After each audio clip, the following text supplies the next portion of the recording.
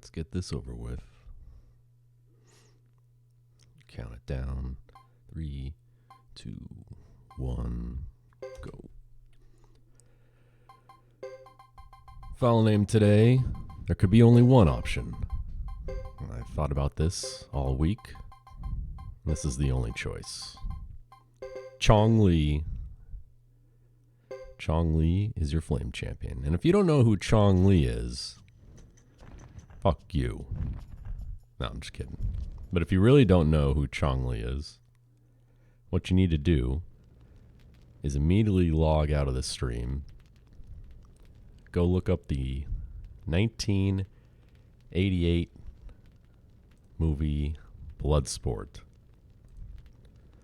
starring Jean-Claude Van Damme, the greatest movie ever made. And then what you're going to do is watch it.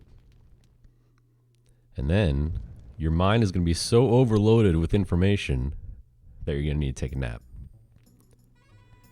When you wake up from that nap, you're going to need to watch it again, because you'll have definitely missed all the little intricacies that make the movie so great the first time around. And then after that, you're going to need to take another nap just to contemplate everything. And then when you wake up from that second nap, then you can come back to this stream and we can talk about it. And the good thing about today is you have time to watch Bloodsport twice, take a few naps, come back here, and still have probably 9 hours to talk about it. So, there you go. Oh, what's up, SRD? Sorry, I'm just opening the chat. Where is the SRD_27 sponsorship logo? Well, you didn't give me a logo, otherwise I would have thrown it up there. So that's on you. So if I break the well, there's no record. Assuming I finish this run, then it will be the record. Not that anyone else is dumb enough to ever run this ever again. Yes. What's up, Ackley man? Welcome back. Lots of naps. Both for me and you guys. It's going to be a long day today. I started at 6:15, which means I'm already 45 minutes behind. So I wanted to get this over with, start up at 5:30. That was the original plan, but then I hit my snooze 800 times and questioned why I was even doing this in the first place. So hopefully we finish before midnight. Because if we don't, that's going to be really depressing if this speedrun goes over 2 days. Alright, anyway. Message speed fast. Small adjustment to the party. Joker 89, I'll take it.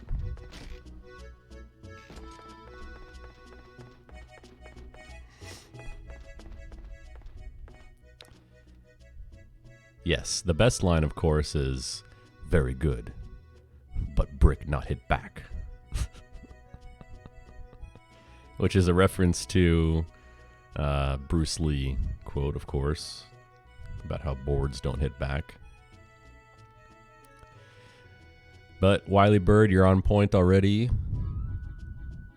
So, great job.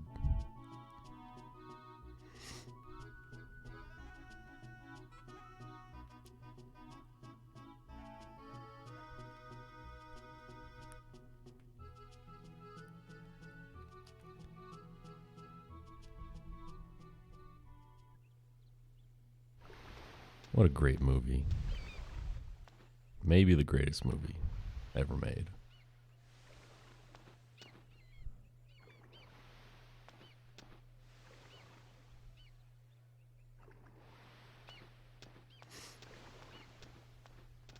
I watch it once a month just to keep my mind fresh. Anyway, back to the game. Nothing's gonna happen for about 3 hours. And then we'll do something, and then nothing will happen again for another 3 hours. No, I'm just kidding. Also, this will be the last run that I actually try and put some effort into commentary for, because it is exhausting. Any future runs, well, first of all, they're definitely not going to be all chapters, but if I ever come back to 108%, then it's just full on you only live once strategies.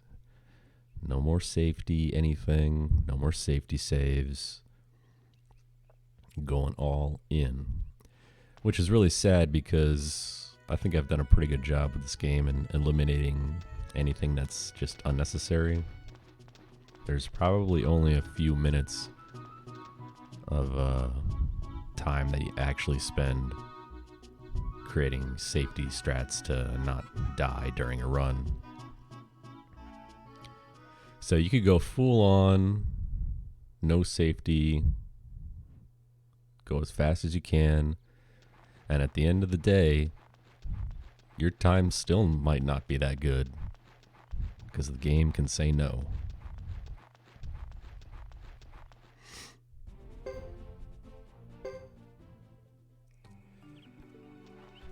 Which is really the biggest reason not to play this game again. Although I did say I would do this game for Suikoden if it happens. But that'll be any %. Because I won't have to worry about beating Mike in this crooked card game. I don't have to worry about beating Billy, which apparently now is a problem because I got my ass kicked a few weeks ago.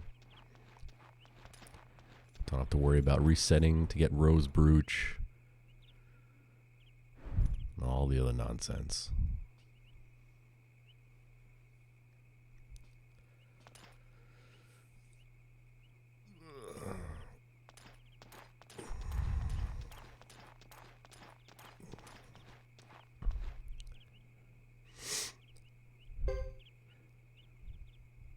SRD, I was playing around with those two ideas, and they're alright. They're good ideas. Problem is, going to the library to talk to Ernie, you can actually, hit the circle button while you're up there, and then you can train anyone, any other magic skill that you need, which I think I might do today. See if I can make that even more efficient. Because if you just put her in your party, then you can only train your party. Also, double strike for edge. Good idea. But don't forget, you also take double damage. I'll probably do that in future attempts, but I don't want to get all the way to edge and then die in 2 hits. Because I made the wrong dialogue choice, which I would be very paranoid about today. There's always the chance that your opponent can strike first on the first turn of a duel, even if you pick the right option. You see that with Duke a lot.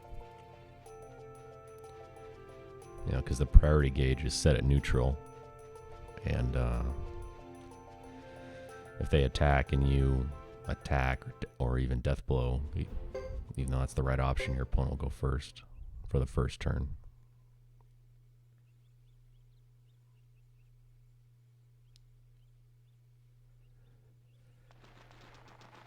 So I don't want Edge to one-shot me. I don't think that can happen, but he does actually hit pretty hard in that duel if you mess up.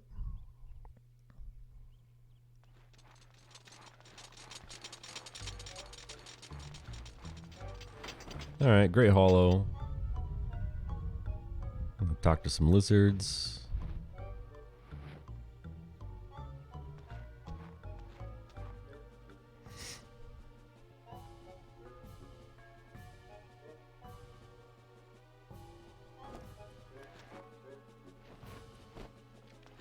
Then we're going to fight some lizards.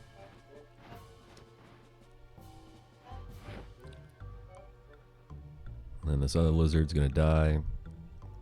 And then we're going to leave. Oh, yeah. So what did I do to prepare today? Well, for starters, I haven't eaten in 4 days. That's number one. Number two, I went to the store yesterday. Of course, wearing a face mask. And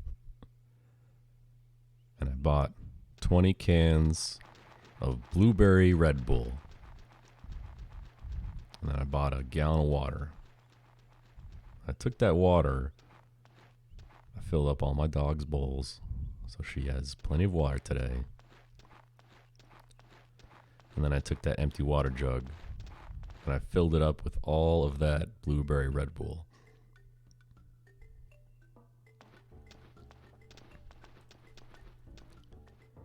And I'm going to be sipping on that all day, because it's the only way to stay awake this long. Now you might say, well, you're probably going to die of a heart attack. And that's fine. As long as I make it to the final split, we're good. Also, look at this.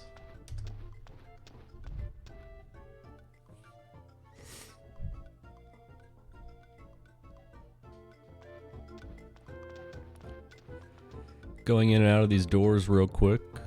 It pushes Shiba to his next walking destination.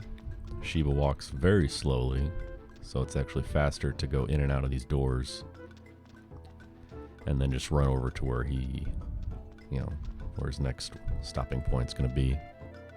So you do it at the entrance, do it at the trading shop,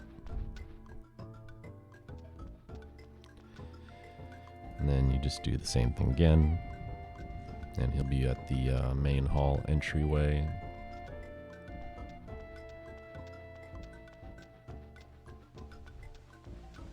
Saving valuable seconds there.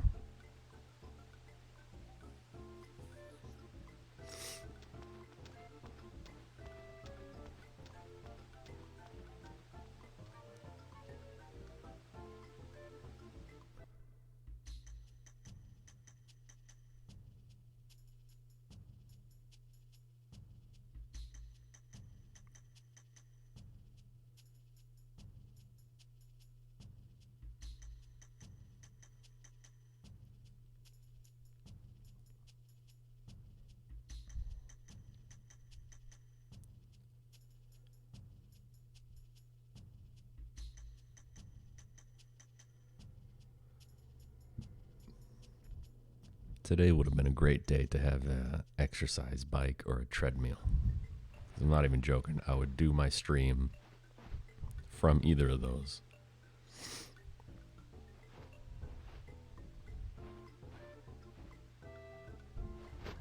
Just go on a quick 17-hour walk. No big deal.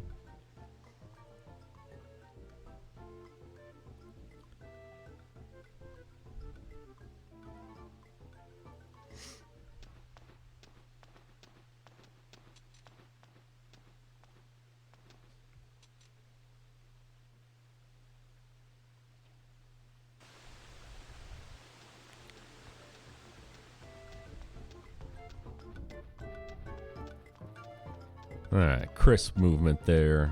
Didn't clip the edge.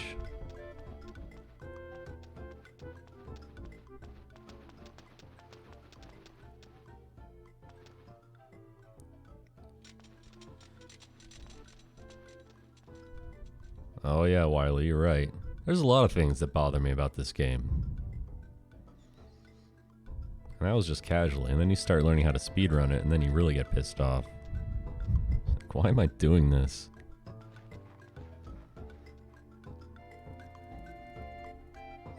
You really understand the fact, or all the reasons why no one ever speedran this game before I started looking into it.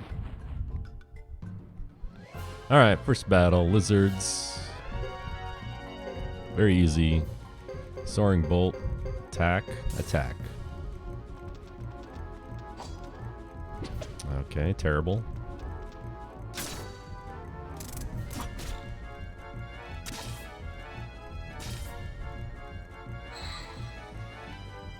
Alright, whatever.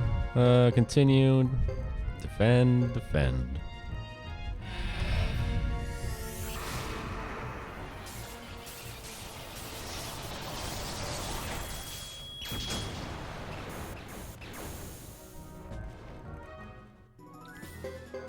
Easy enough. Perfect battle there is if the lizards, they land critical hits and take out ace or queen. Because you want those skill points. What's up, Funeral? What am I doing with my life? Great question. I don't have an answer. Thank you for the luck. Gonna need it. I'll need equal parts luck and energy to get through this.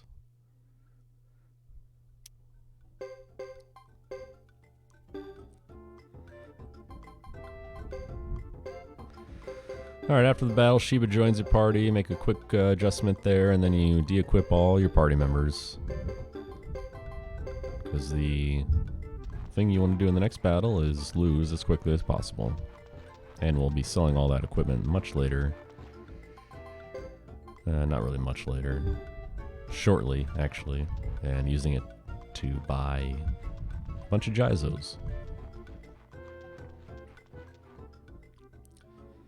Yeah, see, Funeral, that's the angle here. You know, if Red Bull is going to sponsor anyone, it should be me. Because let's just think about this for a second. Nice movement there. No one needs Red Bull more than I do right now. I mean, if you're going to do a speed run of Suikoden 3, you earned it. Motocross, skateboarding, racing, skydiving, squirrel suits. That's nothing. That's free adrenaline. If you're doing this, you need Red Bull. Red Bull available at a grocer near you and at most gas stations. Buy Red Bull today.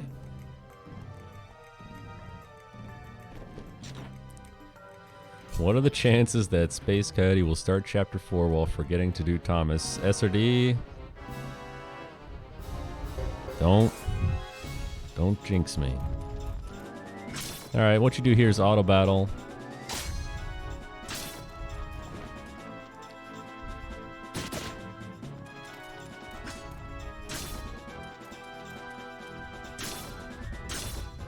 Need to lose as quickly as possible.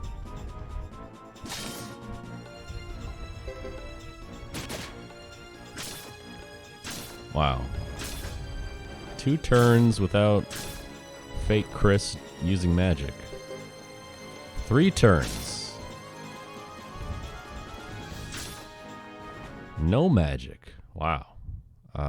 Don't remember the last time I saw that. That's good because she didn't waste time using Kindness Rain. It's not really. That was okay. Yeah, 18 minutes is a good time.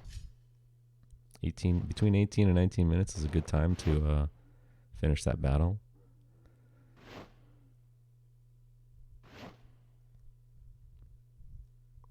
The perfect fight is where fake Chris opens with Breath of Ice and basically takes out your whole team.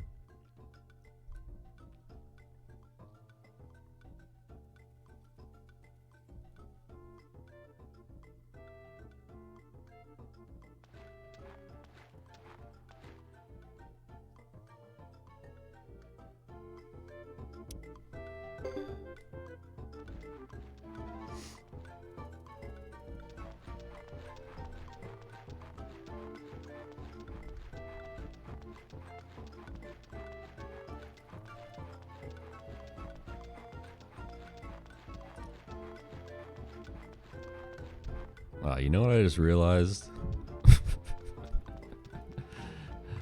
I added the Kuroku split, but I didn't add Thomas chapter splits. Oh, shit. What an idiot.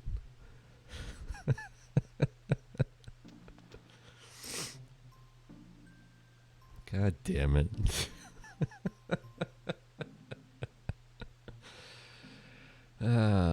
Fuck. Who cares? No one's gonna watch this anyway. Hell yeah, we're doing Kuroku SRD. He's got his own chapter. This is an all chapters run. We have to. Reset. No, never. One and done. Unless I die. If I die, then I'll add him in. Kuroku's chapter is my favorite part of this run.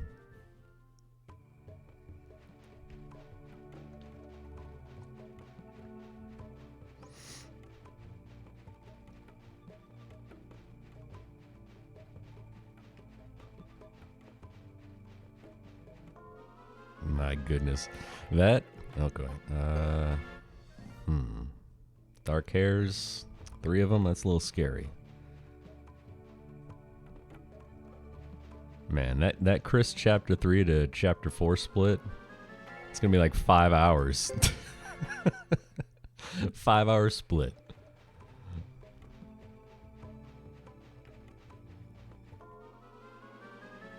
Okay, great encounter rate so far. Oh, come on.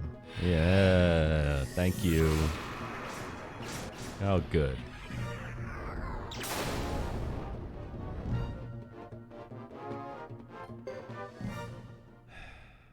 Maybe just pretend all of this is not happening. Great advice. I like that. Would you guys mind if I just threw on the Simpsons DVD box set? Seasons 1 to 9 only, of course. I bet you have time to play every Simpsons episode from seasons 3 through 9 and watch Bloodsport twice during this run.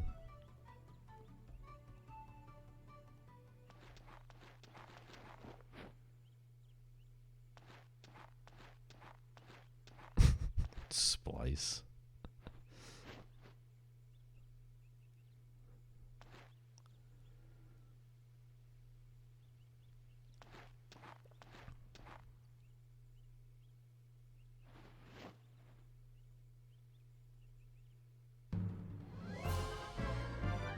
Alright, Isla, let's see what you got. Same thing, Soaring Bolt, except with Joker, Blazing Wall, attack with Ace. He's gonna go up, miss. Miss, okay. You don't want the misses today. Wow, that's weird.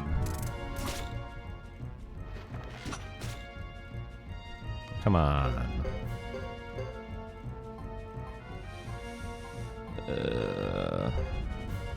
Fine.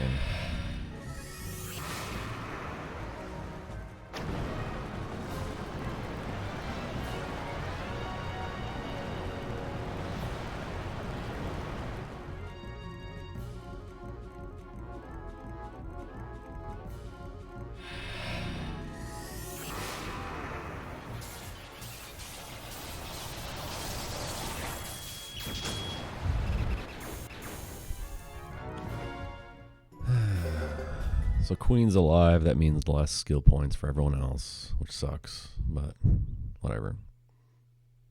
Perfect fight there is if things go as planned and the guards take out Ace and Queen and the entire enemy group is in range of Joker's Blazing Wall spell. And then you would cancel Ghetto's lightning magic cast and then just run up and chip Isla because she'll have very little life left if she's hit with fire.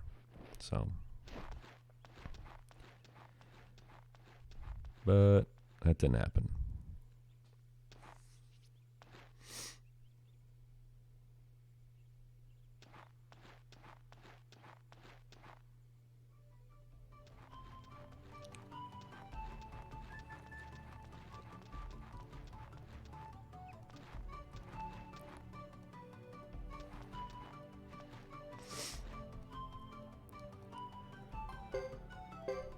Alright, I'm gonna sell all this stuff.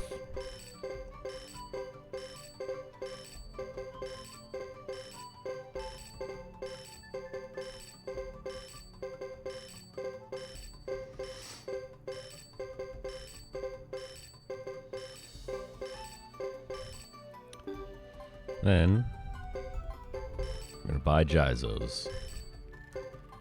Always remember to put them in your party items. Don't want to equip them just yet, because you don't want to waste them on a failed run from an encounter before Twin Snake.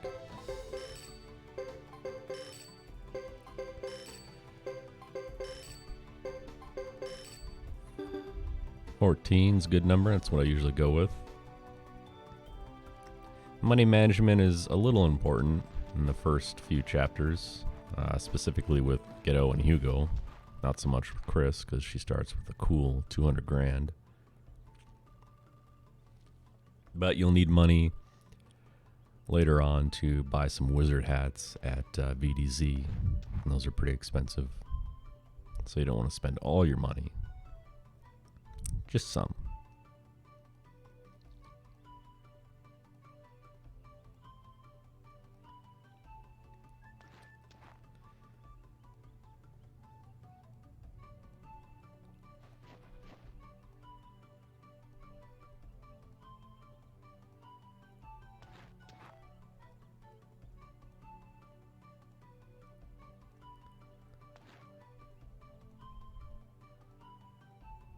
SRD_27 asks in chat, at Space Coyote, will you do both 80% and 108% for Suikoden? The answer is no. Fuck that.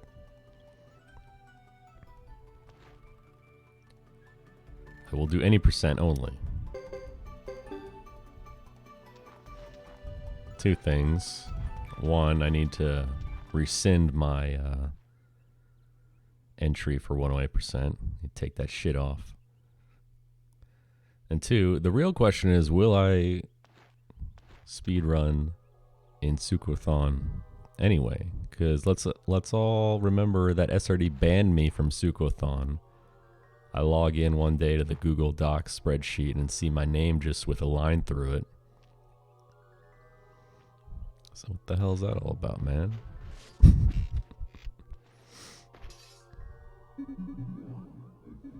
So maybe the real question is, SRD, am I allowed to participate in Suikoden? And more importantly, when is Suikoden happening? That's the real question.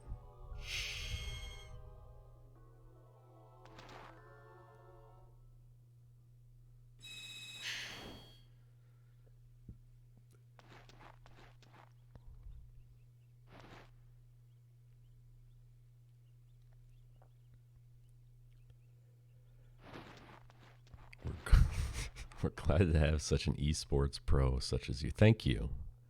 I'm honored.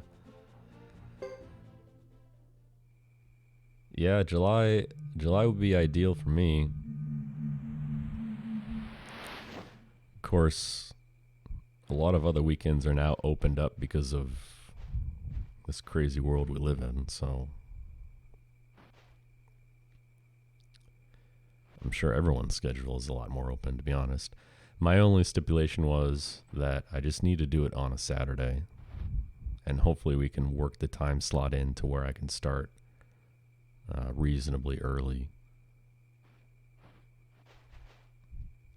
on a Saturday. And if I'm doing 80%, that should only take 12 hours, so you know, I don't have to start at 6 a.m. like I did today with this. Come on. Oh, come on, man. Ace is dead. Good. Jesus. Yeah, funeral. It's happening. SRD is actually legitimately, all joking aside, the one spearheading the movement here. So we're waiting on him to get it all organized. But yeah, if I can start Saturday between, 8 a.m. and I guess 11 a.m. 3-hour start window, that's pretty generous, right? Then I'll be okay with that.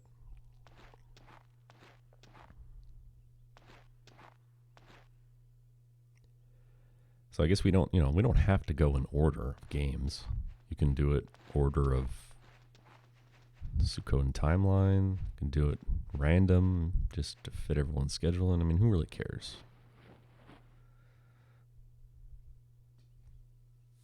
You thought Suikoden was a meme? How dare you?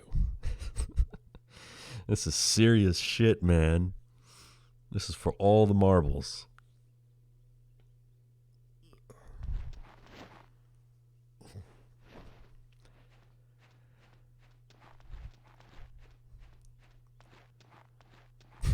Yeah.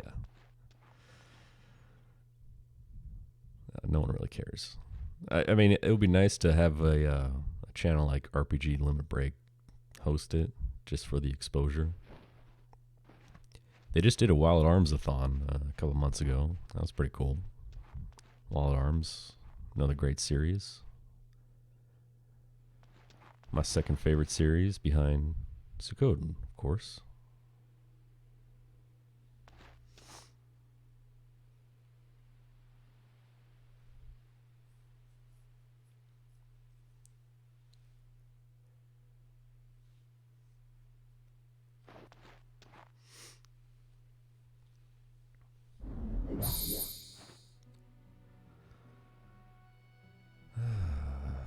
All right, guys, we're almost there.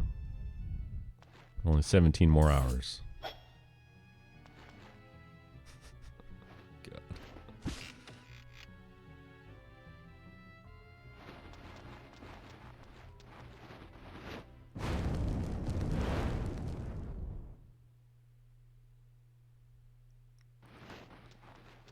Yeah, I think they'd be open to it. I don't see why not. There's really no reason not to, as long as it just fits in with the empty weekend they have on their schedule.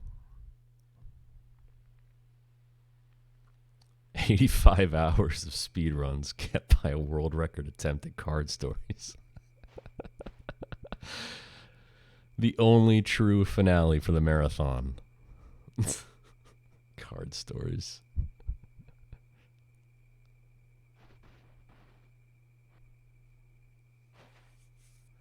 I need to read the manual because I got that up and running and I don't know what the fuck I'm doing. I don't know what the objective is. I don't know what the cards do. I need a lesson.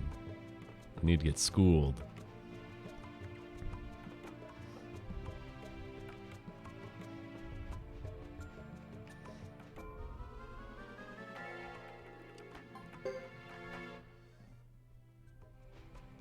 Yeah, I probably should have fought that, actually. That, Yeah, I really should have fought that. Oh, well.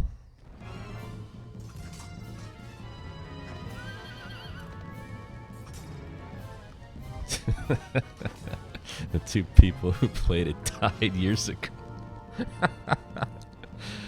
Oh, shit. Yeah, SRD's not dead. He's here. There's an English patch for the game. Okay, well, that would probably help.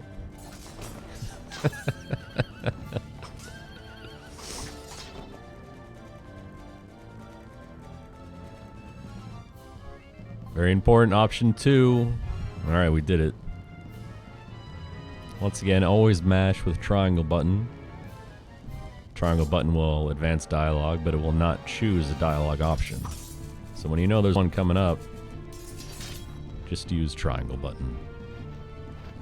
So you don't accidentally select the wrong option. And there's a handful in this game that can really end your run. I mean, that's really the hardest enemy in this game. Dialogue choices.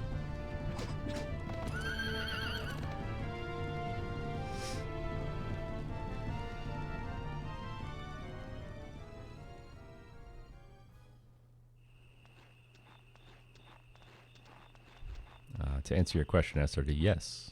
Yes, I do.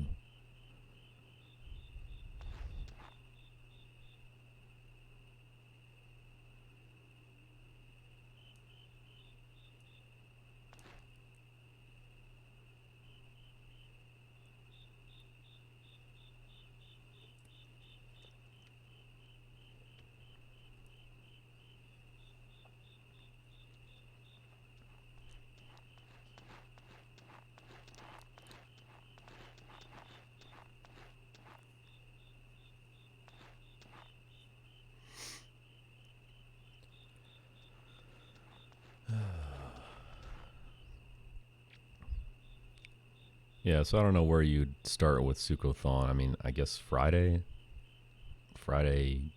night.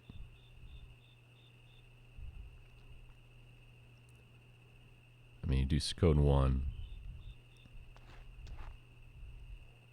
I don't know what category. I guess it doesn't really matter. It would be pretty gross to give Suikoden 2 the midnight shift, though, just to accommodate my schedule. Maybe it should start Friday afternoon with Suikoden 4 new game. So how long does that run? Is that one like 12 hours?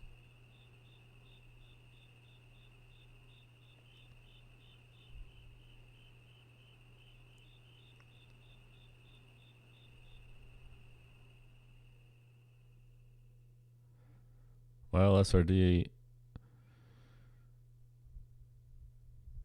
that's true. But remember, you're doing 24/7 commentary for the whole marathon. So does it really matter?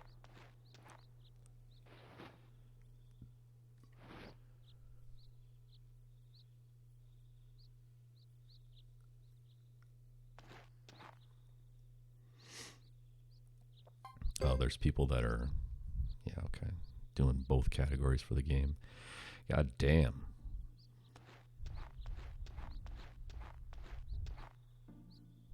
And we really have a lot of content, don't we?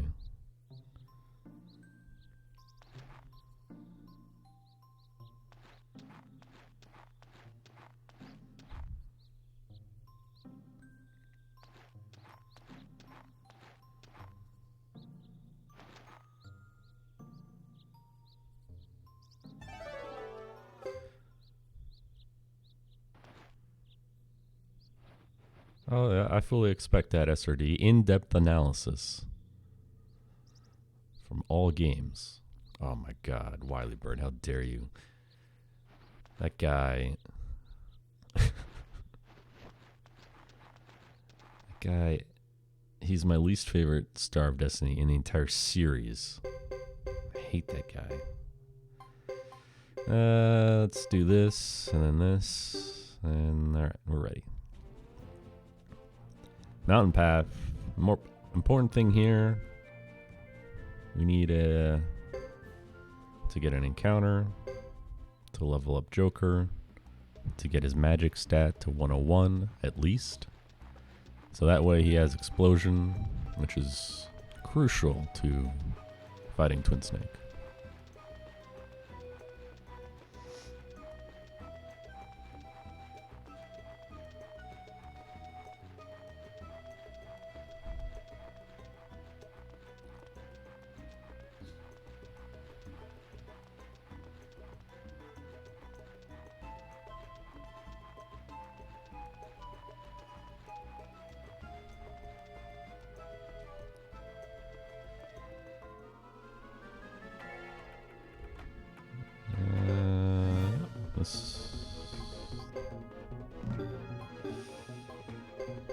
Yeah, this will work. These guys kind of want to use magic, but you don't because they're all over the place, and it'll probably only hit 1 or 2 and waste 2 turns doing that. But then you're just gonna miss every fucking attack anyway. Guys, come on.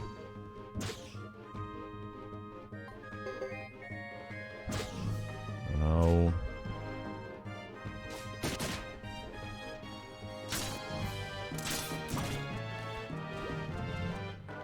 Whew. Oh my goodness, barely. 101 exactly. Whew. Not even sure why he's a star. It's like they had a gap. Yeah, they had plenty of gaps in this game. I mean, 4 of the stars are Sarah, Luke, Albert, and Uber. You know? Yoon's a star. She doesn't do anything except die. Lulu's not even a star. But he just dies too. Very weird set of stars in this game.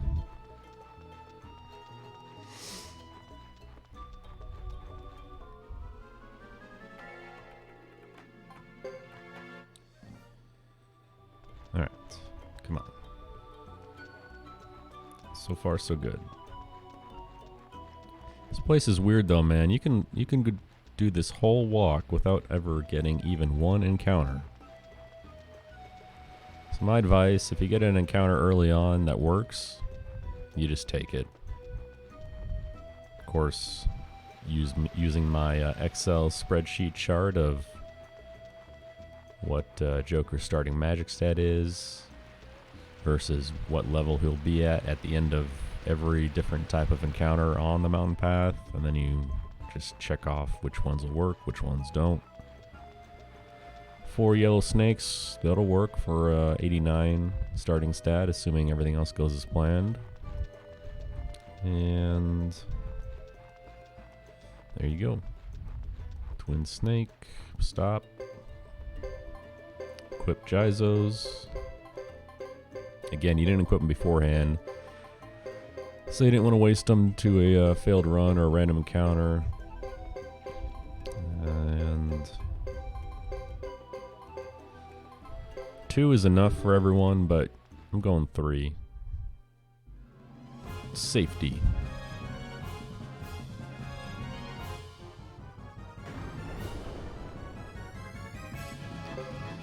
Alright, Twin Snake. Berserk Blow. First turn, Explosion with Joker. And Battlefield with Isla. This is a different formation than when I first started this. Reason is you cast 3 spells at the first turn. Purposefully only using Ghetto's Berserk Blow.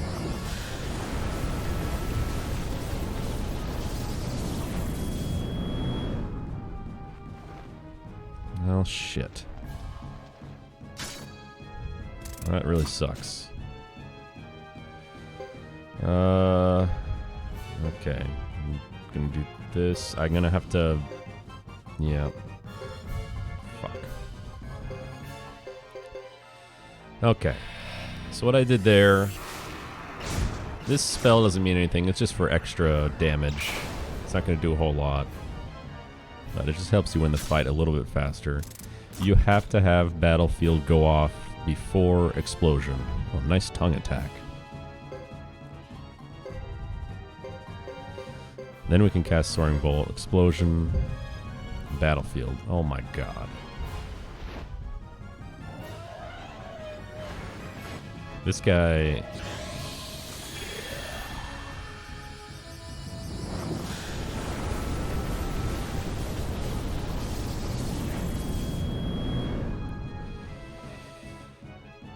Okay.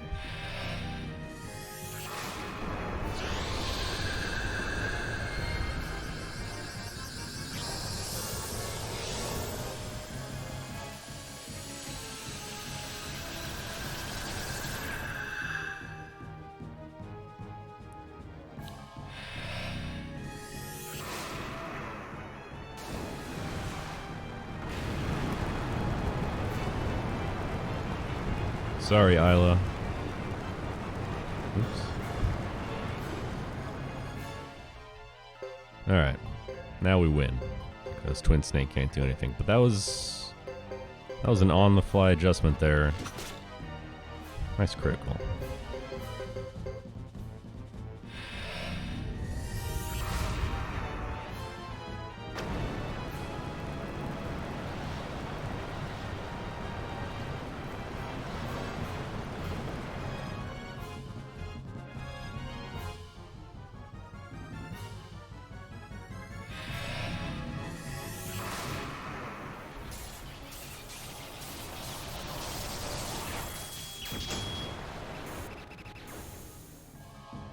Okay. That was a little bit scary right there. Still managed to get a sub 45-minute Twin Snake kill though. That's pretty good actually. Interesting.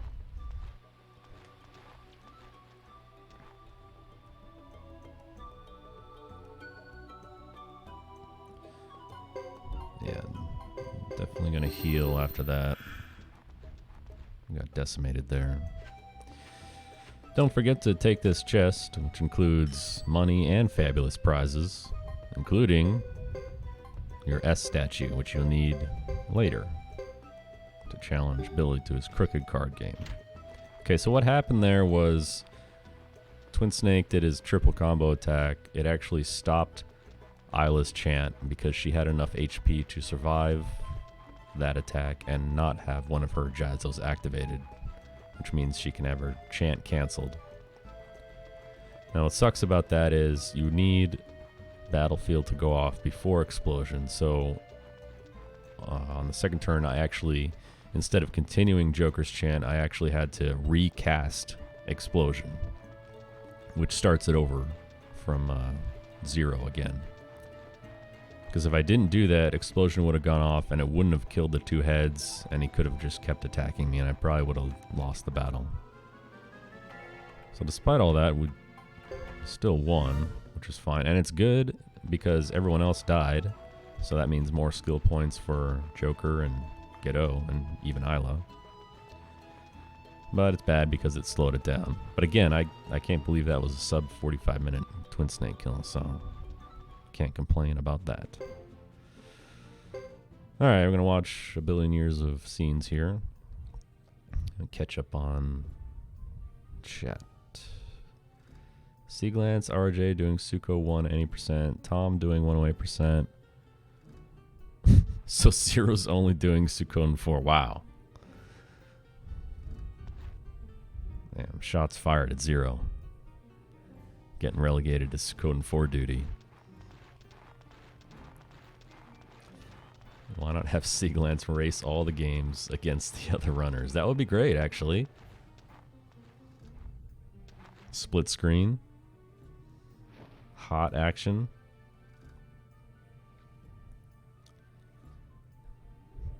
Too occupied and showing he's the best tier curse speedrun ever. Well, tell you what, man, after this whole project is said and done, I think I'd rather run that game than this game. Just in terms of time and my own sanity. Oh, wrong person. Okay, first thing you do here is stay at the end. You don't save, because you don't need to. But you stay at the end because you need to refill your magic, because you use most of it during the Twin Snake fight. So that way you have magic available for the Franz fight, which is coming up soon. If you don't do that, the next time you have the chance to stay at the inn is actually after you leave town, because we're going to trigger a scene here, and then we walk into the inn, we're going to trigger another scene, we're going to trigger a bunch more scenes, and then Ghetto's going to be by himself, so that's not going to do anything, staying at the inn by yourself. And then you're going to trigger another scene, and your team's going to automatically leave town. So you have to go back in, go to the inn, stay, and then leave again. So you do it when you get here. That's the best option by far.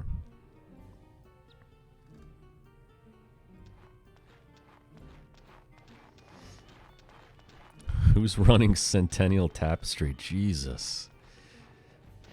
Suikothon is going to turn into a week-long event. It's going to be like GDQ.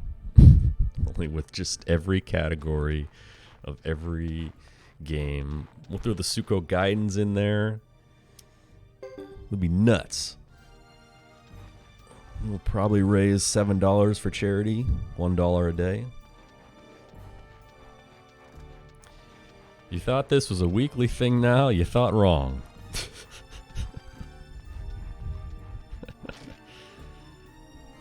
It's only weekly because there's nothing else to do.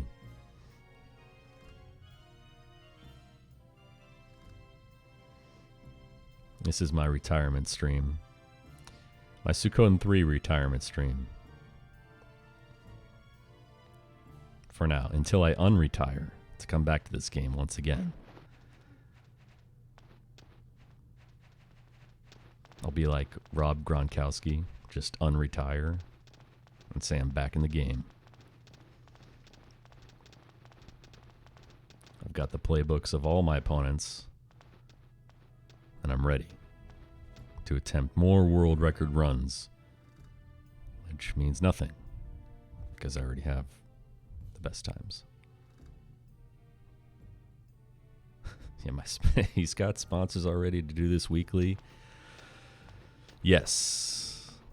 The revenue is just flowing in. My bank had to shut my account down. It's too much. They said something weird is going on here. We've never seen this much influx of capital at such a rapid pace. What's going on?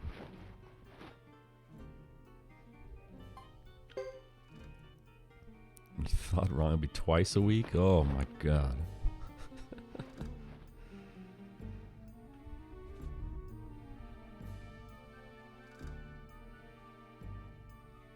So when will you run Suikoden 1, 2, 4, 5, Tactics, Card Stories, Tierkris, and Exit Fate? Honestly, 1 looks like a fun run that I could just do on a Saturday midday. I don't have to wake up at fucking 5 a.m. to do it. It's over in a few hours. I'm down for Suikoden 1. Down for Suikoden 2 even.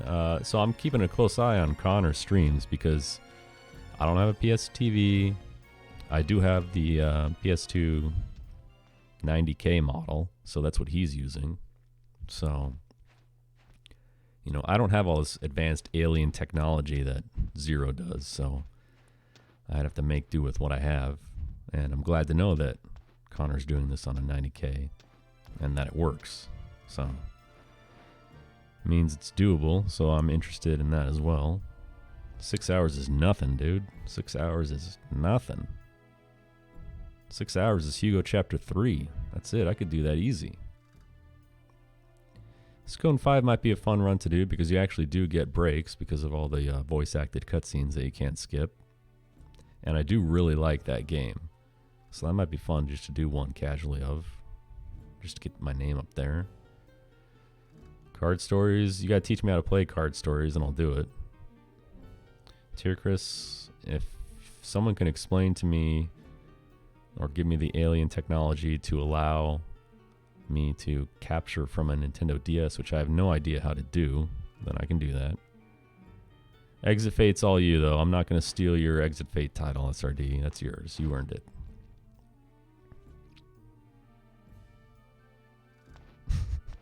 You wonder if people speedrun the guidance. Yeah, dude, you need a controller cam for the guidance speedruns to make sure you're not full of shit.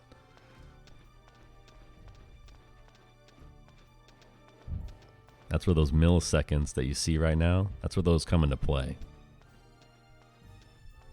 It'd be like the Super Mario 1 leaderboards.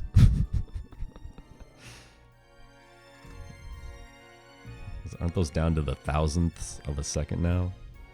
I think. Yeah, see, there you go. Card Stories is shorter than Suikoden 1. Alright.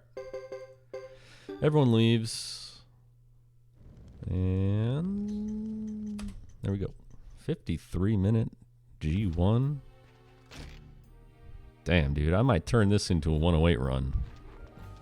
That's a really good Chapter 1 time. Maybe the best ever. Interesting.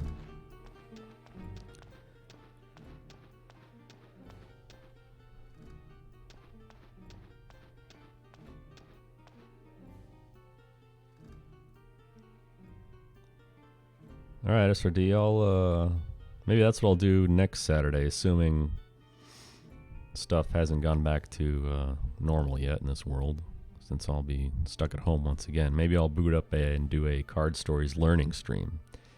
But I'm only doing that if you're going to be here.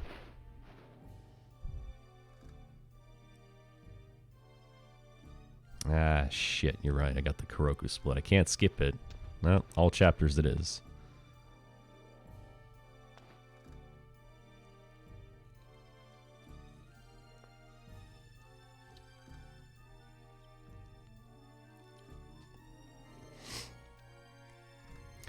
God, dude, I can't believe I forgot to put the Thomas splits in. What an idiot. That chapter 4 split time, it's seriously going to be like 5 hours. Fucking 5-hour split.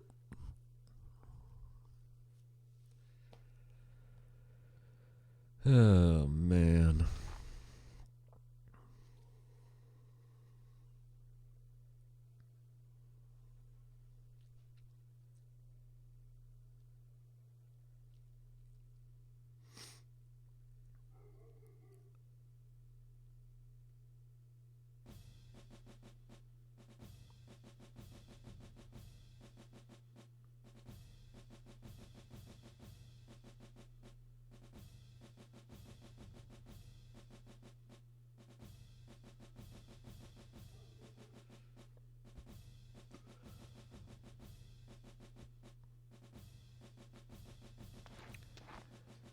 That guy on the left there in blue, he is the last boss of the Suikoden series in regards to timelines. I have a split for him too. I don't know. You can't see it because I guess that's probably another thing I should have looked at. I should be able to fit all those on one screen, right? Who cares? Yeah, so after Kuroku, there's a Wind Dragon split, and then twin brother split, and then the final split. We are taking it all the way through the credits, back to Magician's Isle for Leknot's last dialogue box, start to finish. No excuses.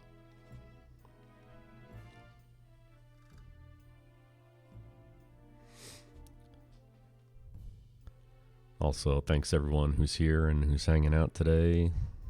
All joking aside, that is a serious thank you, because there's one thing I learned from doing this. Like, there's periods of time where nothing happens in this game, and people come in and out all day, right? Because I don't expect anyone to stay here the entire time, but man, chat interaction really, really helps keep your mind focused, because otherwise you just kind of fall asleep and bang your head into your keyboard or stab yourself to stay awake. But if people are talking, it makes it much easier.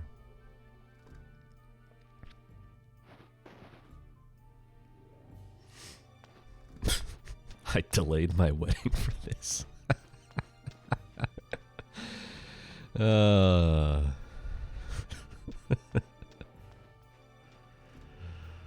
What a mistake.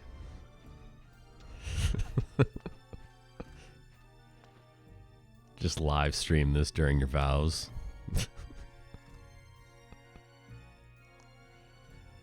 Hold on, babe. I gotta see what this Kuroku split's all about. Excuse me.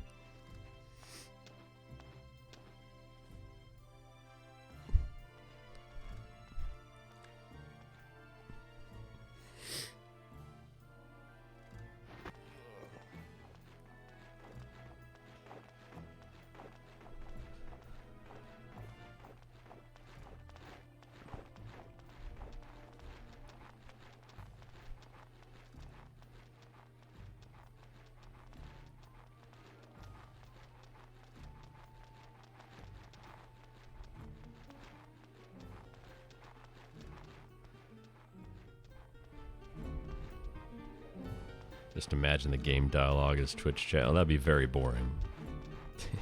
Yeah, Random Donkey, how are you doing? Thanks for coming to hang out. Alright. Again, you need to change your formation here. And like I mentioned earlier, now you're outside of town. So if you didn't stay at the inn before, you gotta go back in, stay, and then leave again. So we're going back through the mountain path here. Hopefully get no encounters. The only thing you really need to do here is watch your movement. On the second screen, you got to hug that wall, because the rock golem is there waiting for you. And even if you're slightly off-centered, you can actually trigger that fight when you can't even see him on screen. So you got to be careful. Careful where you're walking. Careful not to fail a run. This guy.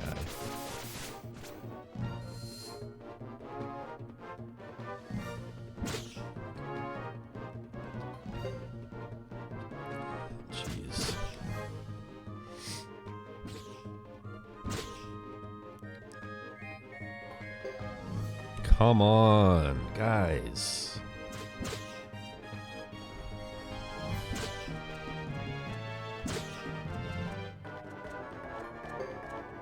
Shit.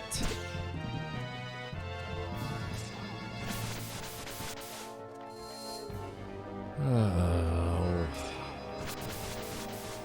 Fuck.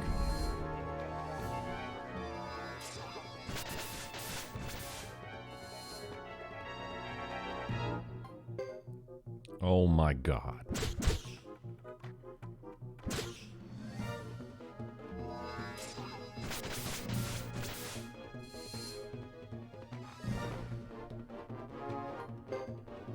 Jesus. Was anyone counting? Was that 5? Man. It's brutal.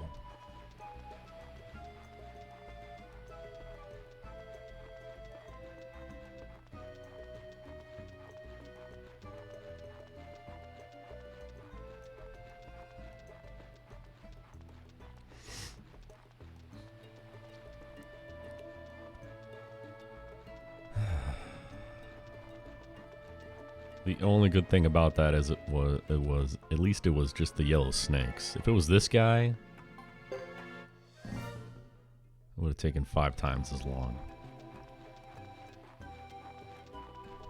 Escaped on the 5th try. Yeah, probably. It felt like 10. Alright, hug this wall.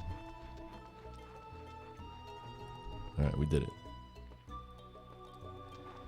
That's right, funeral. I got 50 cans. Poured them all out into a empty gallon water jug and just sipping on it.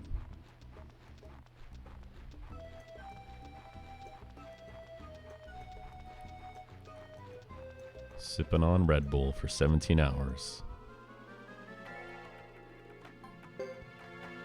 Probably the most unhealthy thing I've ever done in my entire life.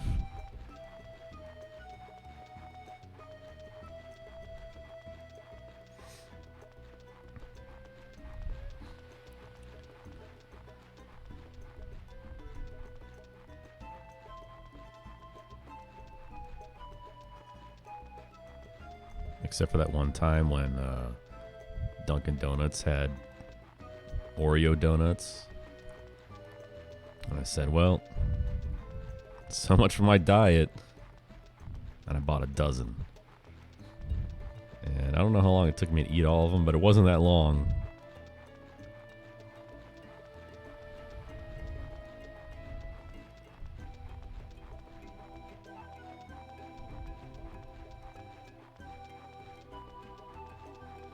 The fact that I just admitted to eating a dozen Oreo donuts and I sip on a gallon jug of Red Bull, probably think that I'm some fat asshole, but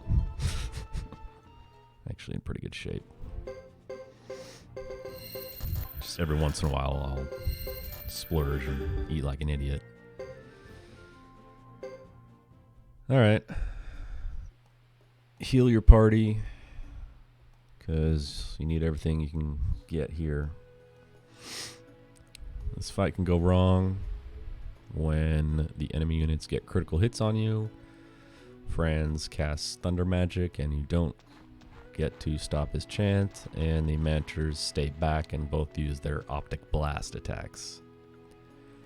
Most of the time though, it goes fine. All you do is Blazing Wall and that'll go off on turn 2, and usually he's gonna hit everyone. Soaring Bolt is the backup, takes out whoever's left. And you want Ace and Queen and Jock to hopefully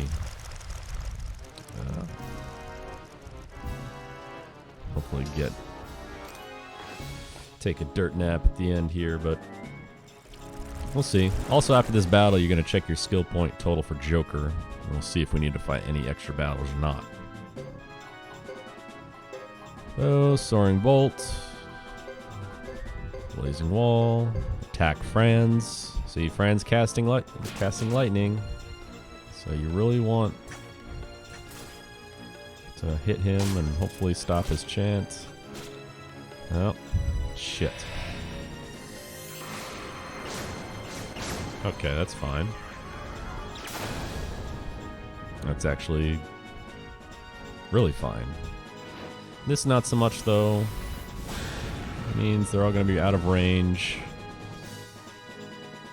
So let's see what we got here. We're going to continue Soaring Bolt and yeah, okay.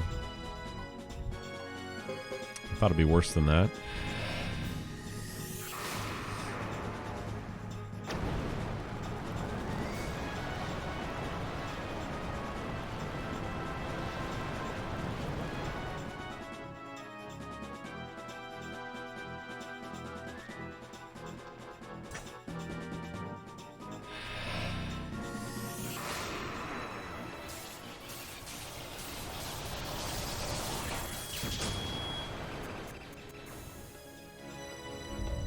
Okay. So Joker has 473 skill points, which is good. It's not the best outcome, but it's a good outcome because he needs 445. As long as he has 445 before the end of Chapter 2, you're good. Because that's enough to upgrade his fire magic skill level to A. But you will need to forget a few of his other skills to get to 510, which is the total amount of skill points that you need to do that. If you don't have 445, you got to fight extra encounters either in Mount Sinai or at the mountain path before the chapter ends. But best case scenario, he has over 510, so you don't have to waste time forgetting his skills, and he could just go right into the magic tutor at Brass Castle and upgrade fire all the way.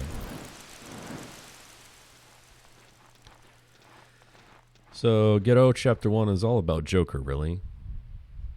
You're checking his magic stat at the start of the run.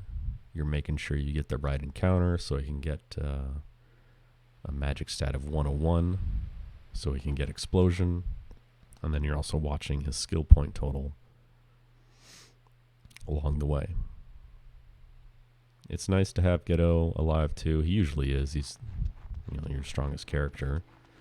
It's nice to have Isla alive too because you will need skill points for her later. Although it's not as important.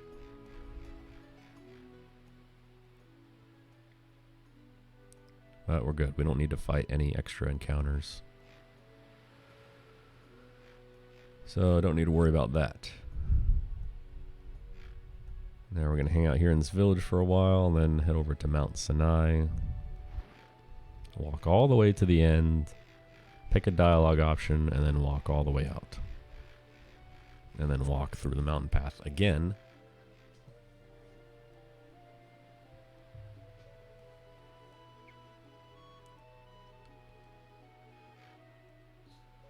And then we'll be done with Chapter 2. Chapter 3 is all about counting horses. That's it.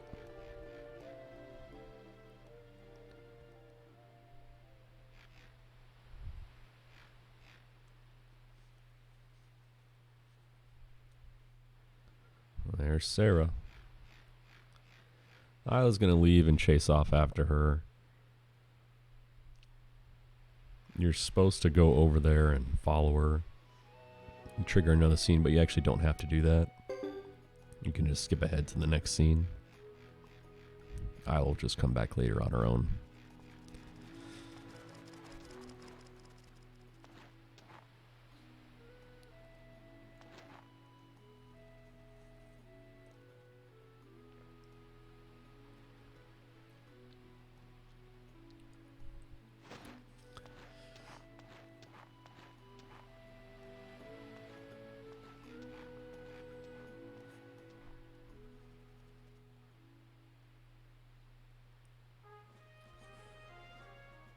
Alright. More scenes, nothing really else going on in this village.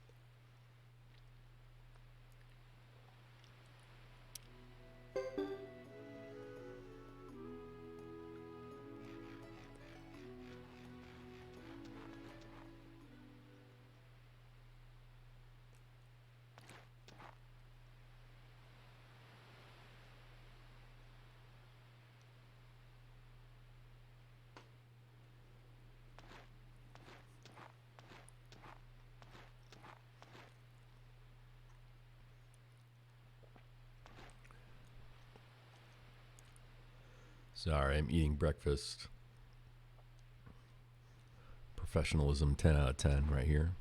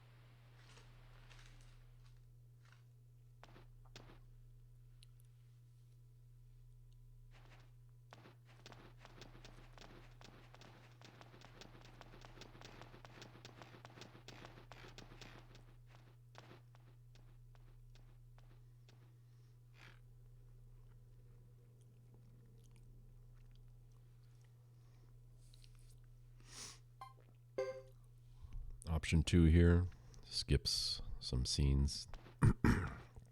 Definitely faster.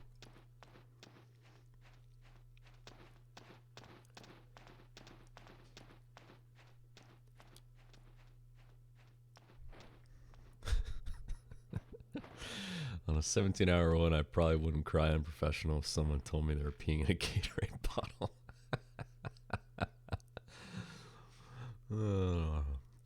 Fun fact, I'm streaming from my bathroom today. Not just kidding.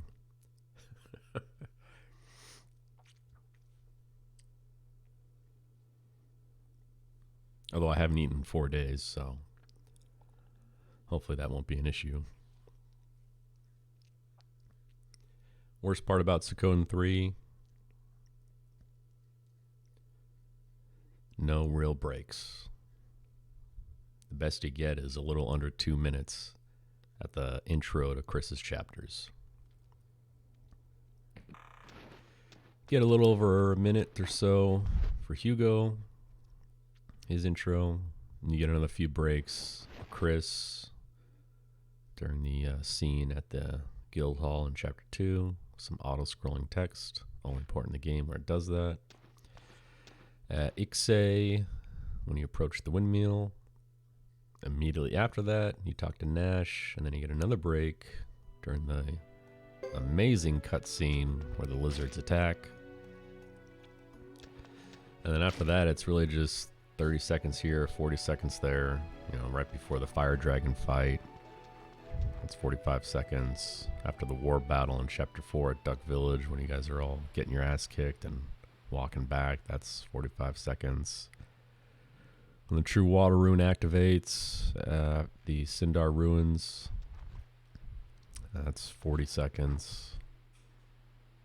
You know, and honestly, there's some battles where you load up with magic and rune animations that you can make your turn selections and then take another minute. So, really, there's really not a whole lot of time to take a break, unfortunately. Final Fantasy X strat, yeah. I believe it.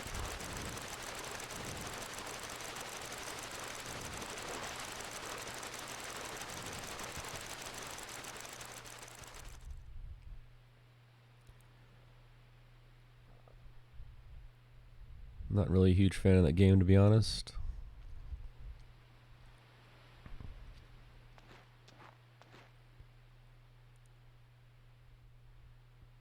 If we're talking Final Fantasy, then Tactics is the best in the series, by far.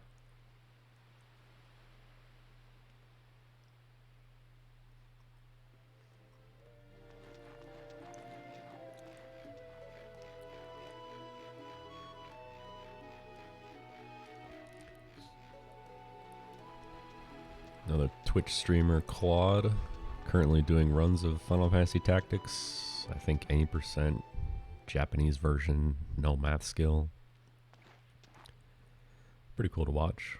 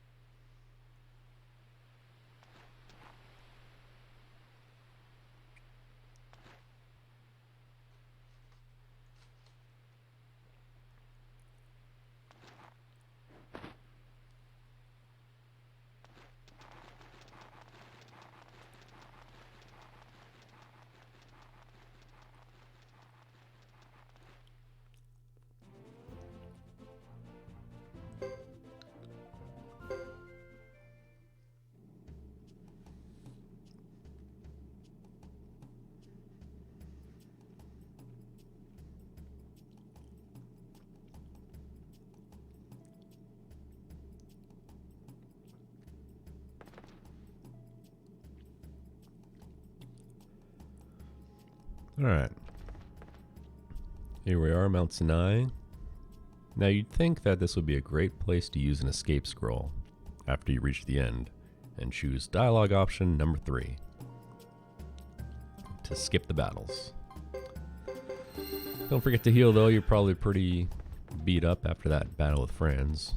No free heal after that either. But you can't use an escape scroll here because, like all Suikoden games, plot advancement is triggered by story events that you have to actually, make happen. And there's a story event at the very end of this cave on your way out. Come on, man, these guys.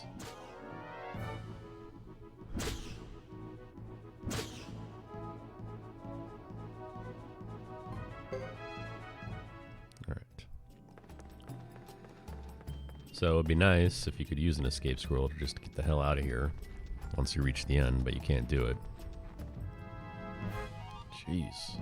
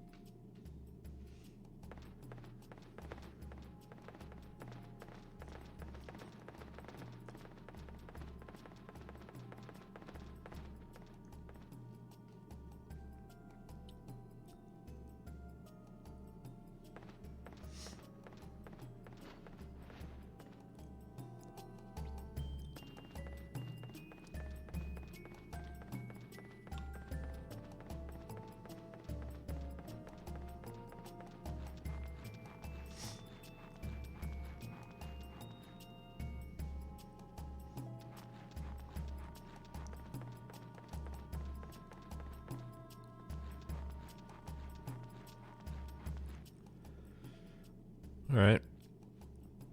Gonna meet up our good friends Duke. Very important dialogue choice right here. Make sure to check option 3. If you don't, you're gonna fight Duke and his friends. And you can probably win that battle. Just throw out a quick explosion with Joker. That should do it for the most part. But then you're gonna have to go back to the very the very far back of this area, and you're going to talk to Luke and Sarah, and then you're going to fight them. And you're probably not going to win that battle, especially with no equipment on and no magic available. I mean, you've already used your best stuff at the Franz fight and on this fight, so by the time you get to them, you're probably going to be tapped out, and you're just going to get shredded by their magic. So not only will you... Alright, here it is right here. That bishop is up to something. Not only are you going to lose time based on choosing the wrong option, you're probably just going to lose the run.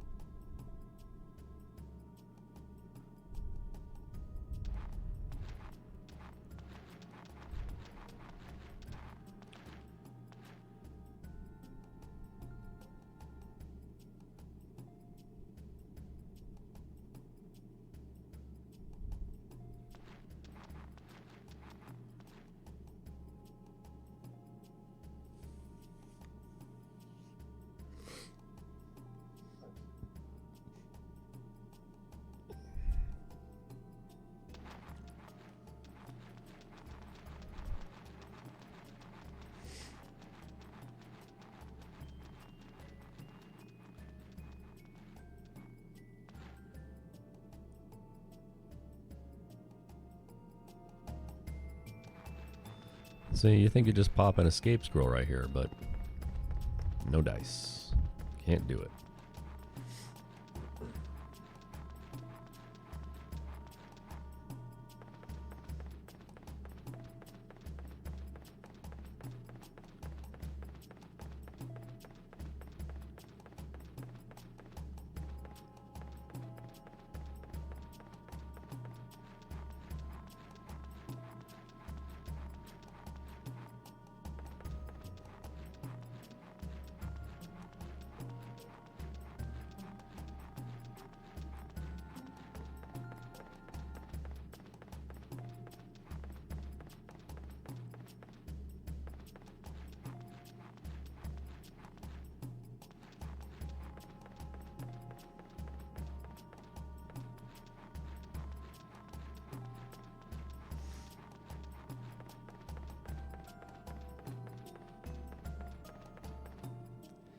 That's because of this scene right here.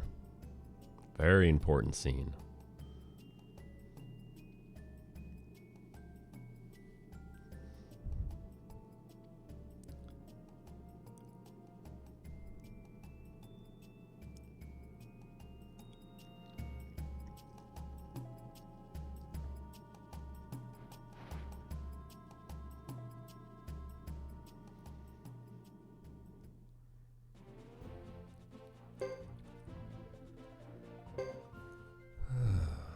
All right.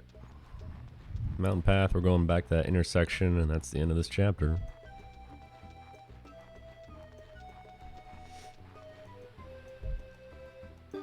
Yeah, we're good.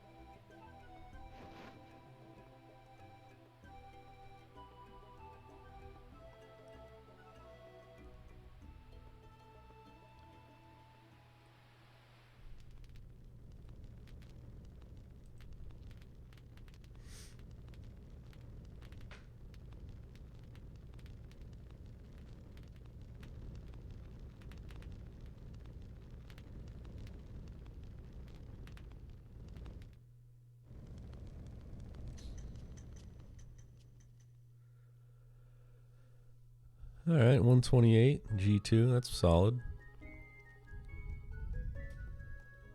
If I didn't fail those 5 runs to those yellow snake things, it would have been 127. That would have been great.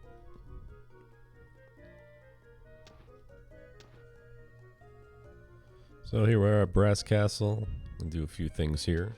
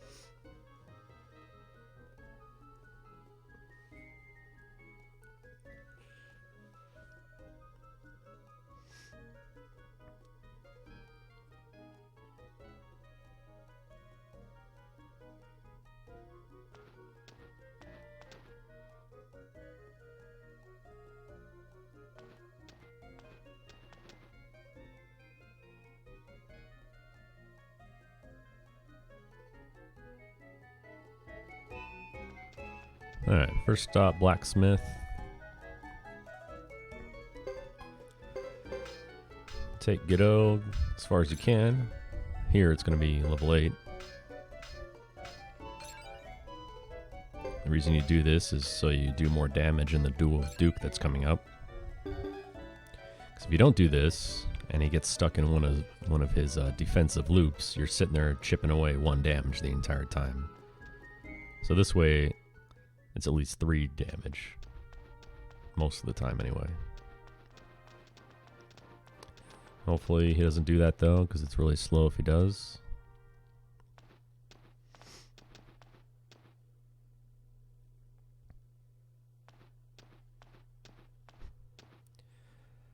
Excellent question, Wiley.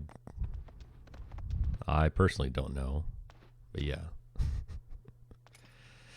If that's what they got in their life to brag about, then I guess, you know, must be pretty sad at Brass Castle. Yeah, man, we got all the brass. Yeah, you got any gold? No.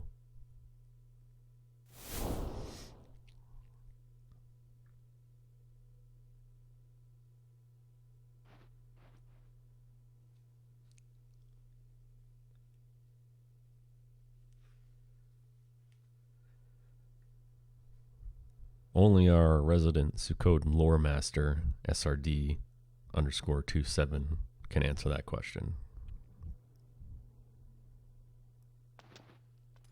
He knows everything, man.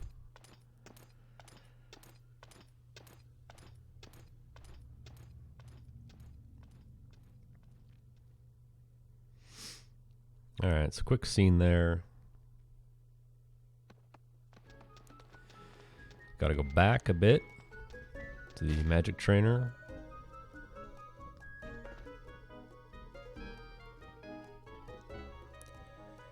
And do this. So again, since you didn't have 510, you're gonna have to forget skills to get 510. Also gonna raise lightning magic up for Godot as high as you can. This one's not important. If you don't get A rank, you'll usually end up with B+. I don't think I've ever not had B+, to be honest with you.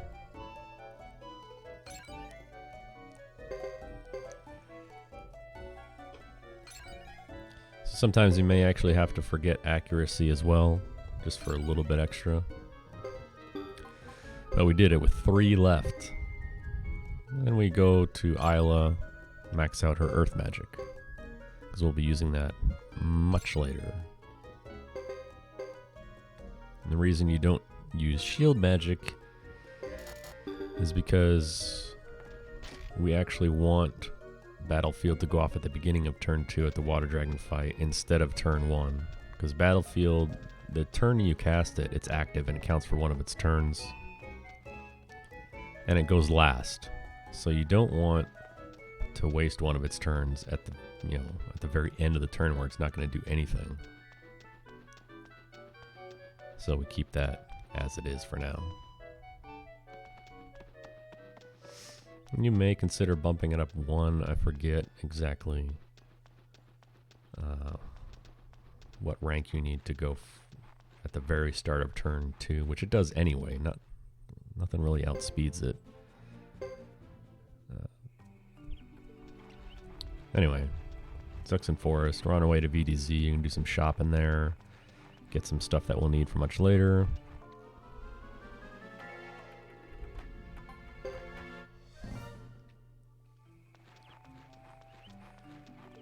I got nothing bad to say about Lucerina SRD.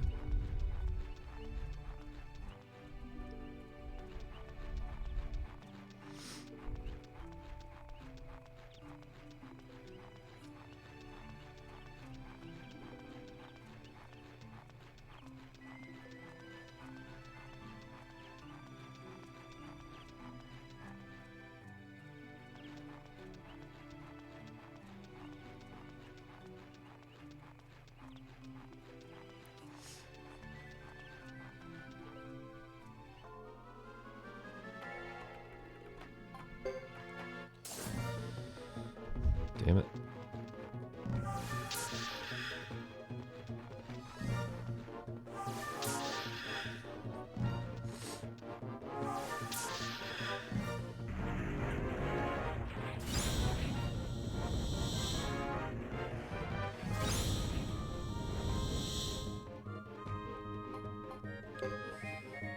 All right. The really bad failed run there is when you run into the group of all 6 of them and they do their unite attack. That's really annoying.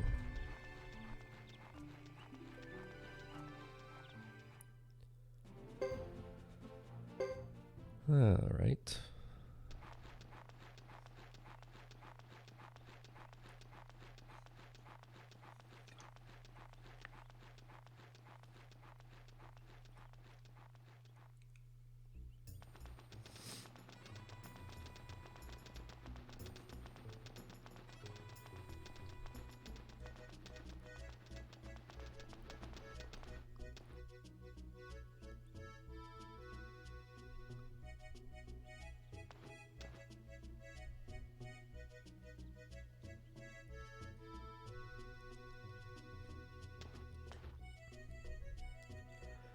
Going back to the question earlier about will I run all the other Suikoden games? In my opinion, I can't imagine someone finding me doing practicing or routing streams entertaining. But you guys may disagree. So vote now if you'd like to see practice streams. Because my vote is no.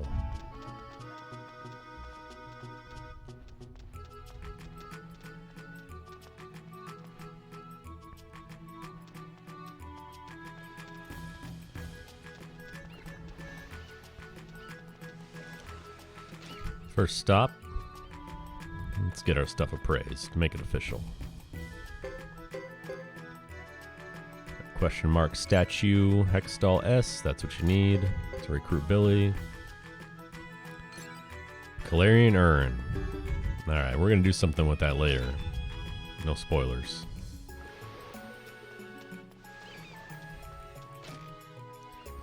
Head over here to the trading shop.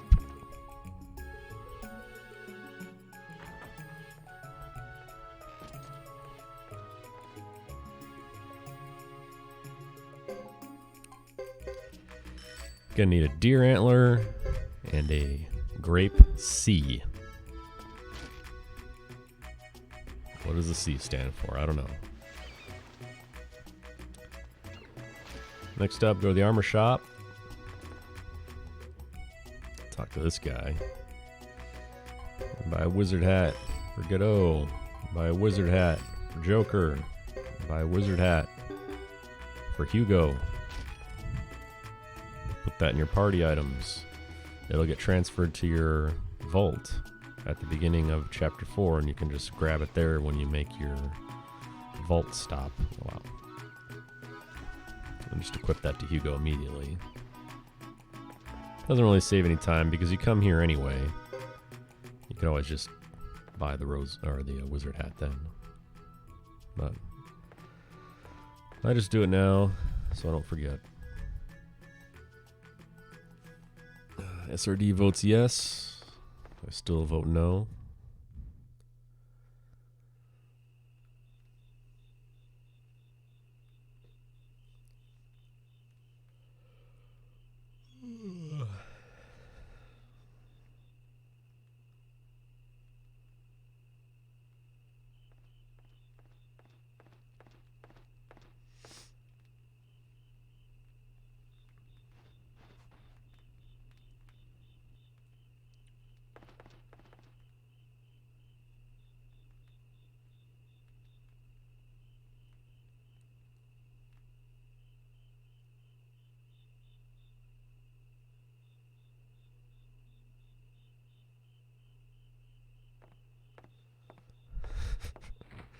Might as well stream and please your sponsors.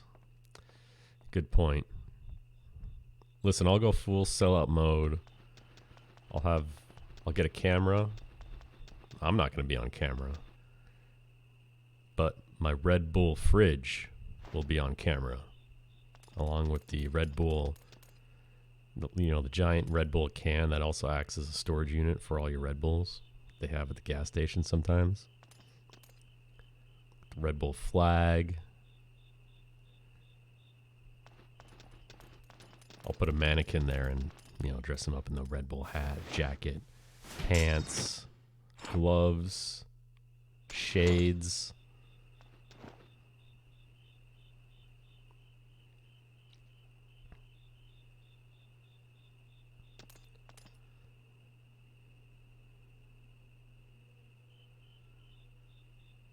I know they did sponsor some speedrunners, which I thought was hilarious. But what was that, like a couple years ago maybe? You'd start logging in to watch some streams. There'd just be a Red Bull fridge in the background. The Red Bull hat on. That's great. Like I said,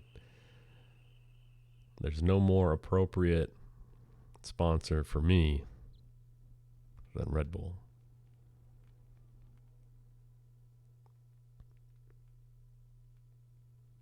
Because it's a necessity for a Suikoden 3 speedrun, let's be honest.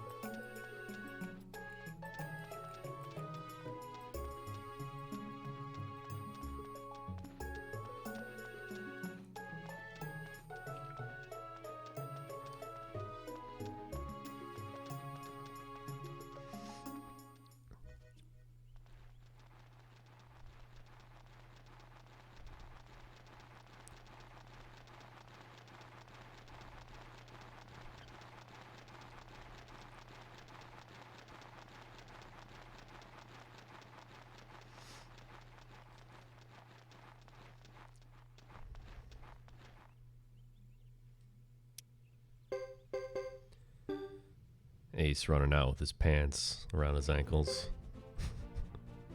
Alright, North Cave. Walk through here. Got a hot duel at the end here. In any percent, this duel is the only duel in the entire game you have to win. All the other duels in any percent you can actually lose, or they can end in a draw. Fun fact. Will you get banned for drinking coffee? Hell yeah. Get that ass banned. No, no one cares. Although it is crazy how strict some of these sponsorship deals are. You know, the NFL during the draft made an adamant point of telling everyone who's going to have their live feed up that they weren't They were not to have any, I think, Coke products on display in any way, shape, or form in frame. Like, how do you enforce that, first of all?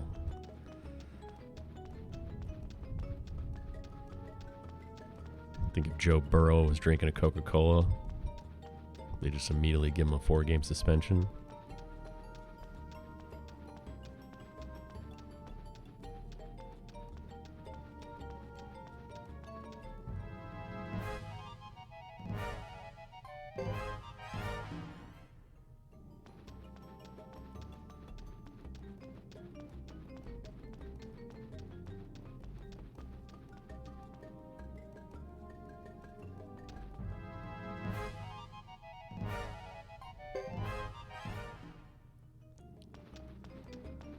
Failing runs here really sucks if it's to those floating Joker doll things. So they use their spinning card attacks and it takes forever. Not as bad as other Suikodens though. They're a recurring enemy in the series.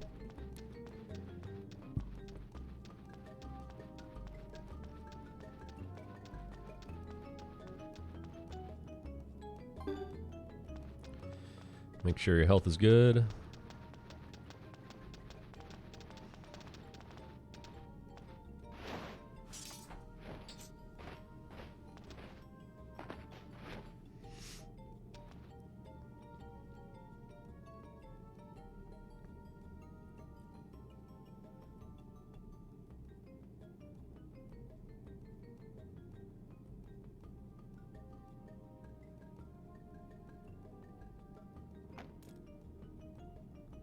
If anyone else watched that draft, my friends and I had an ongoing bet. How many names would Goodale butcher in the first round? I bet on all of them. And I was given 10,000 to 1 odds. I figure it was worth the $5. Imagine the payout on that. Unfortunately, I lost. But if you heard him pronounce Tua's last name, that's a classic right there. Come at me anytime. Let's go. All right, Duke, be nice today, please.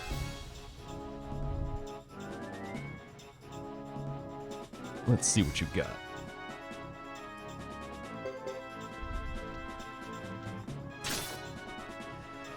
Okay. You seen that? Wow. I don't think I've ever seen that one before. Good thing I have my Duel notes up.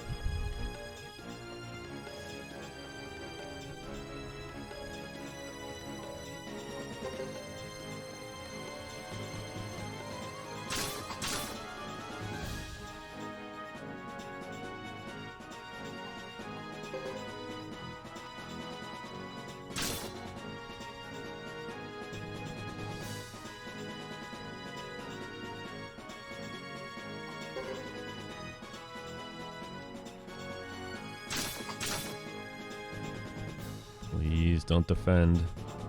Yes. Nice duel. Flawless victory.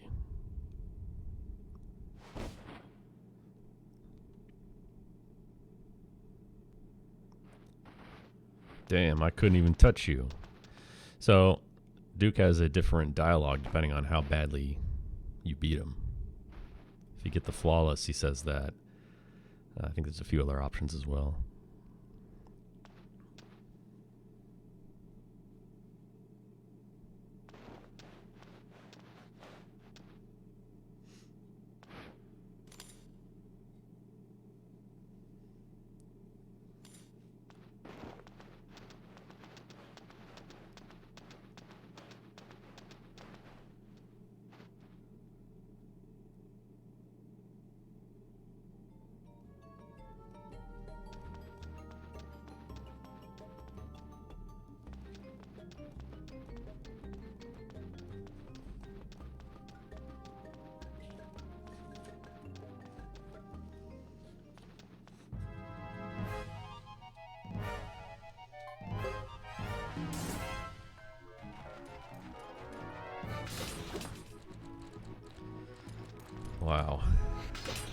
Getting the encounter right before the exit, and of course...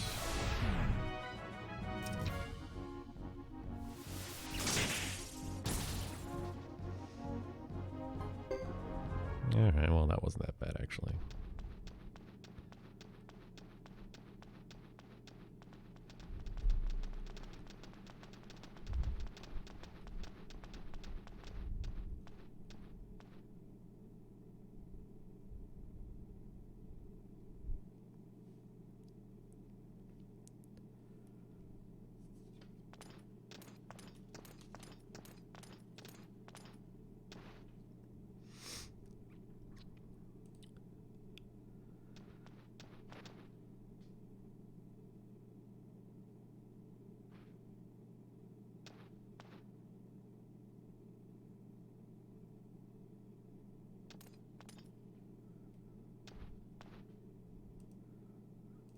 Speaking of sponsorship, there you go. That's for you guys.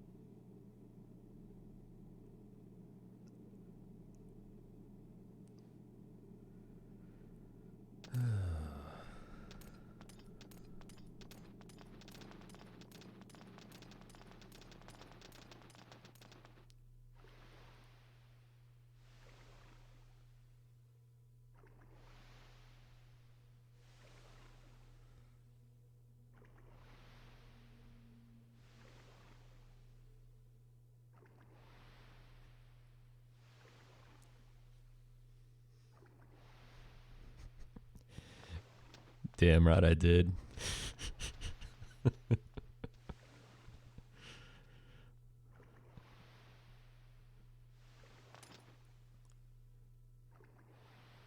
I almost took it next level and would have had to redraw Mina to be drinking Red Bull as well. Now that would have been amazing.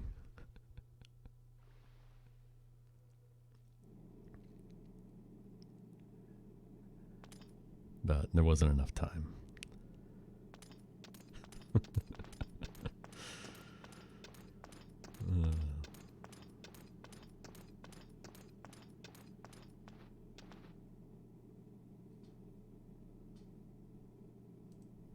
But what I can offer you, Funeral, is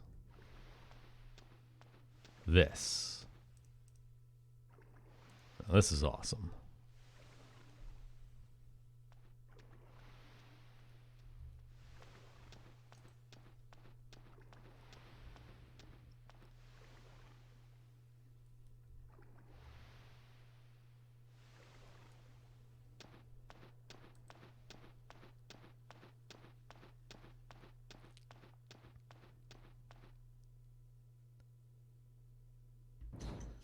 All right, we've unlocked Thomas. We don't have the splits for Thomas because I'm an idiot, but we've unlocked his chapters. I can't believe I forgot that. So dumb. Oh, man. Oh, yeah. Whoops.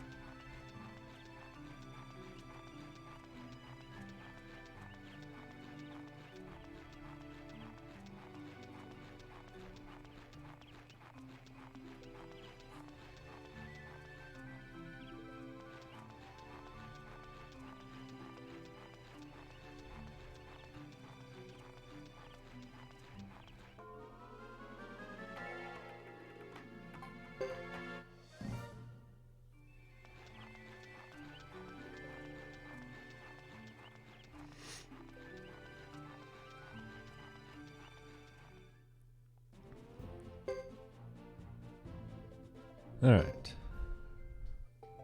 Next stop, Lake Castle.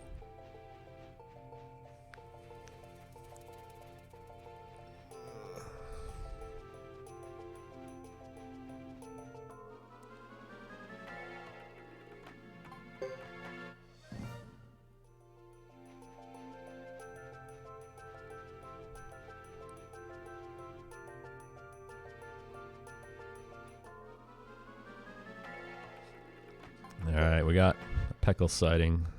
The run can continue.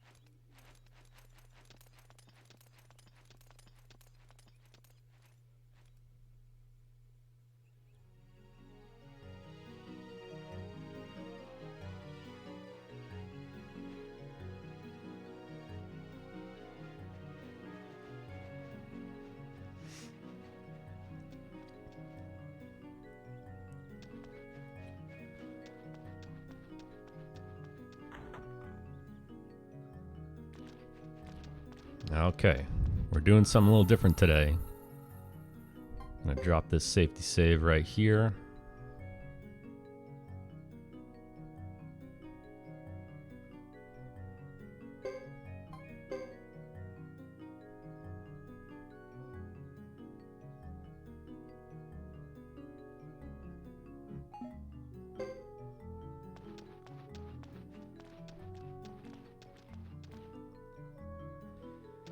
Going upstairs. Now we're gonna do this right now. Because you can. I thought about it last run. I'm like, hey, you know, you're going upstairs with Godot anyway. Why don't you just drop the safety save? Oh, nice movement. Drop the safety save. Come up and do this now, since you're going to the library.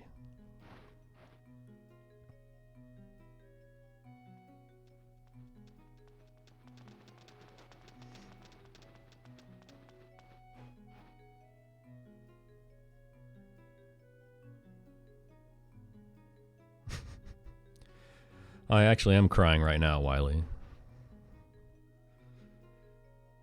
I'm crying on the inside. Man, if I die to a gold boar, that will be the ultimate disgrace. Gold boar is the fastest failed run in the game. Alright, anyway. If they cast magic, because it's a 2-turn cast, and first round they will do nothing. More importantly, let's go Billy. Either one. Give me those spades. Jack. Shit.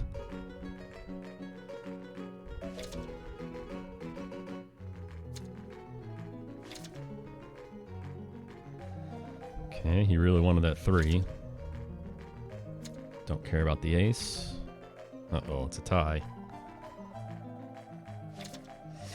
Yeah, I'm taking that king. Give me that king.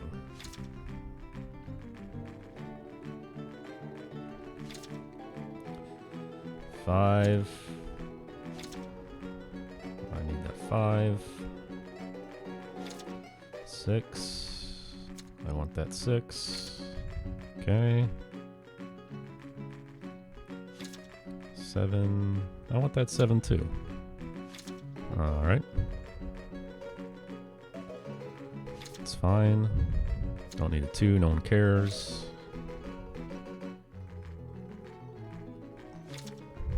9. Okay. 4, let's go.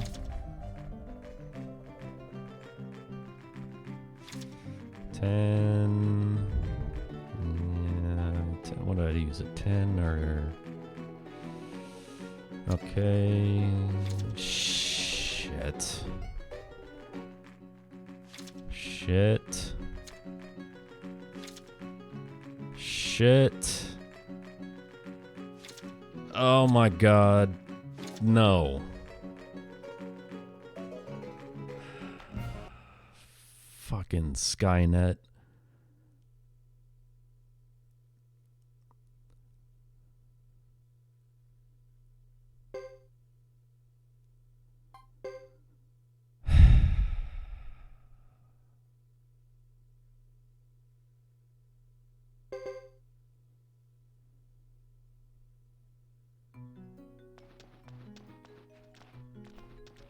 I knew I shouldn't have done this early.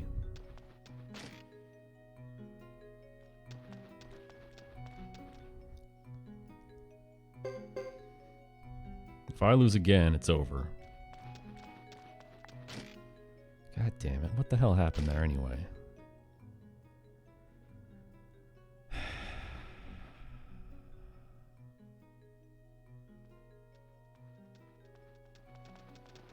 was doing so good.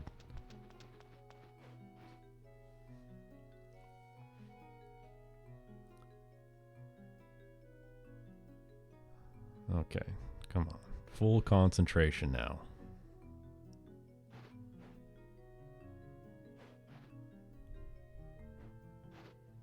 Dude, I'm like 900-0 against this guy casually.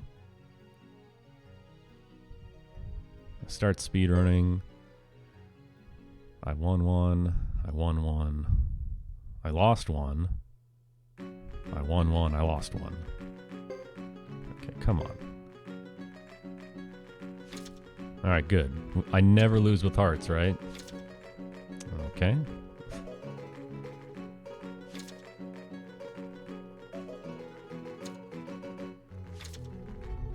Okay.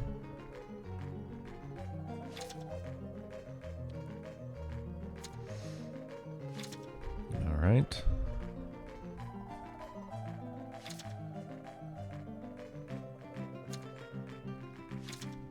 Okay.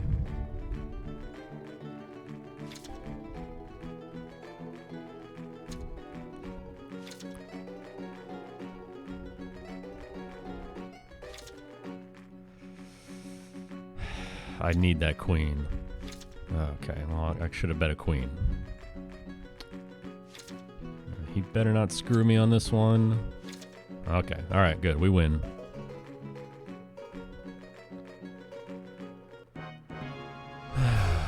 Man.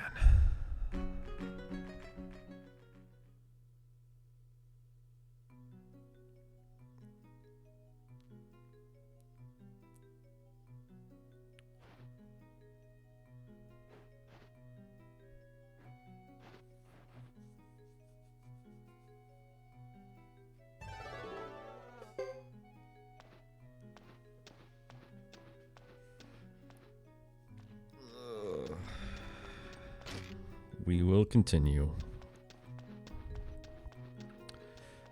Check out this tech right here. We're going to leave the urn.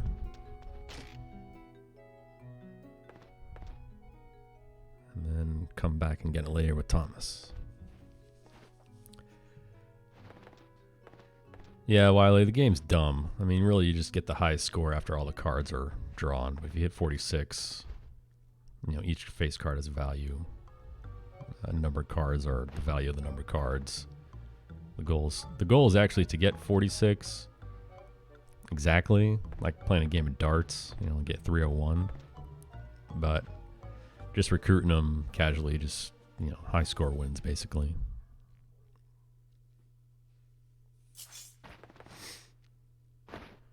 Telling you, dude, he's like Skynet. That'll be the split name, Skynet, because he's learning.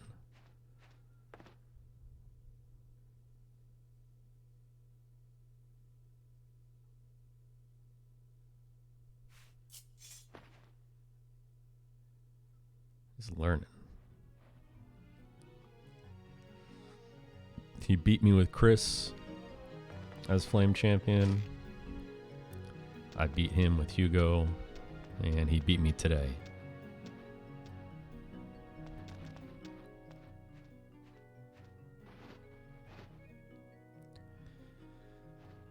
Well, we were on a really good pace there. I was like 2 minutes ahead of the goal time. The goal time is 2 hours to get into the library on a normal run. Not playing his card game first. And I was 158 or something with the safety save. So the pace was really good. So that one loss doesn't kill me. It just brings me back to even. So it's fine. Actually, just kidding. It's not fine. It's disgusting. But we'll keep playing.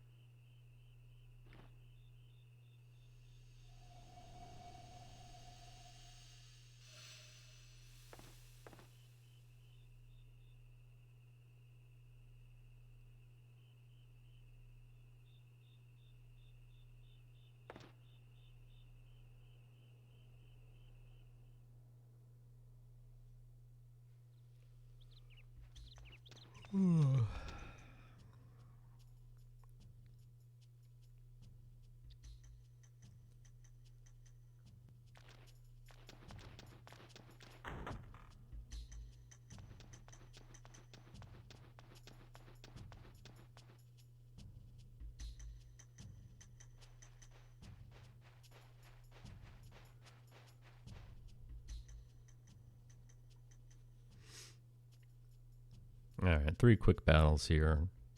They're all going to be over in one move. This is why you upgraded Joker's Fire Magic to A. And with the Wizard Hat, that's going to bump him up to A+. Which means Blazing Wall is going to be strong enough and fast enough to go first and one-shot these 2 groups of knights right here.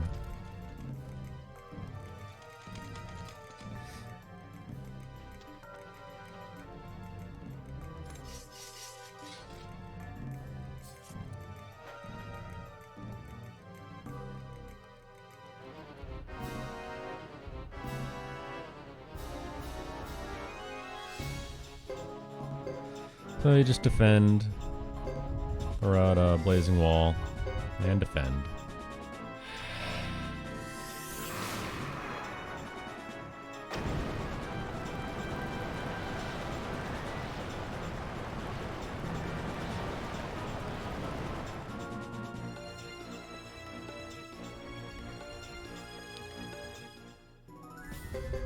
That's it.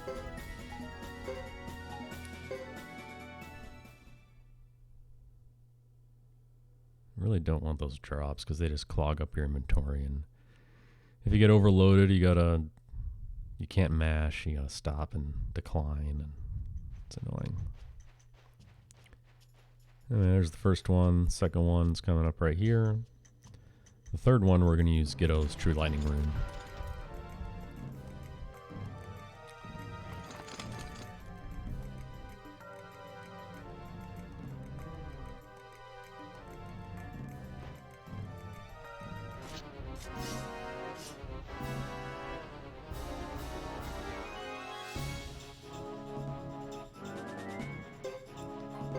The only thing you have to do here is rearrange your lead target to make sure you hit everyone. And that's it.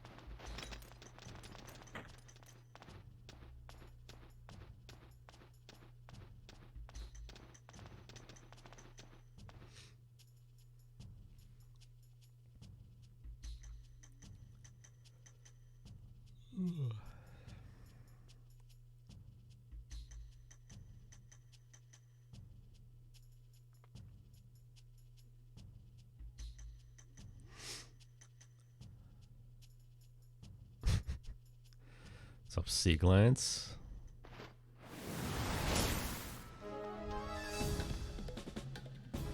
Alright. Another one-shot battle.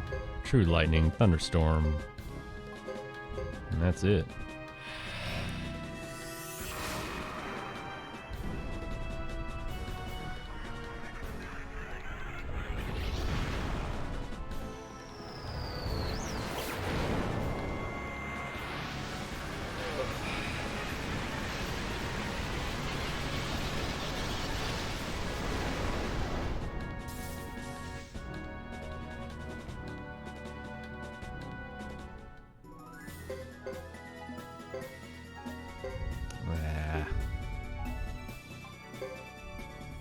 Overloaded.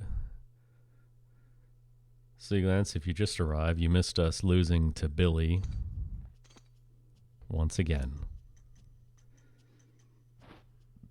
I was winning, and then he came from behind with an amazing, just an amazing comeback story. One that we all aspire to accomplish in our lives.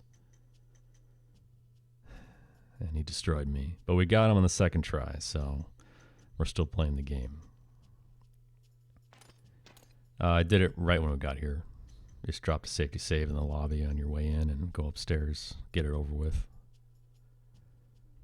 That was the idea anyway, but of course now I regret it. Wish I would have waited. Skynet strikes again. Slowly learning.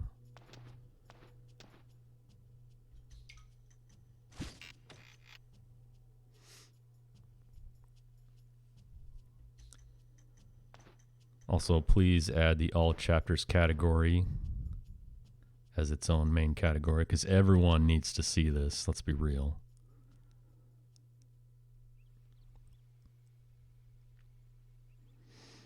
Oh, and SRD was talking about Suikoden earlier, trying to figure out a good weekend and, more importantly, a good schedule to adhere to. Who goes first and whatnot.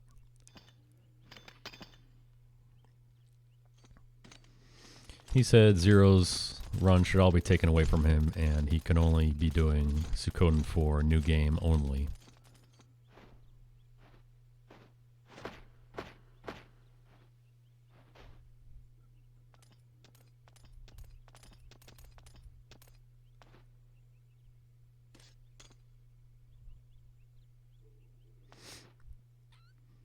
It's okay, SRD. That's how we learn. You learn by making mistakes.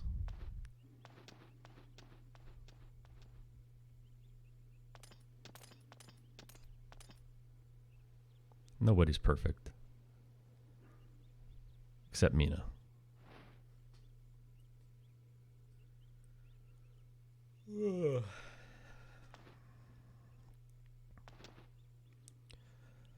What else did you miss? Honestly, you didn't miss anything. It was actually going really good until just now. So I was probably on the fastest pace I've ever been on getting here, regardless of the run. But as usual, and not surprisingly, Suikoden 3 said no once again, like it usually does. In the end, it all balances out. So I'm about even with what I'd normally be at right now, which is fine. But coming up soon, another chance to look like an idiot, where we learn how to count horses.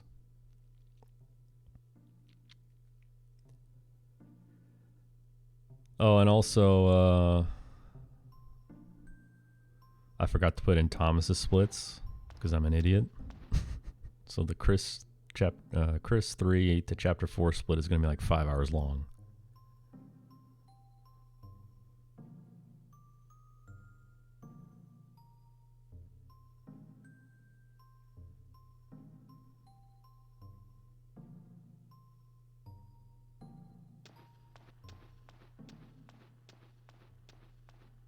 Eight minutes. Shit.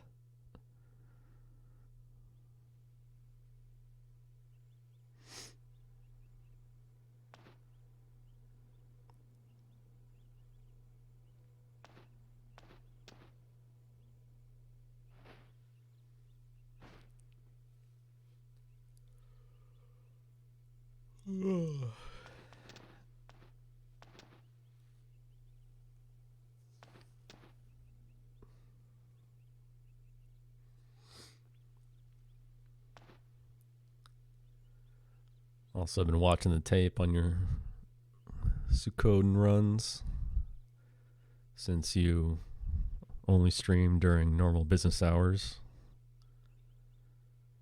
Not able to catch it live. Same with Connor. Like, I catch the end of those Suikoden 2 runs.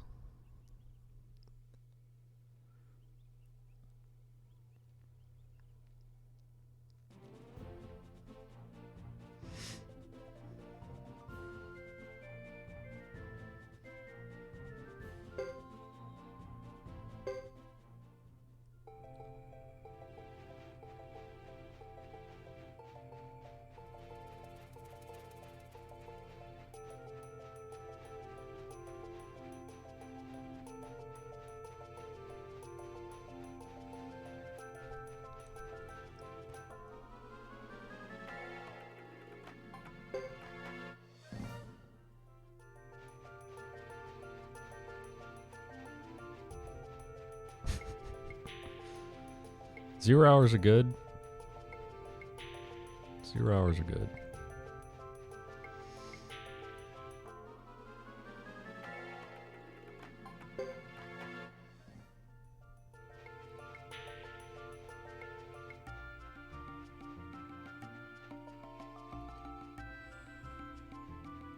Oh, man.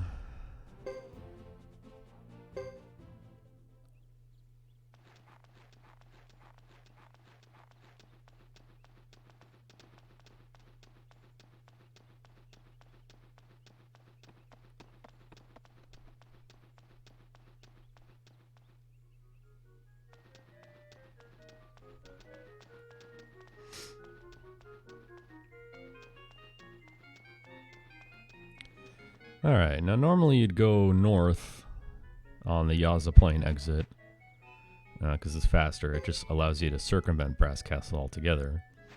But because this is an all chapters run, we want to go through here early and do some recruiting. And what that's going to allow us to do is to do Thomas's chapters more efficiently. So the time you lose walking through Brass Castle isn't as bad as the time you're going to make up in Thomas's chapters by not having to actually go out and explore and do some recruiting.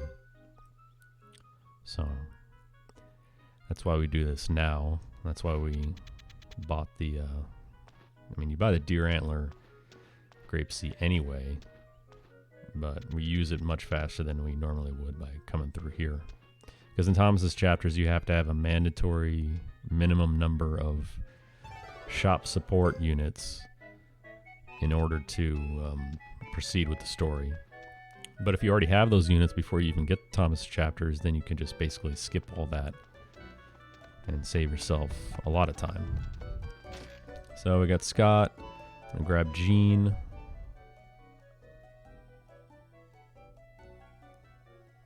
I go with the DQ11.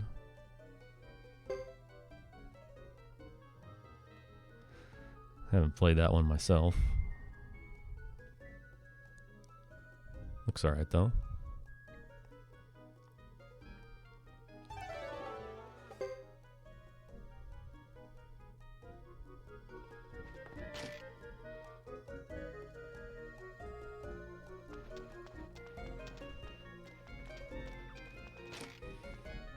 And we're going with the early quiz bowl too. So let's see. Let's see if we're gonna clean rice with soap today. It's a popular question. I see it a lot.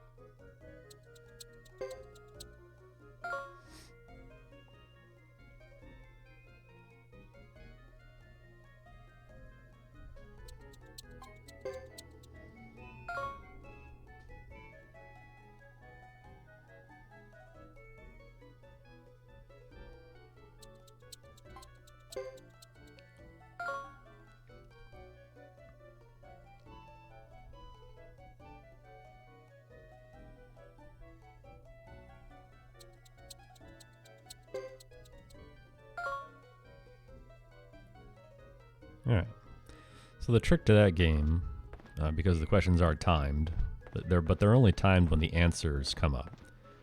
So if you know the questions and the answers beforehand, you just have a cheat sheet off to the side, and when the question comes up, you look at your sheet, get the answer, and then move forward to the, the box where you actually answer the question, so you don't run out of time and pick the wrong option. Castle needs a speedrun streamer. Go there? No thanks. I'm gonna pass on that. Why don't you do these in Hugo 3? You can. It's not any faster though. I mean, Hugo 3, you go to Lake Castle, and then you're at Great Hollow, and you come here anyway to get Halleck and Mua. But you'd have to go around them, not trigger the scene, go to the left to get all these three, make sure you have a deer antler with him, which takes longer to get, and then you have to go back through Brass Castle and trigger the scene. I mean, you're doing this anyway. The only time loss you're really talking about is walking for a few screens. Recruitments are a wash. So, just easier to do it now. Not any slower either. You could also do it with Chris, but that would mean you'd have to go to Lake Castle to trigger the scene there. Now we're going to hope to get a screw here.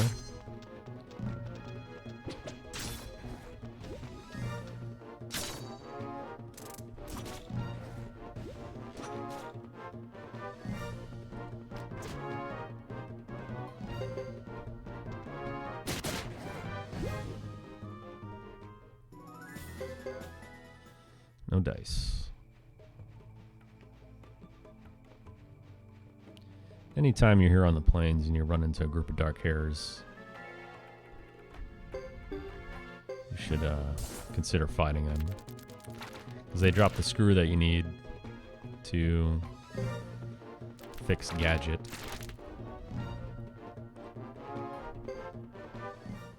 And if you're really lucky and you actually got one during the time where you chase Isla down in the first chapter, or on your way back through here later, you can actually add Gadget to your recruitment list while you're going through Brass Castle. I only fight the Dark Hairs solo, though. I'm not fighting spiders as well. But not today. So instead, we're gonna remember how to count. Hopefully.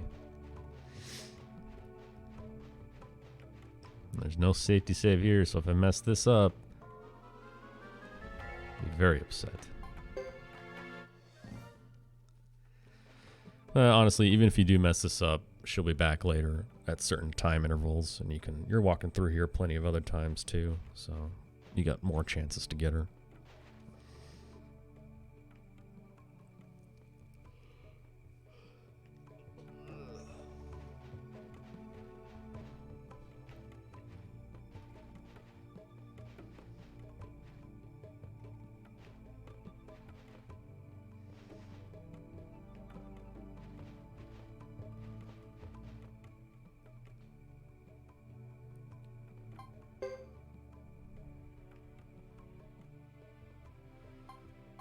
There are more than 15.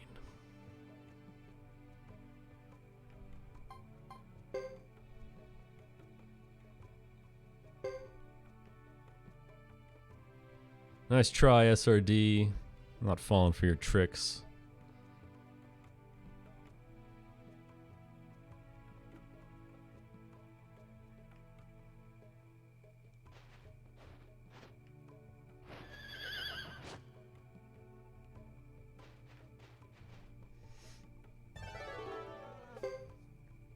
Alright, we did it.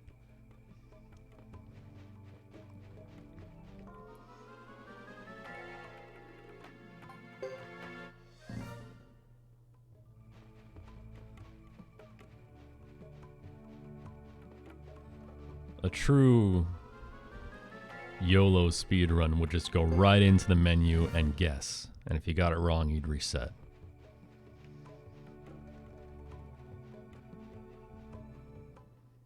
You got 25% chance. It's good, right?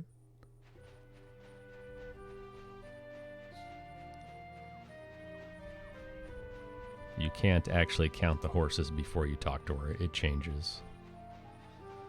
Trust me on that.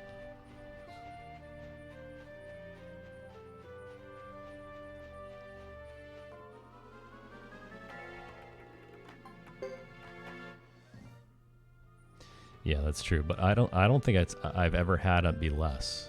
I've never had it be less. You know, famous last words, right? But it's always more.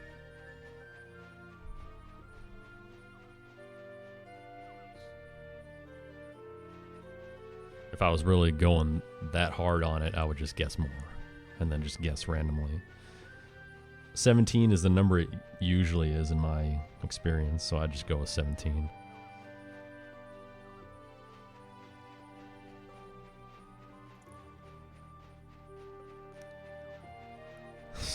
Sea glance and zero strats, yes. Get to Billy. If you don't beat him first try, reset. Get to Kathy. Guess. If you get it wrong, reset.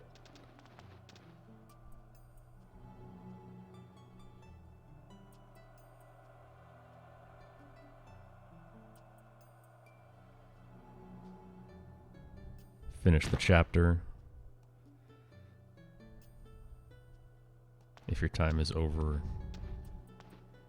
2:30, reset.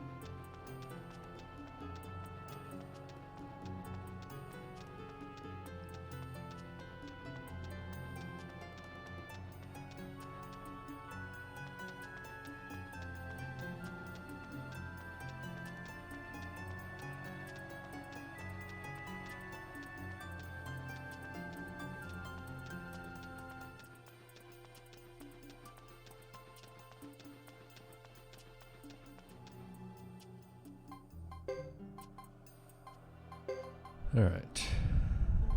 Before we go to the end here, bump up his defense and throw some equips on Ace, Jock, and Queen. Because you auto-equipped, yeah, Wizard Hat's going to go on the extra one you had, but that belongs to Hugo, so take it off. Nice walk, dude. No encounters in the Flame Champion Hideaway. Dang.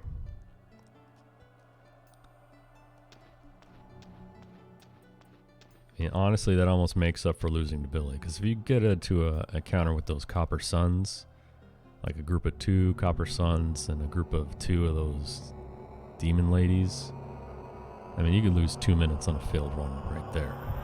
His attacks take forever. So,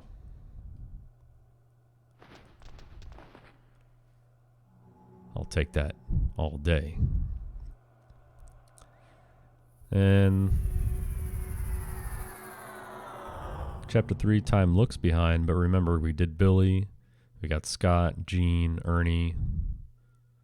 So, that's all time added that we'll just get back later. Not that I have anything to compare it to anyway, but, you know, aside from just a 108% run. Well, that's pretty much it for Ghetto's chapters.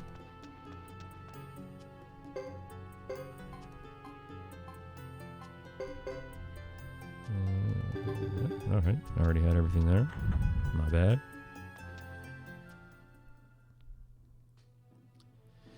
You can win that battle, yeah. You don't need to, though. Ghetto's strong enough. Alright, quick break after the split.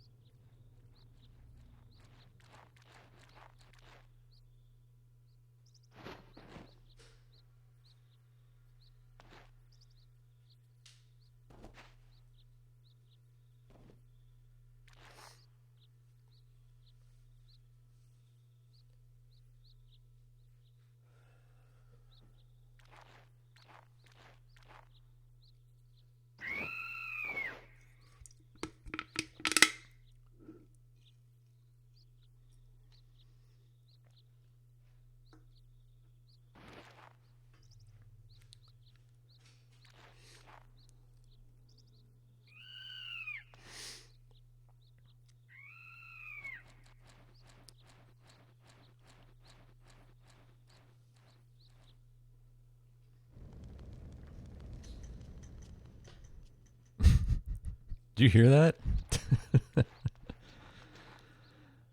I was so empowered by chugging the can, I had to just crush it with my bare hand. Against my forehead, of course. Because there's no other way to do it. Hold on, it's still within reach.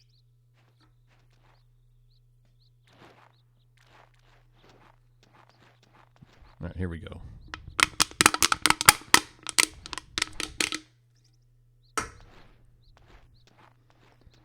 Yeah, I'm fucking jacked up and ready now. Let's go.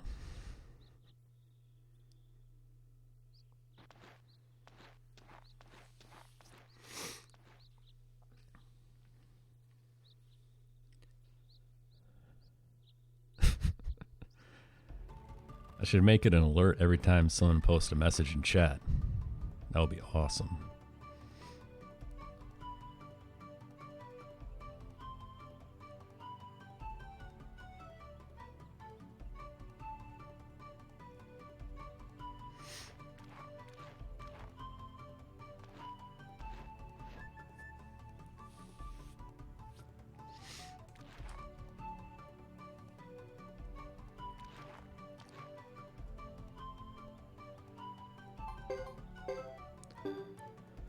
Alright, I'm going to change that real quick. Make sure Hugo's mounting on foobar. May have an opportunity to get another early screw, but we'll see.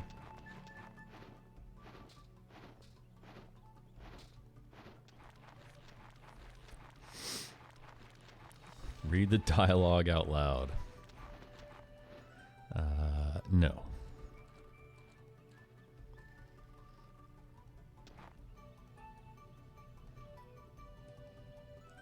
Speaking of making noises with all the stuff I have around me, if someone can guess what this is, I will gift you a sub to a channel of your choice. All right, you ready?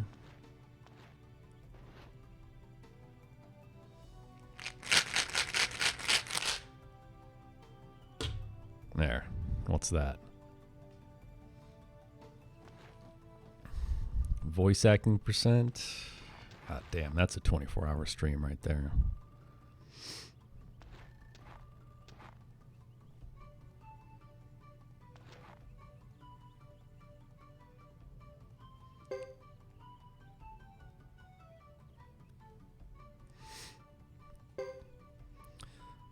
For these dialogue options, you just mash through all of them. You have to pick all three.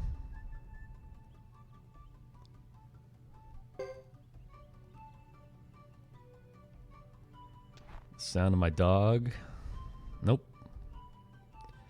The dog is outside right now, hopefully still trying to figure out all her puzzle toys.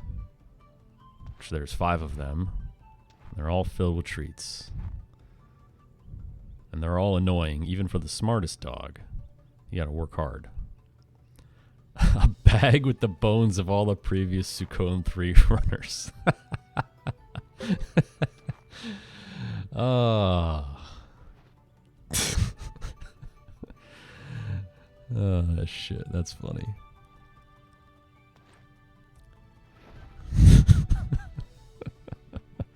Dude, it's like the catacombs of Paris. You guys seen that? Place is awesome. Underground Paris, this catacomb.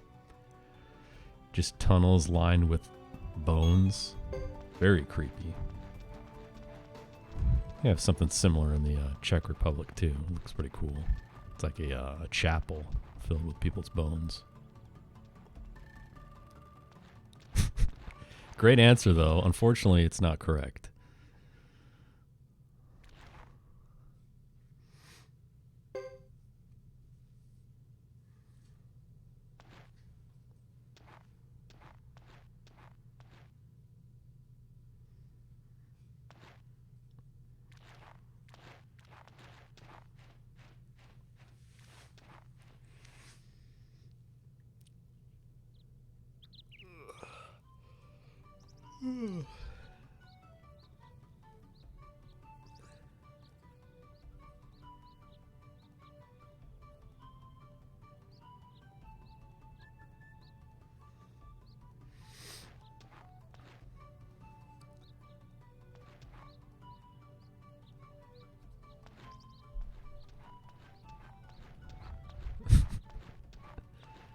The ultimate good luck charm, you're right. Sorry, the correct answer was a case of orange Tic Tacs. In fact, that was the sound of 9 cases of orange Tic Tacs. Although 3 of them are already empty. I have a case for each chapter. So by the time I get that true fire rune, my breath is going to be really fucking fresh.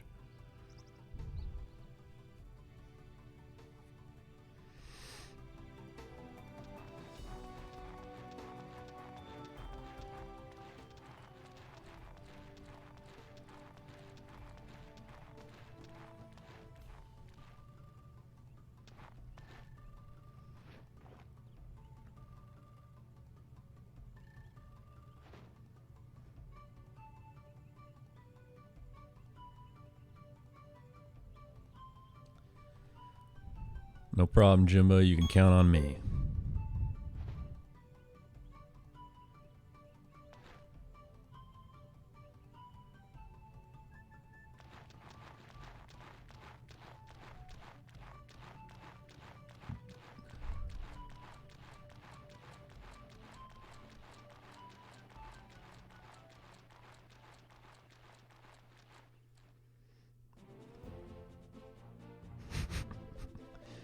Yes, you're right. It's like that Seinfeld episode where they claimed the yogurt was non-fat. Then everyone started gaining weight. Turns out it was all a farce.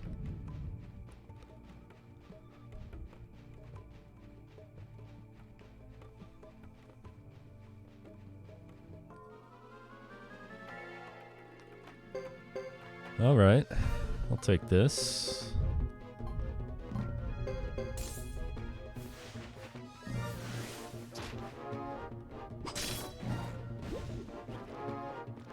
Even though it is slow, these purple creepers do offer you the chance to get a screw.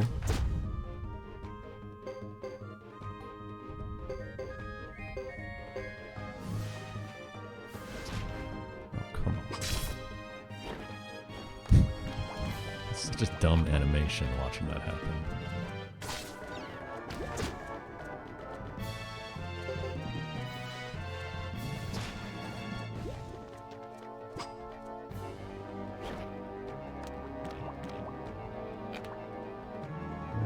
Taken for oh jeez, this better pay off.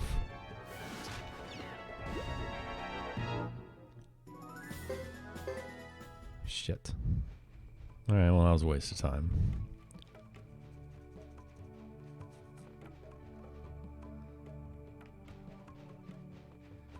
It's really fine though. That's actually a good encounter to take anyway for safety purposes, because it's going to give you a boost in levels, which can be very helpful in the battles at VDZ where you're extremely underleveled and underprepared. So when things go wrong, it's good to have just that little extra boost.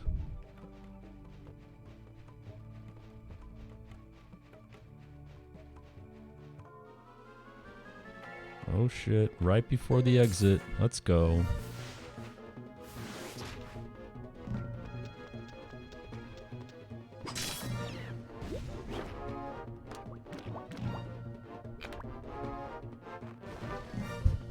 See you, Lulu.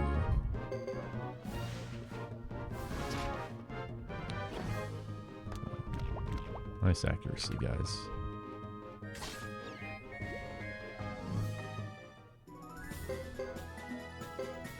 Oh, dude, they faked me out with the drop. What the fuck? I got the alertness rune. I saw the message pop up. I'm like, yes, we got the screw. Damn, dude, baited. And that's gotta be their rare drop, too. God damn it. This game. Oh, man. Who gets the alertness rune drop from a purple creeper?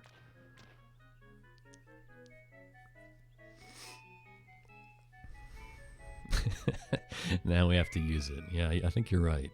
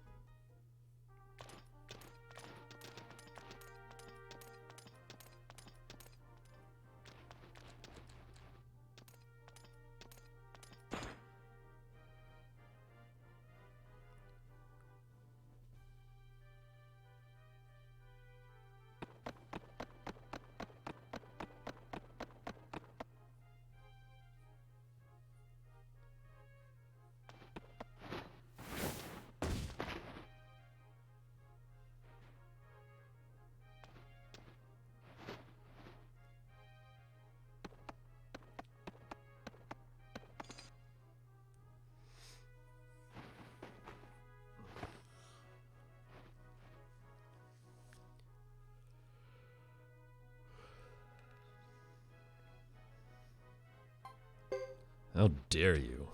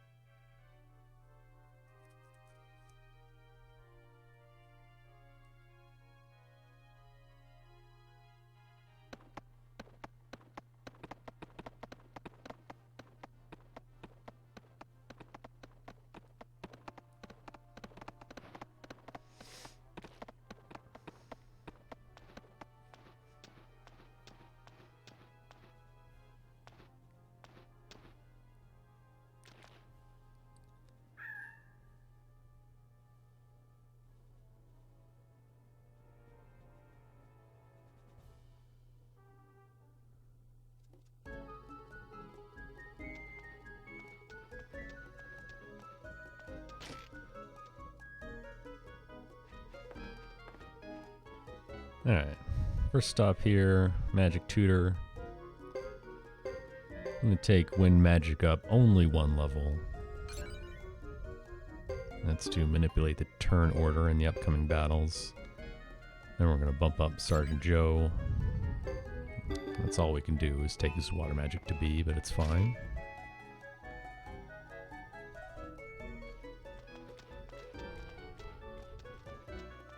We're going to go here.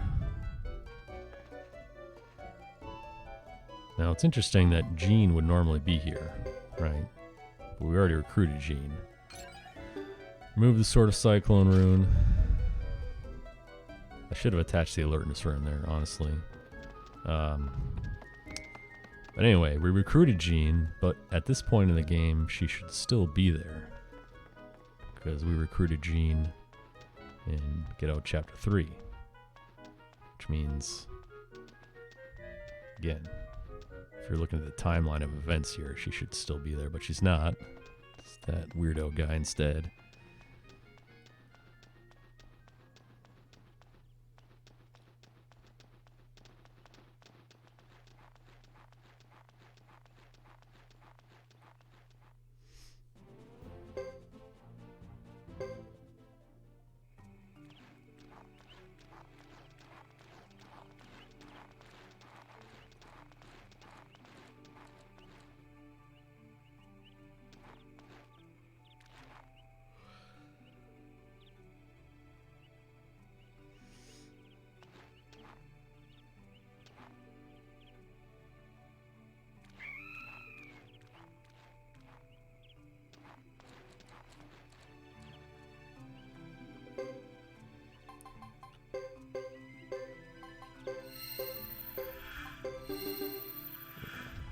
I hate this forest. I'm not taking any chances.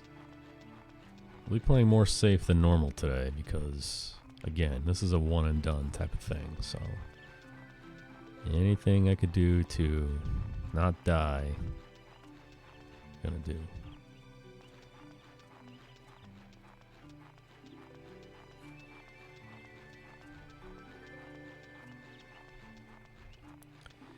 Yeah, exactly. If I don't finish this run, I'll delete my Twitch account. Disappear forever.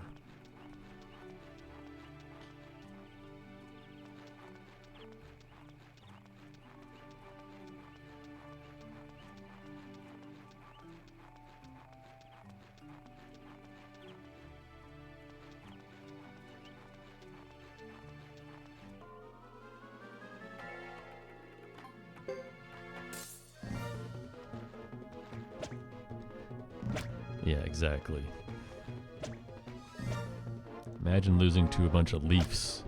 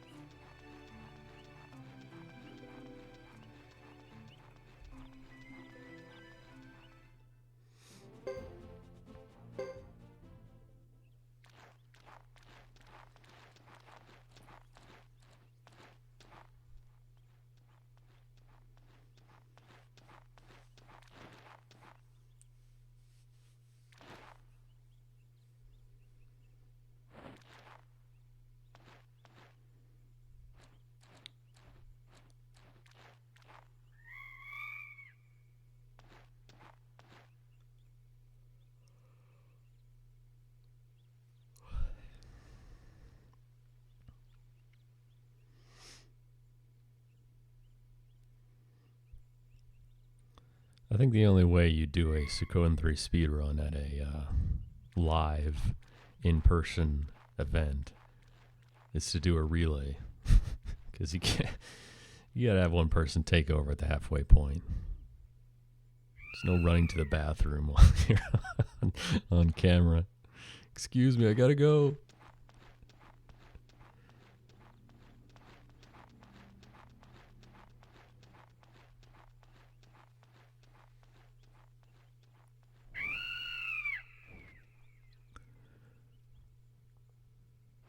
Now listen, if they reach out to me and offer me a lucrative sponsorship deal, then I'm all for it.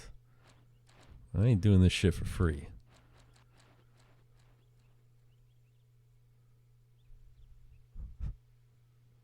Yeah, bad game. Or both. How about that? Can we combine the two and make a new one? Alright, I'm gonna move the do this formation shift. You want Hugo in the center. If Wind of Sleep misses, it's more than likely that they're gonna attack the units on the edge for whatever reason. So you do that and you separate all three so each one can have their own action in the upcoming battles.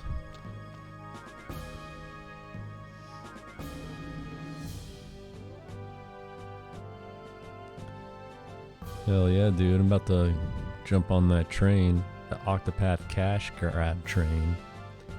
Look at all zeros raking it in.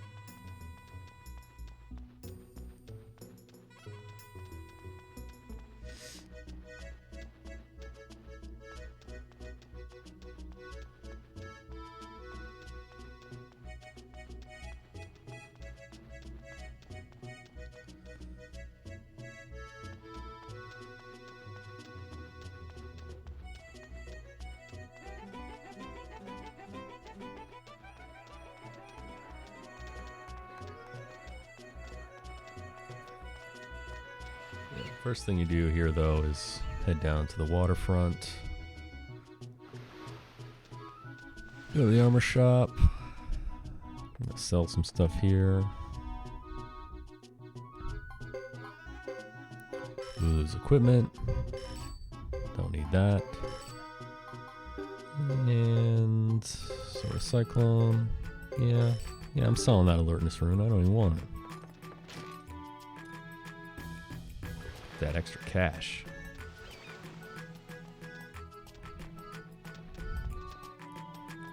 Blacksmith. Can't even see where I'm going because that fat guy blocking my view.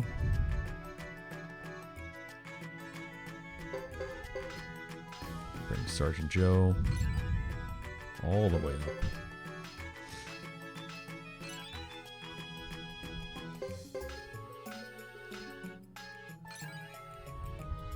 Let's see what our cash situation is here.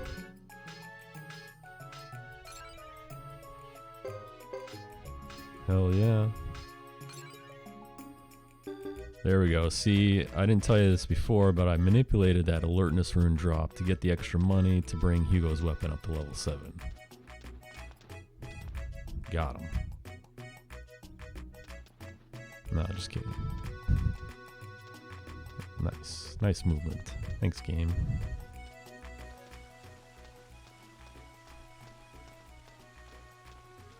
It's not possible. I know.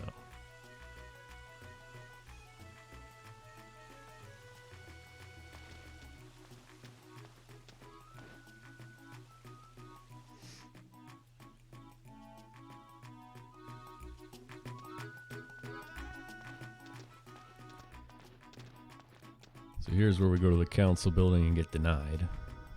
Now, what we're going to do after this is do one of the game's only sequence breaks And you're supposed to go to the inn, stay the night, come back, watch a scene, go to the inn, stay the night, come back, watch a scene, go to the inn, stay the night, come back, watch a scene.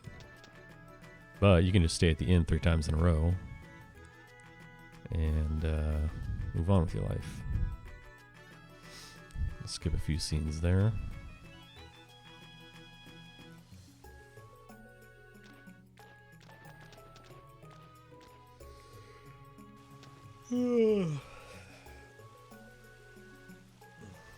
Shit, Seaglance. I'm about to manipulate the beetles to do soaring bolt on me so I can just end this.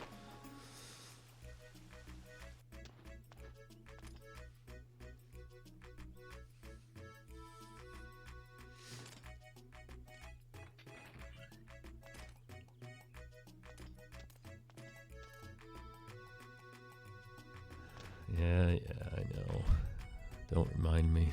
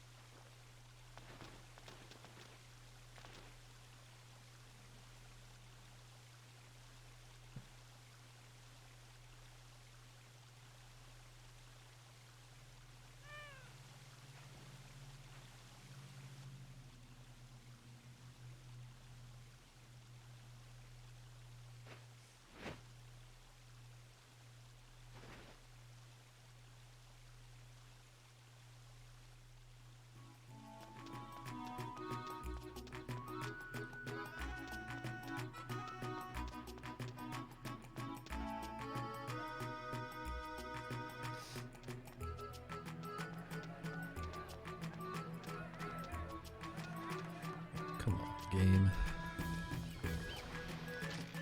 I don't know why it does that. It's like the PSN version, I swear. It just got this janky movement. Alright, so stay the night, don't save. Stay the night, don't save.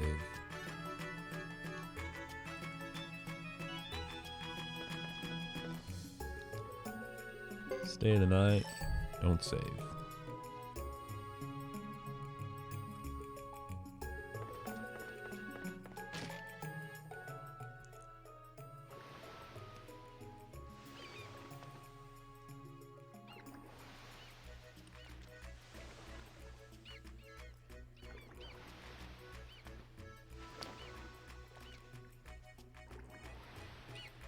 As far as actual safety saves go, if anyone was doing a speed run, regardless of the category, that's a good place to do it. Because these battles can go wrong very quickly. And it's out of your control and you can just die. So no one's gonna talk shit if you safety save right there. Although you have to come here and watch this scene and then go back to the inn. So I think the ideal safety save would be to watch this scene and then go all the way to the village entrance where there's the journeyman crystal. Save there and then walk back in. I think that would be faster than loading up and watching the scene all over again. This is a long one.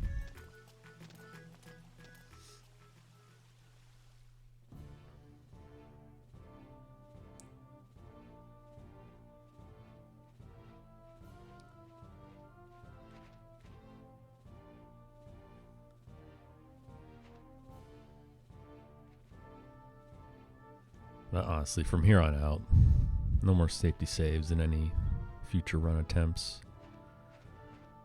Unless it's for a marathon.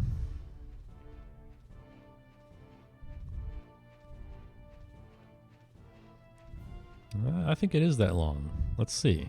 When did this start? 301? 302?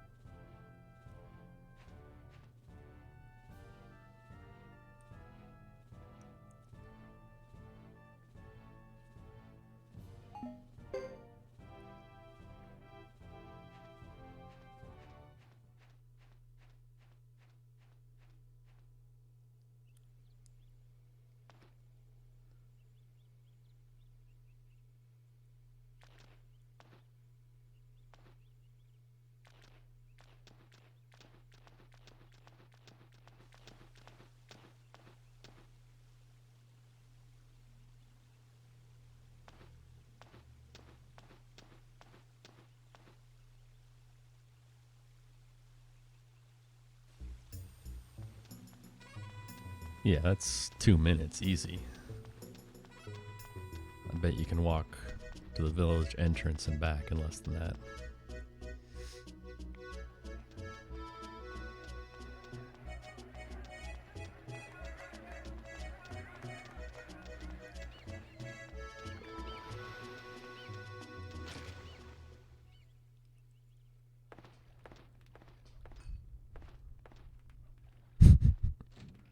It's true, the PSN version does offer you 3-minute saves.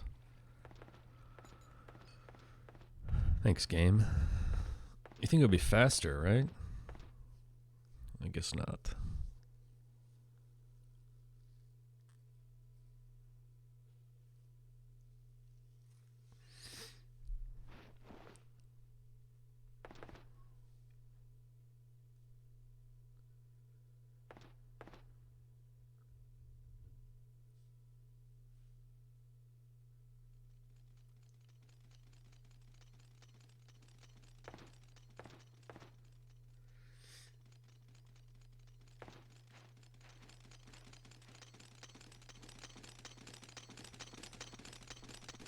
Oh, Seaglance SRD wants me to do a card stories learning stream next week.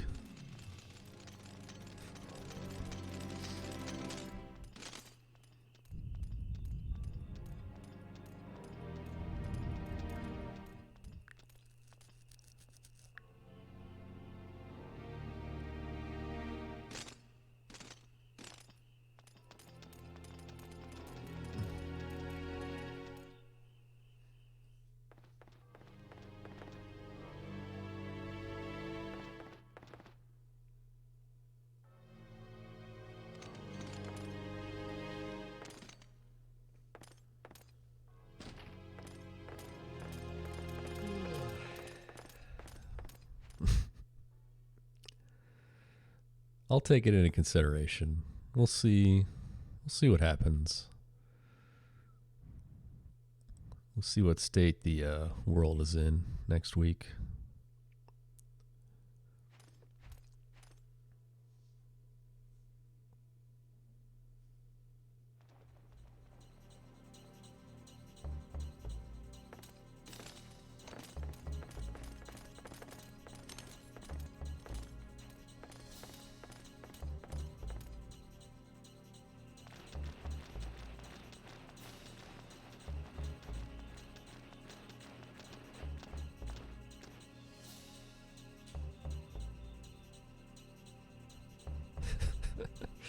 Riots begin soon. Yeah, man.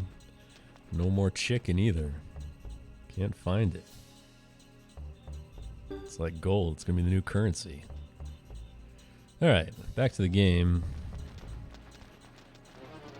Running away at night. Gotta fight a few battles to get out of this place. But let's see how they go.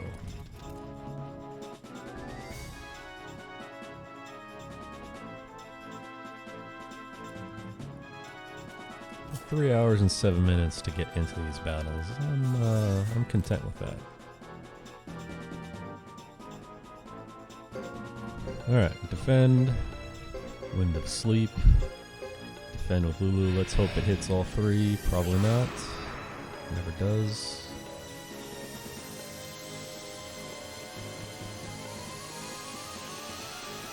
Shit.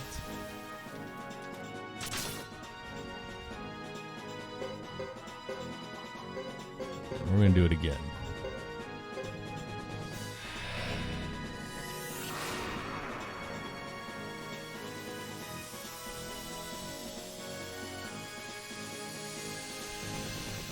Oh my god, come on, dude.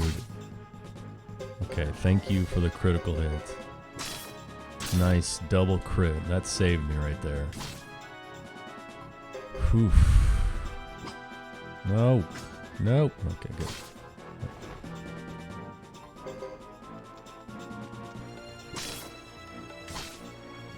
Damn, dude. Oh, scary. You kind of have to be if you're doing it once. That's true. But normally a good check time to get in here is around 3 hours. So if I'm 7 minutes behind, but I've recruited Billy, Scott, Ernie, Gene, then I'm content with that time. So that was scary. But at least we have 2 more casts of Wind of Sleep. Hopefully I get better luck this time.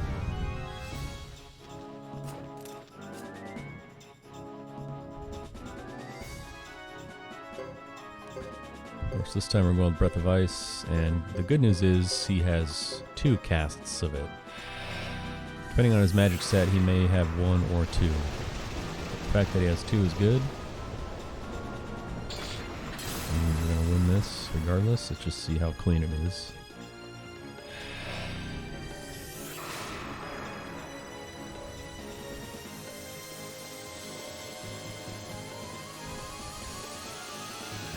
Nice. Take that.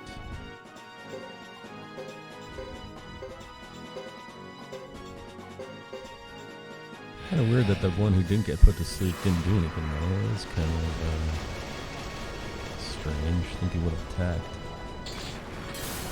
Well, I'm not going to complain though.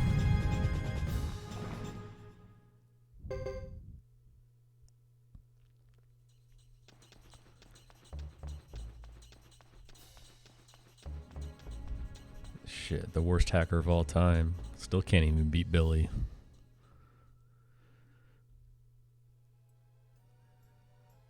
Alright, another dialogue choice that's important here. Always go option 2. Skip this battle. If you don't, you gotta fight and you're probably gonna lose.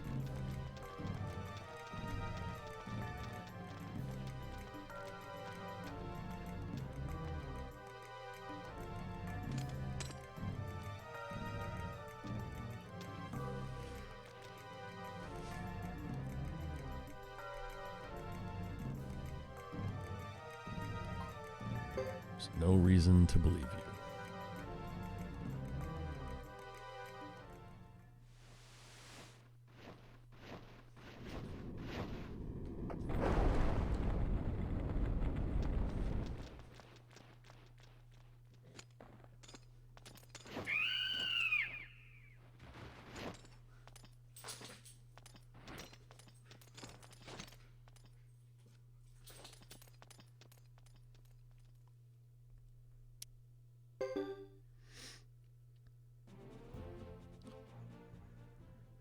Yeah, back through Zexen Forest, Brass Castle, and do what everyone does and hide in a stove.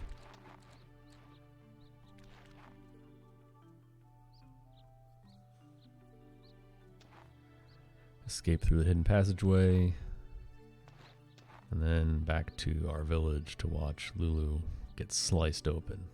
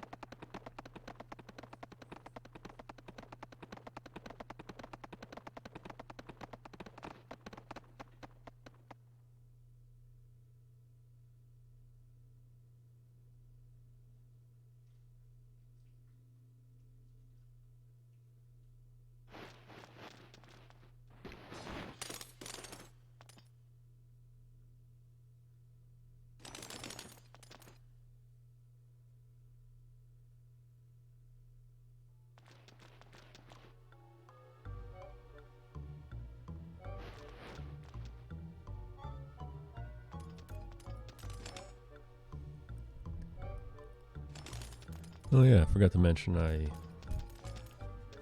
finished up the Final Fantasy VII Remake this past week. Started doing my hard mode playthrough.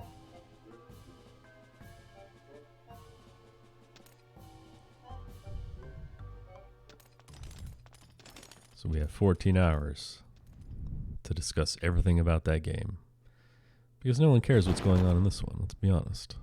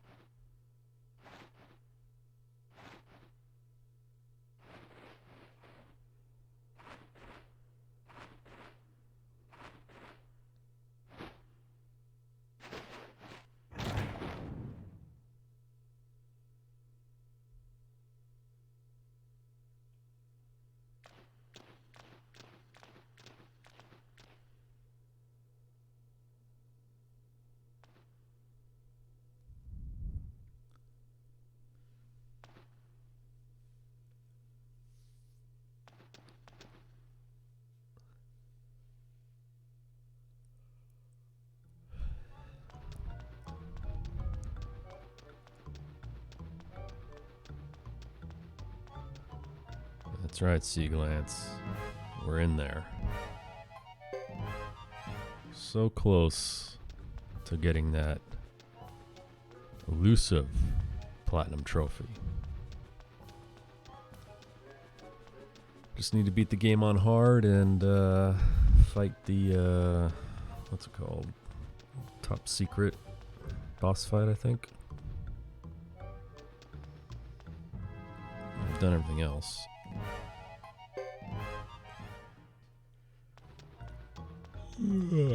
Two chapters left for you. Yeah. I'm through, what is it? About to go to Wall Market for the first time, so, I don't know, whatever that is. 9? 8?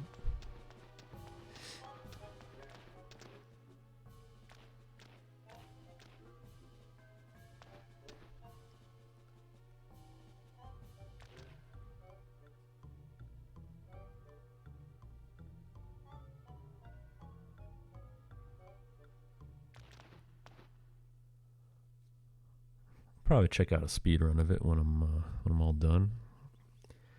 See the tech that people have figured out.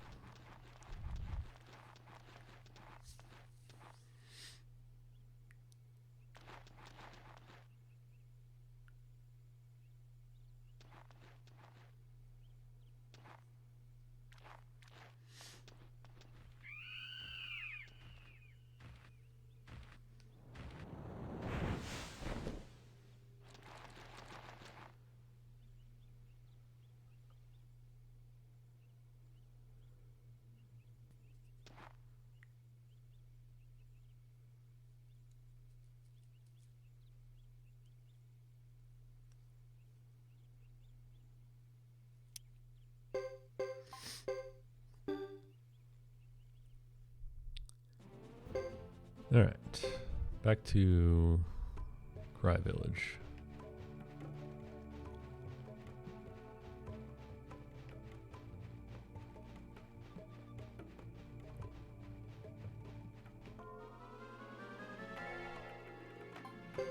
Come on, give me that screw.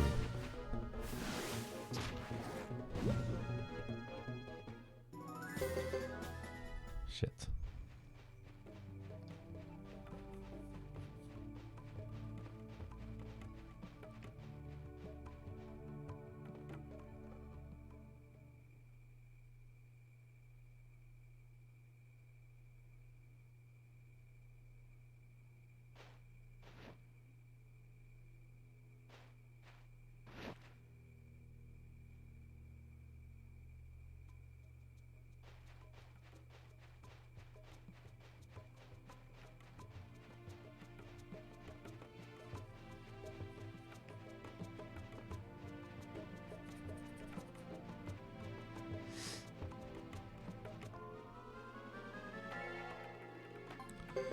Come on.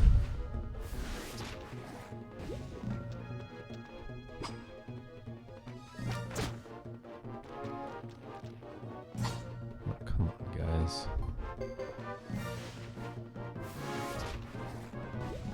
Nice crit. Oh my goodness, this game. Are you kidding me? Got me again. It's like, psych. Damn, dude. I've gotten every drop except the screw now. Heck. You see that box pop up and you start to get really excited. And it's just like, nah.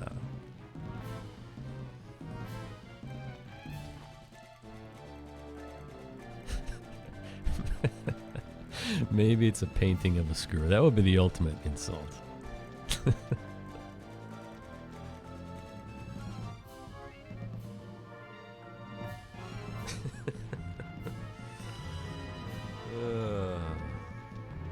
Yeah, Funeral bringing his A game today.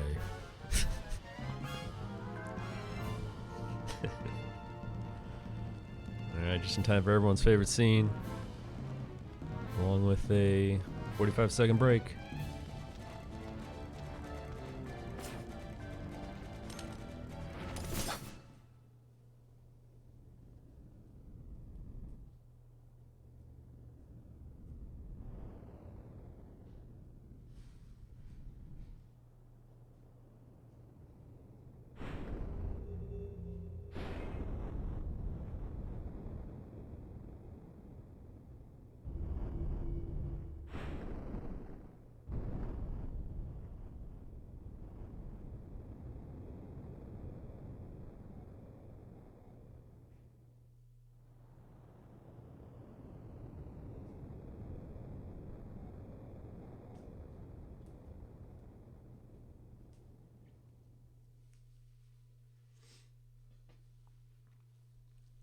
All right.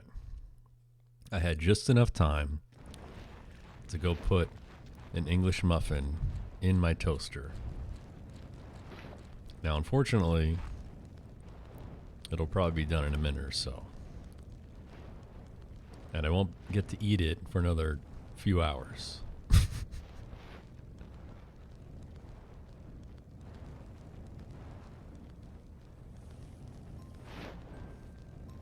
At which point it'll be crusty and cold.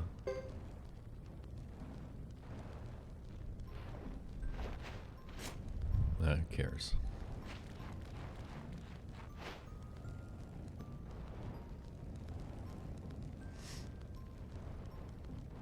You can duel Chris here if you want, but it's not going to end well.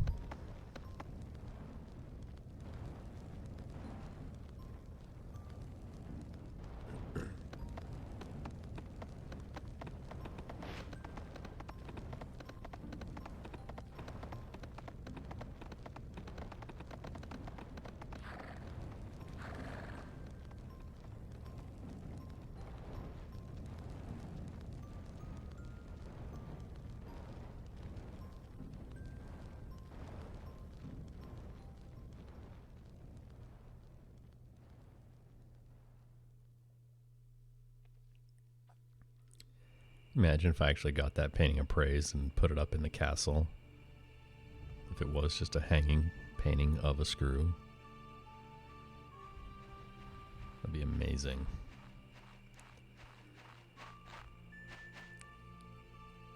Well, that's it for chapter 1.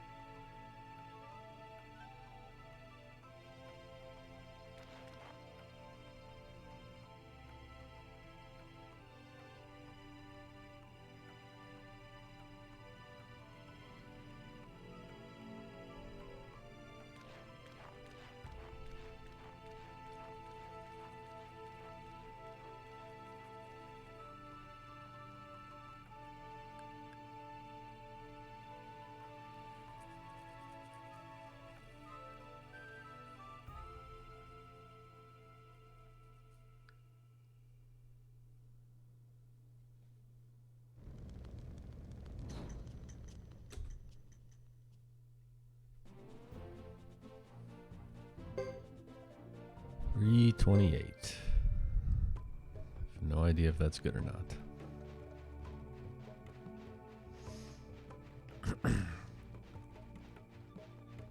What I do know is that we finished another chapter. So take down another package of these Tic Tacs.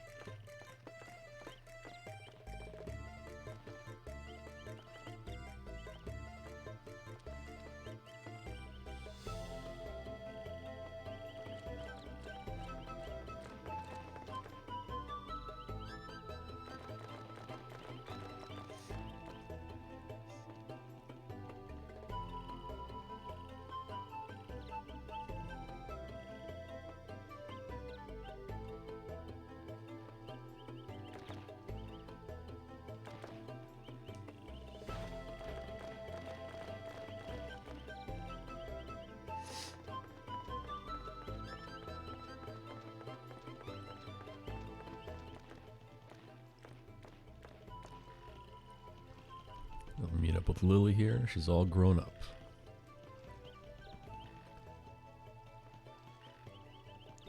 Pick dialogue option number 2 here to save $1 billion.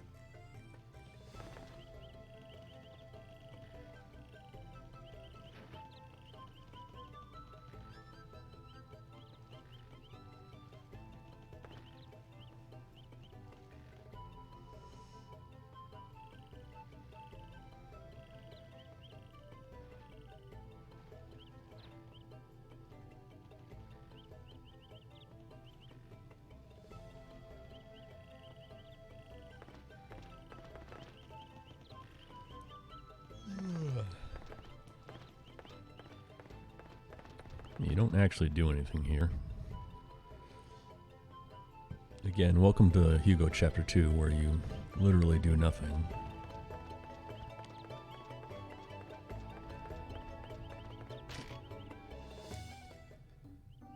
It's a handful of dialogue choices, and that's it.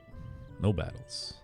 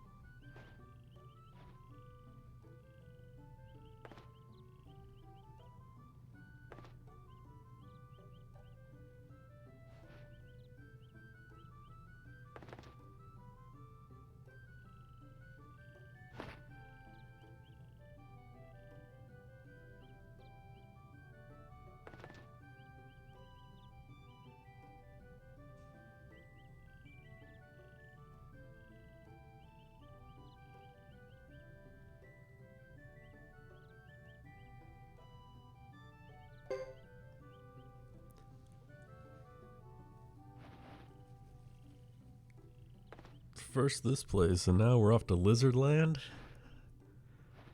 Great comment.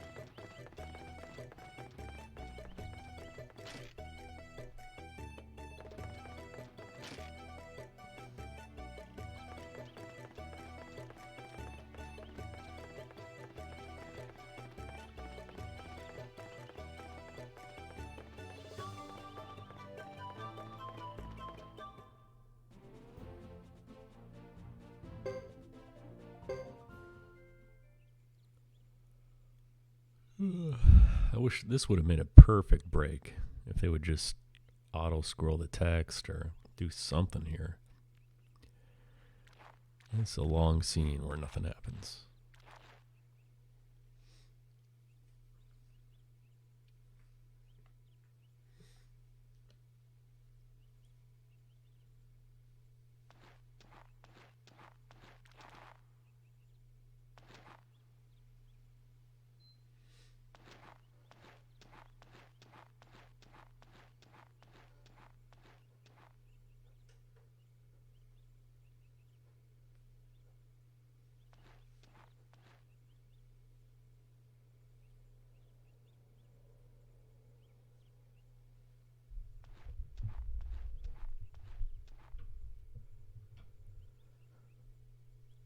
And I'm going to stand up for a while because this chair is bullshit.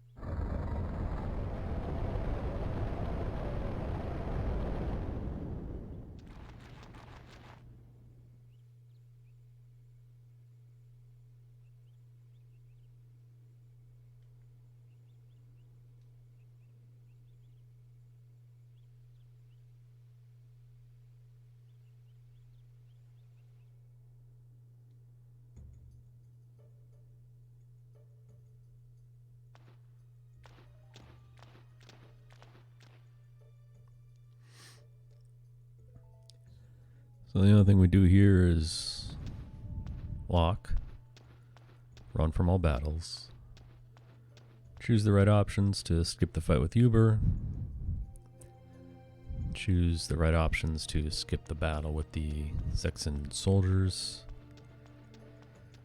go in Great Hollow, exit Great Hollow, go back in Great Hollow, exit Great Hollow. And that's Hugo's chapter 2 right there.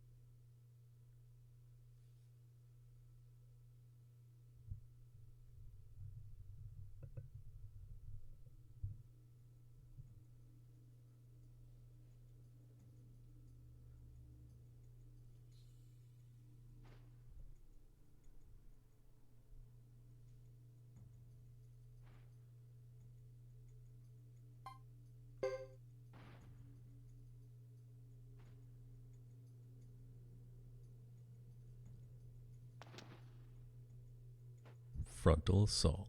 Let's go.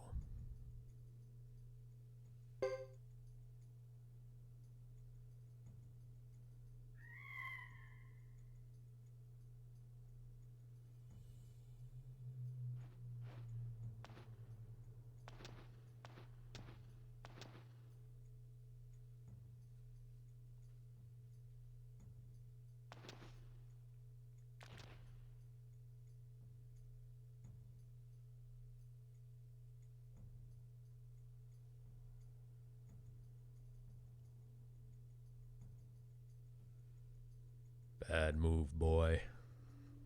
That's right.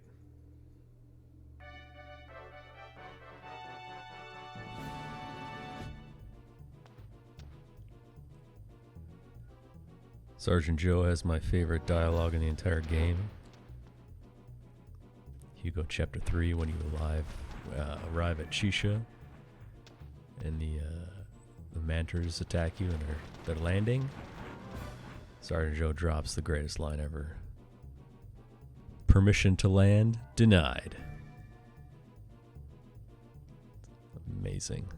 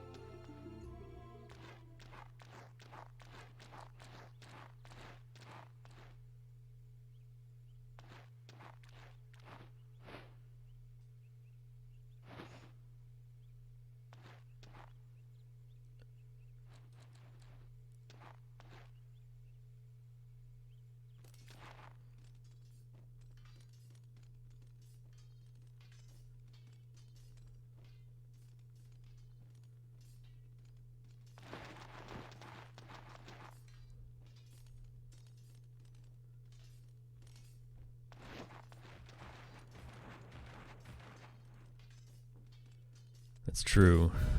Sergeant Joe is like the mom of the group, you know? Every group of friends has one. It's always the girl, usually, who feels the need to be somewhat responsible and keep everyone on track. Shout outs to all the moms of the groups of the world. They're the real heroes. Keeping us from getting arrested, acting like idiots, fighting each other, drinking too much, and so on and so forth. Definitely have one of my group of friends. Her name is Jamie. She's a saint, putting up with all our bullshit.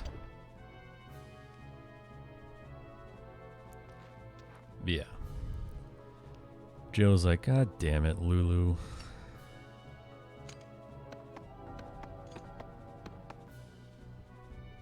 I'll bet you he doesn't feel bad. If you really pressed him honestly, he'd be like, yeah. I could have ran faster to the center of that village, but decided to stop and stare at that dead body instead.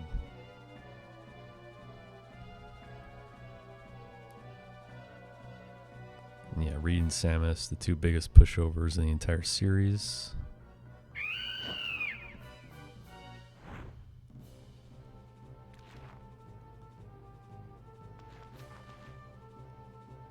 In their defense, if I got assigned to watch after Lily, I'd probably just quit.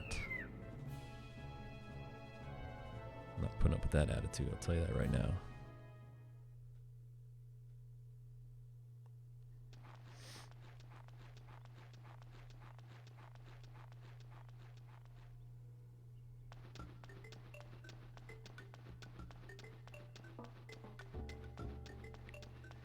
So finally we can go inside this place. Unfortunately, it's just as boring as everything else that we've done so far. We're going to trigger a scene, choose some dialogue options, trigger another scene, choose some dialogue options, leave, and just when you think you were leaving, Jimba's going to stroll in and be like, oh, I need to go back inside real quick. Then you're going to go back in, choose some more dialogue options, lie about delivering the pentacle.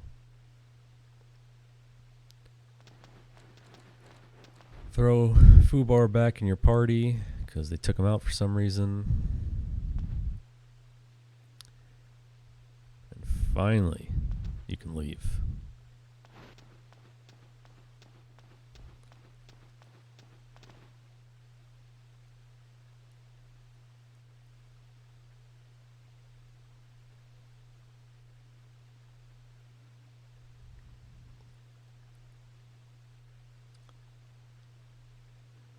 Verify my oh god. Alright, I'll do that sometime tomorrow.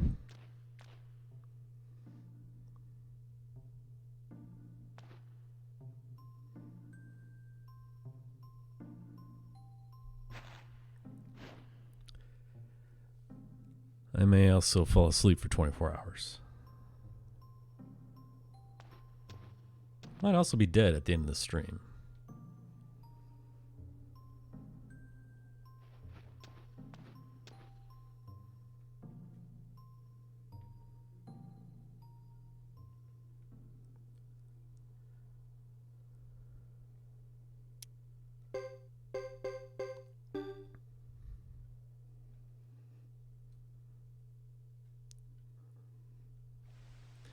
I mean, yeah, but imagine never having to play Suikoden 3 again. It's kind of a fair trade-off.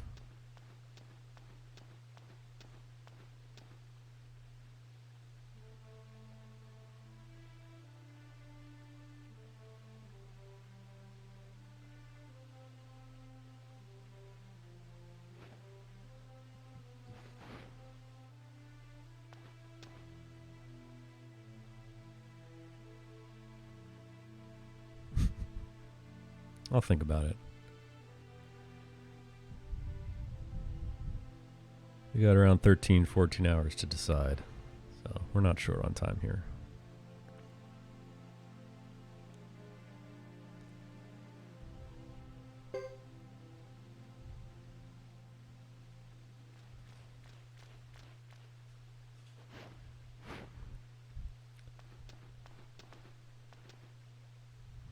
What's up, T-Girly? Hello and welcome to this riveting hot action. Hell is just a 108% speedrun over and over. I think you're right.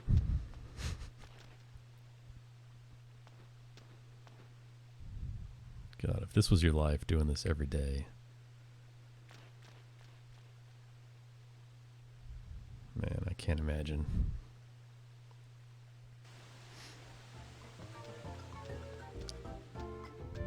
Oh, don't worry, we've already done that.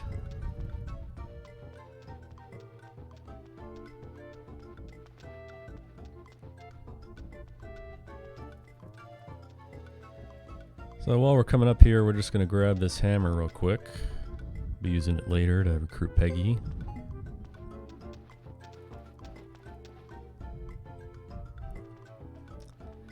Then we're going to go over here and trigger another scene.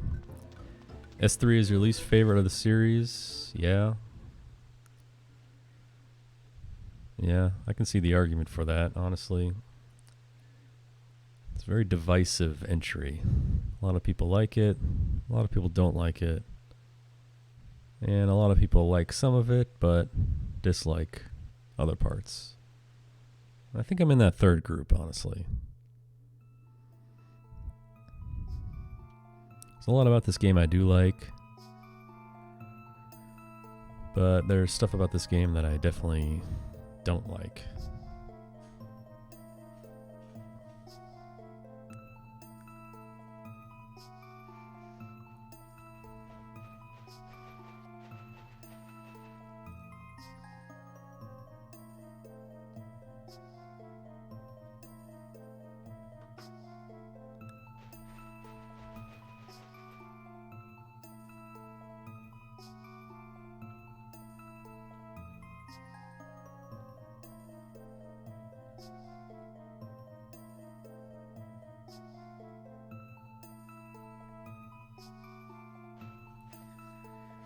Since there's nothing else to do in this chapter, let's talk about that.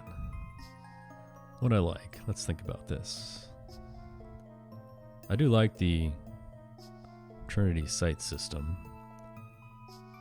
although I don't like how it was implemented in this game. I like the idea of having different perspectives and each one of them crossing over each other at certain points, but the way they did in this game, it's all a bunch of backtracking and running errands. I mean, really, the first 9 chapters, what are you really doing? You're chasing down leads and you're running errands. You don't even really find out who the villain is until chapter 4.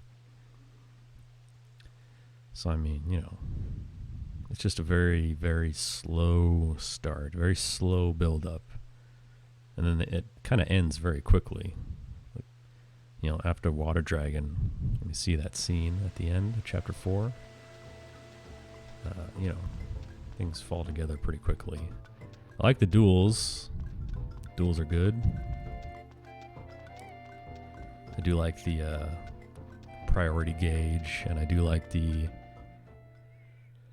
fact that the life is kind of definitive, you know. It's got definitive little ticks, not just a solid bar where you're kind of guessing about how much damage you need to do. I like the story. The story's good. I like the characters. The characters are good. You know, I like the villains. I like the lore. Music's really good. Got some really good town themes.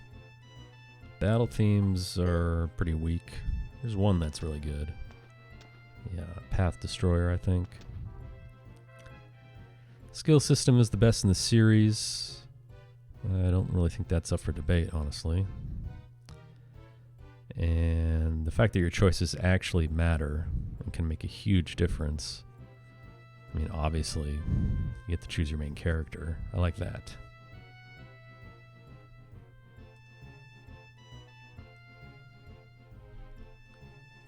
Yeah, Wiley, that's a good point too. Like, your actual character stats matter in your war battles. Beat Luke. What's up, Chrono? Welcome. Welcome to this colossal mistake.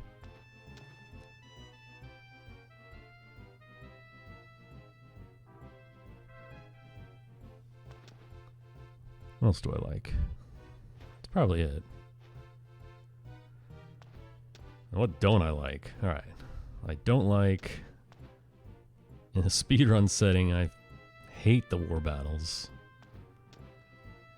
There's nothing more infuriating in the speedrun than war battles. And if we're talking about what is and what isn't a castle, let's be real here. Your castle in this game isn't a fucking castle. It's a beat up old mansion. 2 and 5 had the best castles. I hate the backtracking. I don't like the fact that there's no real world map.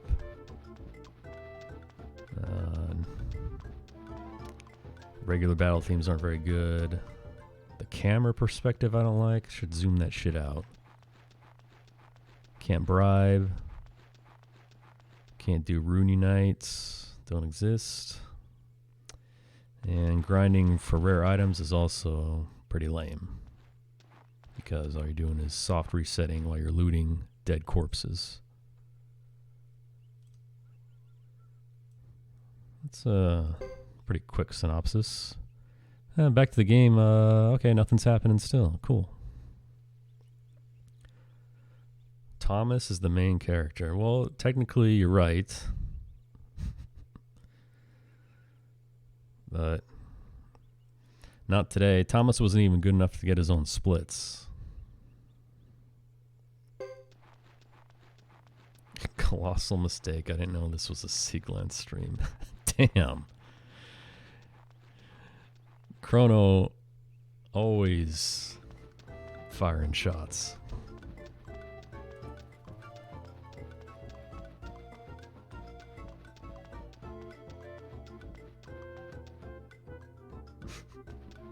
Yeah, Thomas is Flame Champion. Would have been interesting. Some guy walking around that no one respects. Everyone hates him, even his own family. Thomas permission to land denied. Now that would be amazing if he actually said it to Thomas.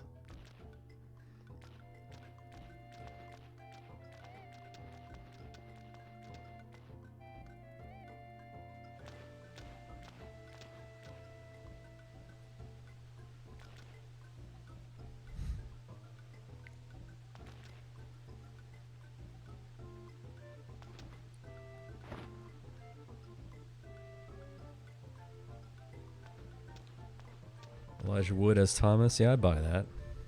I'll buy into that. Of course I delivered your pentacle, Jimbo. Of course I did. Not.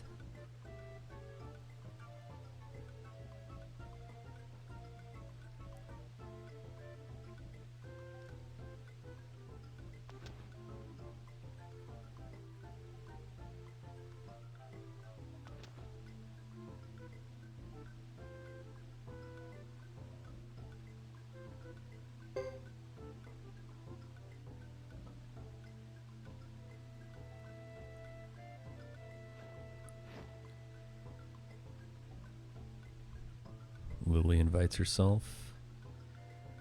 Speaking of group dynamics, I think everyone has a Lily too. Someone that's always there even though you really didn't want them to be.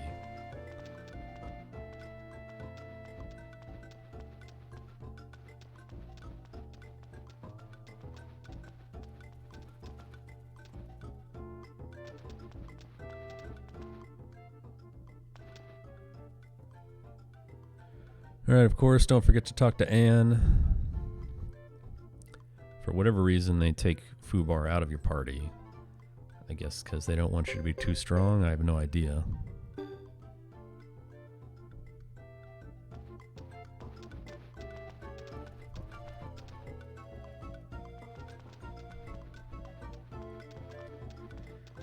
If you forget, the battles at Yazaplan are not going to be simple. You have to go back to relying on your wind rune. Wind of sleep to get through those in an efficient manner. So never forget to grab Fubar. Yep. Throw them on there.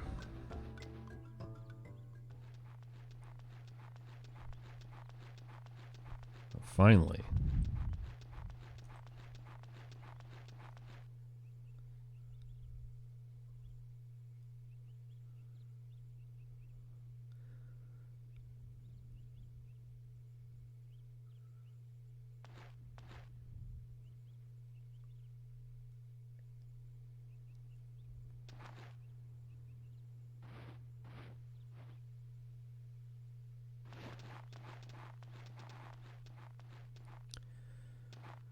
Finally, this chapter can come to a glorious end.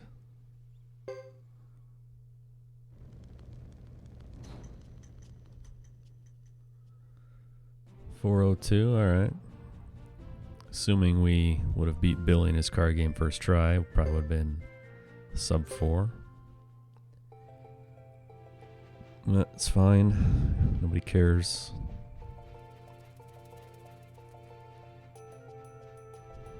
Head to the castle where we're going to do more walking back and forth.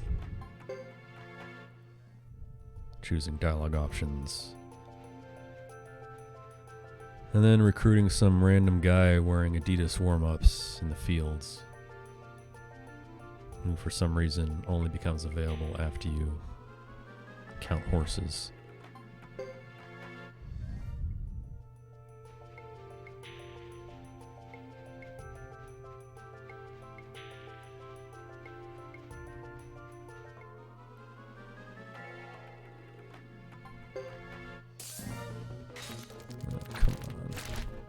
Where did I appraise the Hextall? At VDZ, the appraisal shop on the waterfront.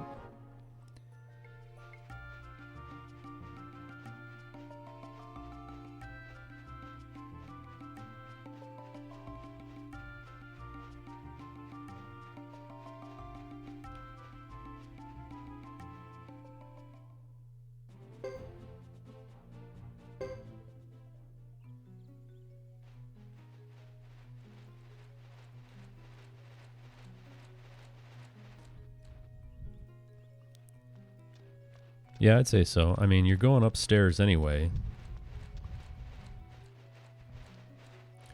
And honestly, it's better. It's better in every way, right? Because if you're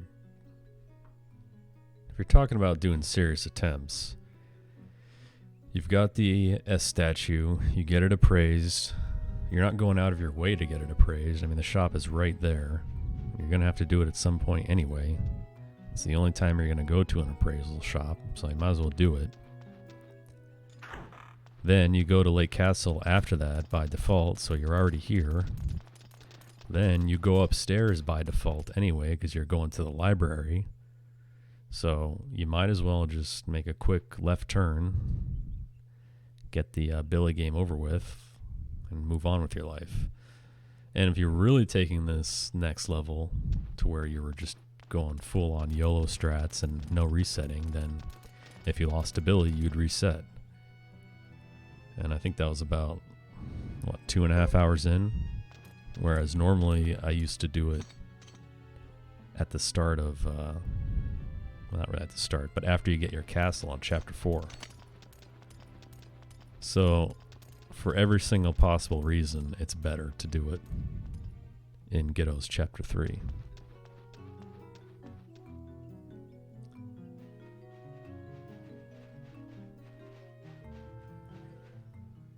Not sure why I just realized that last week, but whatever.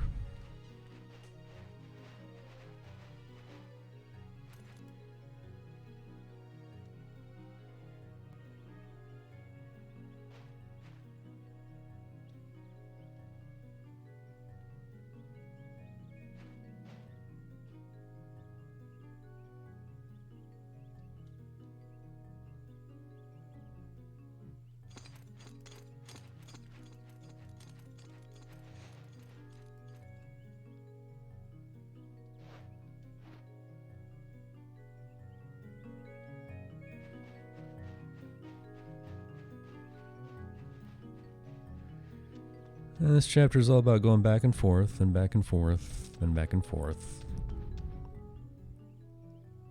This stretch is definitely one of my least favorite parts of the game, from the start of Hugo 2 to the middle of Hugo 3. Really boring stuff.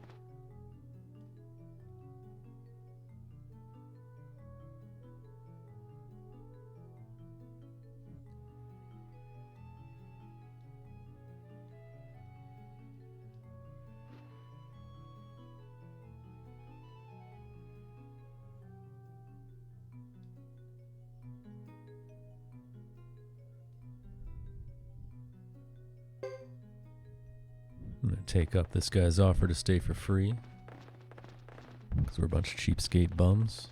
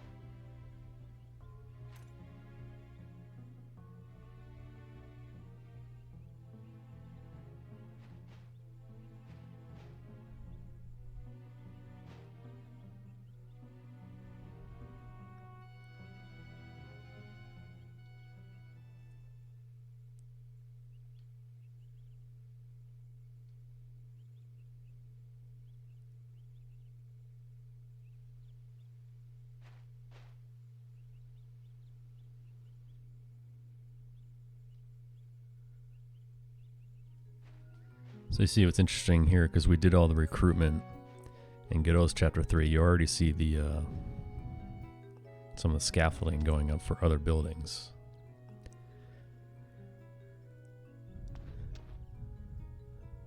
And of course, by interesting, I mean a very small detail that no one cares about.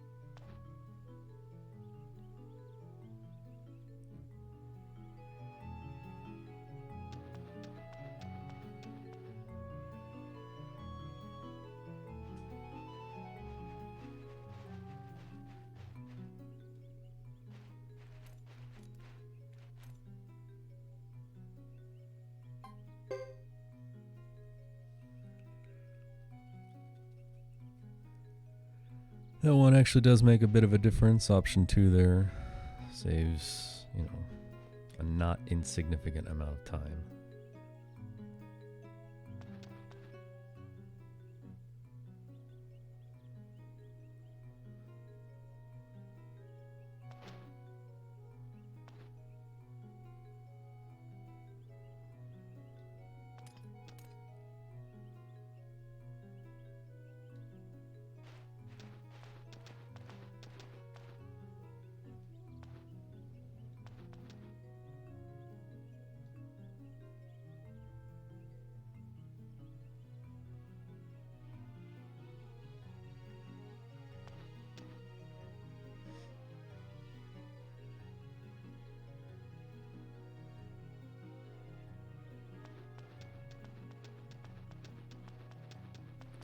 So boy Caesar always looks like he's stoned.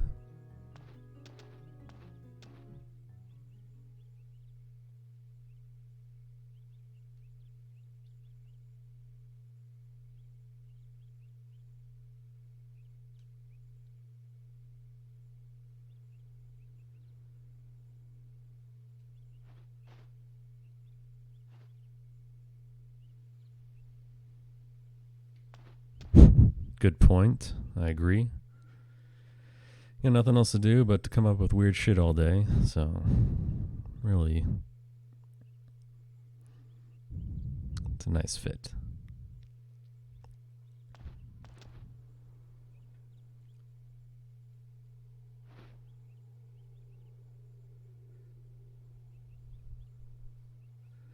Yeah, Caesar got that green card. No problem.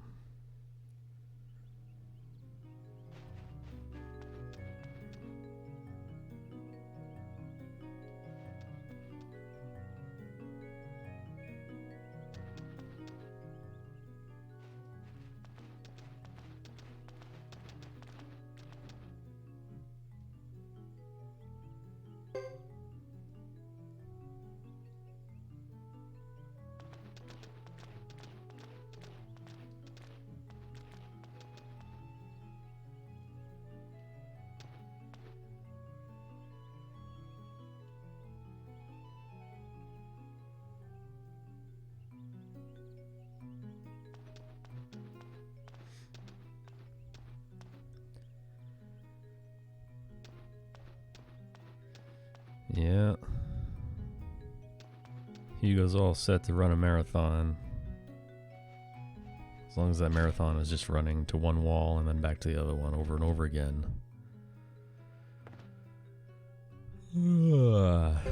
Good night. That's what I feel like doing. It's 10:30. This is around the time I would normally be waking up on a Saturday. I've already been playing this game for 4 hours and 15 minutes. What a life.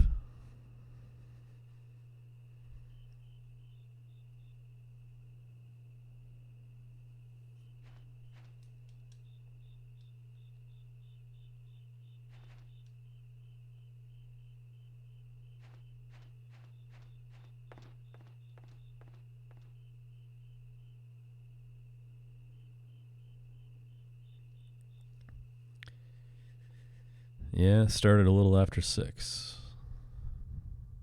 Had my alarm set for 5 a.m. But then it went off and I said, no fucking way. I hit the snooze. And then I hit the snooze. And then I hit the snooze. And then I hit the snooze. And then I got up. Took my dog for a walk. Filled up all her puzzle toys with treats. Sabotaged her rope toy. Wedged it in between 2 doors so she'll never be able to get it. But she could sit there and tug on it forever. Give her some food. Filled up my 1-gallon water jug with Red Bull. Punched myself in the face 8 times.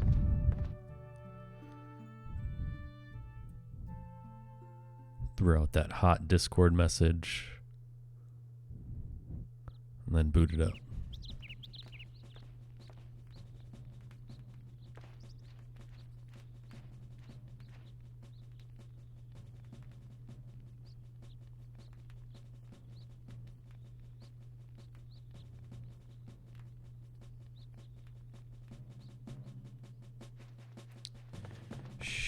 Don't disparage the sponsors, Sieg. They're watching.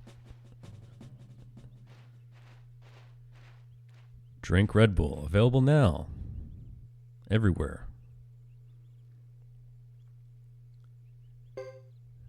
This run doesn't seem healthy. Agree, dude. It's definitely not healthy. There's nothing healthy about this. Alright, first war battle. Just kidding. It's a fake war battle. Auto plays itself out. Can't do anything here. We will be doing this later, though. And actually doing stuff.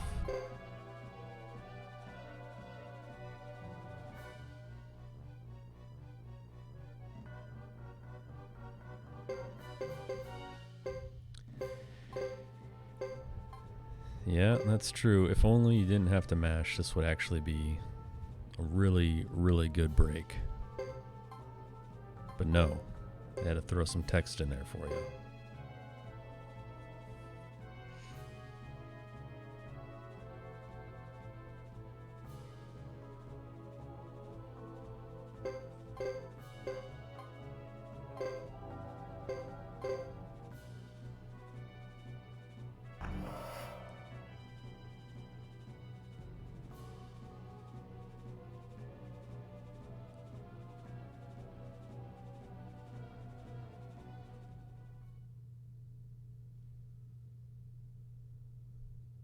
All right, we did it.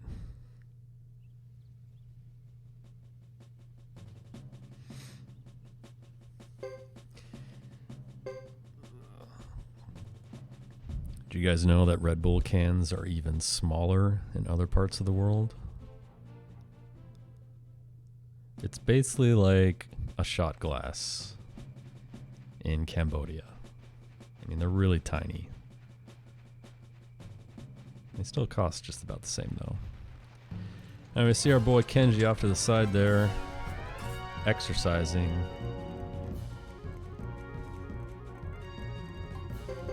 These battles, though, are just auto battles since we went back and got Fubar. Nothing to see here, officer. Just shredding a bunch of idiots.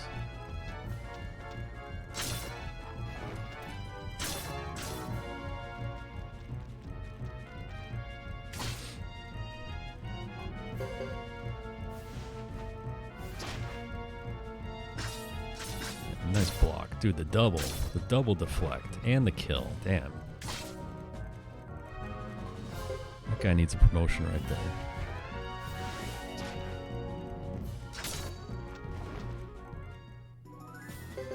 Alright.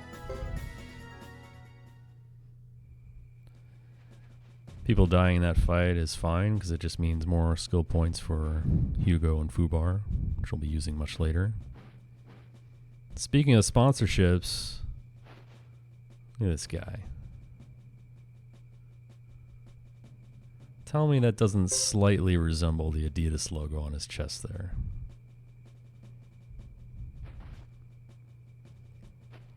Oh my god, Seagland's posting that emote again. That creeps me out every time.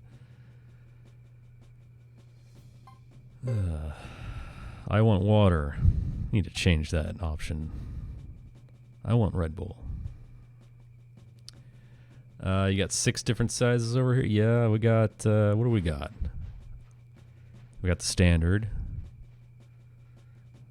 We got like medium size. I think the flavored ones are a little bigger. And then they got the giant cans, which, you know, it's a little much. What else?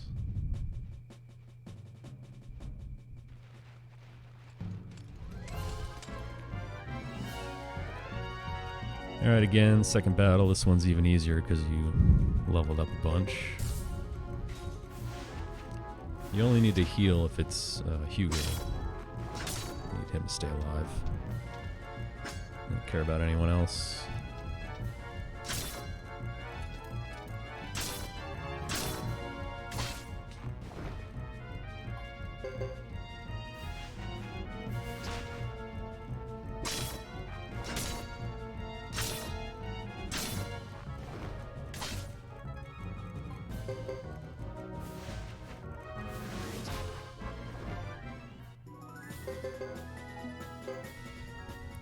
Right, one more.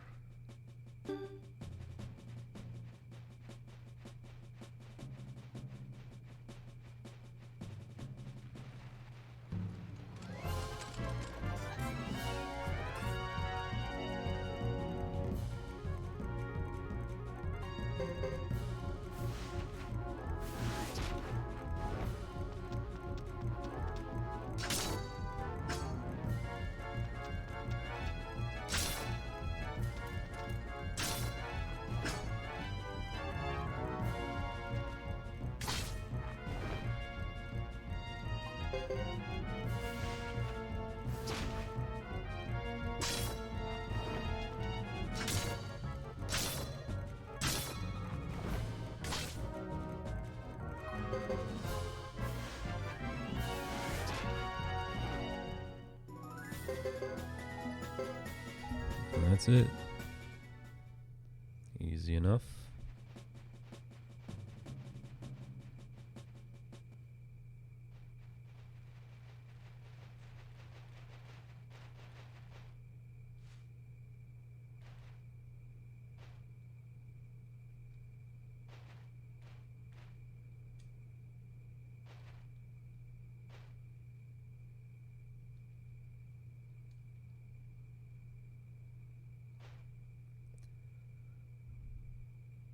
So these guys are going to take off and you're going to leave as well.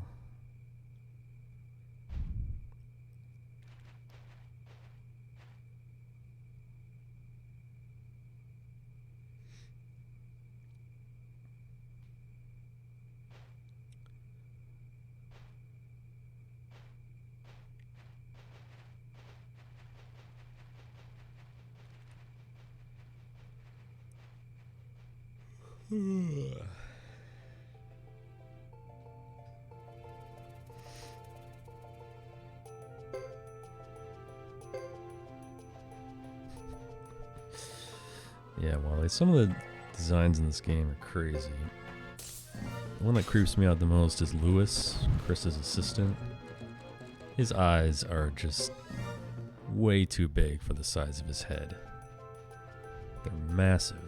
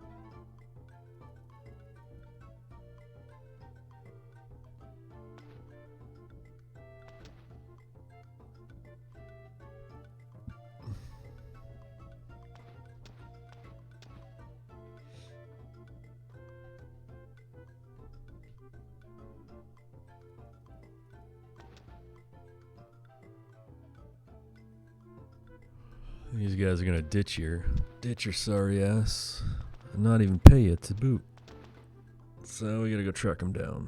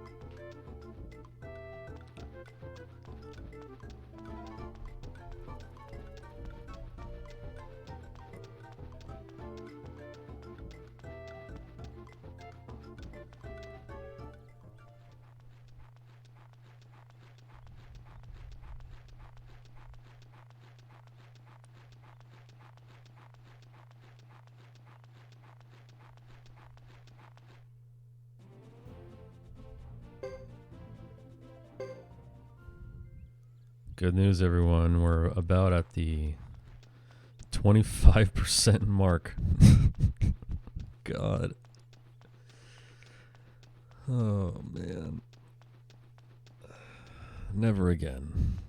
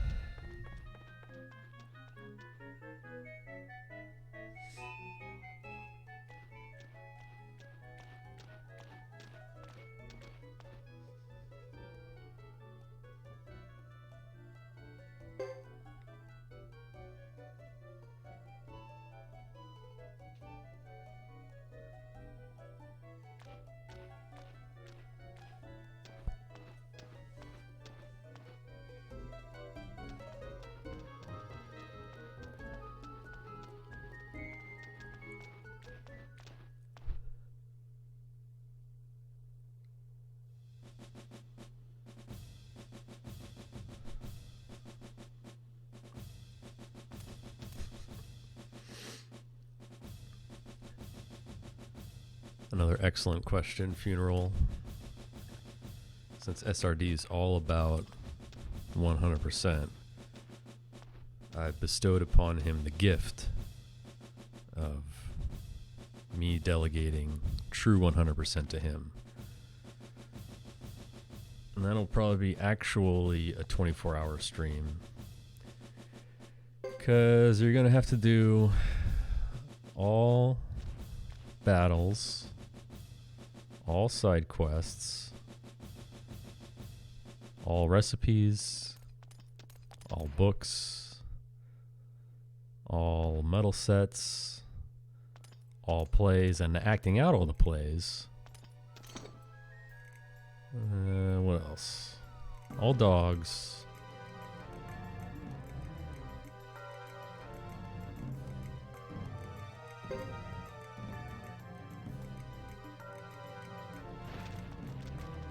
Which of course involves also loading the save data from Suikoden 2. All treasure bosses. And if you don't get the rare gear that you need when you beat the treasure boss, you have to reset and do it again.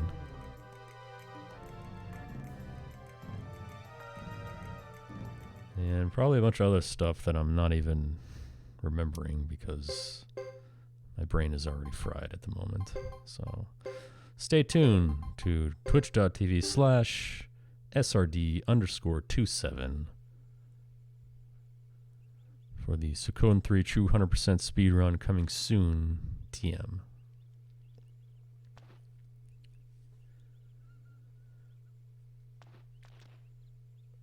Will I do a Suikoden 3 play in real life? I'm going to pass on that one. It's a hard pass. Oh yeah, all bath scenes too.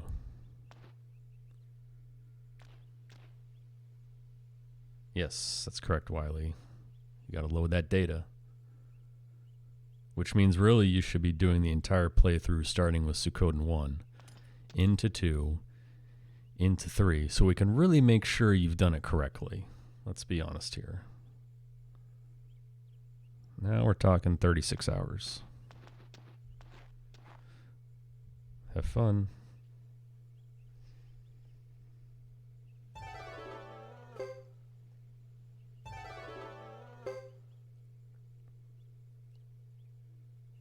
Yeah, 100%ing all those too, of course. You're right. Okay, most important thing in the game. All right, we did it. We removed the crab rice bowl from Halleck. We will not look like an idiot today.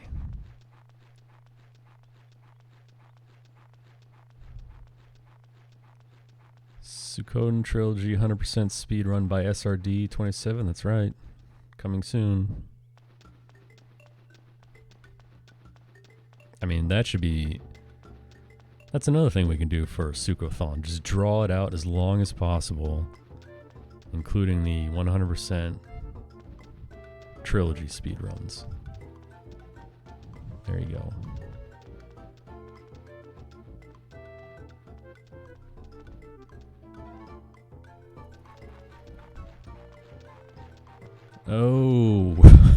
Oh, what a mistake you've just made. Someone screenshot this right now, please.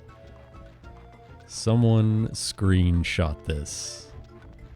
I will fucking donate $100 right now to see that. You said it, SRD. Now you gotta back it up. Let's go.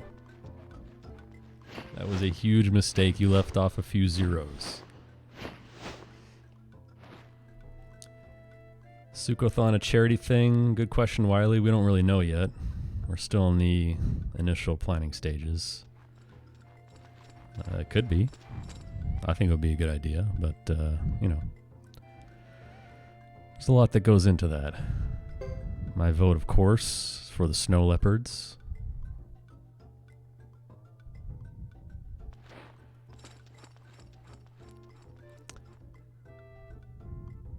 Back to the game, we're just going to grab this dwarf guy right here, right now. There's really no good time to get him. He's always out of the way. Since we're at Great Hollow now and we can recruit and we're heading towards this area of Great Hollow anyway, I just do it now. You could do it later, it's fine, no one cares, but he's an easy one to forget. Because he's just so out of the way and you never really ever go back here.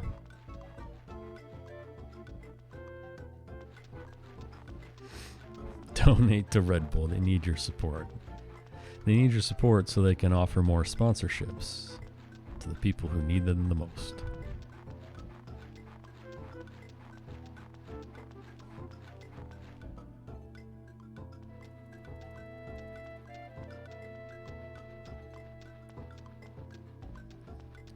And also while we're on this side, I'm going to go to Blacksmith.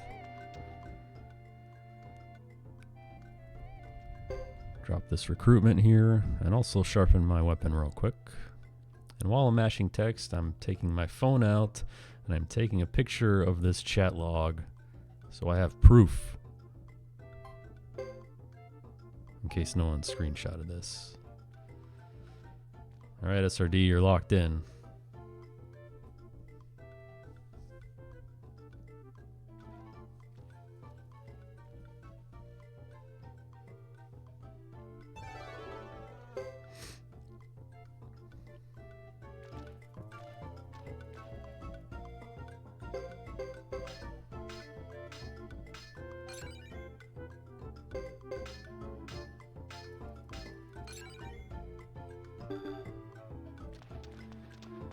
Did that. The reason you do that is because it's just going to do better chip damage against the fire dragon.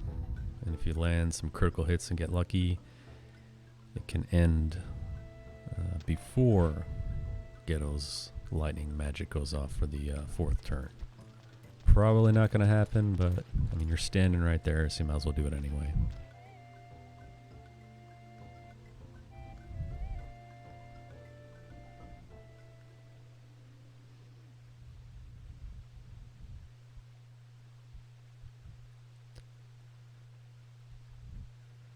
Sorry to SRD, you can't derail this train. I know your channel accepts bits. So get ready. So I'll drop a hot stack.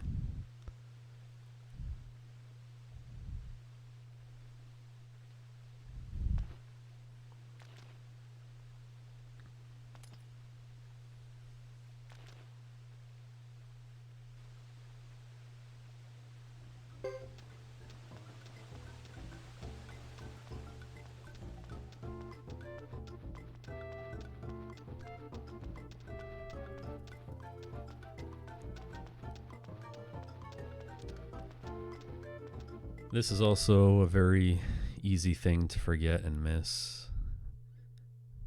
Gotta go talk to Luce before you leave. If you don't, when you go to the world map, the destinations will not appear. You actually do have to talk to her, and it's mentioned very briefly in one text box.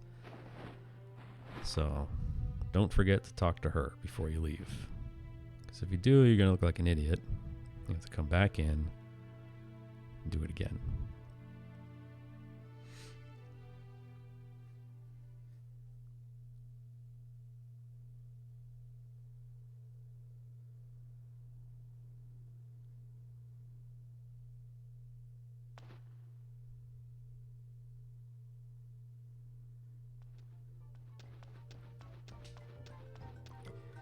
Now you've got two options here.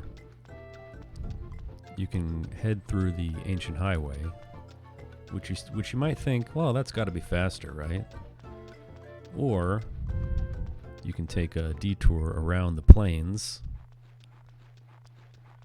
And let me tell you why doing the plains is better. One, if you go through the ancient highway, it's about the same time. It's marginally faster to walk through the ancient highway.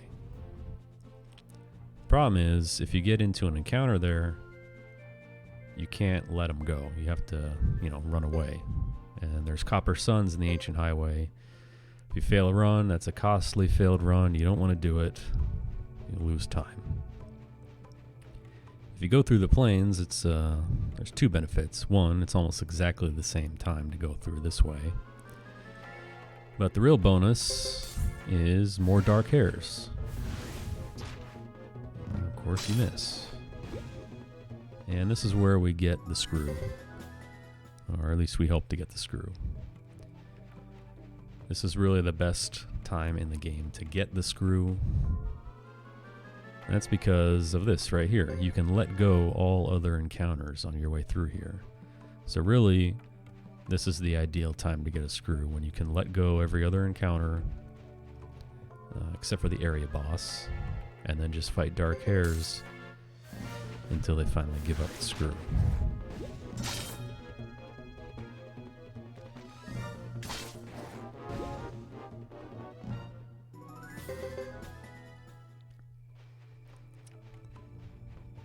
I see you plotting, SRD. I see you plotting, but I'm holding you to your word.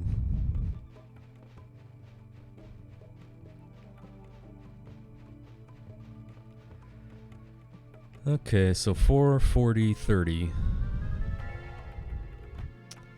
Man, I ain't fighting spiders.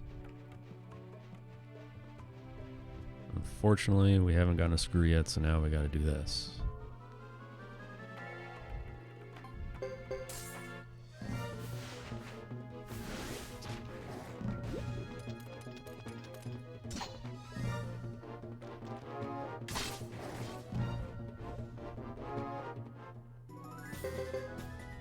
Shit.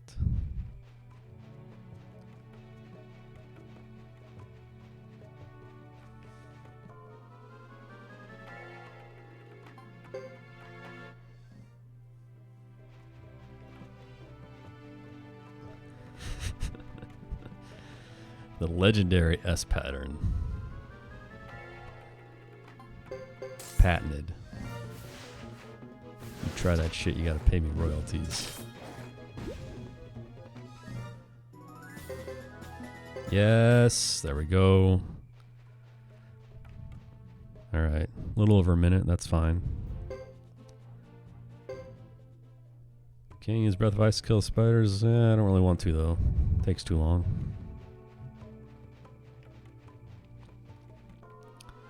Speaking of S patterns,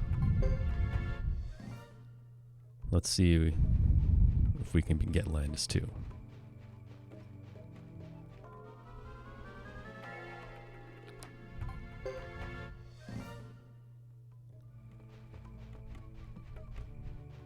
Similar to what we just did with letting go other encounters, really the best way to get Landis would be with Chris in her chapter 3, because your first trip through Kuput Forest you can let go all encounters too if you tell Fred to buzz off.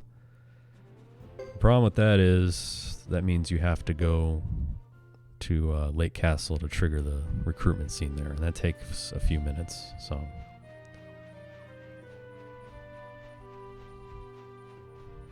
you know, I doubt you're going to make up that much time. Come on. But it would be nice for this not to happen right here.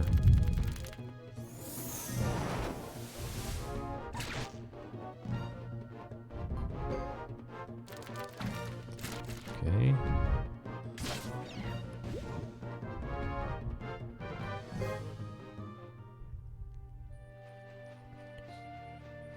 All right, let's go.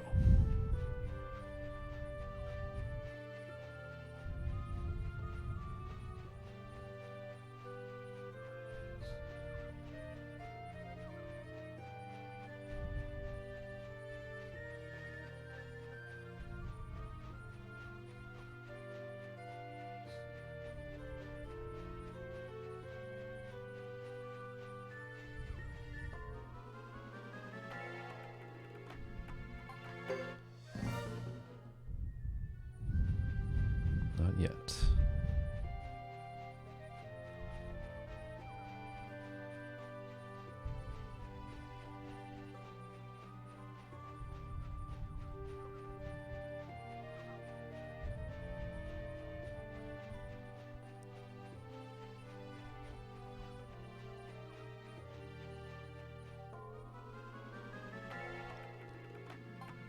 Shit. Damn, dude, we failed. The streak is over. Well, let's be honest here. That was a pretty damn good streak.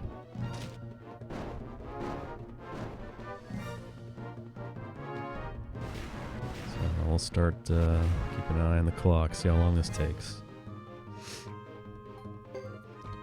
4:44:44. Easy to remember.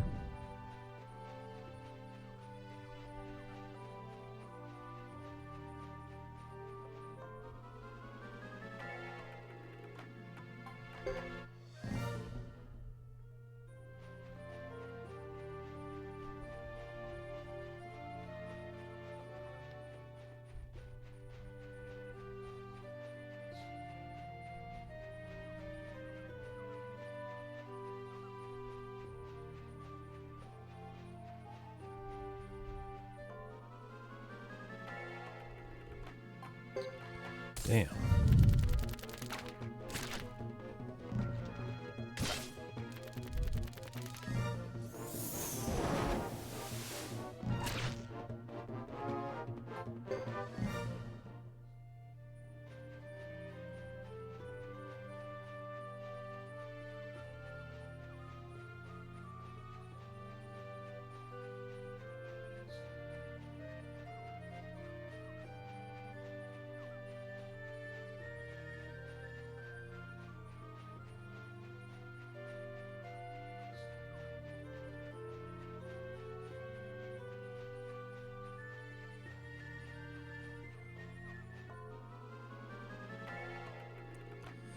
Alright, there he is. Okay.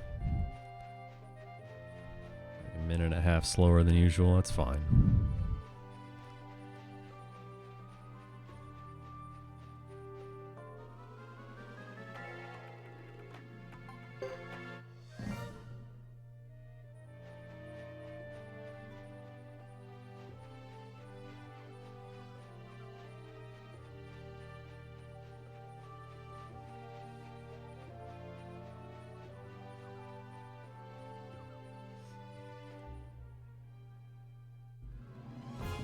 And who the area boss, really?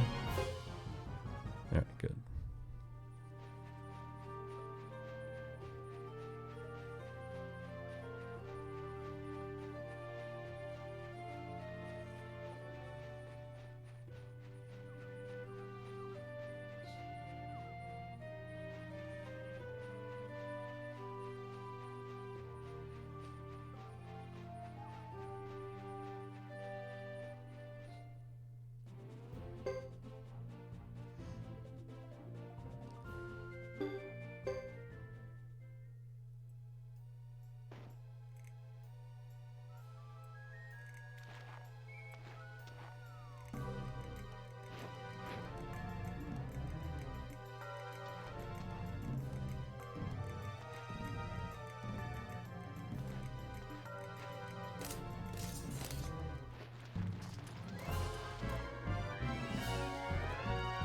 More of the same flavor as earlier, just auto battle these fools.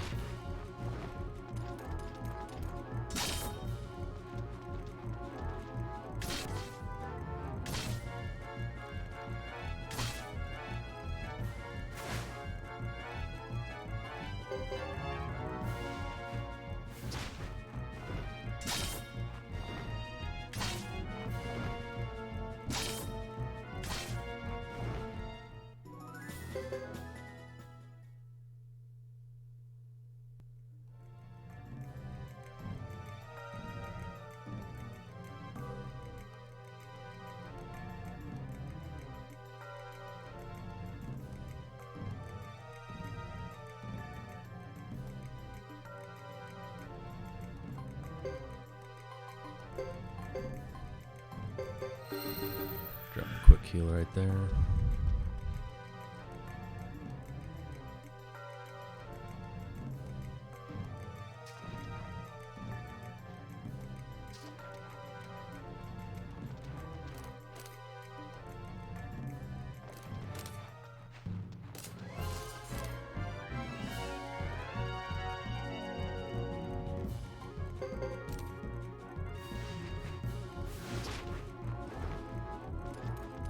Another auto battle.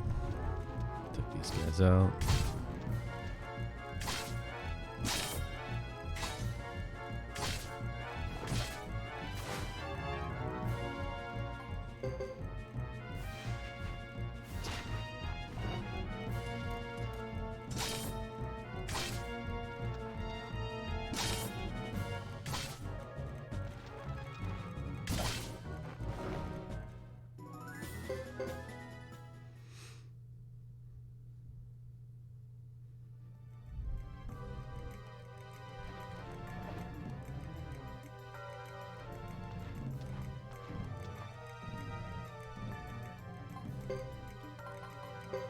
Yeah, Hugo took a beating there, and I heal him up real quick. More importantly, though, here's my favorite line.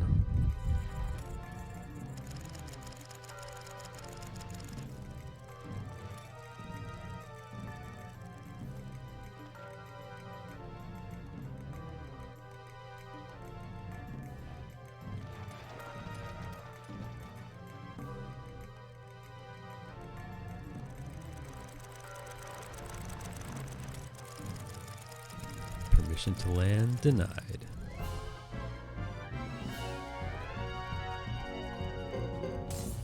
Auto battle. How long did it take to get Landis? About a minute and a half. Longer than it normally does. I had to double back and retrace my steps, and he was there. So it's not bad at all.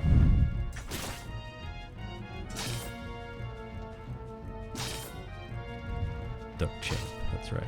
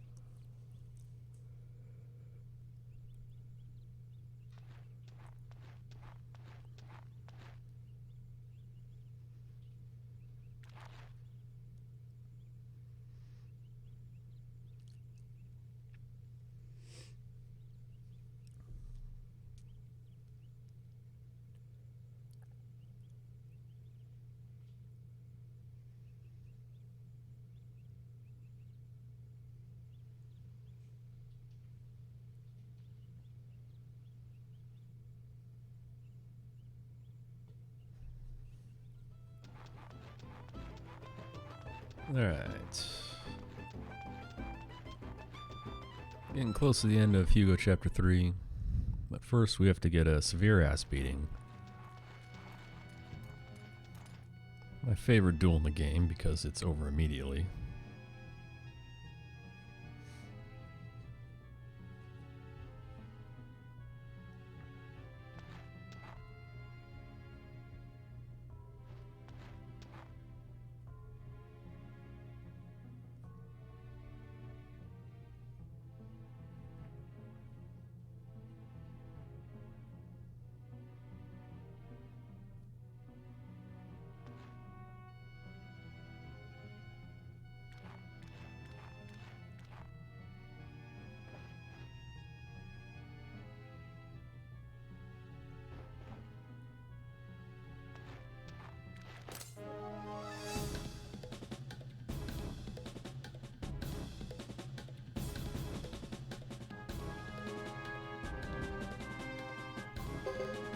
Death blow.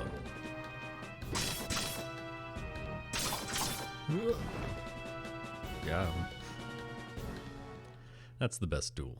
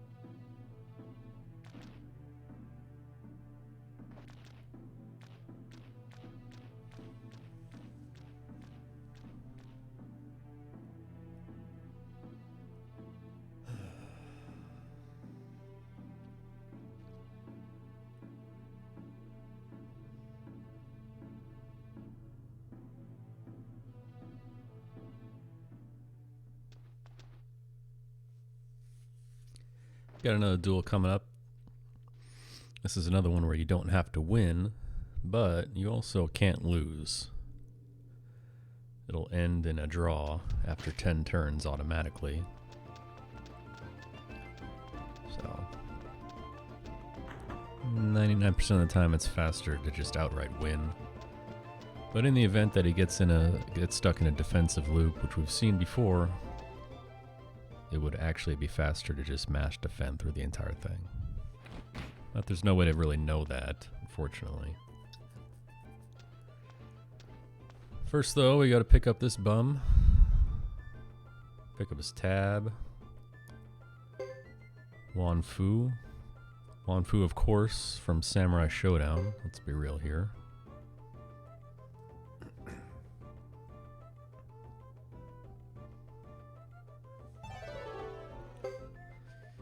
Can you get Emily right now? Technically, yes.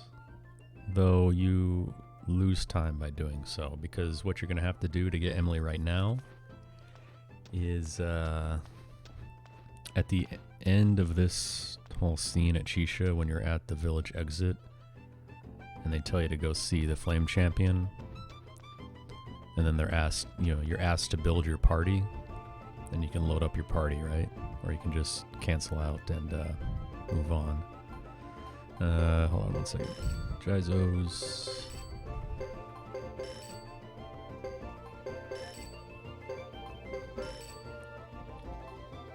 And escape scrolls for later.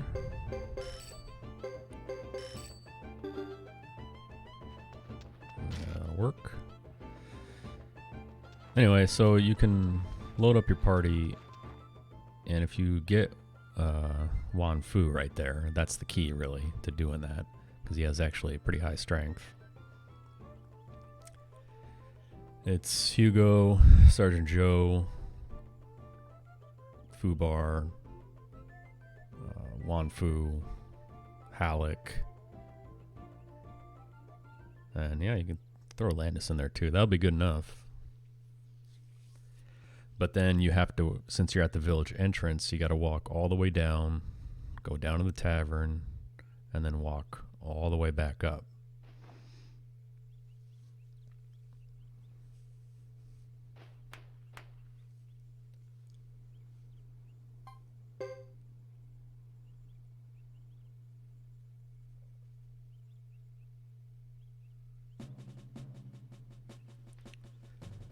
That was actually in my original, the original route when I first started doing this. Because, beforehand, from playing this casually, you think about doing a speedrun, you're like, all right, I need some heavy hitters. Well, let's get Emily. So I figured out that's how you would get Emily optimally, even at 100%. But then, you play through the game, you quickly realize that Emily takes a lot of work for her to be effective. So you just cut all that shit out. And go with people who you need to do the minimal amount of effort to make strong. And you know, she's short range too, so she can't even hit people like the Wind Dragon unless runes are destroyed beforehand. So this is a good idea, but not practical. One thing I actually thought about doing is a Suikoden 3 speedrun alternative strats. You know, just show off some cool tech and stuff like that. Because the other idea I originally had was to actually recruit Rhodey and Estelle at Almakinon, remove Rhodey's runes, the wall and the firefly, put them on Mua, bring Mua with you to a few more battles in place of other people, get him some skill points, you know, put those runes on him and upgrade all his armor skills. Take him into the final battle and put him out your point position and watch people just, they can't even touch him. You know, they go right after him and they just can't touch him, man. He's just a complete tank. But, you know, the huge time sink there is you actually have to go to Almakinon and pick up Rhodey and Estelle.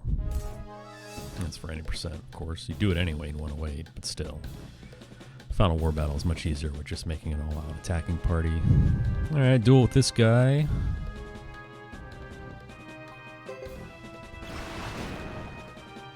So that's what I'm talking about with other duels.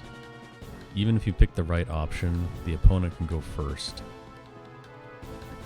on the first turn. So in the case of, you know, maybe thinking about getting a, let's defend. Thinking about getting a double strike, putting it on your flame champ before you dual edge. Oh, damn it. Come on. Please kill. No, come on. Anyway, getting a double strike, putting it on your flame champion, dueling edge.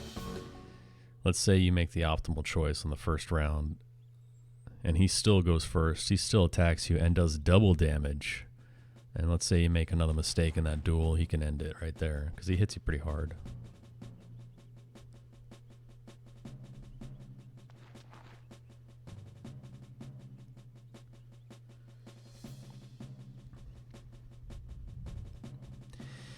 Yeah, Sea Lance, yeah. Really only worth it if you do Ixay recruits first also.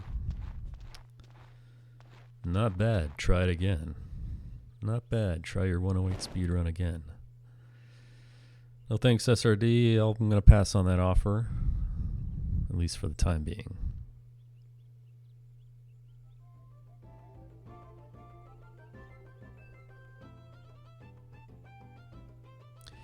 Yeah, but also remember, you're going to have to come back here anyway, eventually, to get Tuda and to trigger one of the Hortez options as well. So, I mean, that's the other thing. You're coming back here anyway, much later in the game, you know, for a 108 run.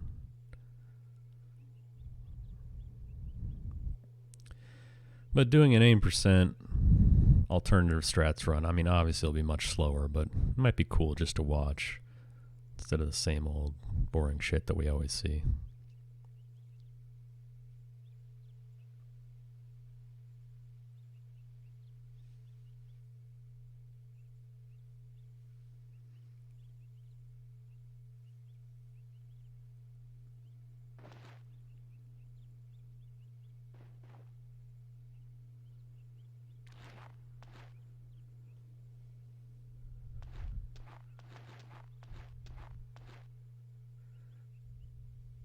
Exactly.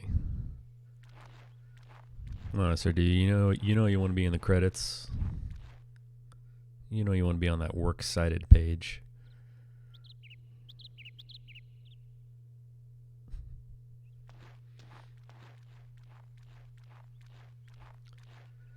It's our boy Sergeant Dro with that massive hangover right there.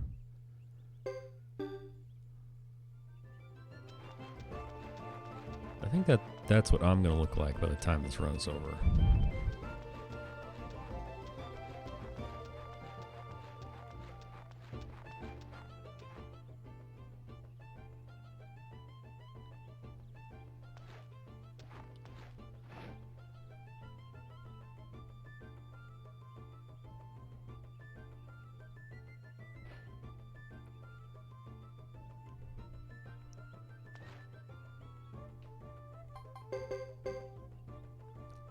So yeah, when you're filling the party right here, you can go back down to the tavern and win that arm wrestling contest.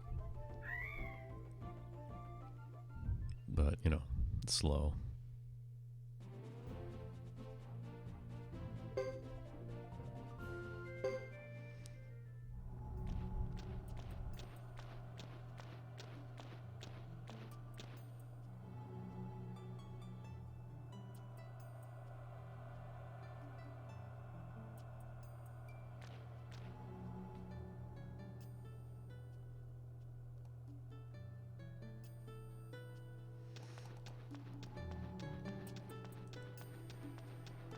Make it through here and then get another quick break.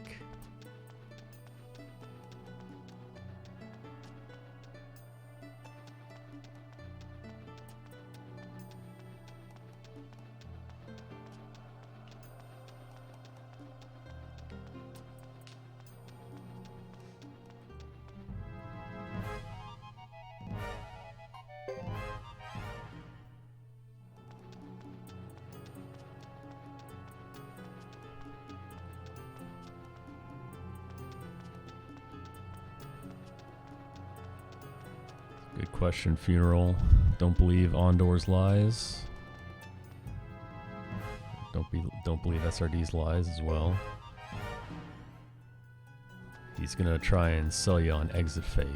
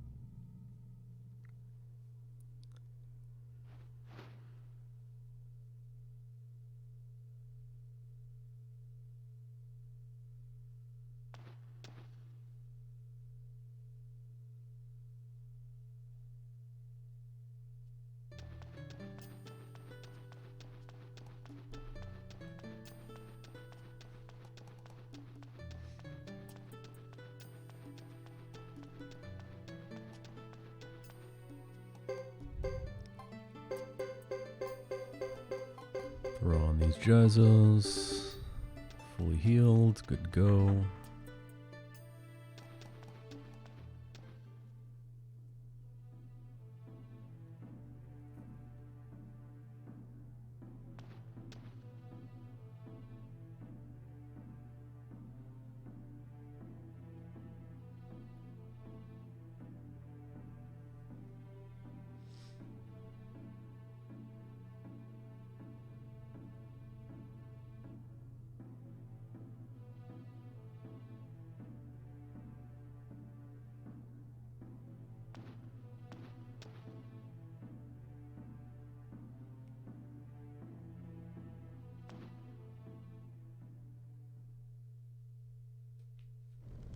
All right. Quick break.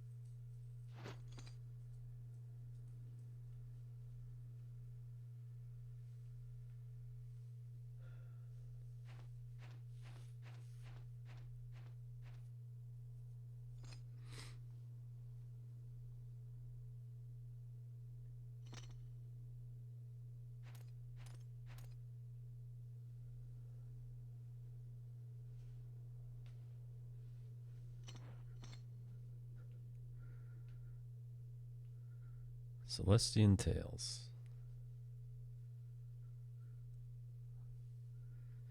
I'm sure I heard of that before. I'll have to check it out.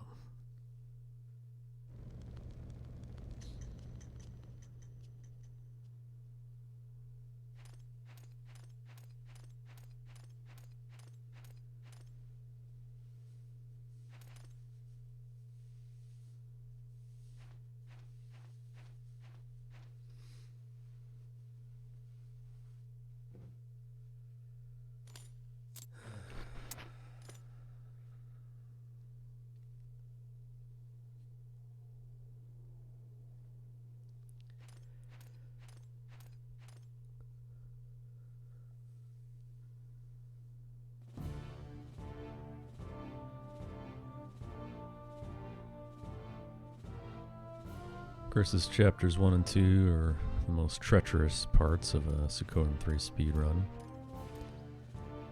1, you gotta survive walking through the forest. 2, you gotta survive that war battle and hope everything goes well. I never lost the war battle outright, but I have been backed into a corner before. It sucks.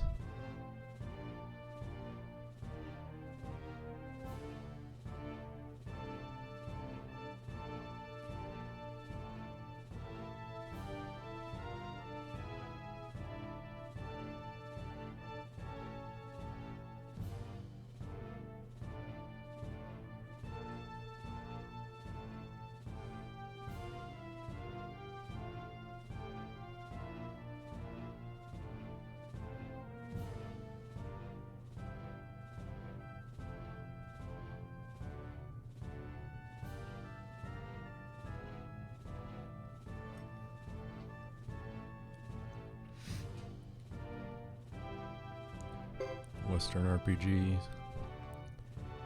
JRPG art, alright.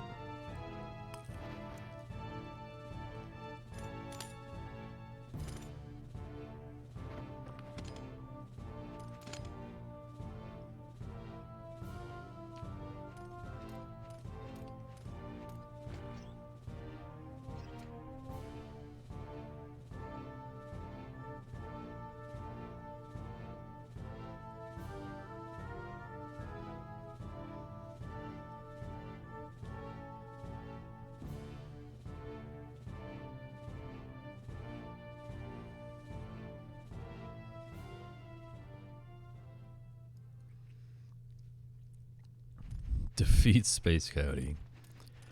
Listen, I'm very proud of the movement I've started in Connor's channel.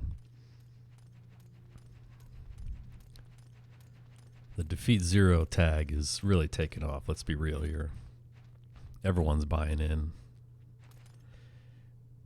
And it's a win-win situation.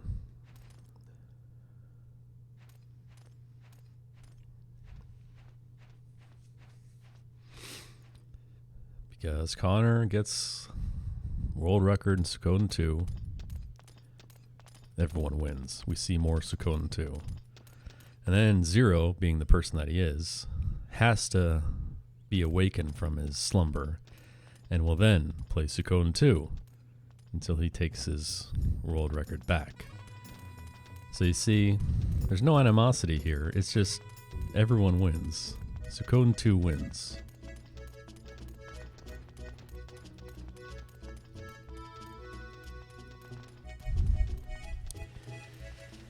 Yes, I'll do you one better. See, I'll FedEx you my stack of Post-it notes.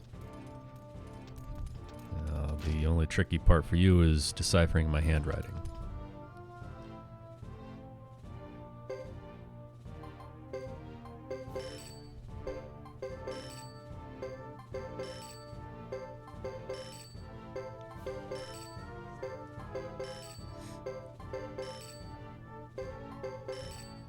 So this is what we do in Chris Chapter 1 to activate easy mode. She starts with 200 grand. So instead of going into her house and taking a rest, we go right back here into the guild hall Load up on Jaizo's. 18 is a good number. That should last us the rest of the chapter and hopefully allow us some extras as well that'll be dumped into the vault at the start of chapter 4 so we can pick them up then. The reason you do that, of course, is to equip them before walking through Zexen Forest on your way back here, in which you can run into Spark Beetles, who can use Soaring Bolt and end your run.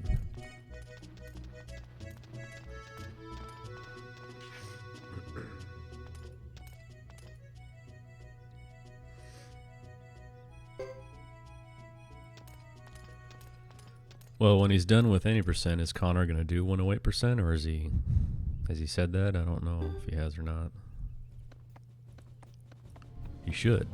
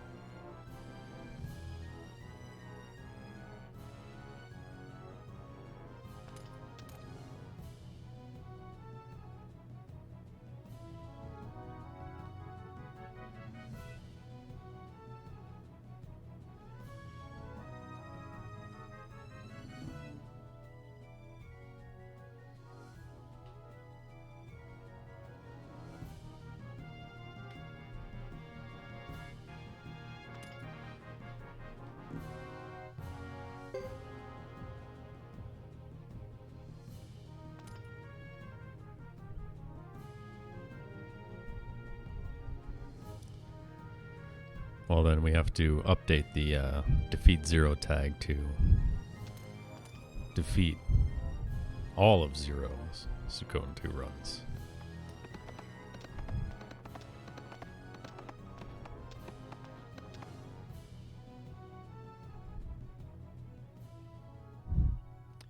Yeah, I'm sure it could be updated as well.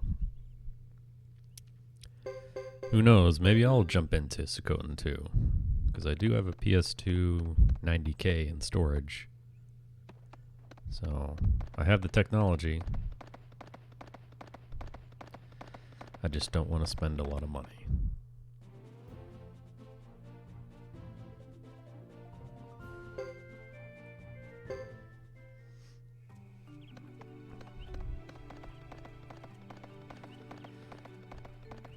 Yeah, but it's also half the time.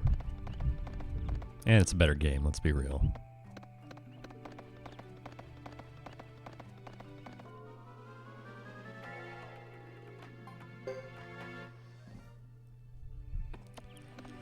I sure do have a Suikoden 2 disc.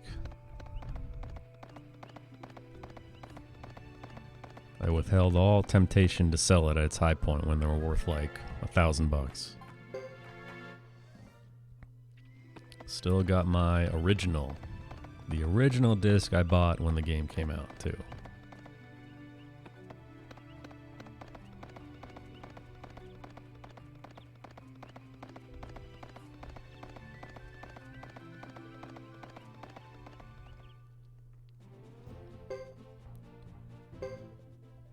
Got all my original copies.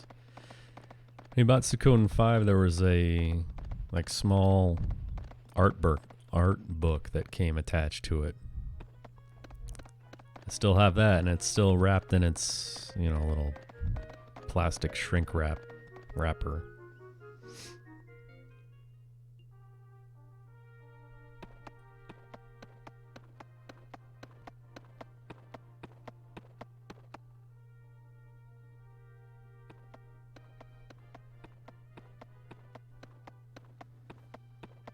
Suikoden-like game that's only 1 hour longer than 2, but with twice the bosses and intensity. Sounds awesome.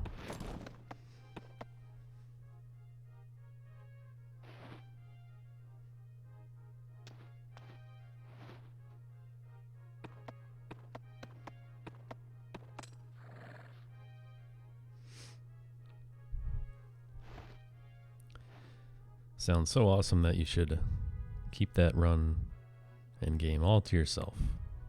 We can all be envious.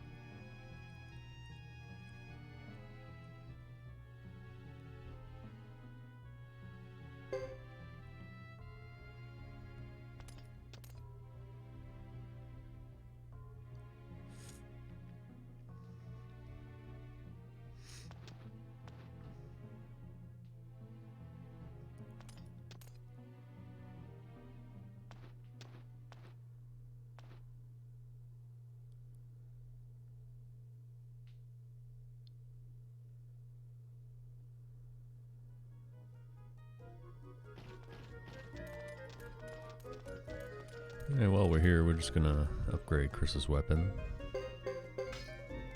Take it to level 8. That first bump though, plus 23, that's a good one.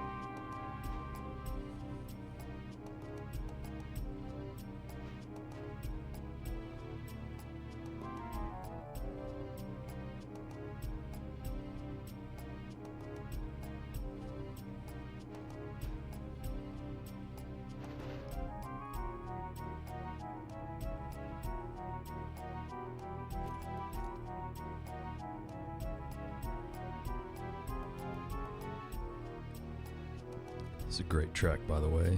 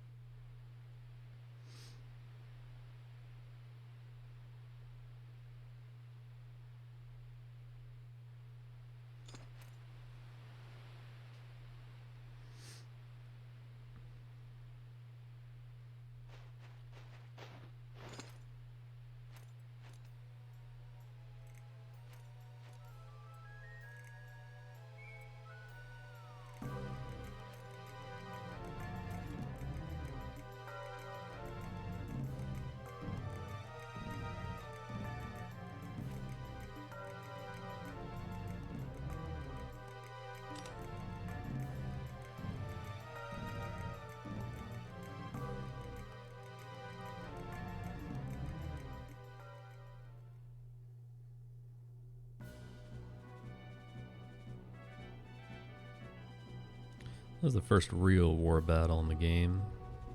Pretty simple though.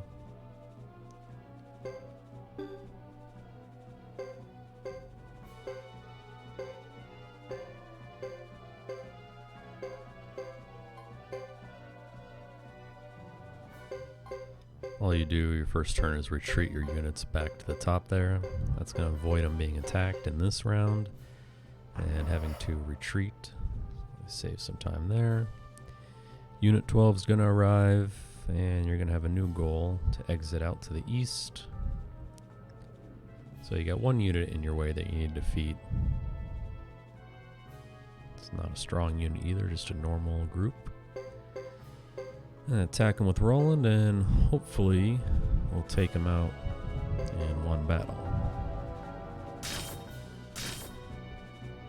It's like 3 out of 4 times I seem to be able to take care of this in one battle. If not, then we'd have to attack with a secondary group and finish them off. And judging by the way they're all dodging right now, it's not looking good.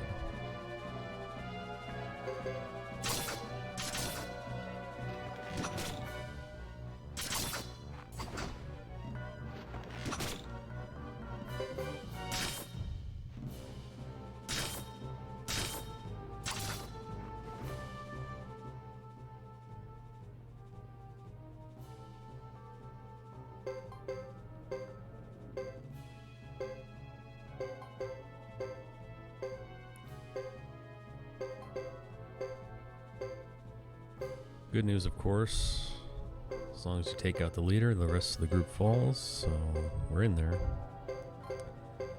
And that's expected, so Roland's stuck there because he already used his action, so you're just going to retreat with him. You'd like to see a successful retreat, but no such luck today. So you got to eat one round of attacks, and then you will retreat to the east. They're going to finish their turn, and you're going to move over one spot, and that's it.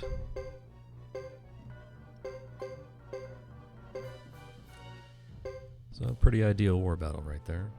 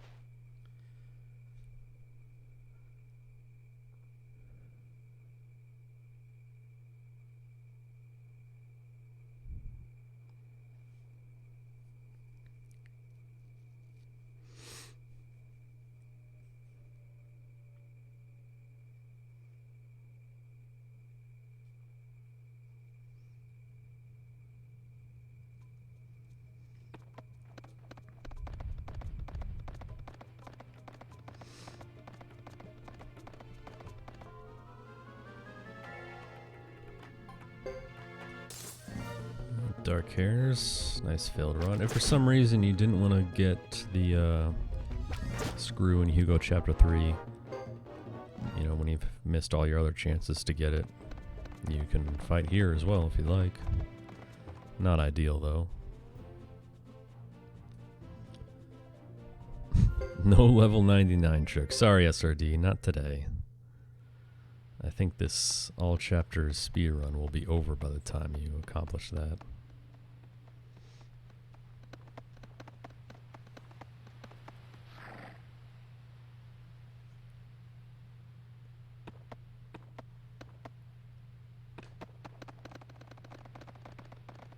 We get to see everyone's favorite death scene here.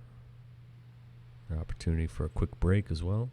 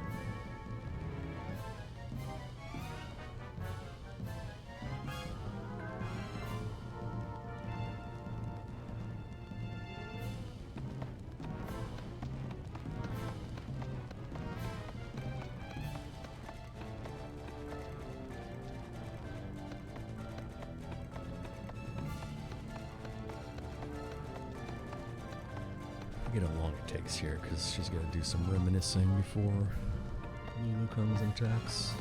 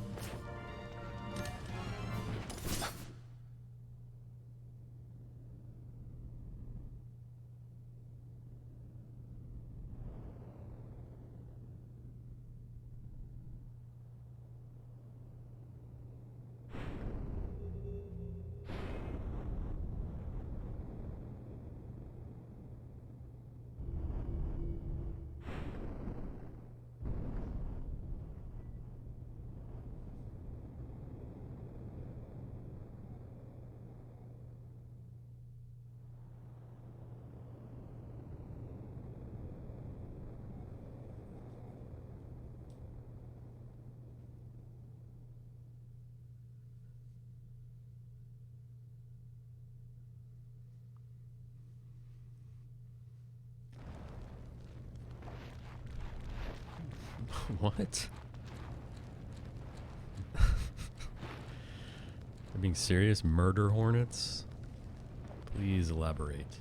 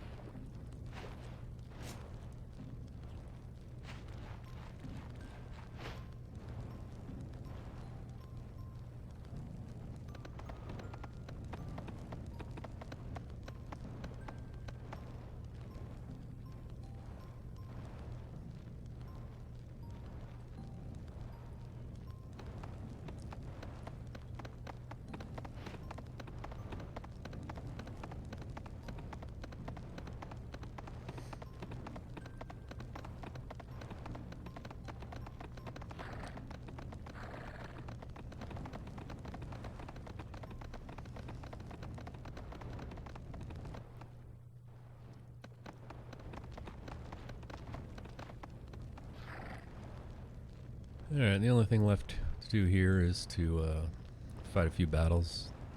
Again, very easy stuff. Breath of Ice with Salome, then just attack, Drop a quick heal.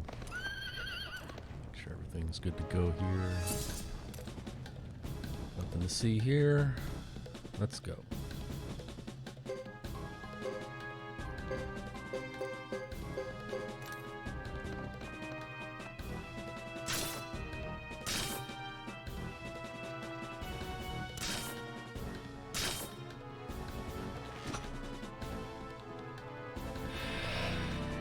Threat reaches the United States. A massive hornet with mandibles that rip bees to shreds and a stinger so potent that one unfortunate victim likened it to having red hot thumbtacks being driven into my flesh. Are you serious?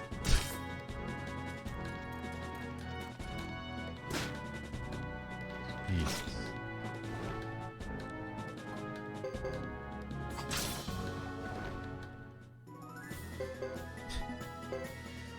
Exactly. What's next? Lightning casting rabbits invade the U.S.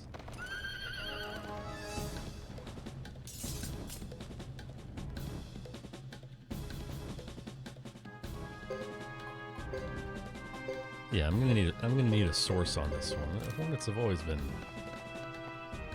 pretty nasty.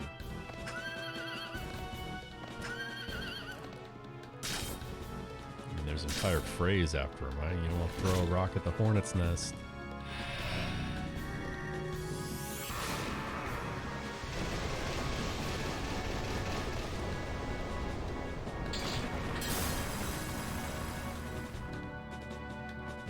Man, dude. You don't want to try and break into Funeral's house. It's not going to end well.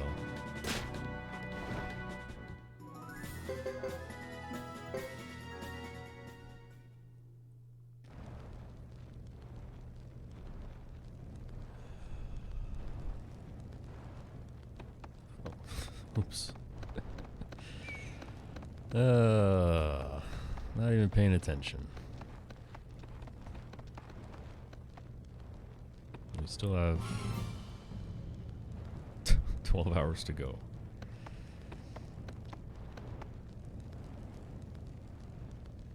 Man, Streamlabs, you're really dropping the ball. Nothing works. I noticed this the past few streams. Nothing is functioning properly.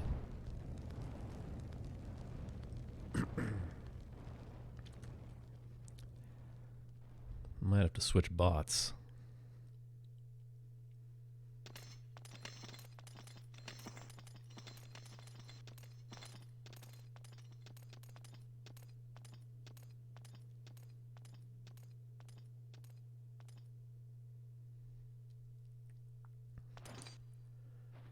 They're under protection here. Damn. What area of the world are you in? If you don't mind me asking.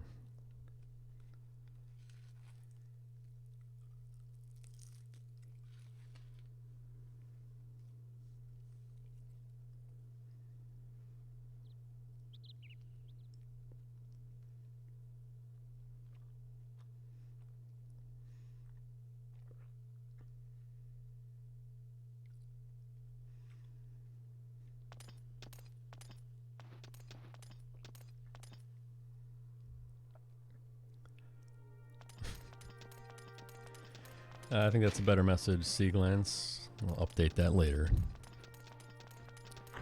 Germany, nice.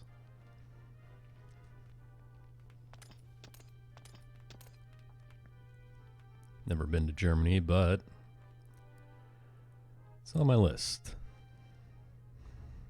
My family is Dutch, so I've been to the Netherlands plenty of times.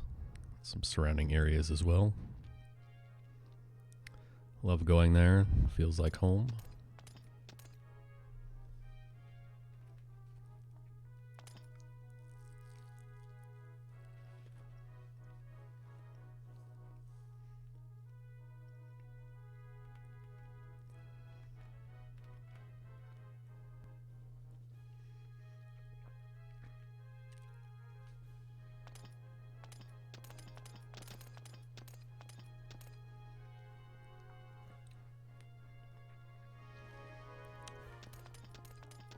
Well, even though I've never been in Germany, I'm inclined to agree, but I'm biased. I was there last year, visiting family.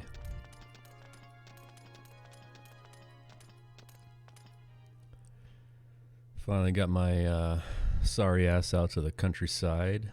Hung out at Kinderdijk, the old windmills there. Really cool place to go.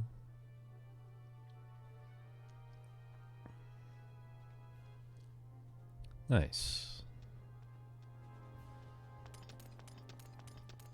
Yeah, I do enjoy my time there.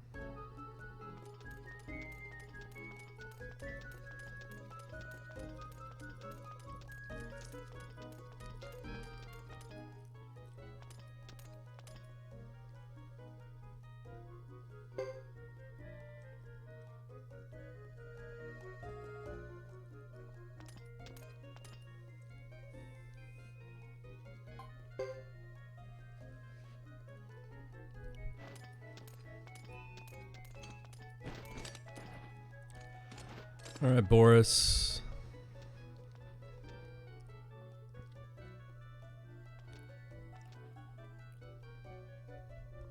So here's the most dangerous walk in the entire game if you don't buy Jizos early.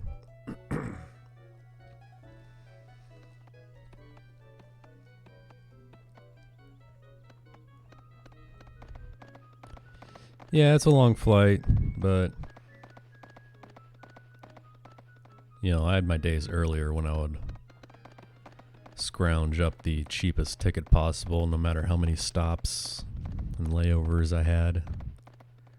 But nowadays, I'm like, yeah, fuck that. Non-stop. That's how I roll. And it's definitely not the longest flight I've ever been on either. So, it's all good.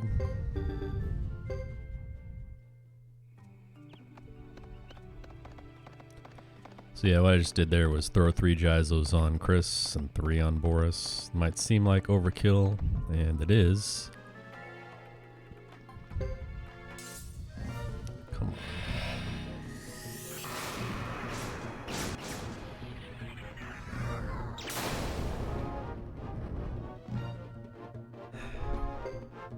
Let's see, if that was 3 Spark Beetles and they all loaded up with Soaring Bolt, that's when you say, well, buying the Jizos was worth it. Easily lose about a minute and a half, but who really cares?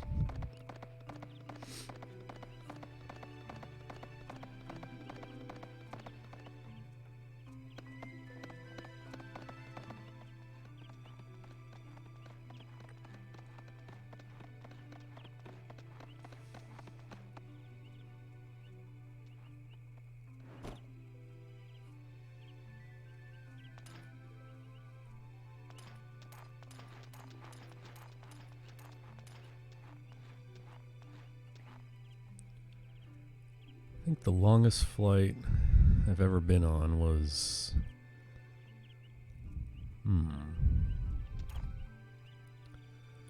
had a stop in LA and then from LA to Sydney.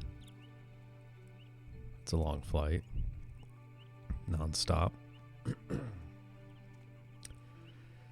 Second place is probably from Amsterdam, actually. Amsterdam to Tokyo nonstop.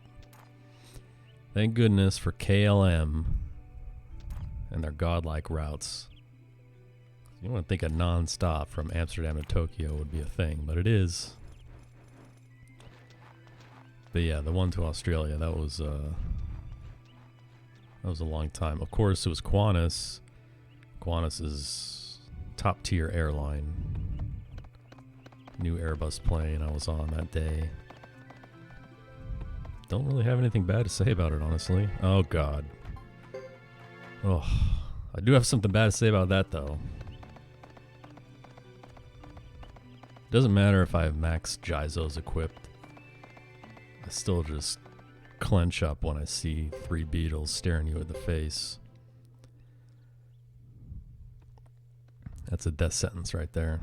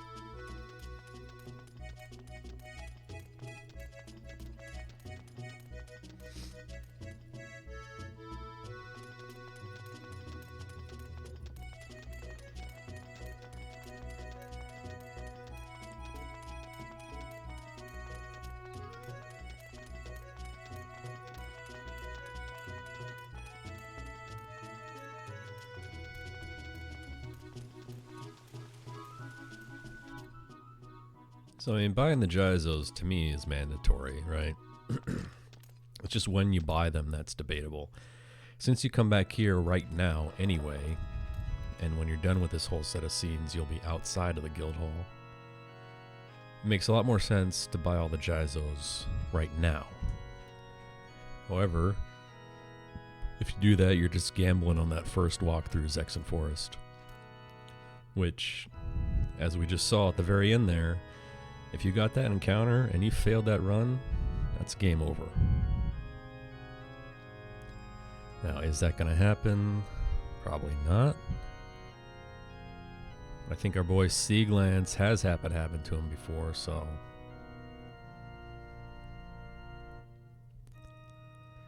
he can testify to that. Yeah, if I eat it through 3 gyzos, then yeah, I'll just retire. Can you one-shot the bugs? No, you can't. You can one-shot the dark hairs, because they only have 150 life, but not the bugs.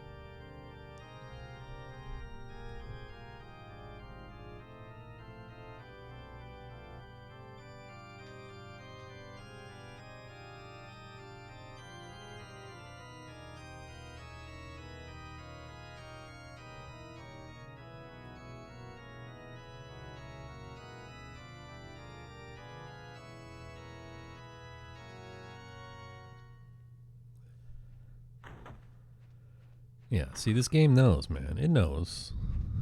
Very treacherous. I know it's happened to you once, but how many times has it actually happened?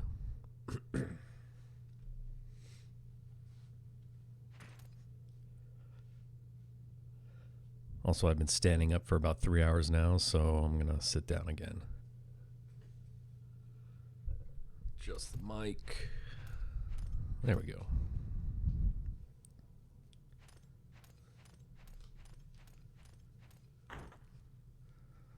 Four.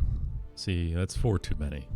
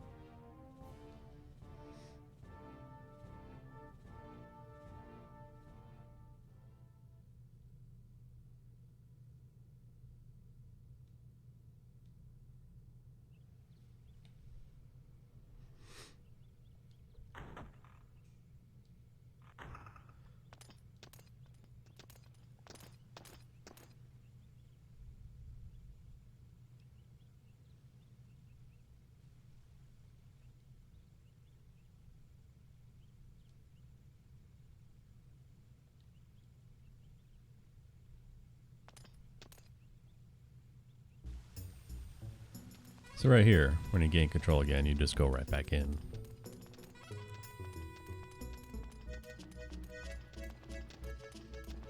But I'm a huge coward, so that's why I did it earlier.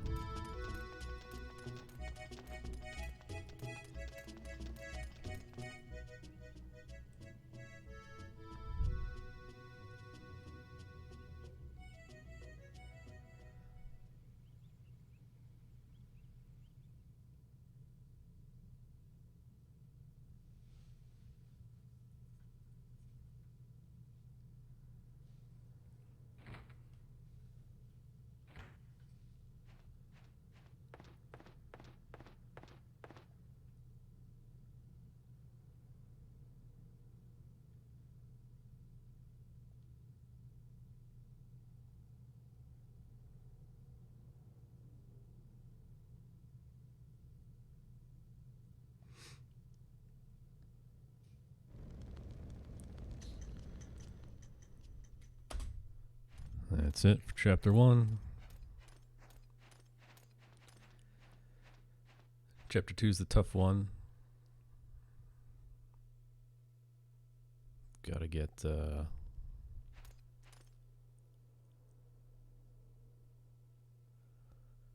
through that war battle.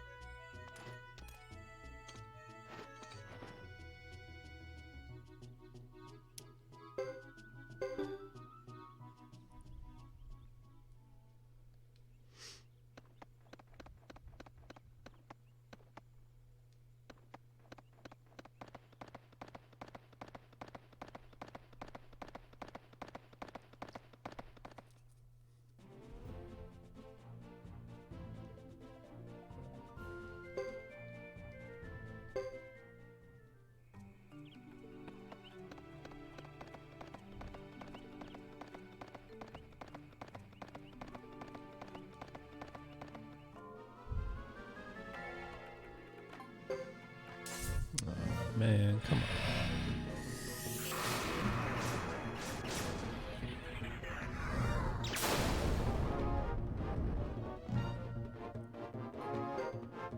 Jeez.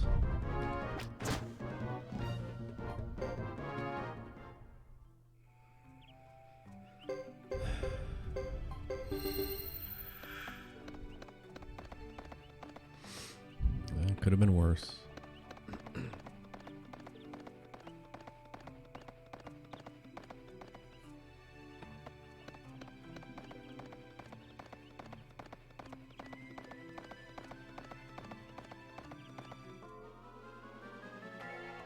No. Okay.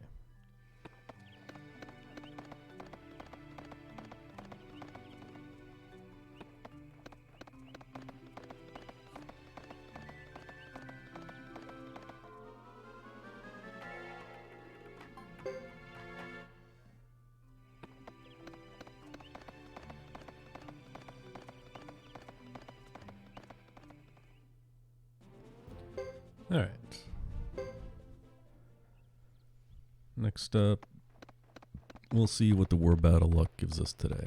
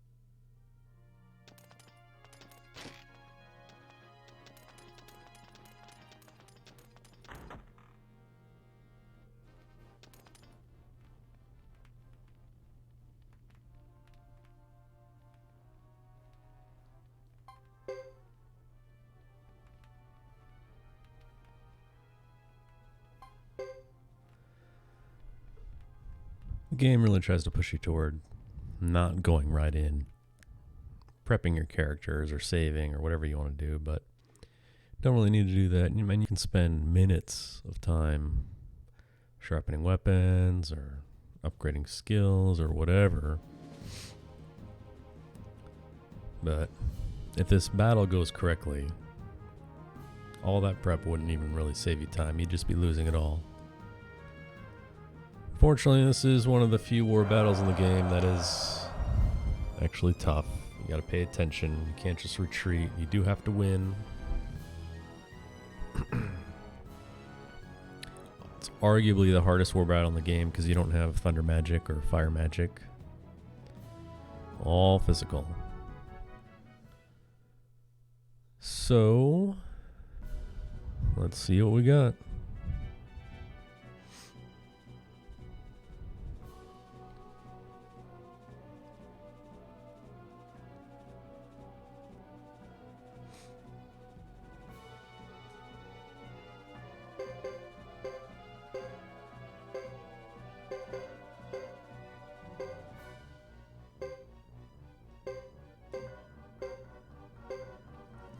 First turn, all we're going to do is move Roland and Chris up to the top, Leo to the bottom. And hope that these guys all advance. That's good. That's not good.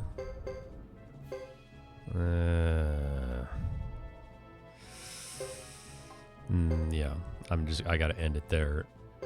Attacking Dupa and Shiba is never a good idea. But we do have to counterattack and hold our position.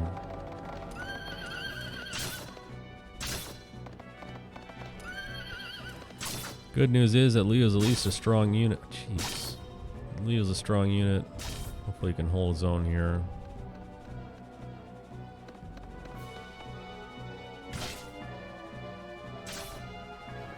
Okay, one down.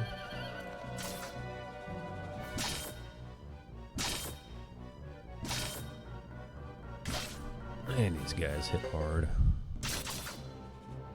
What we don't want to see is have them just attack and then a retreat. We also don't want to see full defense, and we also don't want to see me getting my ass kicked, which is what's happening right now. Come on. Come on, come on. 9 damage. Oh, yes. That's huge right there. Nice work, Leo. Shiba's unit's tough. Unfortunately, Dupa's unit is even tougher. But we gotta fight back.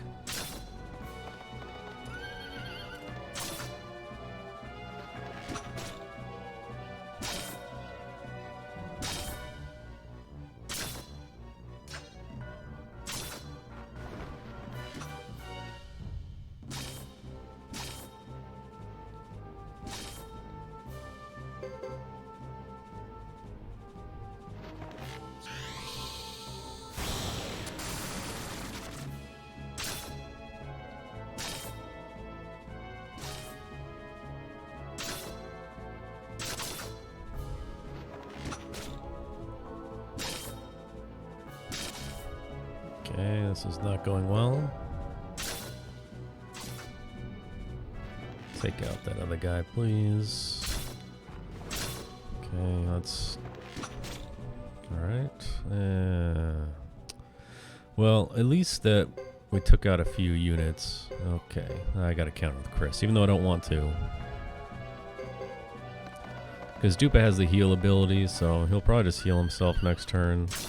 But at least we killed off 2 units, so he won't heal everyone. Just himself and his friend.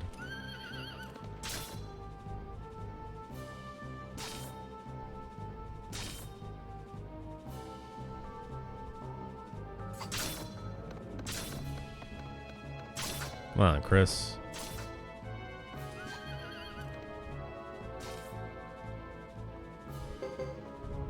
Shit. They're retreating. That's not good.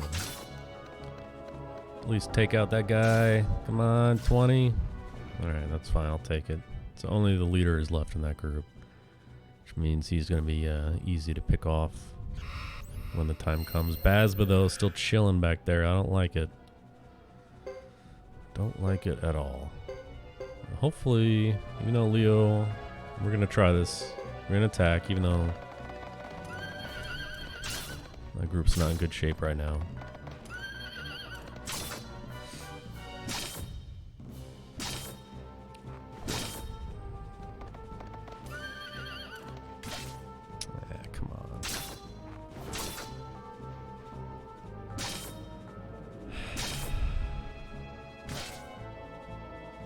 Take out the... you bastards. Fucking retreats. Retreats are the worst.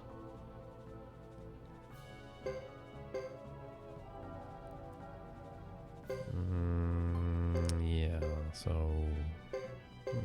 I'm really hoping I can win this. Shit. He just retreated.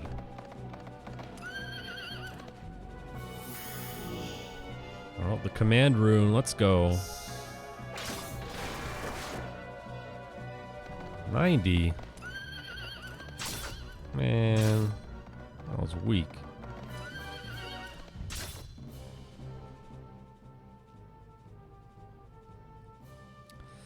Nice command rune, Chris. Not.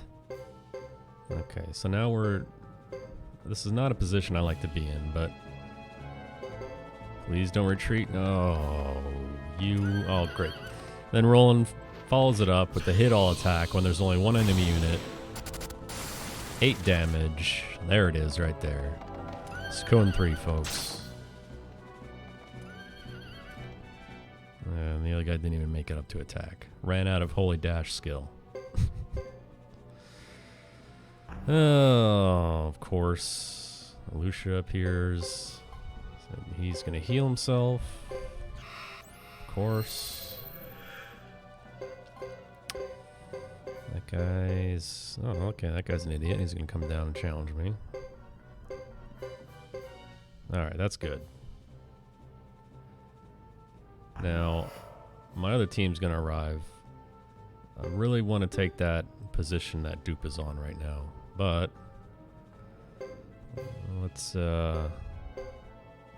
let's take this guy out. Okay, he didn't retreat. I have cover support, so this should end very quickly. One, really? Okay, that was expected.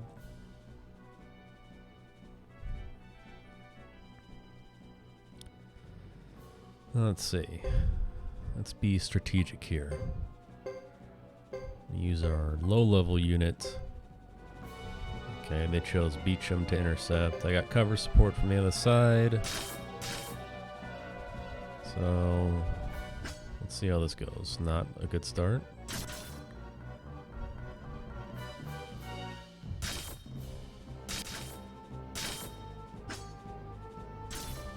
Okay, stop dodging, please. What is this guy doing? No.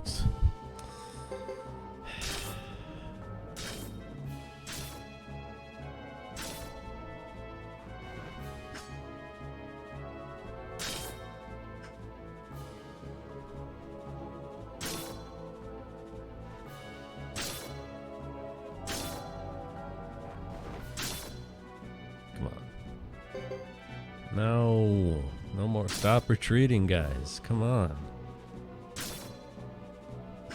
Ah, you missed. What a loser.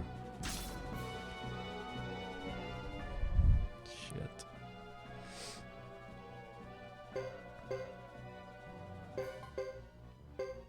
Okay. Again, these are your low-level units. And of course, Beecham retreated north. He could have retreated west, but... okay. Dupa at full life again because he healed. That sucks.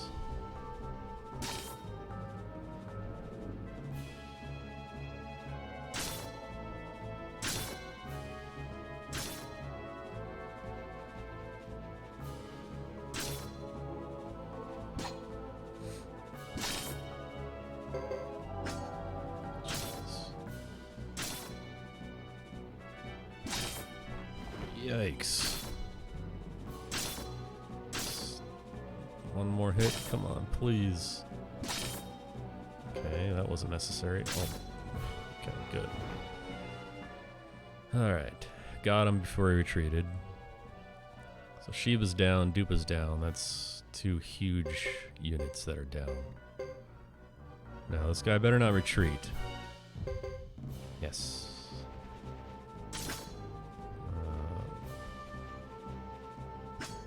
Come on, man. The double dodge.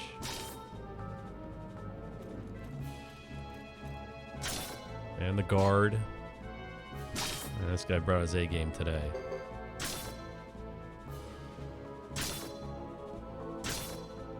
Alright.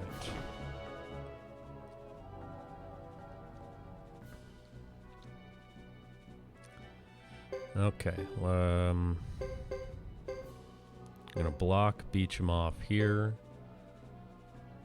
and let's see. I'm just gonna end it. I don't want to attack Basba or Lucia because yeah, this is exactly what would happen. She'd counter, and she's a really strong unit. Dodges all the time, multi hits with that whip.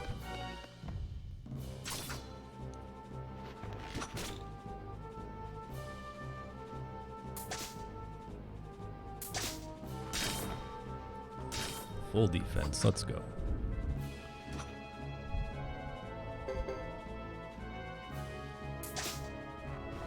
Yikes. Well, Roland, I think it's over. Go out swinging. Well. Yep, there it is. See ya, Roland.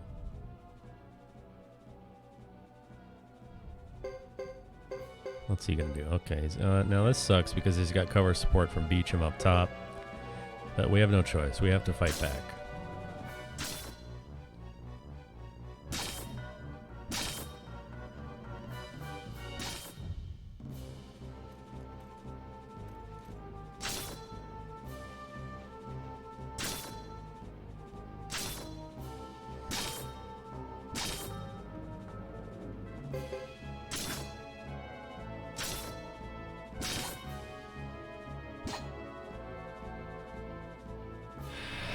Really?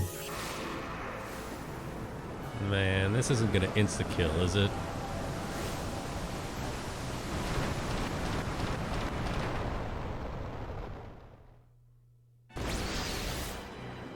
Christ.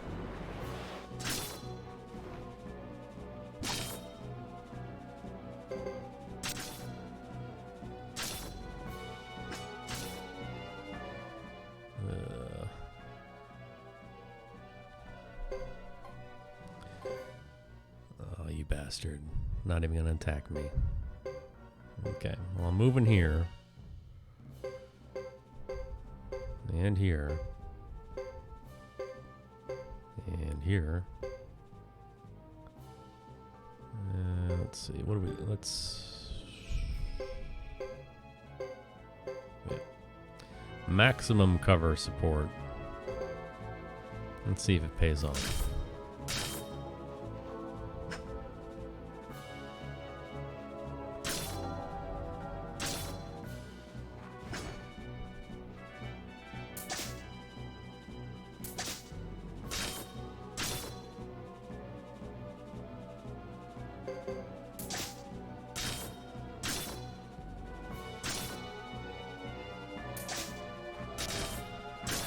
Jesus.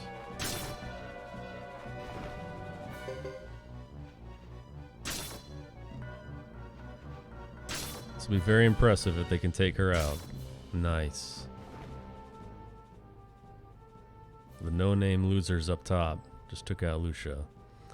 End of the battle. Victory. Not a major victory because Roland died, but it's fine. So that took about 13 or 14 minutes. A top tier time there is usually around 10 or 11 minutes. But that's about average. I'm not going to complain about that.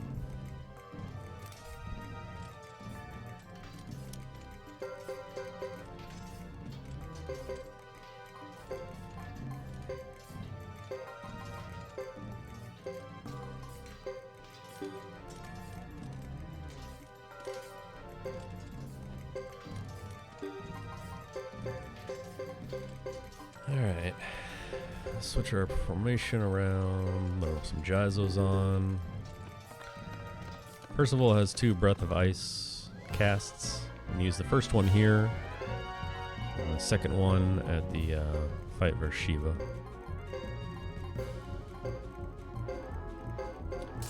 That's right, give those guys a promotion.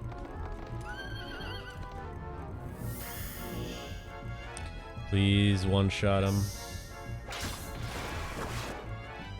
No, that's not even close.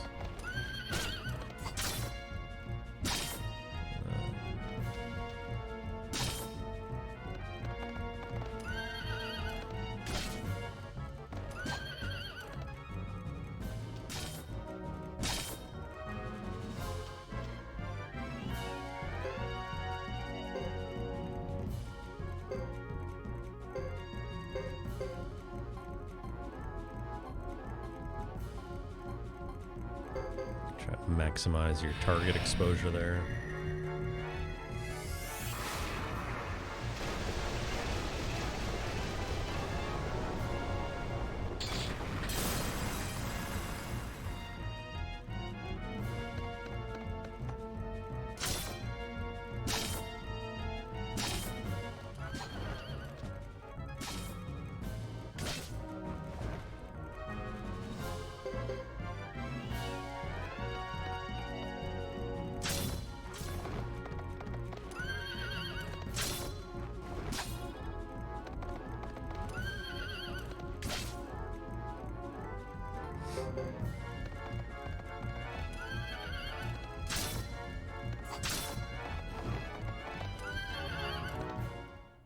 That took longer than it should have.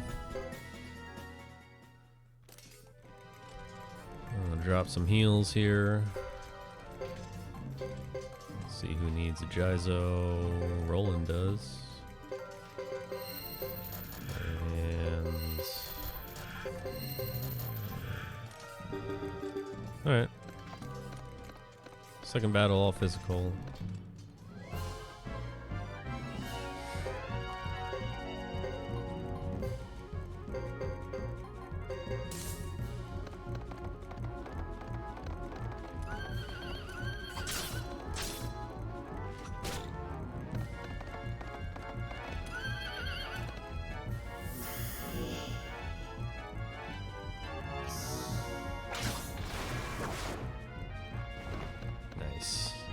Nice hit.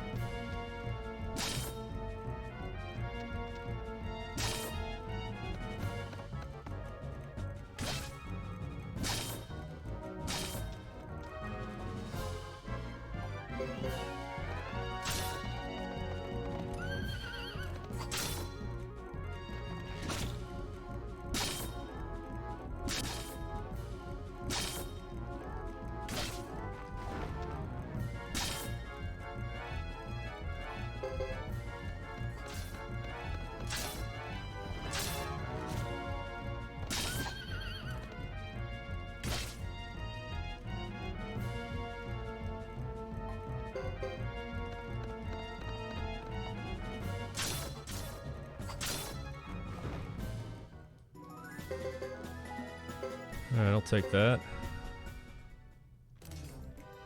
Now we gotta take out Shiva first. Let's,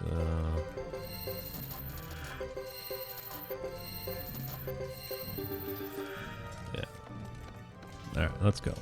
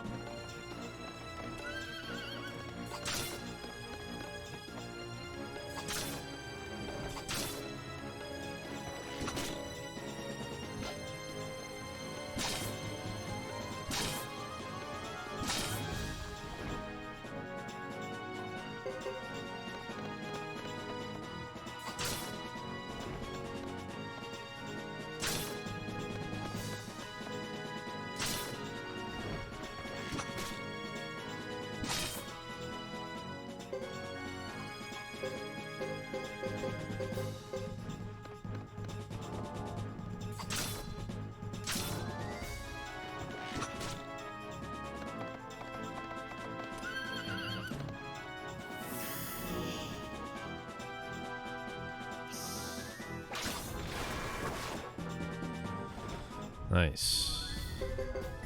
Nice finisher. Alright. Shiva's down. One of the most annoying straight parts of this game is done. That's, you know, the Chapter 2 war battle and these three fights. Not that you're really worried about losing, but just always kind of a grind to get through here. So that's done. Rest of Chris is good. We'll be at Ikse Village soon enough, after we pass out in Zexen Force, of course. And then we'll try and take another thing off our checklist and hope to have a Rose Brooch available when we get there.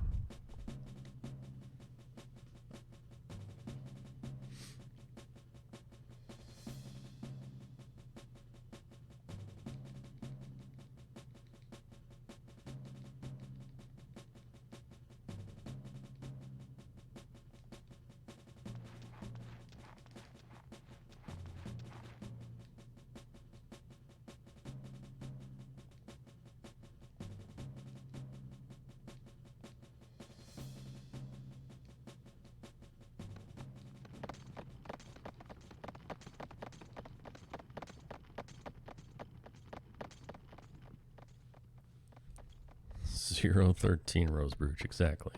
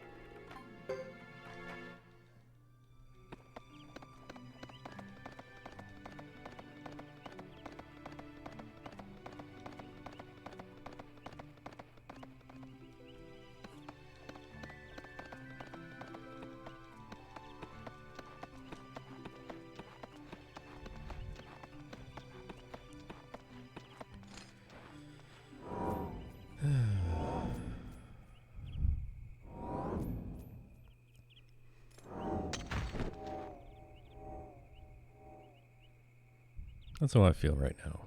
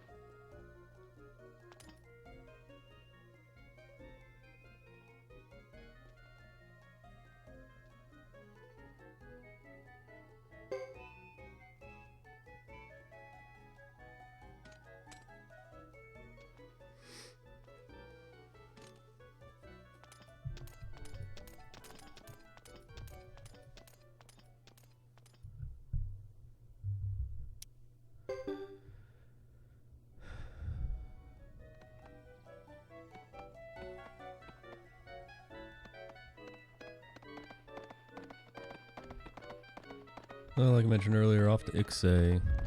Not really a whole lot going on at the moment. Just gonna get there and check the item shop for a rose brooch. And watch the town get burnt down. Got a few quick breaks coming up too, so that's good.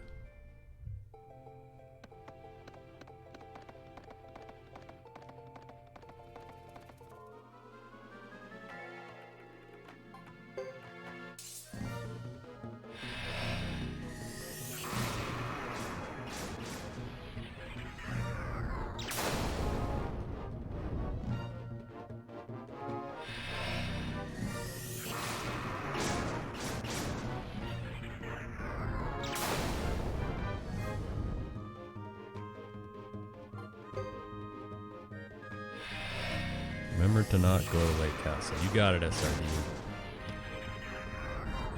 What is going on right now, though? I mean, really. Jeez.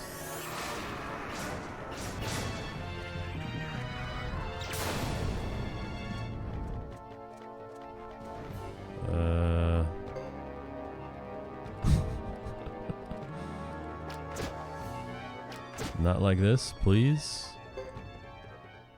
My goodness.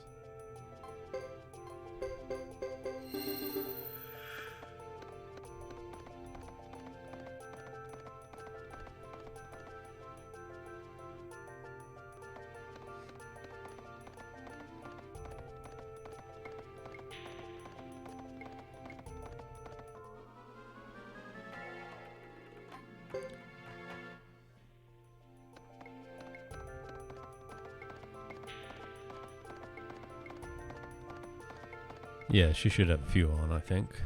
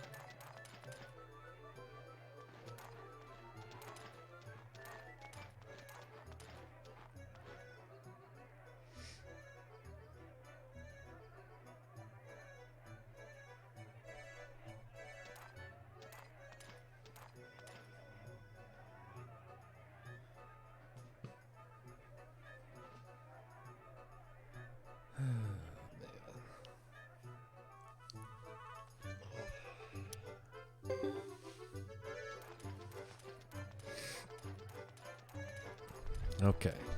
Come on. Come on, game.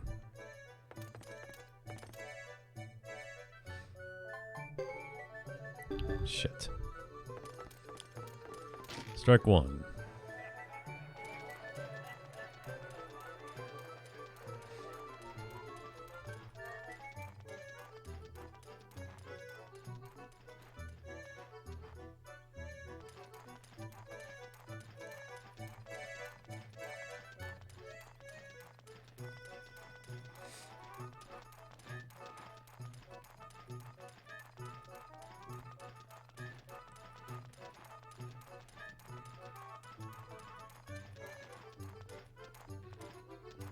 Alright.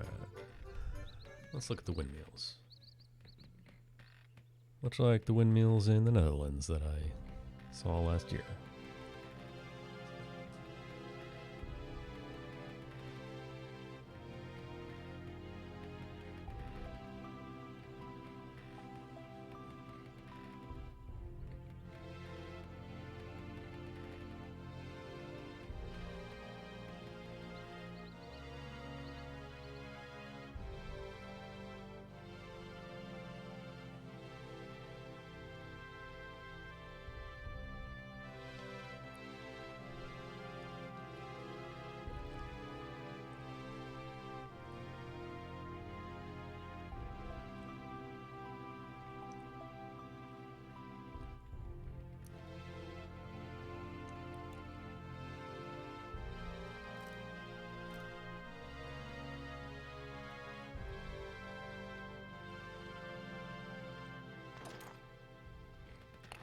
It's our boy Nash.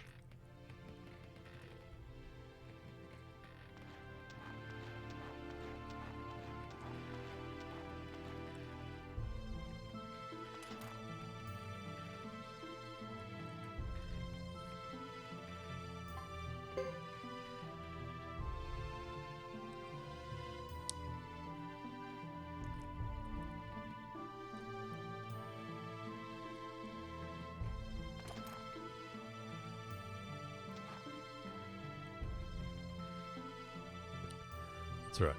Quick break. Talk to Nash. Quick break.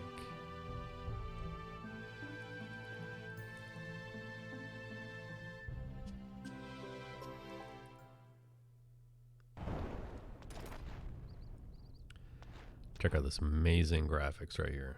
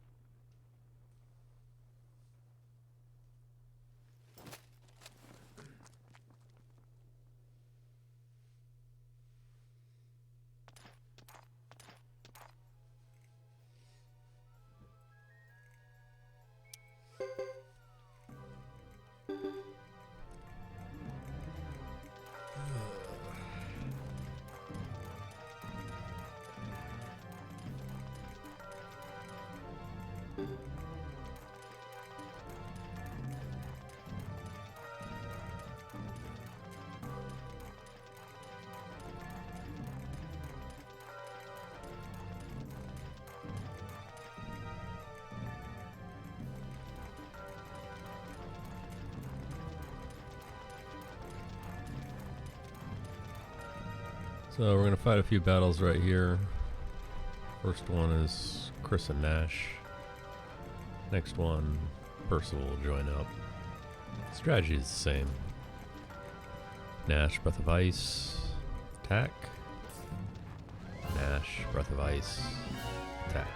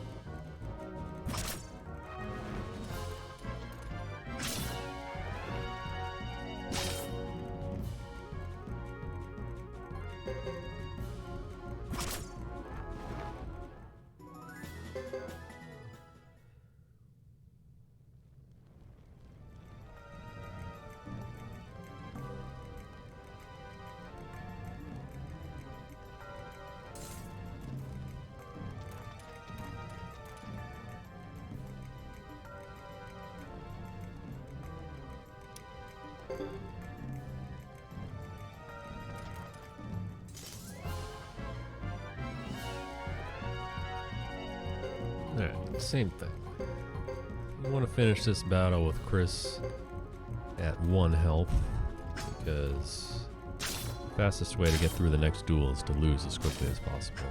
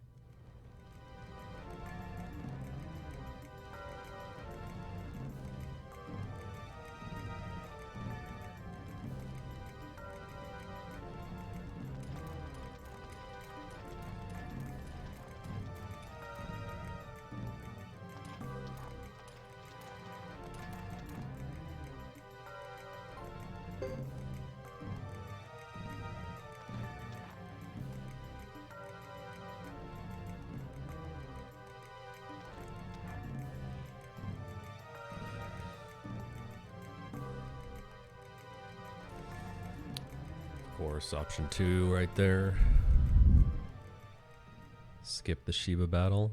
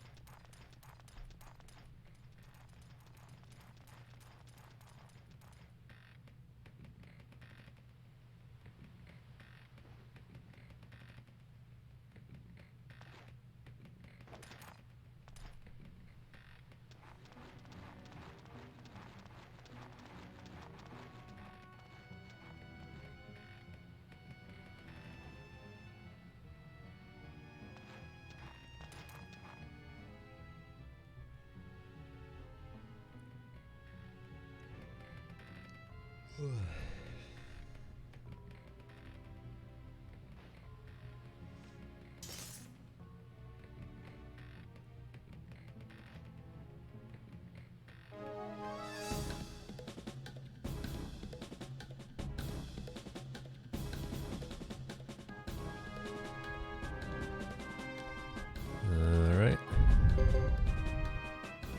Should do it. Nice.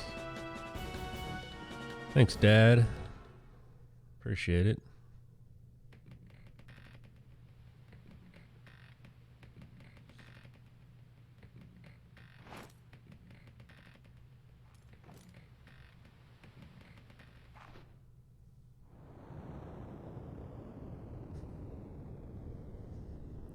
That's right, SRD. Only the finest of speedrun strats here at twitch.tv/Space Coyote, sponsored by everyone.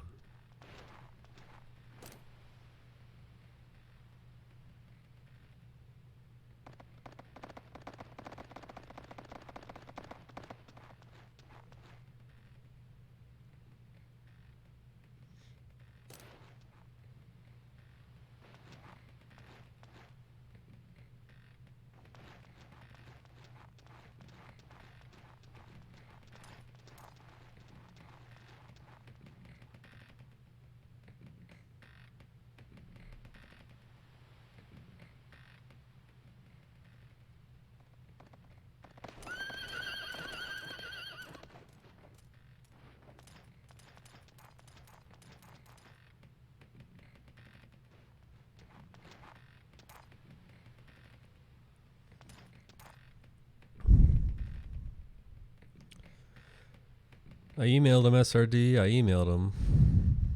They said sorry.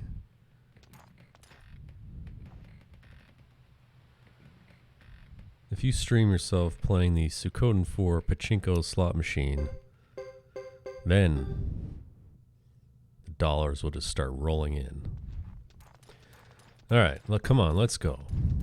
Come on. Come on.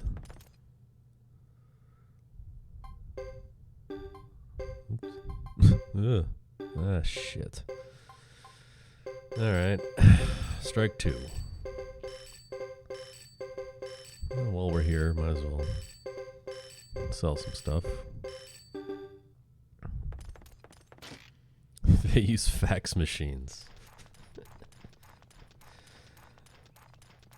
Fax machine? Why don't you just send it over on a dinosaur?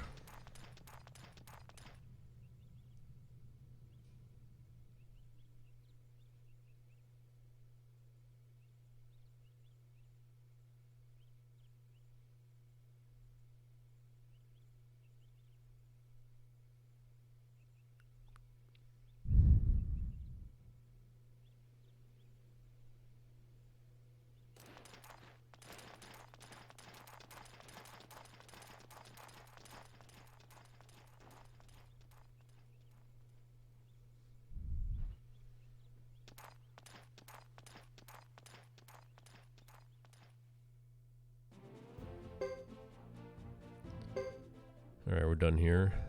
Back to Brass Castle. Then we're gonna sneak out of Brass Castle.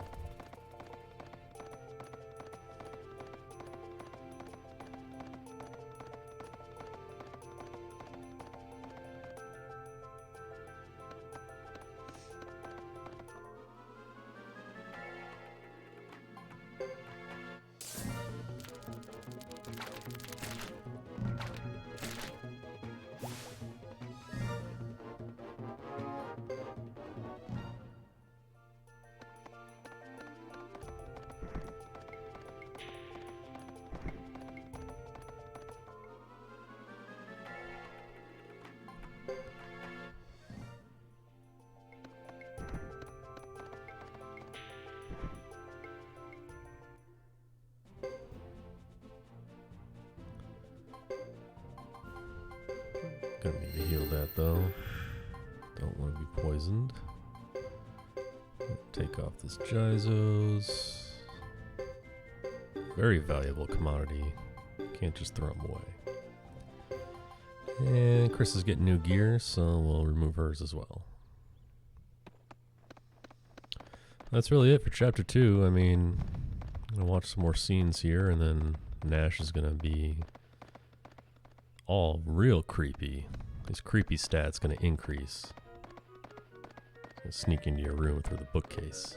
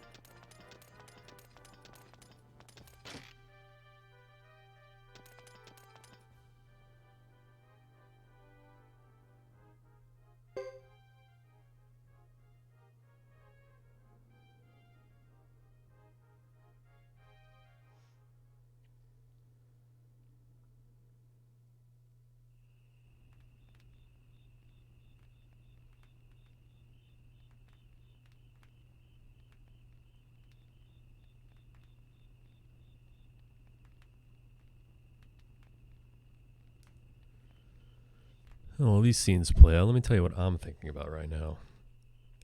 You're rearranging this entire room so that I can do this while laying down in a bed. Now that seems doable.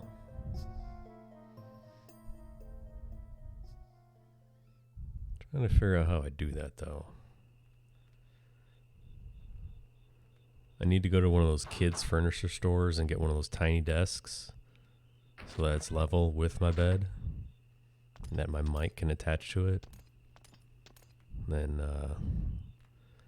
PlayStation and the TV all within reach to capture it. I think I can do this, because then I can see myself doing another 108 run. Because I have to sit in another minute in this dumb chair. I'm gonna lose it.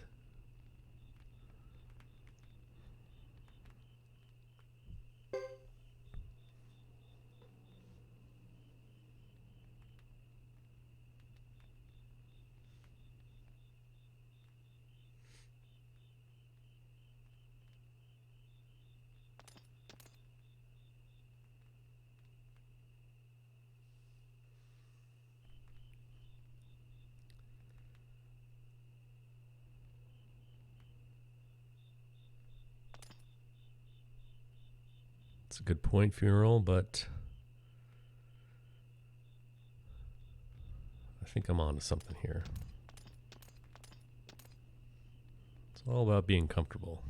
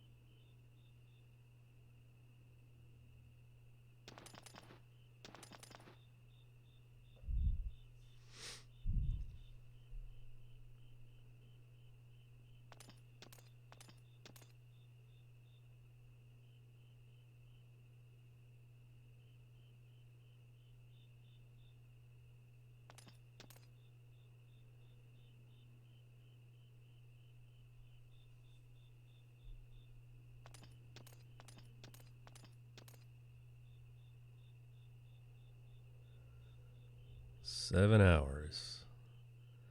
Now, if this were a 108 run, we'd be, right at the halfway point. Not today, though.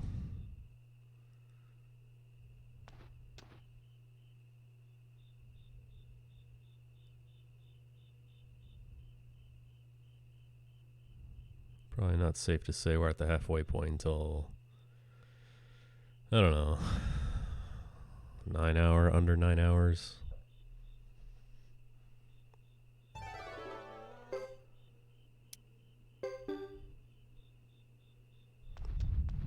8:30, 8:40, something like that.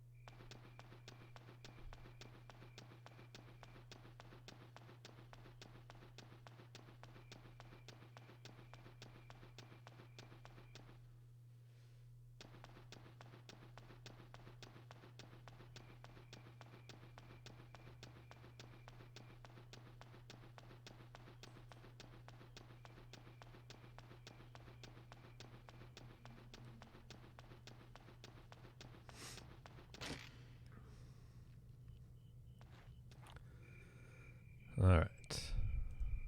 That's pretty much the end of Chris 2.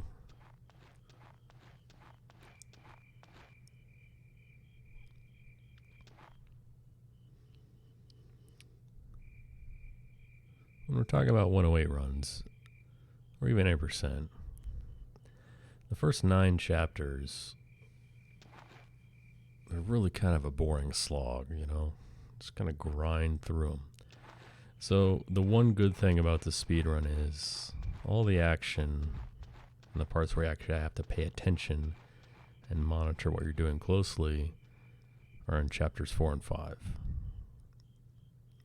So if you can just get through the first 9 chapters, then the rest is easy. But man, it's really hard not to fall asleep.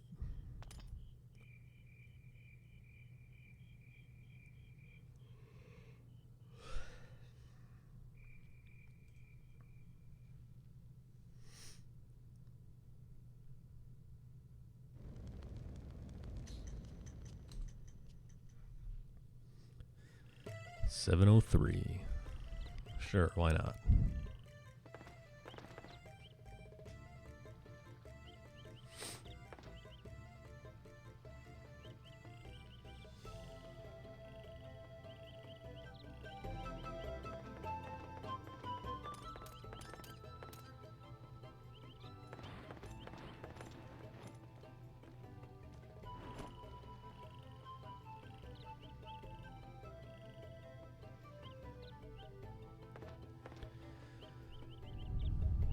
One of the only important things you're going to do in this chapter is right here. Fred's going to come up and talk to you. You mistake me for another.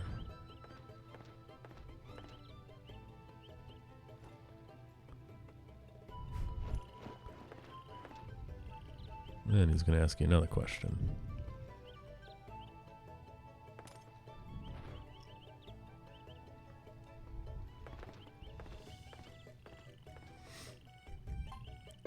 How is that your business? Now, if you pick this option, basically tell Fred and Rico to go pound sand, and then you'll meet them later at Shisha Village. Now, what that does is it skips a bunch of dialogue here, where Fred and Rico are arguing with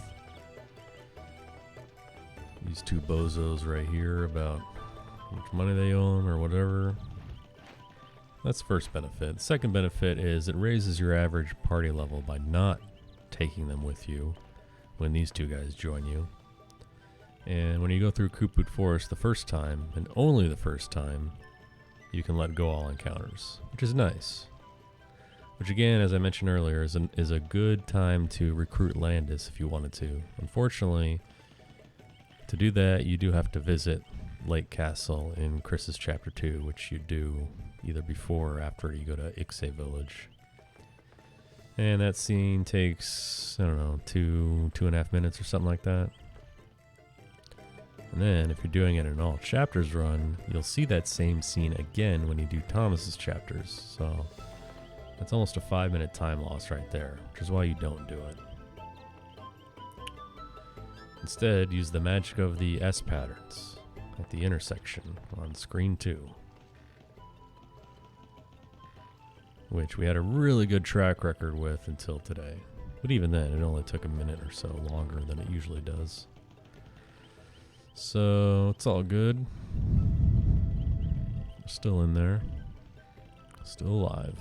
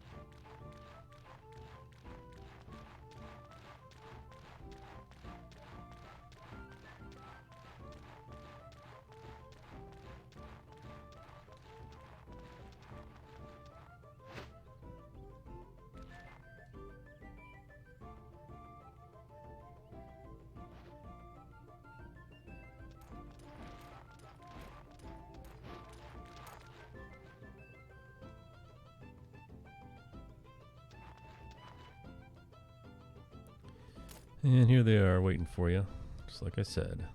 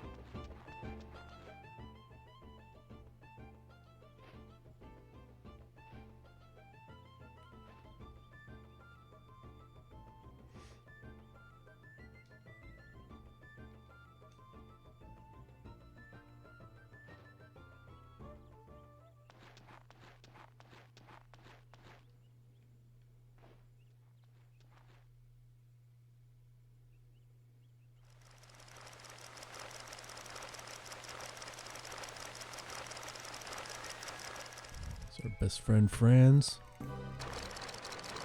Coming to pay us a visit again, of course. Too bad this time it's going to get smoked even worse than it did the first time.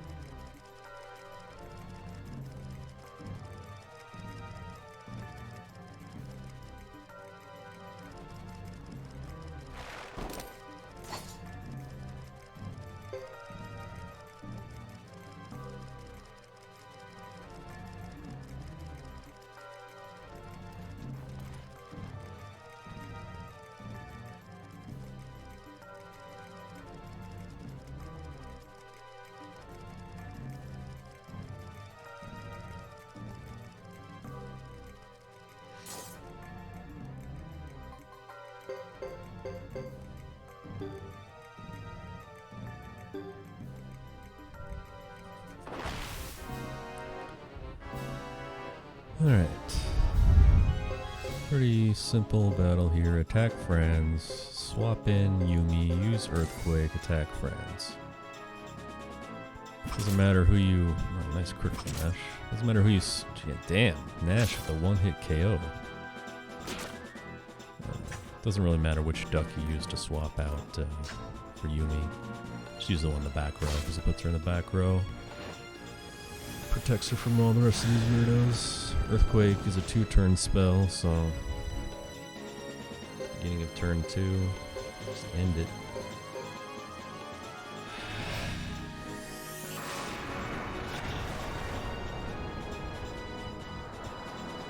That's it. Back to a billion more scenes. And then... everyone's favorite part of Suikoden 3, no matter what way you're playing it. You go through Cupid Forest to get here. Then we're going to go through Cupid Forest to get back to Duck Village. And then we're going to go through Cupid Forest to get here again. And then we're going to go through Cupid Forest to go to Almakinon. And after that, we're going to go through Cupid Forest one more time on our way to the Flame Champion Hideaway. Whoever thought that was a good idea, I don't know what to say. A little ridiculous.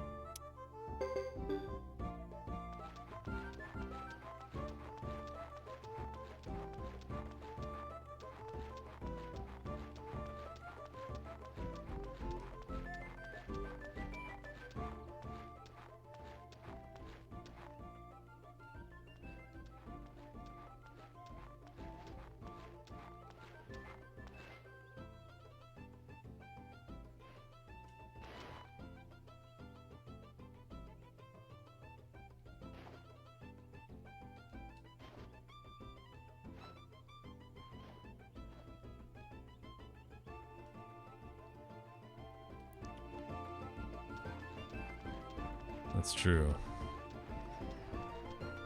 They said, well, do you think we should give him a hint on how to get this other character?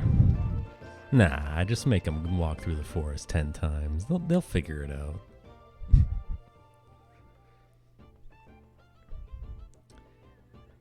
So let's go through the checklist. We still haven't got a Rose Brooch. Need to remember that. And of course, we got the world's greatest card game, Kabu. But both of those aren't going to happen for a long time now, because after this we go straight into Thomas's chapters. Because if you proceed after chapter 4, or if you proceed to chapter 4, you lose your chance to play through Thompson's chapters. So you got to do it before entering in chapter 4.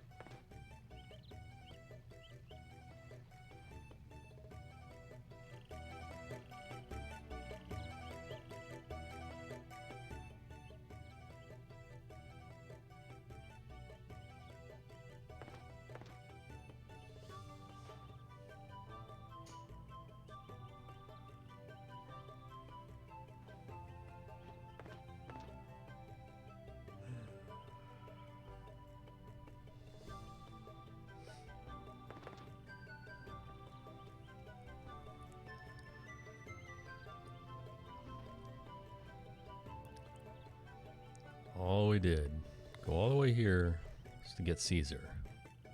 Only to go all the way back.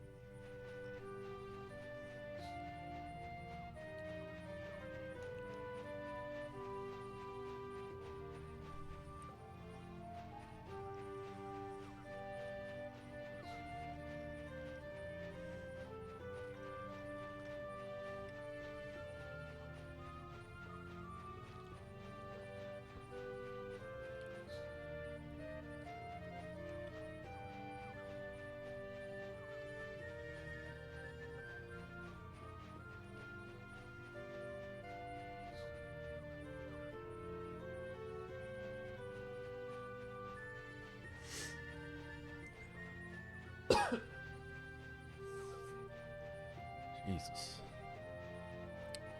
Man, I gotta stand up again.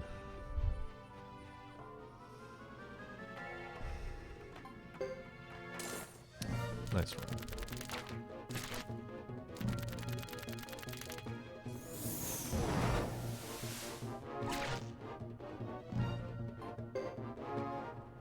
Back before the random star chick, you mean you? Where she self-sacrifices. Shit. Alright. Adjust that mic again.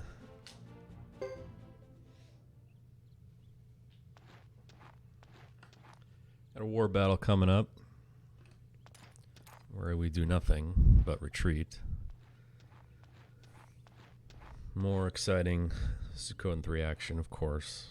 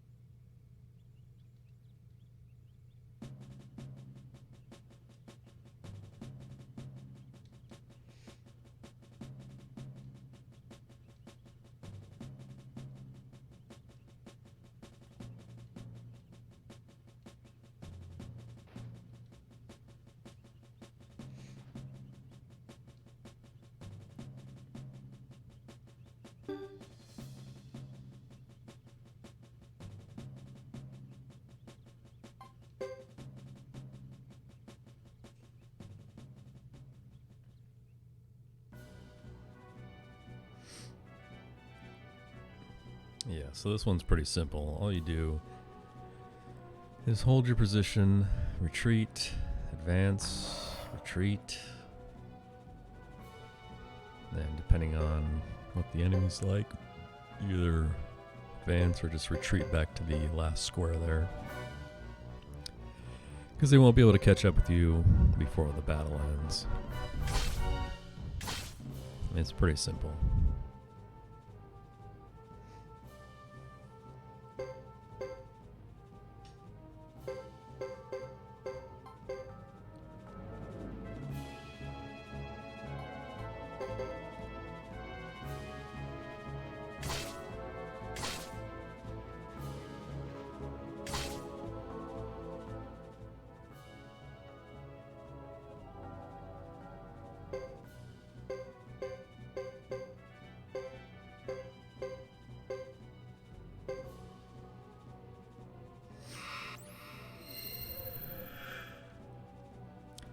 Makes it even easier that you really get healed every turn.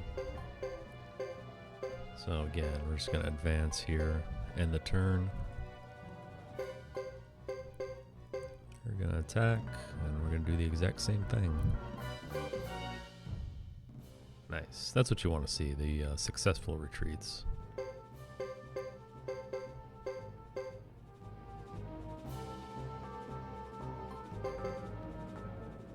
Damn, dude, the double.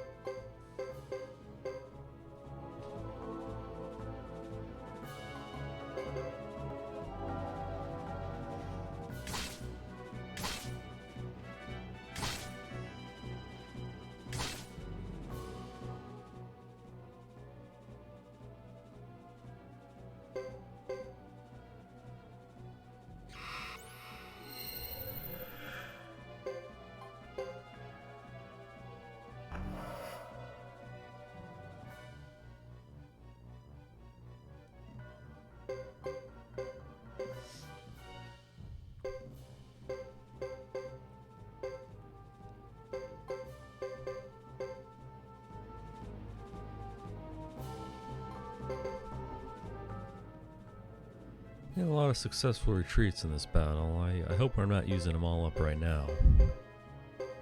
I'd much rather them defer to the very end of the game.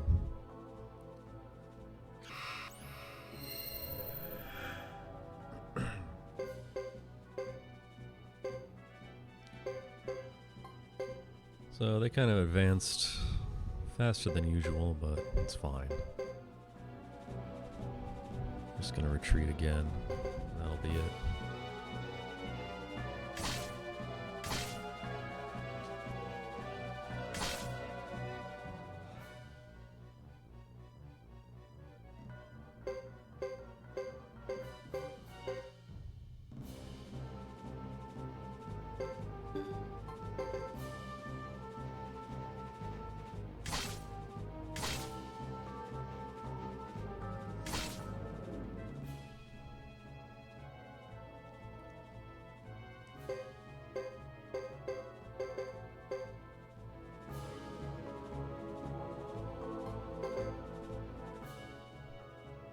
Dang, dude. It's like the 6th one.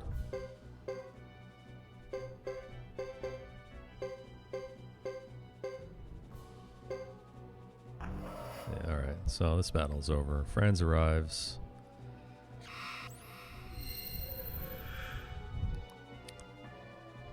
Caesar's gonna be like, nah, don't worry, I got an ace up my sleeve. Manter shit. Lit on fire. Scare him away.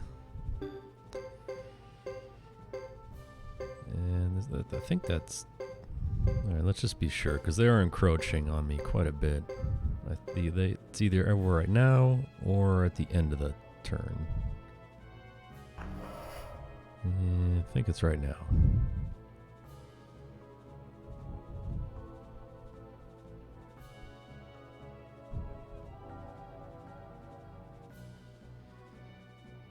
Yeah, again, my notes on these war battles are really lacking. And I really need to pay more attention to what turn I'm on, because that's what it is, really. You need to survive like 4 turns or 5 turns. But you never pay attention because it's Suikoden 3 and you're always about to fall asleep. So, it's fine. What's Ace doing in Caesar's sleeve? Great question. Ace is shit. You're right. He's up his sleeve, but that was the trick all along. You lighting Manter shit on fire, and I'll scare them all off.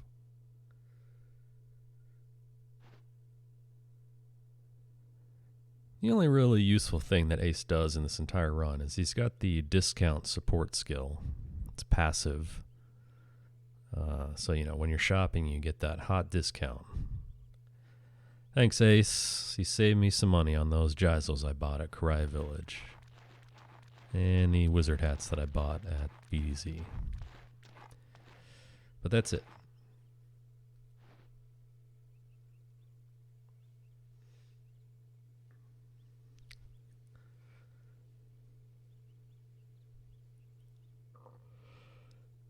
So now we're going to watch a bunch more scenes and then be on our way to Almakinon.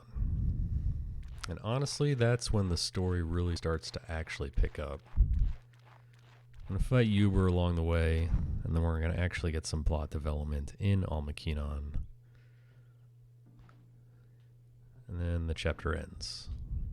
And instead of carrying that momentum through, we're going to bring it all the way back to Thomas, chapter 1.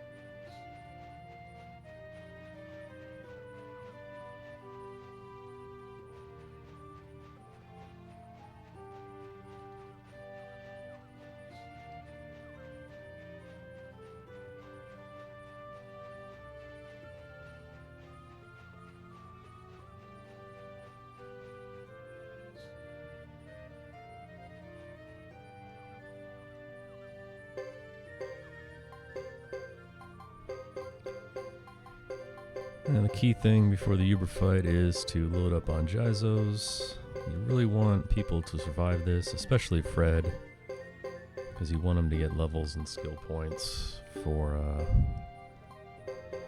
much later in the game. But Chris and Nash even, not really Nash, but he's a good fighter. So all the fighters you really want to keep alive. But if you don't have any Jizos or you're missing some, Fred gets first priority for the first 3. Then Chris, and then Ace. Or Ace. Nash. Nash gets the leftovers if there are any available. Unfortunately, Uber does like to go after Fred. Uber also does deflect and dodge a lot. And of course he multi-hits. So, pretty dangerous. Not that you're actually going to lose this battle, but it wouldn't be rare to see Fred use up all his Jizos and not make it out alive. The good thing is, though, you get to swap in Yuri. And you make a minor formation adjustment here. You're just going to swap out Yumi with Rico's position. That's going to give you the best possible formation so you can attack with Chris and Nash. Use Earthquake with Yumi, and then Yuri is going to be in the back row there, and you can use her Wind Magic. And ideally the battle ends after you're done using all the Wind Magic that Yuri has available. So we'll see. It's a good battle if it ends before then. It's a slow battle if it takes longer. Alright. Let's see, he's dodging already.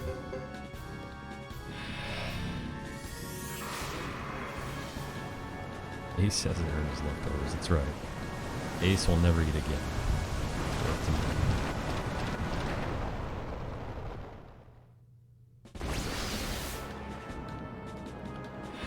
So that's a really slow two-turn spell that doesn't do a whole lot of damage. But it's better than shooting and missing. Earthquake, of course, the greatest spell. And that's really what you want to see. And that. You want to see the critical, you want to get him to stop chance, you want him to use his magic, because it's weak. And he's already in Berserk mode, which means he's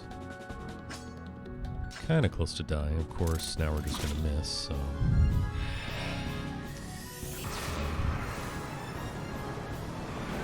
Shredding is much better. It's a one-turn spell. Faster. And does okay damage. Honestly, you can make the case for attacking with Yuri, because she's a beast. A natural high, heavy damage skill, which means she can crit a lot. She hits pretty hard in general.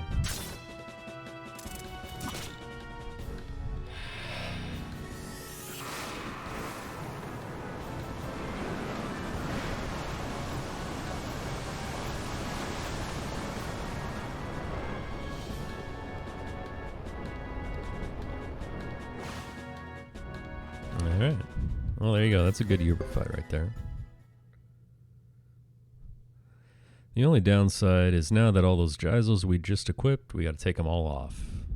Because the next battle that we fight in Almakenon versus Luke, Sarah, and Uber, we want to lose that as quickly as possible.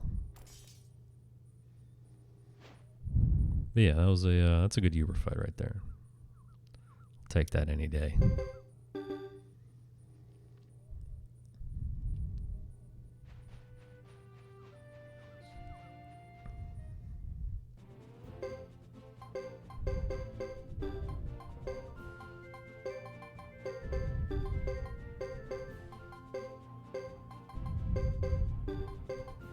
Damn, dude, I didn't even use one Jizo.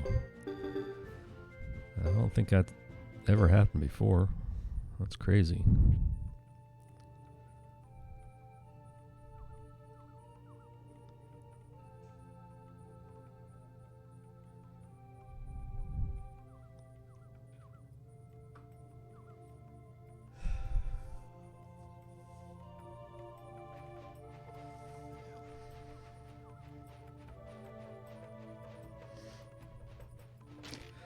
First thing you want to do when you get here, though, right away, aside from enjoying the music, one of the best town themes ever, not just in Suikoden, in my opinion, of course. Go to the magic tutor, and since we have Yumi in our active party, this is really the only time you get to do this. Upgrade her earth magic, and that'll be for much, much later, like really at the end of the game later. And while we're here, might as well get the most out of our visit here. We know that Hugo is going to be the flame champion, which means Chris is going to get the water rune. So why not just bump up her water magic skill too while we're at it? She should have plenty with leftovers to get to B+, which is her maximum. And now we watch a bunch of scenes.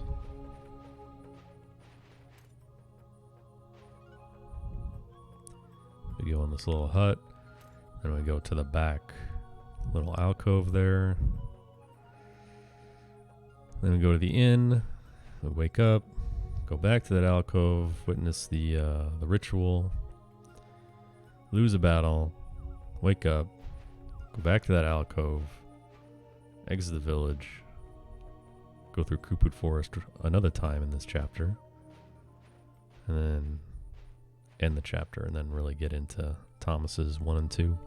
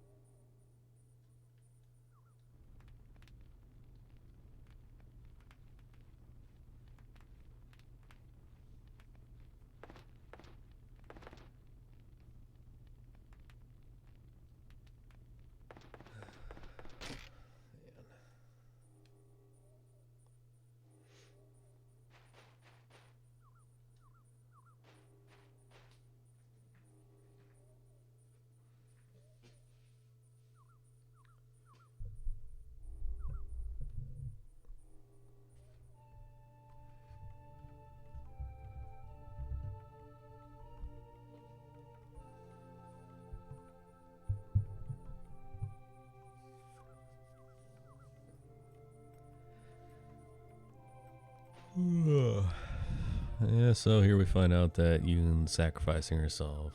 Blah, blah, blah. We're going to try and stop it, but not going to really do anything. And some other people are going to come in and try and stop it.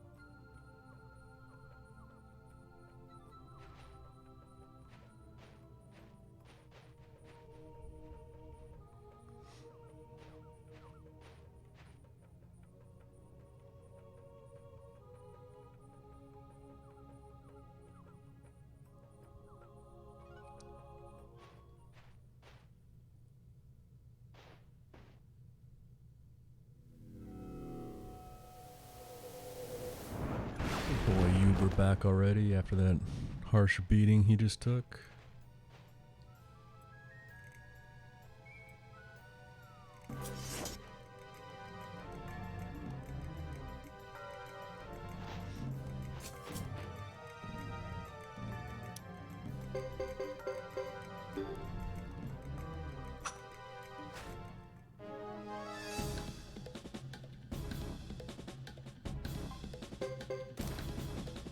Alright. Ideally you want not that. Classic Sarah opener right there. Full party heal when you didn't need it. You were also using his slow single target attack. Off to a good start here.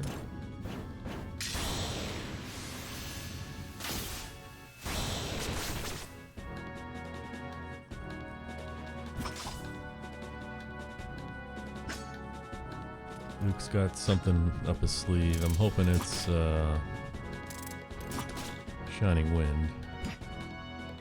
Everyone's missing. Just the regular shredding, huh? Yes, yeah, it is.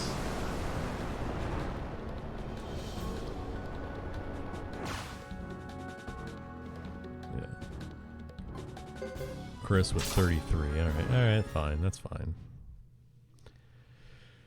Potato AI, yeah, that's right. That's the Sarah classic, though. We see it all the time. I'm sure we'll see it again later.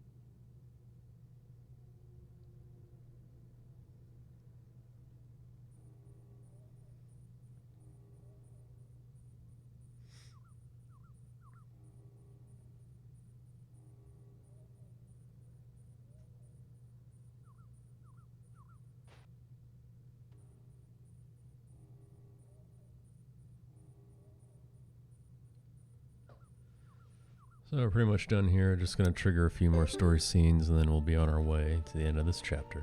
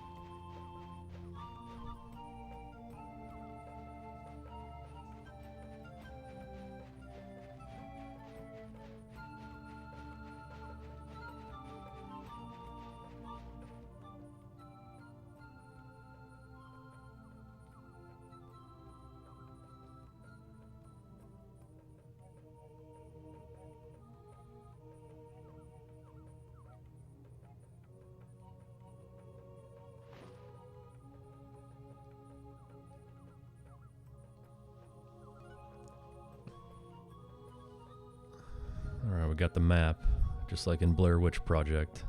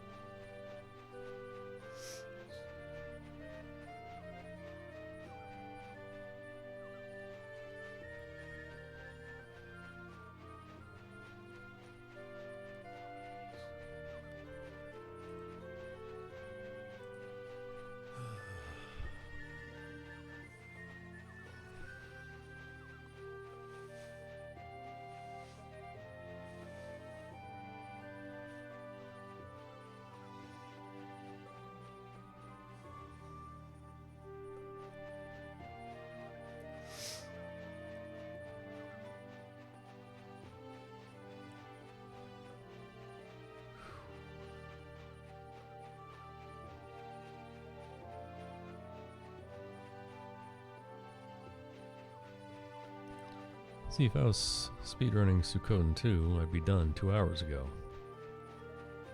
And I wouldn't have had to get up at 5 o'clock. Alright, anyway, last stop of this chapter, Flame Champion Hideaway. Nothing to note here, just hope that we don't fail a bunch of runs.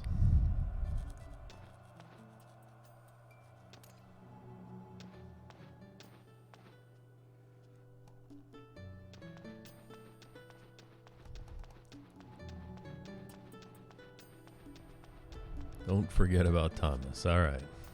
Thanks for the reminder, SRD. I did forget about Thomas this morning at,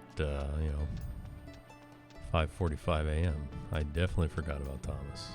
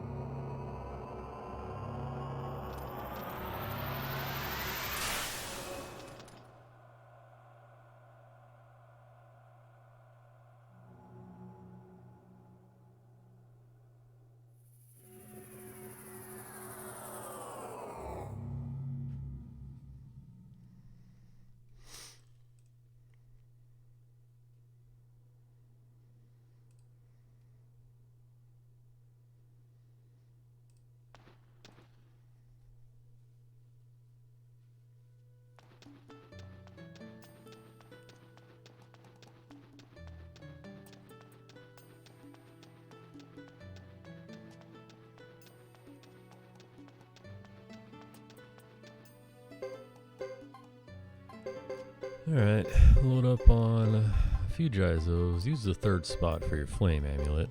It's going to really bring down the fire damage. Check the HP. And go through the door. Even though Chris is the first one here in the storyline, he's the last one here in a speedrun.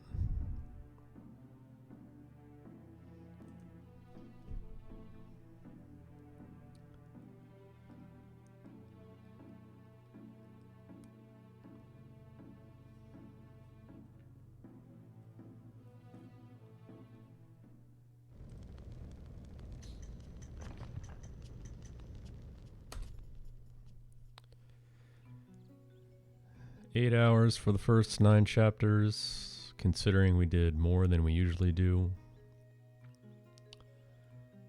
in regards to getting Billy, Scott, Gene, Ernie, losing to Billy, taking a minute longer to get a screw and a minute or two longer to get Landis, then the 108 world record time.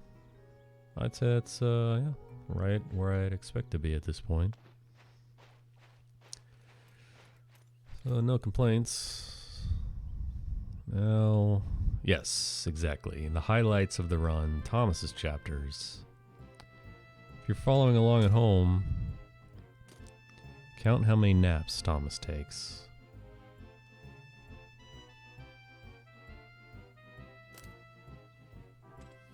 Try and keep track too, because if I ever do a Thomas percent run again, those are going to be the splits. Each nap will be a split, and I'll have more splits than I normally would.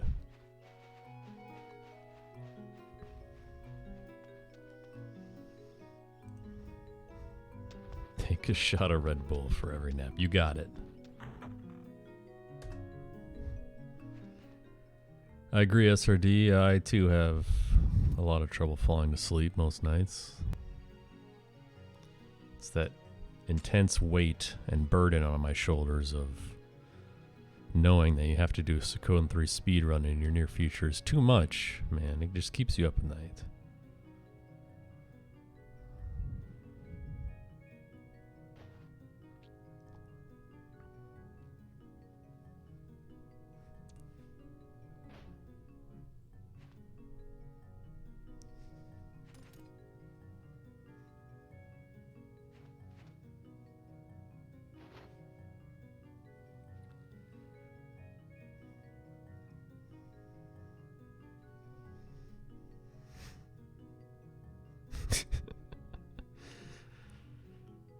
All right, Sean. What seems to be the problem here today? Well, I can't sleep.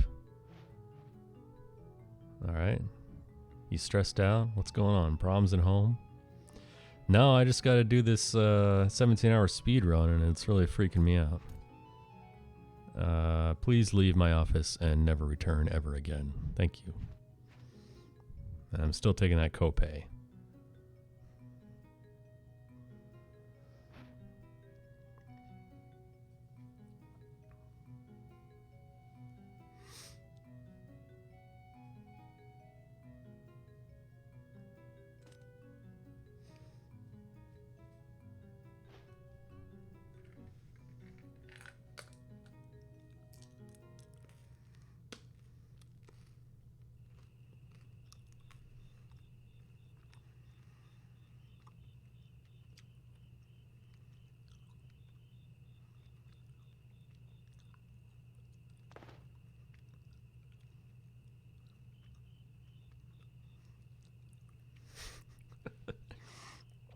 See, these are all great. It's that goddamn Kabu. You know, that's a true statement. Fat Mozart. That's good. Good stuff. The dog who manages my closet keeps peeing on my rug. He keeps doing that butt scoot too, man. It's really starting to get old.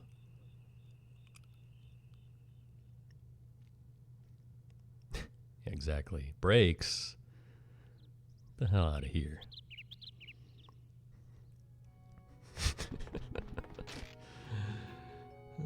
Fat Mozart.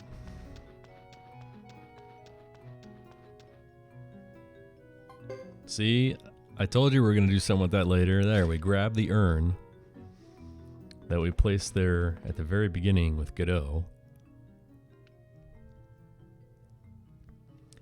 And we may sell it later or we may not. Now that's some advanced tech right there. Dropping off the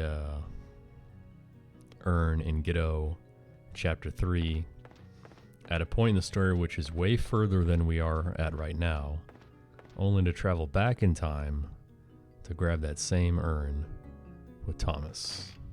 Now explain that to me.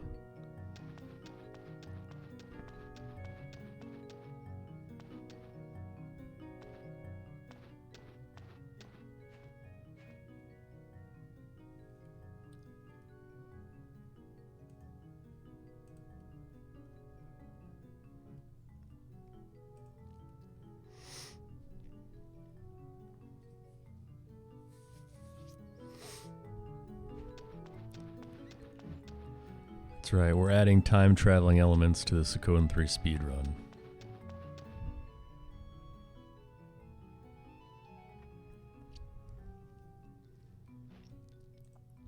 Oh, and by the way, when we first went to our room, I'm counting that as nap number 1.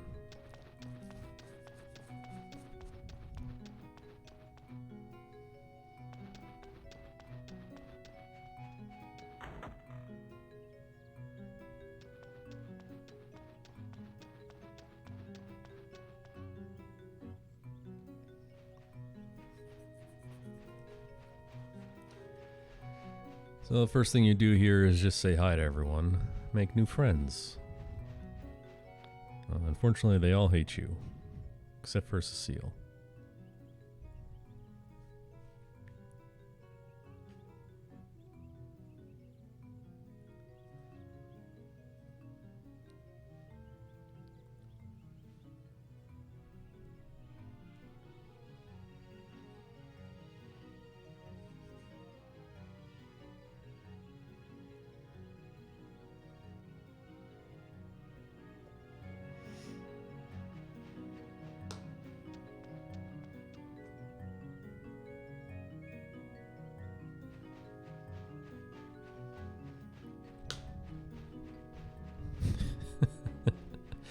Dude, that's exactly what Tom's chapters are. You got the dating sim here with Cecile.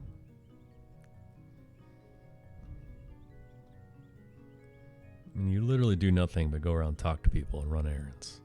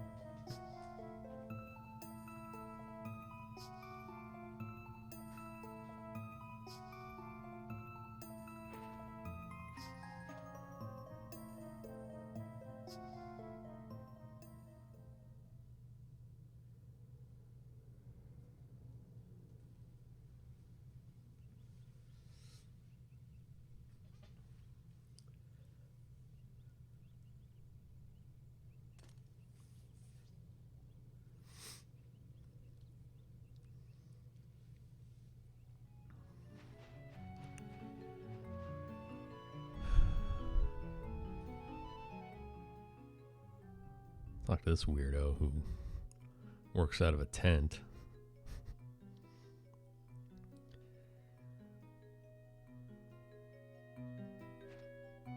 Who knows what's burning over there?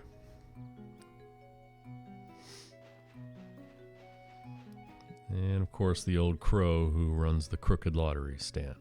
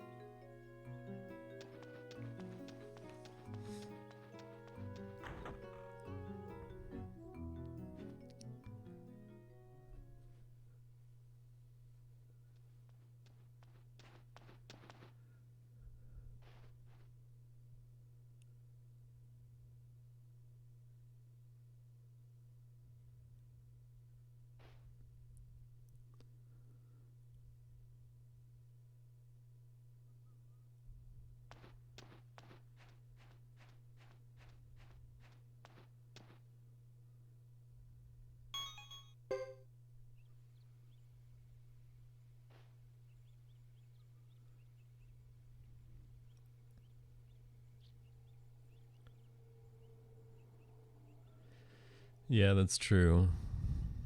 And the classic JRPG overuse theme.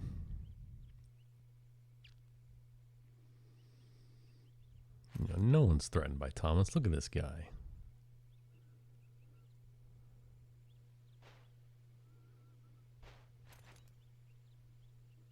I mean, who rolls up their pant legs like that? Come on, man.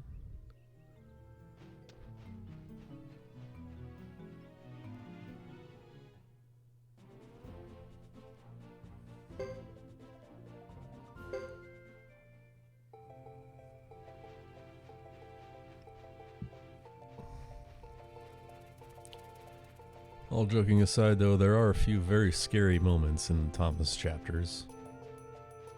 One is trying to get the right encounter on the way to Mount Hightow to fight the boar, because you do need to level up a bit.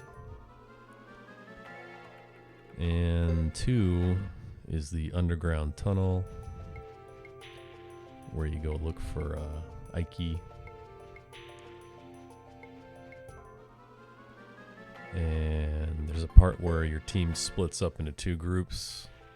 At that point, it's just Thomas and Cecile. And if you run into some of those devil eye looking monsters who can use their optic blast attack on you, it can be a game over. You know, you can't cop out with Gyzos in this run because you don't have any money.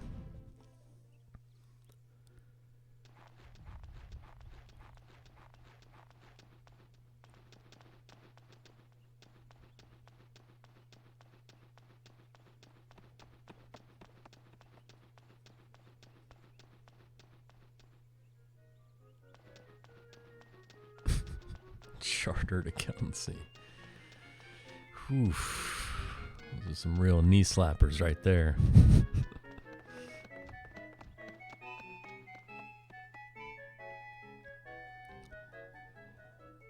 You know, if Thomas could have actually gotten a water rank at B, maybe B plus or B, I would actually put him in the final battle.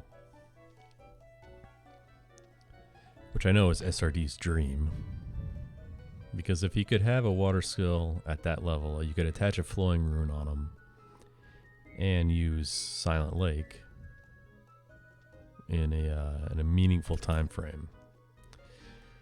As it stands right now, I bring Chris to use Silent Lake because 1, she'll have the True Water rune, which means Silent Lake is her second spell, and she has a B.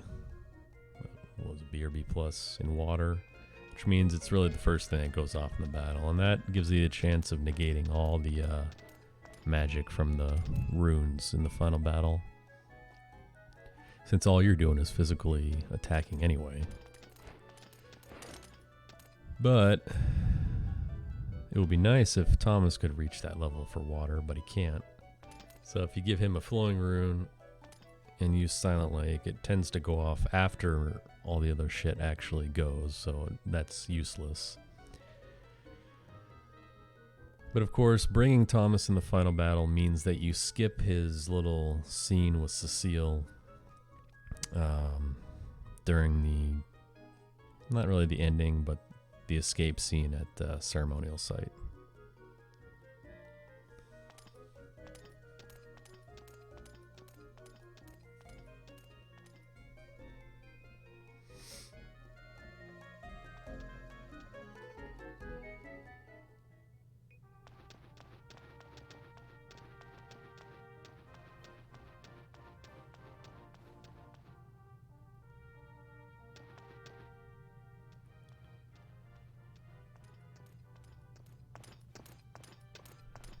That's your dream, SRD, Kabu RTAs. Well, you can win it in one move. Bet 7 grand, you get that ace 4 combo and win. Good luck with that, though.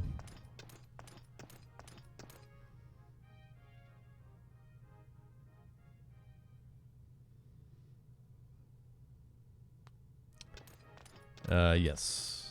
So you've got 1 support slot, and you know, you've got a bunch of support characters to choose from, but you can't put an actual fighting unit in your convoy or support or whatever you want to call it, and vice versa.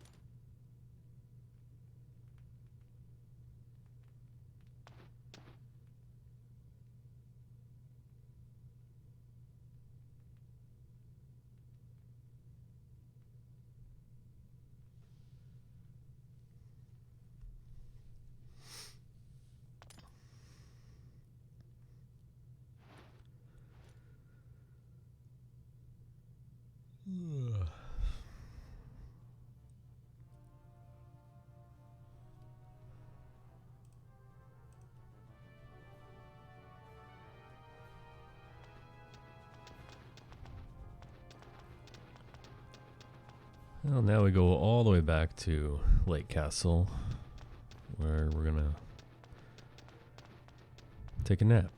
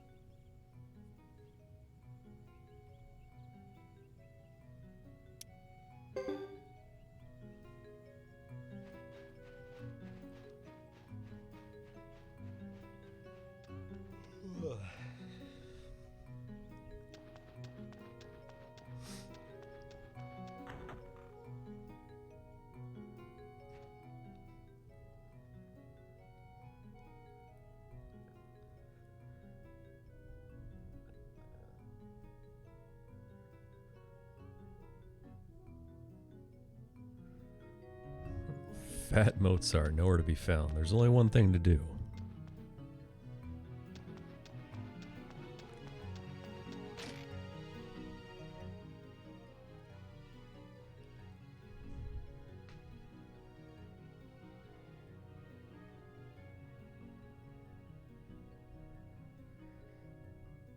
You could also consider, even though I don't know why you would consider it, but dropping the Hex statue off.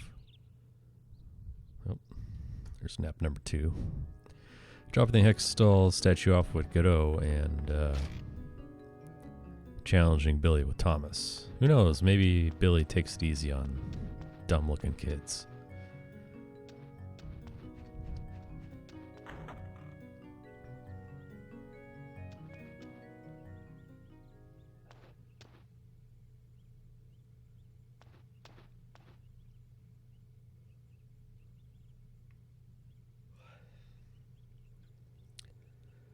Some kid ran off, so we gotta go find him.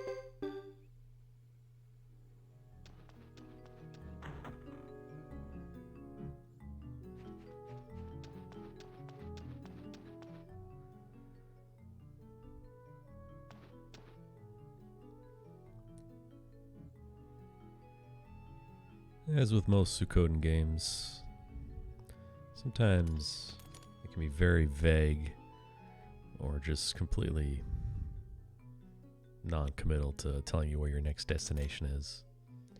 This game probably has more faults than the rest of the series combined, honestly. You rely on yourself to just explore. Because all you need to do is go to the elevator, trigger that scene, then come down here to your ship, trigger this scene, and then talk to Juan. Only then can you move on with the story.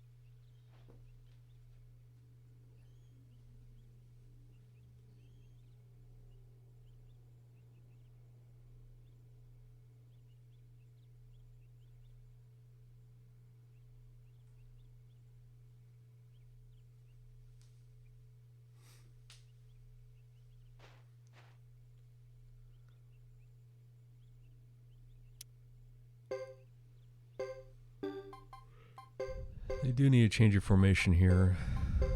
Juan's going to be in front of Piccolo. Cecile's going to be in front of Thomas.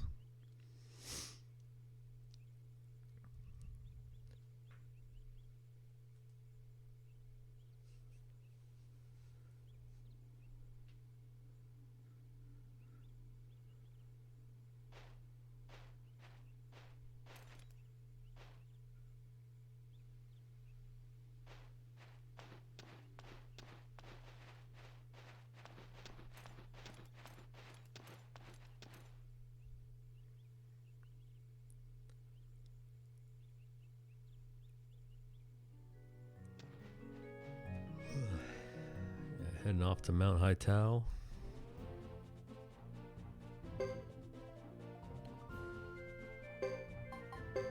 First though, we're going to take this Jizo off of Piccolo, take off his Wind of Sleep scroll, and put that on Thomas. And we're going to use that, hopefully use it. Hopefully we're going to get a good encounter here. I'd rather get it here in the plains because the chances of getting one at Mount Hightow are lower. There's a few encounters you can take here. You're just looking for a boost in levels in addition to skill points. That's not going to work.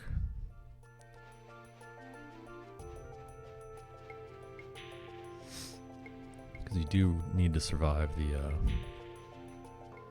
fight with the wild boar coming up soon. This one will work though. Defend the first turn. That's going to draw all the enemies up to you. It's going to wake up Juan.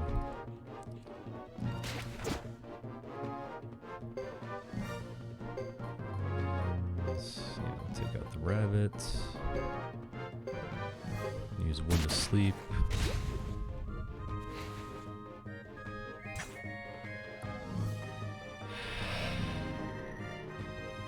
I don't think these little fur balls can be that deadly, but this is just an insurance policy to make sure no one dies, because you do want everyone alive. And of course, it missed everyone, so that's awesome. Oh man.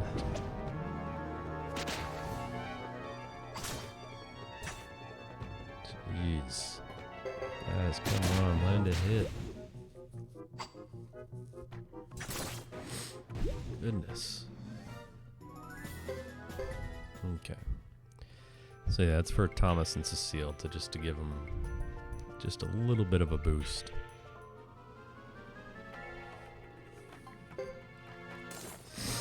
best encounter is the one you can get here with the I think 7 of those furball things, and that'll get him up to level 5,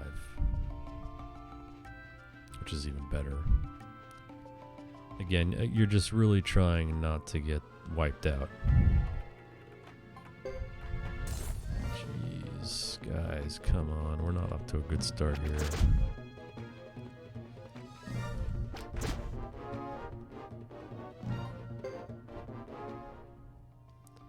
You also don't have a whole lot of healing items at your disposal, so really would just rather not fail these runs, honestly. Of course, in here it's even worse because you got the green creeper enemies and they can eat you up and spit you out. That actually does considerable damage. And it takes longer too.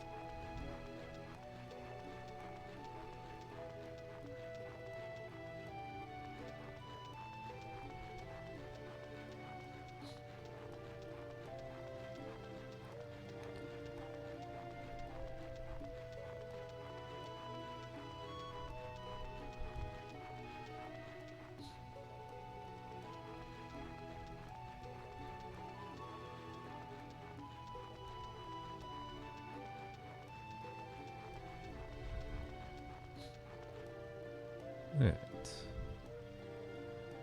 Yeah. Be extra careful here in case things go terribly wrong.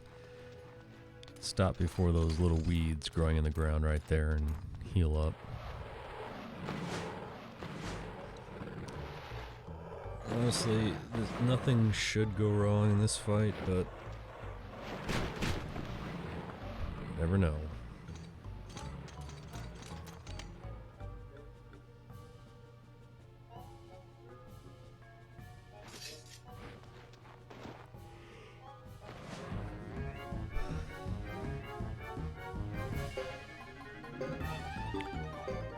Okay. Berserk blow. He's gonna attack Juan. He always does. Really just better to defend with Thomas and Cecile. Nice miss, actually. This is gonna go off. 2-turn spell.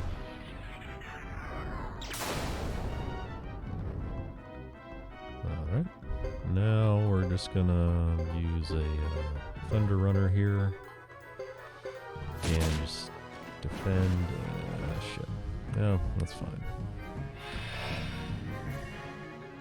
This should do it. Alright. There it is.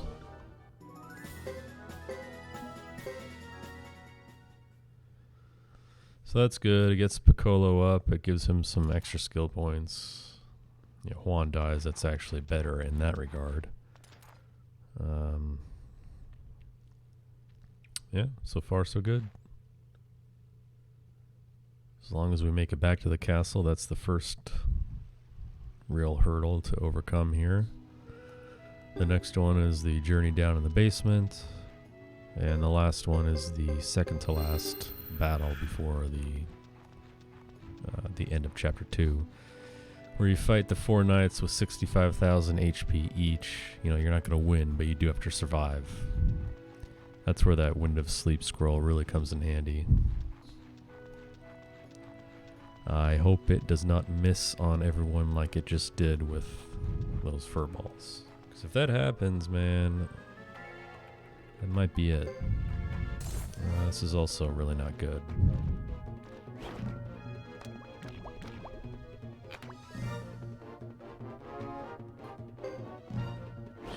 Jeez, come on, man. We've filled like 15 runs in this chapter. Shit. My last lunchbox. Damn. All gone. No more lunch.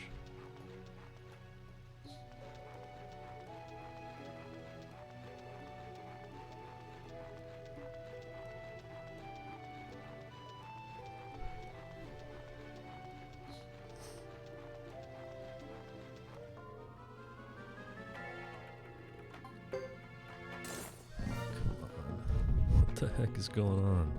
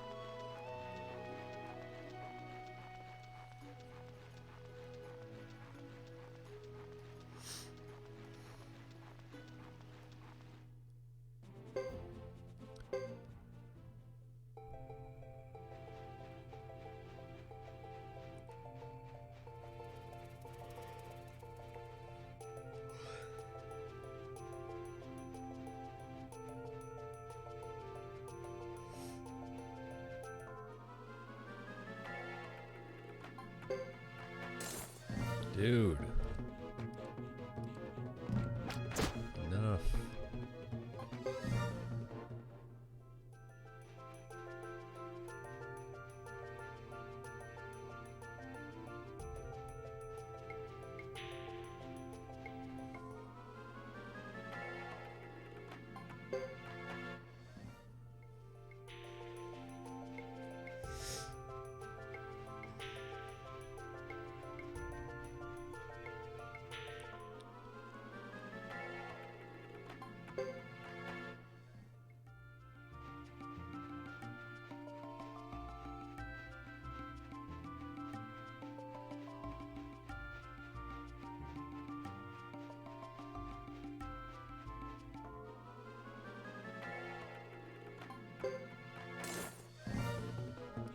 Whew. We're setting a world record today, but it's for failed runs. Oh my god, the crit on... That's it, these guys asked for it.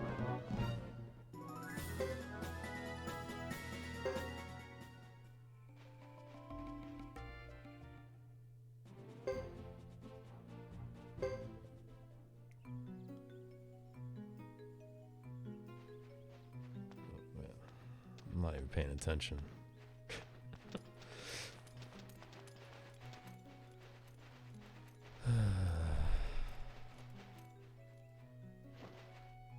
Oops.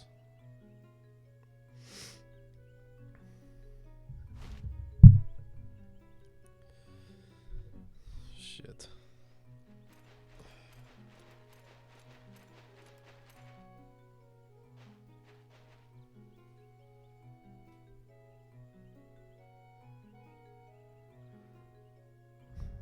Okay, my headphones are back on.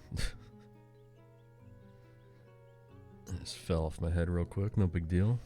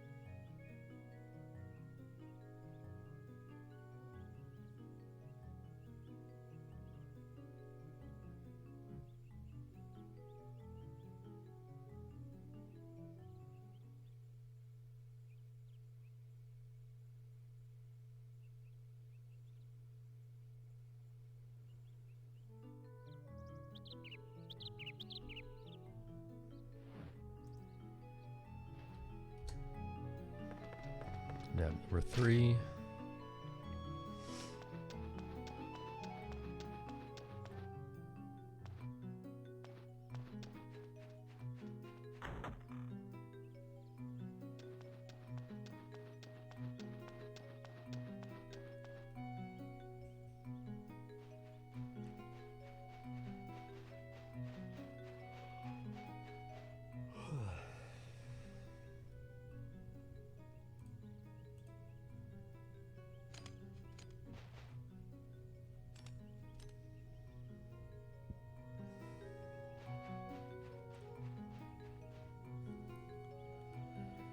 Sebastian, nowhere to be found, of course.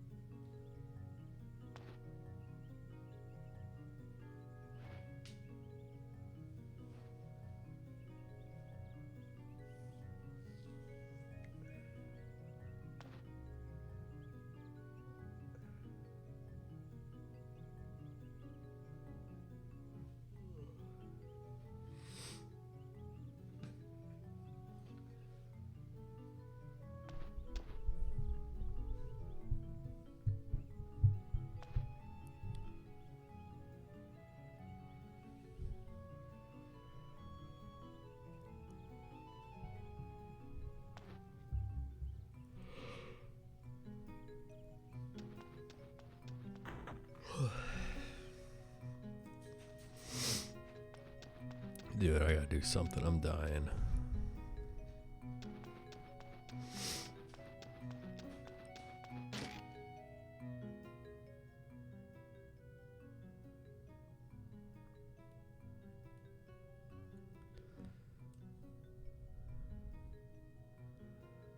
I wonder if I can train my dog to just step on the control pad repeatedly for the next few hours.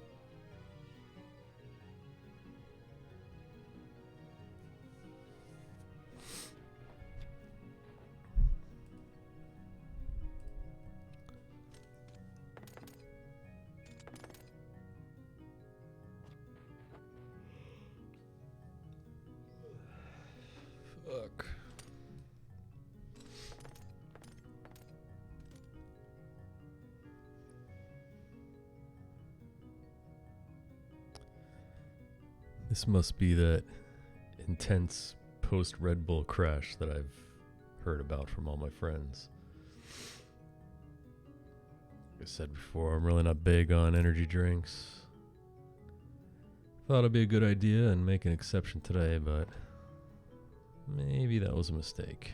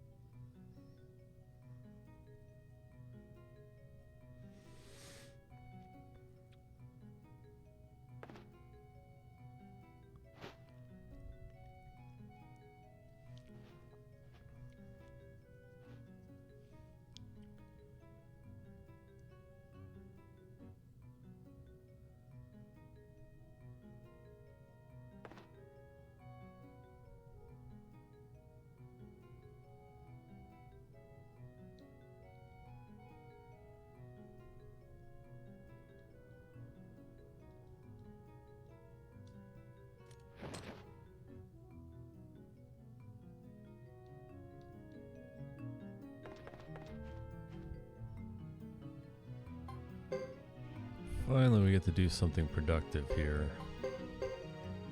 Go recruit. I'm gonna add Juan to the party real quick. Then we're gonna leave.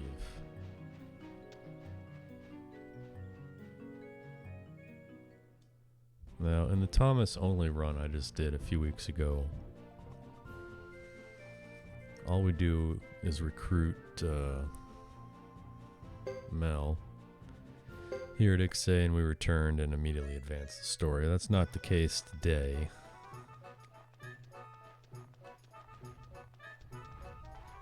Let's see here.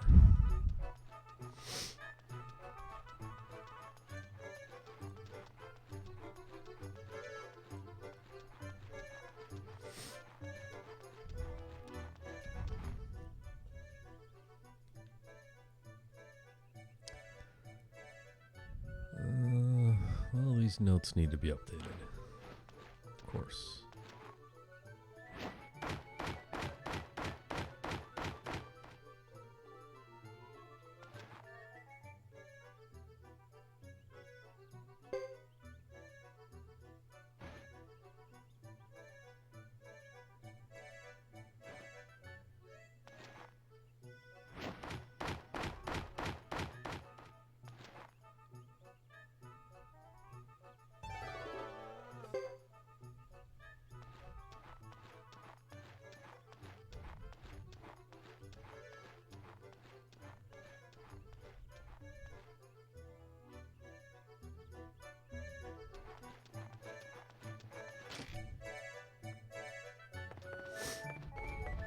All right.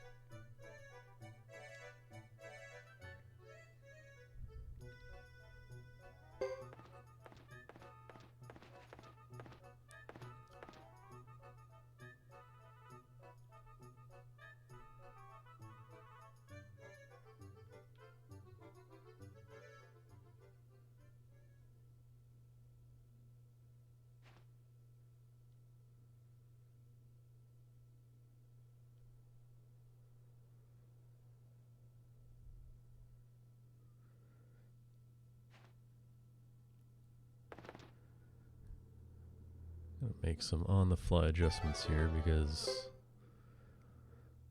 obviously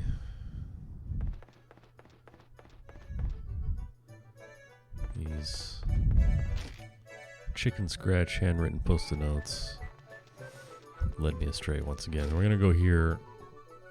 And the reason we brought Juan is because we want to get Gordon right now as well.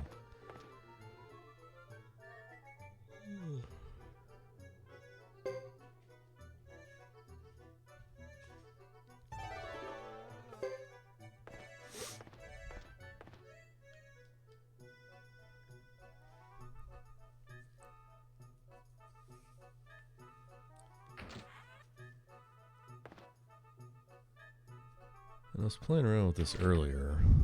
Unfortunately, let's see. I don't think that, yeah. Just gonna grab medicine. Even if the rose brooch is there, you can't afford it, which is a real shame because you don't go here very many times. But to actually get the rose brooch, you need to sell that urn that we picked up earlier. And you'd also need to sell Juan's equipment. And I think one of Thomas's pieces of equipment too. Now that sounds all well and good, but the problem is trying to survive in this chapter and the next chapter. It's really tough. So that defensive gear actually helps out a lot. Since we used all our lunch boxes at the Mount Hightow, you need to just grab a medicine real quick. So coming back here right now, this is the way you progress the story. You have a certain amount of support units available to you. And this also skips another scene where if you do this, if you do Thomas's chapter after the first 9 chapters, there's a scene that you would skip if you did it like right away. It talks about meeting up with other teams or whatever. So small time saves everywhere. Nap number 4. And we also save time by not viewing the scene where Chris visits Lake Castle because we didn't do it with her chapter. So all these little things you don't really take into account when you're doing this, but 2 minutes here, 2 minutes there, a minute here, 30 seconds there. I mean, all of a sudden you're 6 minutes behind and you didn't even realize it. So finally, we can actually do something constructive and go down to the basement. First, we gotta fix our elevator. So we're gonna go to the entrance and come back here. Eventually make our way down there and look for Ike.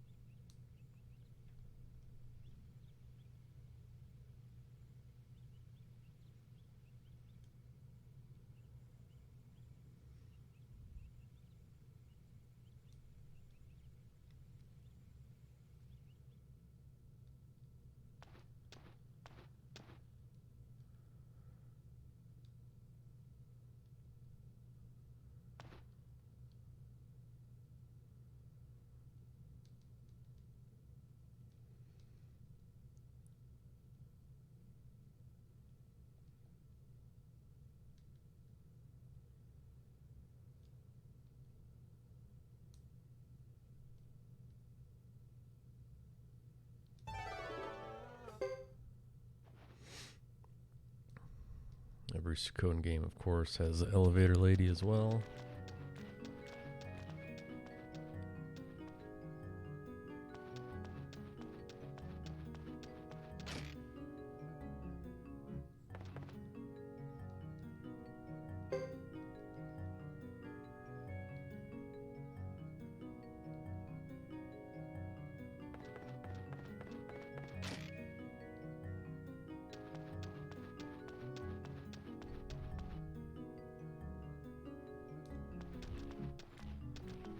Yes, you're right. Nap number 5.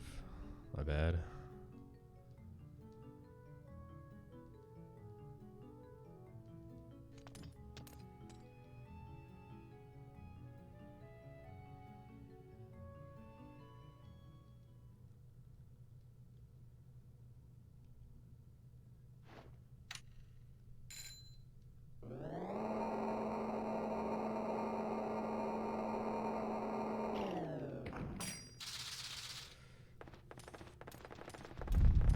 Yeah, same here, man.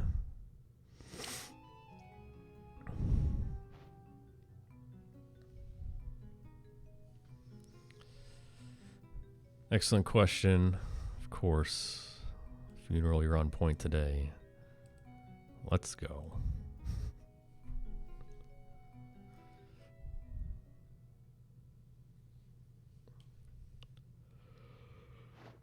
I'm jealous of your ability to take a nap if you so choose to, because I'm stuck here for another. Oh, yeah, I can't even add. I'm glad I don't have to count horses right now, because I'd probably just fuck that up. 17. What was that? 7, 8? 8 plus hours? Oh man.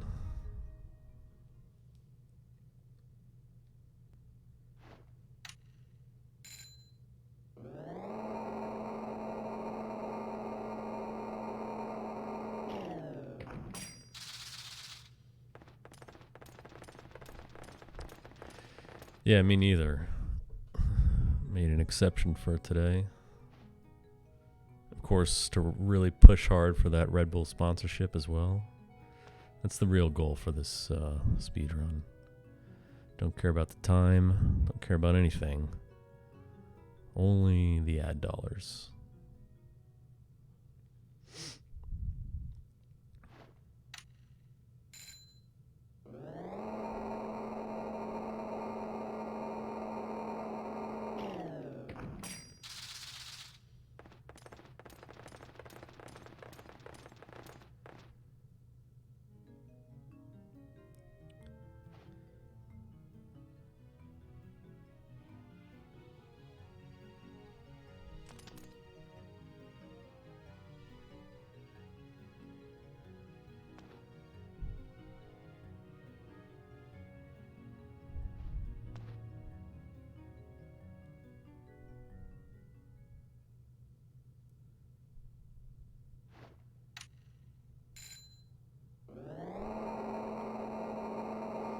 So again, this is going to be one of the biggest hurdles of this entire run, honestly. So, need to tread lightly when we get down to the very bottom here.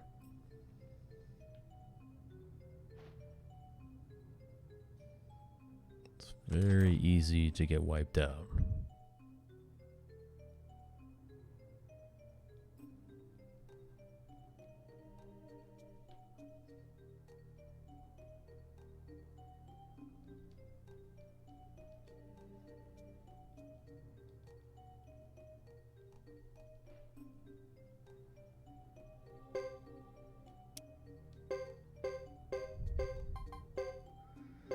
So again, we're going to switch our formation around.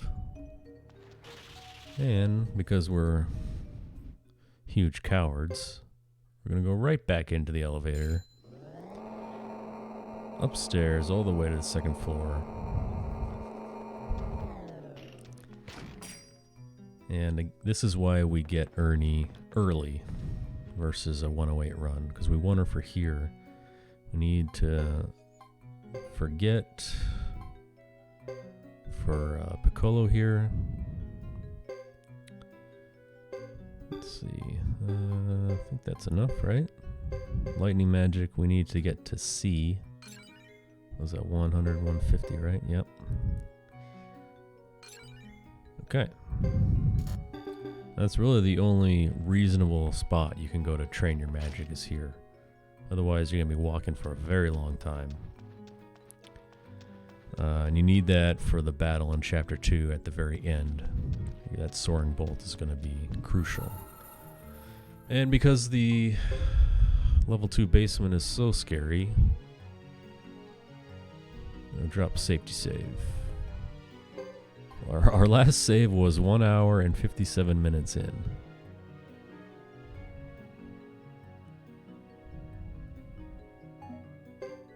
Alright. Whoa, 8:57. Nice, dude. Like exactly 7 hours ago. Sub-level. Let's go. Alright.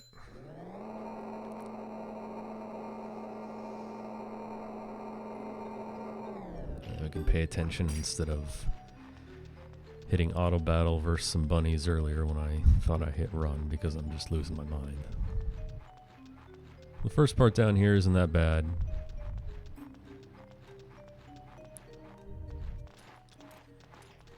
But now you're going to split off.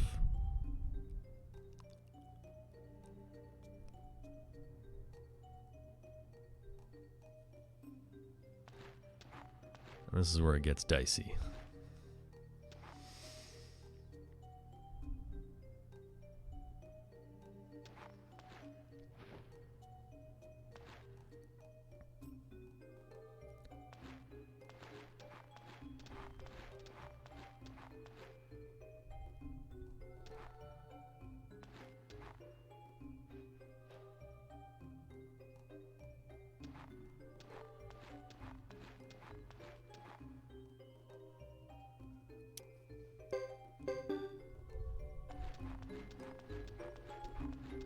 Come on, no encounters. You gotta duck into the alcove on the left here, which is hard to see on your way through here. It's very easy to miss that. You end up hitting that dead end and having to come back. So you just kind of hug the wall here. No. Oh my god, please. Shit.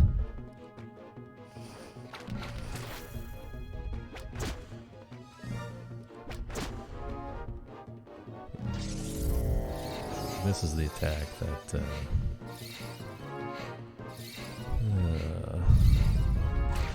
yeah, that's not good.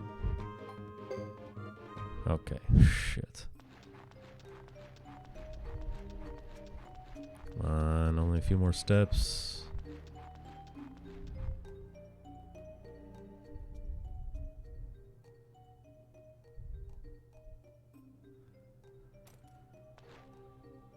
Whew. All right. Fat Mozart will carry. Yeah. Notice he's just hiding back there. What a dick.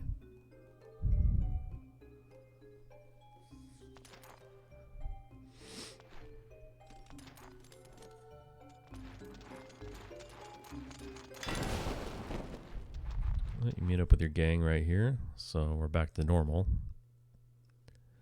But it's that just one small stretch where things can go terribly wrong.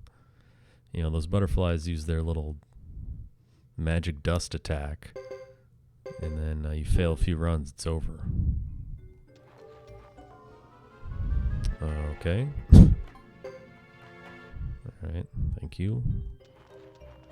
There's our boy Landis. Landis sighting. What's up, Landis?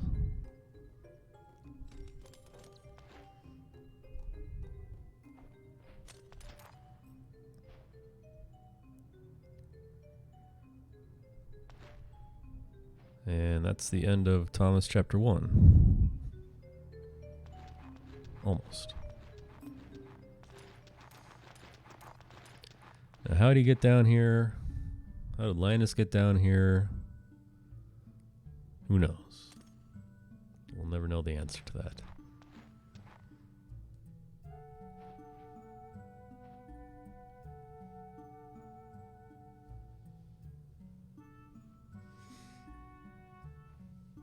Yeah, don't mind him. He's just chilling. If you talk to him, he says something like how he's the Grim Reaper and then a bunch of other weird shit that doesn't make any sense. That's not creepy at all.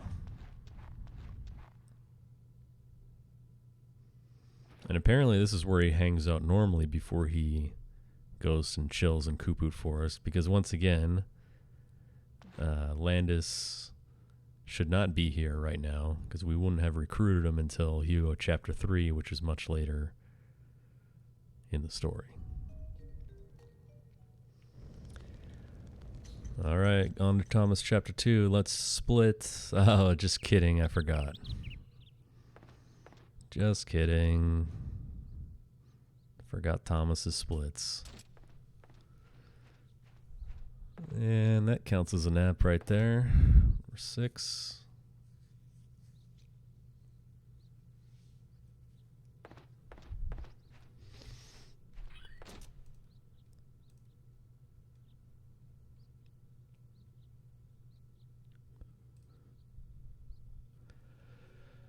All we're gonna do here is go to Ixay, talk to some other fat chancellor dude, and come right back.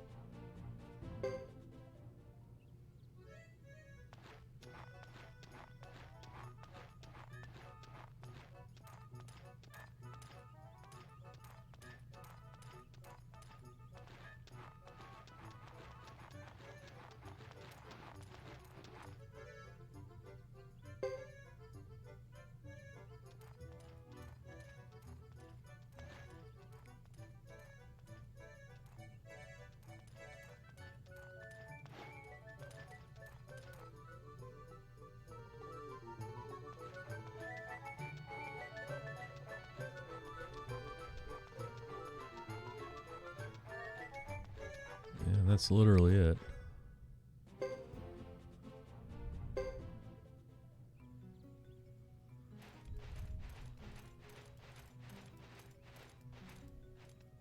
Brought the enemy right back into your own home. What a disgrace.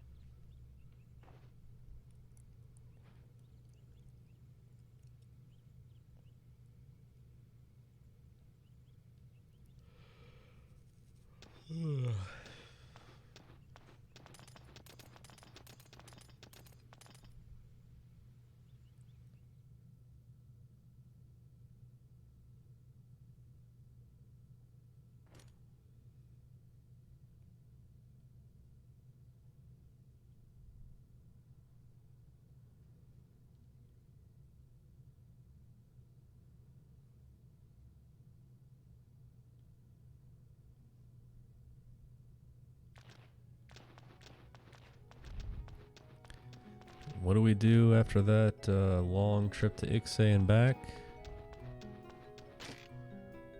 You know it.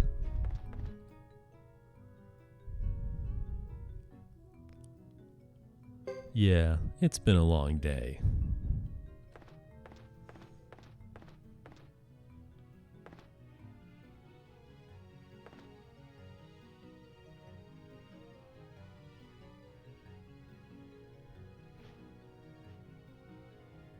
By the way, please stop peeing on my carpet.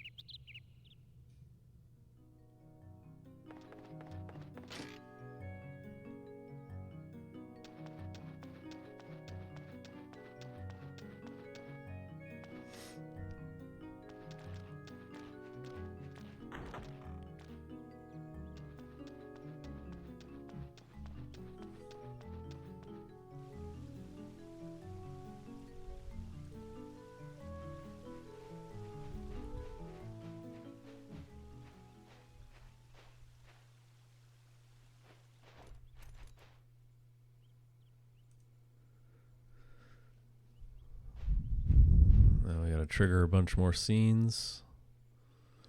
And then take another nap.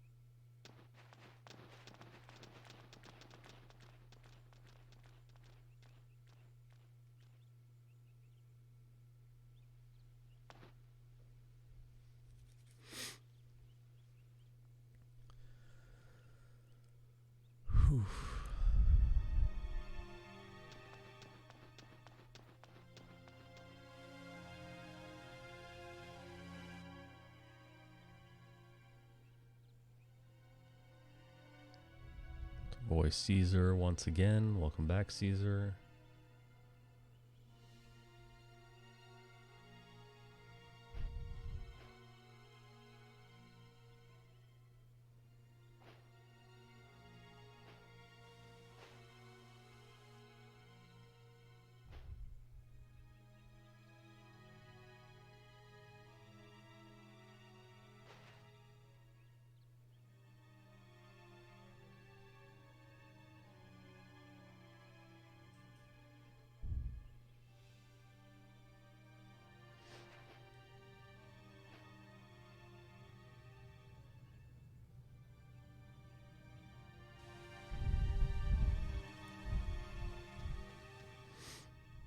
It's like Hugo chapter 3 all over again, really. Just walking back and forth.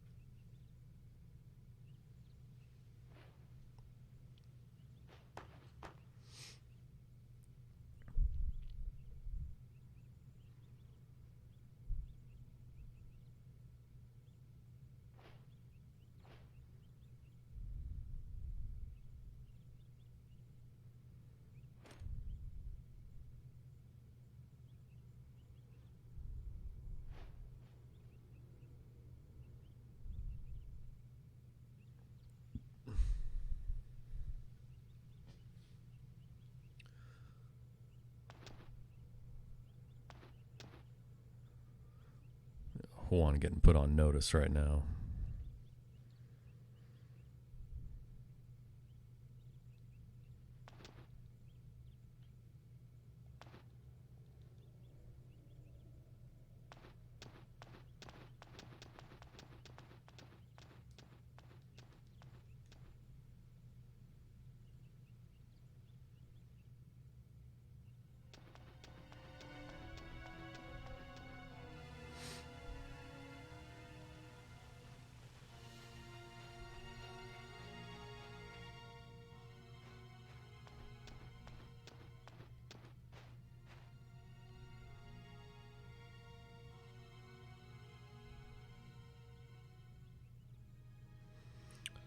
Look at these amazing, lifelike decoy soldiers.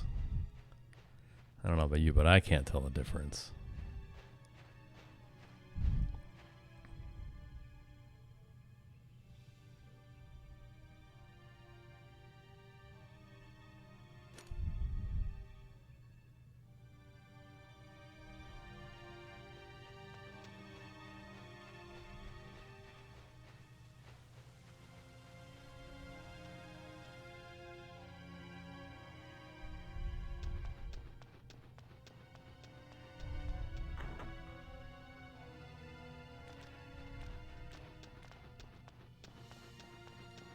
And of course, for some reason, everyone's huddled here in the corner.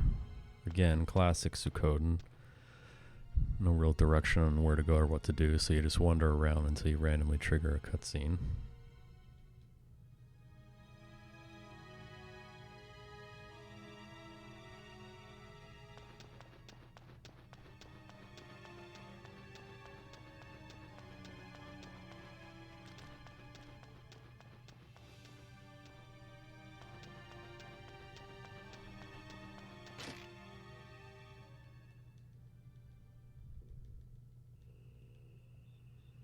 But of course, more importantly, it's been a long day. We've done a lot. We really need to take a nap.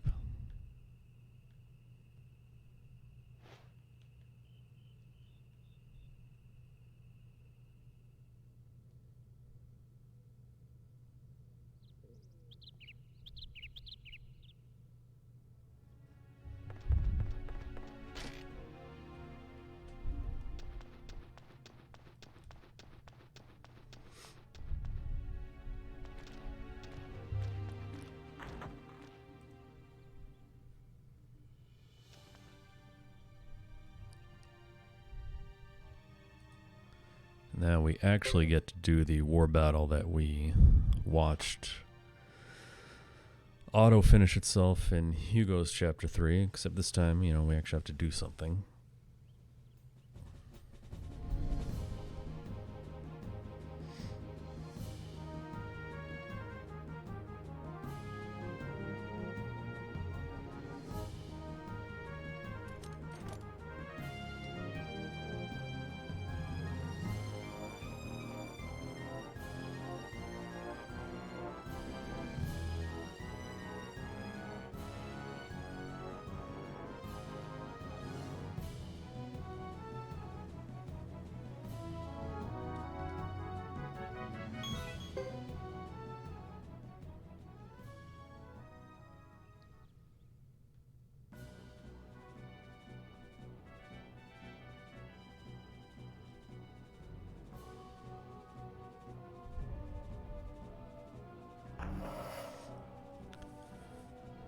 So, really, it's the same thing that we watched earlier. I'm just going to end the first turn.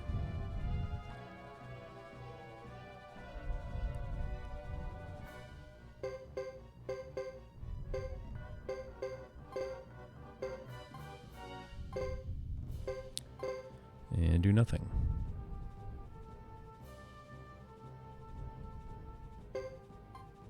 And end the turn again. And they're going to realize that someone's calling for this guy's head right here. So they're going to do nothing.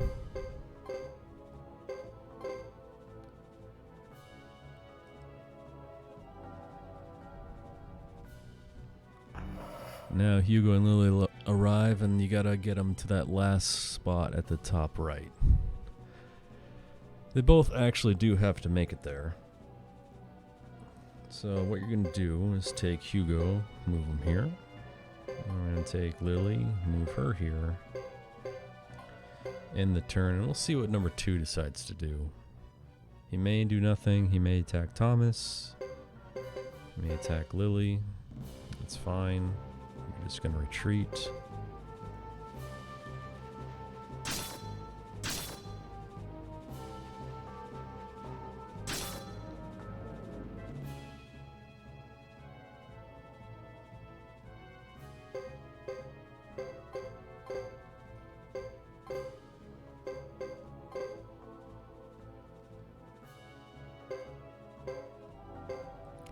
Now, this turn, Hugo move up, Thomas move up to the middle, and then use the fact that you can move 2 spaces with your allies to bring Lily all the way up to where Hugo is.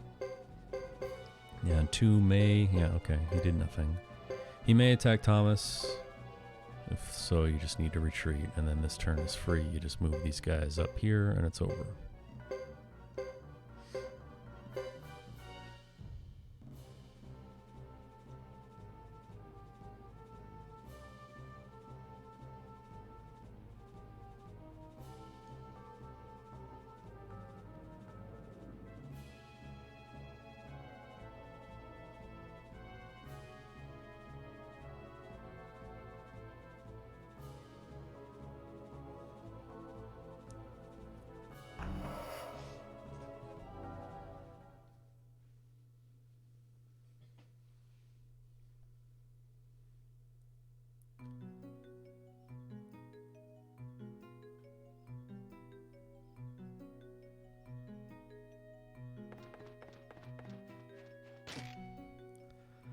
And of course, that war battle was so exhausting you had to take a nap.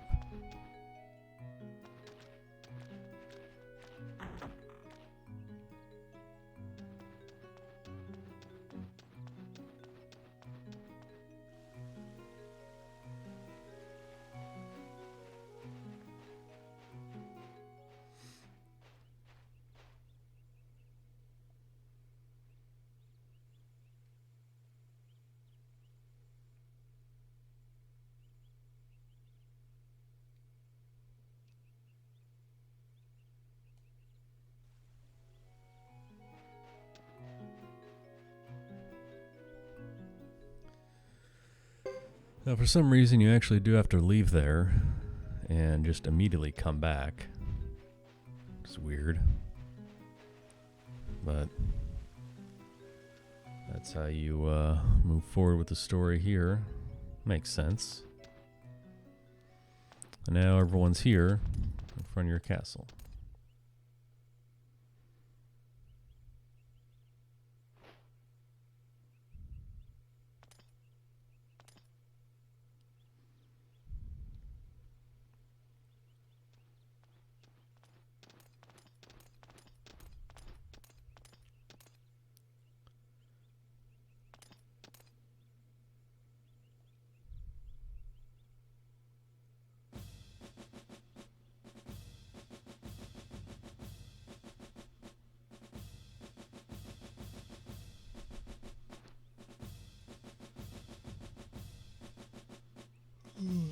These guys still aren't buying what you're selling, so they're going to try and kick you out. Instead, we're going to take you back.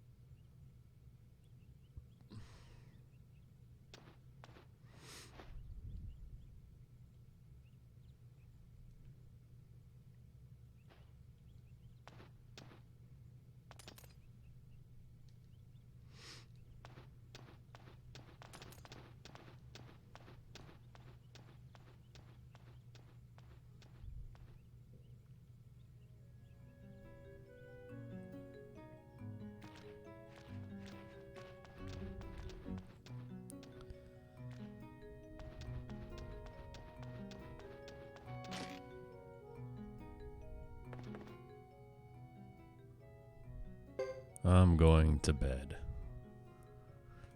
There you go, Thomas. There it is. Number 10.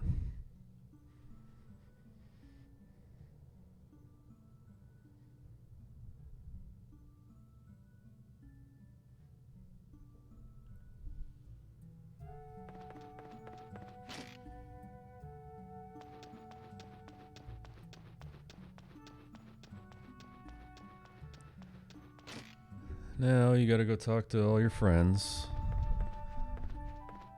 Get prepared for the next war battle, of course.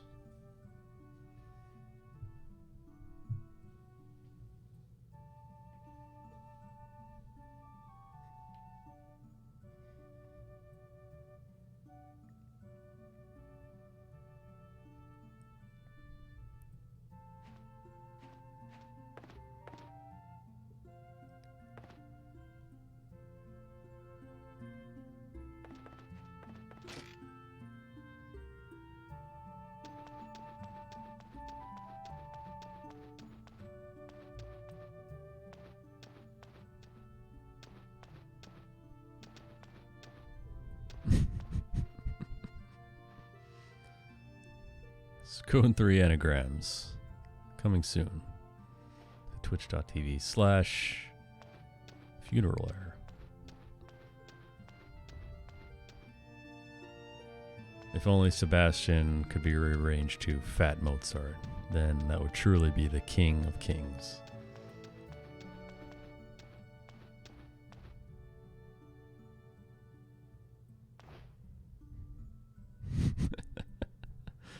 You know, neither do I. That's why I'm playing this game. So, I'm in the same boat.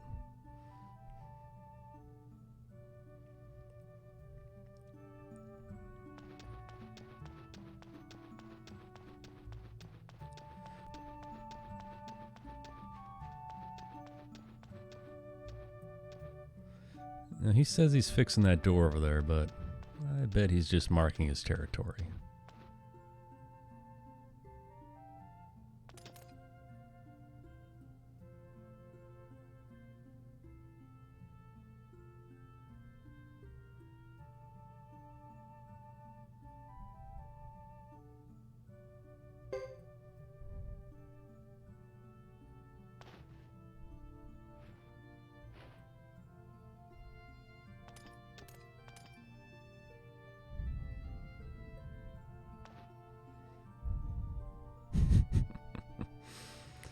That Z is tricky, man. I don't know where that falls into play. It's like Scrabble. Like that Z, you get that triple letter score, dude.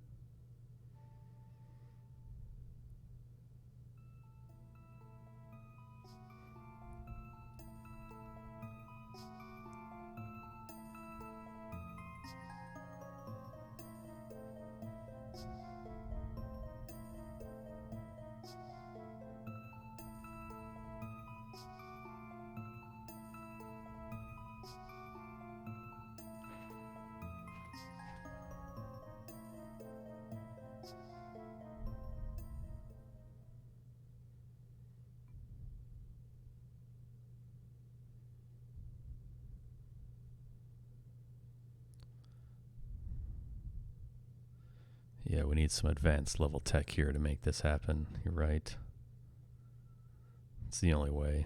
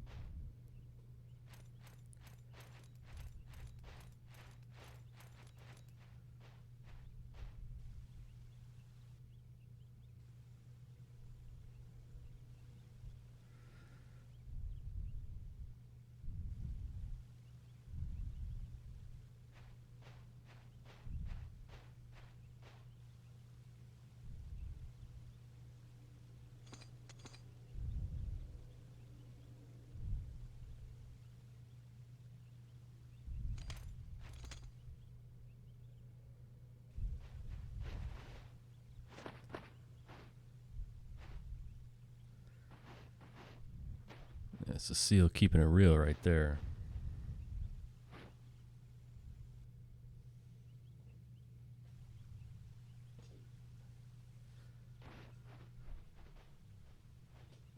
Thomas, the world's biggest pussy.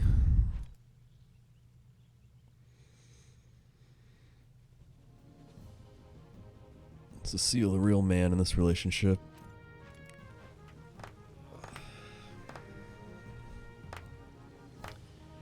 Look at that, even Juan's getting in the game here. Let's go, Juan.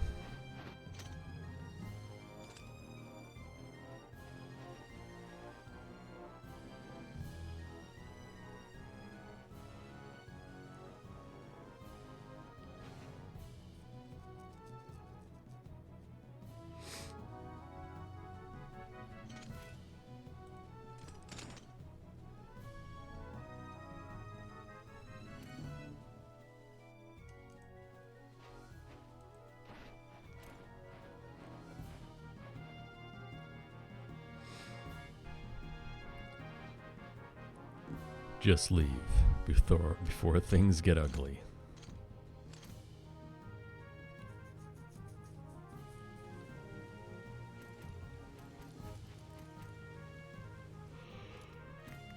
Oh man.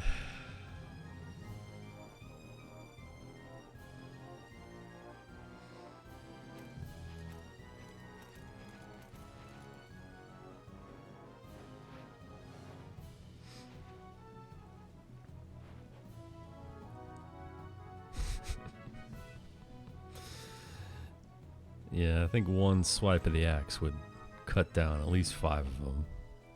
You got an old geezer, fat idiot, creepy guy who does nothing.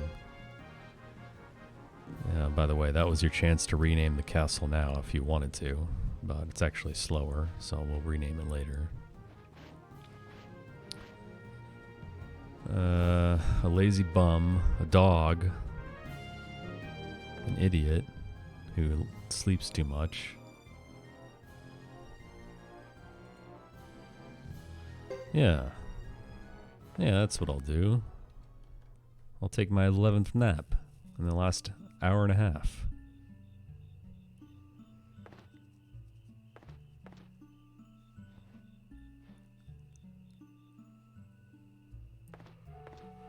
No wonder you can't sleep, Thomas. You spent 48 out of the last 72 hours sleeping.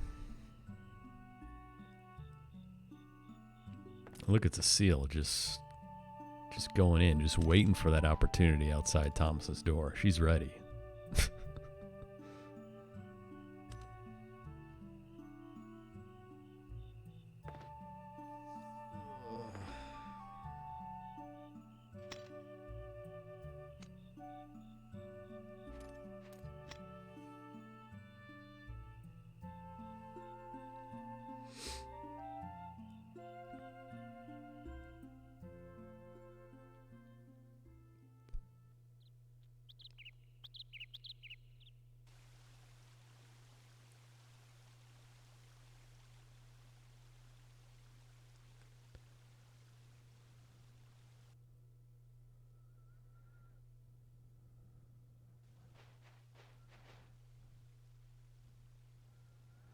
Yep.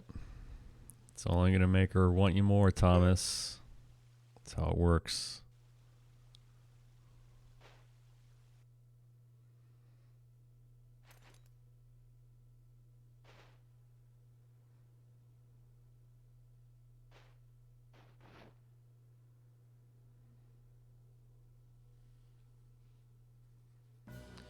Okay. Now this one can actually get a bit dicey.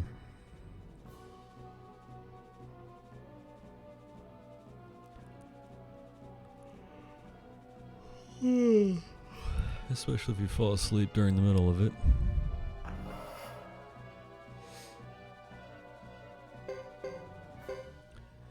Here's the advanced strats right here. Turn 1. Move everyone forward.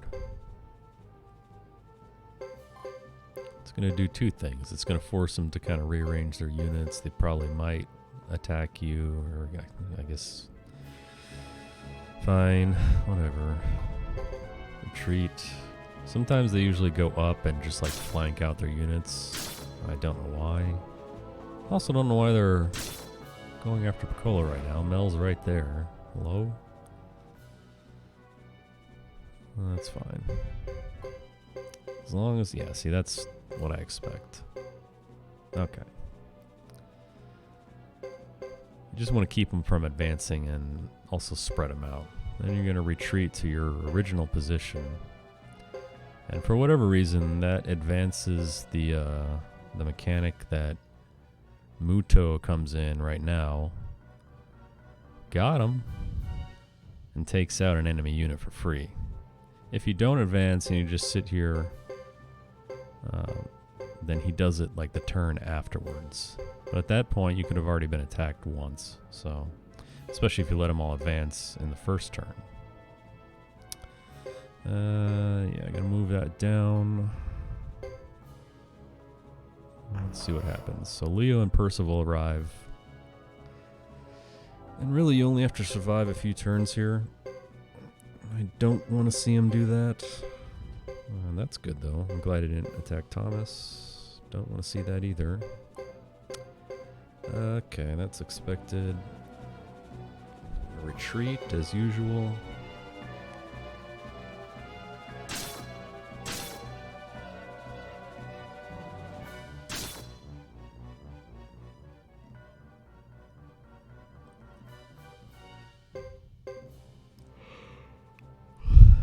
Okay. Let's see here. Yeah, you really don't want Leo or Percival to attack you because they're really strong units. Since Thomas has already taken damage and lost a member, we're just gonna swap the positions. End the turn. This guy's gonna waste his turn. Percival's gonna waste his turn. That's good. Leo's gonna attack.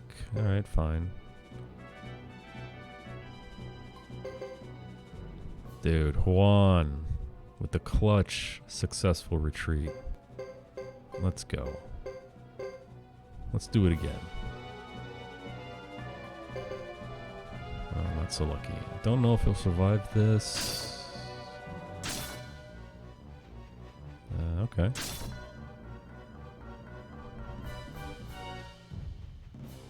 Guy taking his time back there. Alright, we're in there.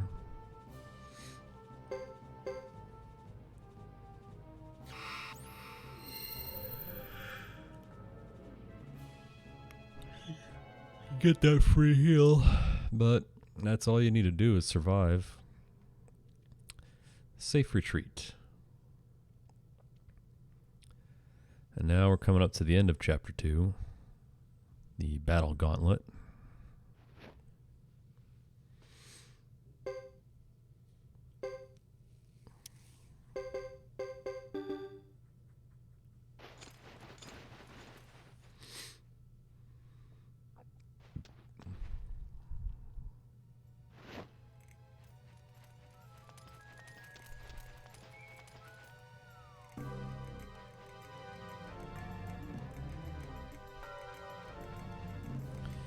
You don't want to trigger the battle scene at that stairway, so you kind of got to hug the right side here.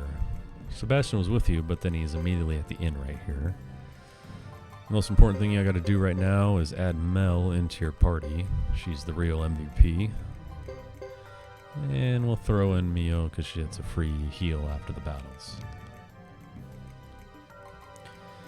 Last thing we're going to do here is make a formation adjustment. Colo goes at the very bottom. That looks good. Now we're gonna put that Jizo on Mel. Take those boots. Put them to good use. Throw them on Juan. Take those sandals. Put them on Cecile over her fire cake. Everyone is healed. And okay. So going back to when we upgraded Piccolo's lightning magic, you do it for this battle right here. Interestingly enough, you don't have to win this battle. but you really want the levels from doing so. So we're gonna use Devil's Doll, just defend, and use Soaring Bolt. Devil's Doll should take out one of the knights.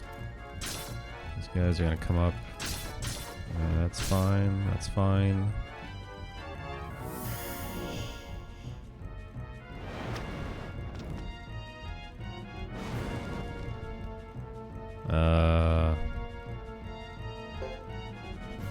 Shit. Please. Fuck. Well, this really sucks.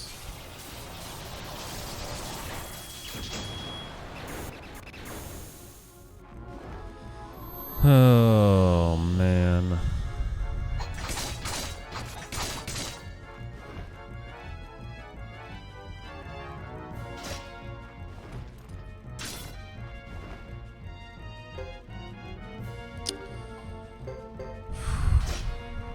Well, okay. What's supposed to happen there is Mel uses her Devil Doll and actually kills the first unit. That way Soaring Bolt has enough damage to spread out between 3 units and not 4, and it will kill 3 units. But it won't kill 4 units though. So I'm going to make an on-the-fly adjustment there. Heal everyone. Juan's usually dead at the end of that battle, but Piccolo is usually alive. He could have used the boost in levels. I didn't get any drops. If you get armor drops, you can equip them to Cecile, improve her defense. I guess that's okay. I don't know. We'll see what happens. The real tragedy is that you can't save your game at the end. I don't know why they decided to take that option away from you. I don't see what the point of that is. Because otherwise that would be a definite place to safety save right there. Not only for that first battle, which, you know, I guess that went wrong and we still won. But again, you don't even have to win that battle, but it's over in 3 turns, so we barely won it.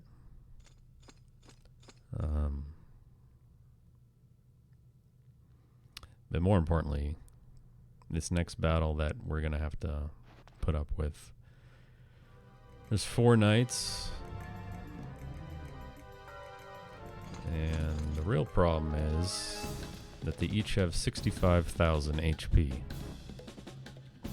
So there's no way you're going to win. This is what the extra Wind of Sleep scroll is for.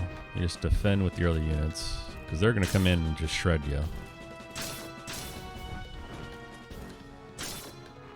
See, Piccolo would have survived that if he had gotten a few more levels. Now, you really...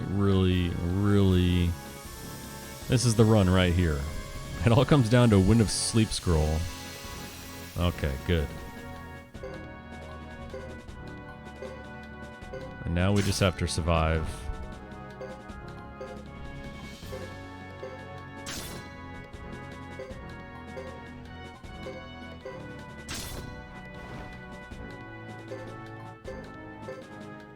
Okay, so that's it. That's also why you give the Jizo to Mel. In case things go terribly wrong, she at least has one last chance to survive an attack. But I mean, those guys they just come in and shred you. And we're not even over. It's not even over yet. We still have to fight one more battle that we have to win. Luckily, though, it's just 2 knights back to their regular HP values, and they're very easy.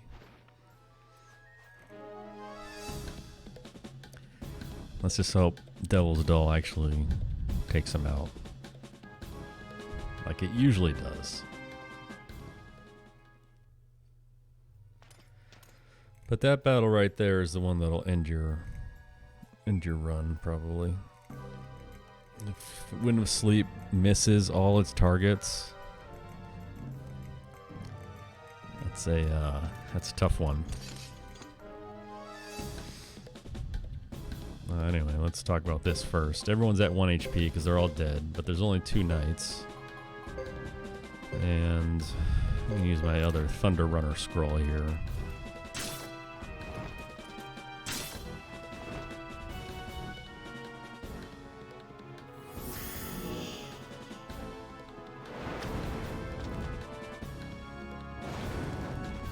Nice. See, that's how it's supposed to be done.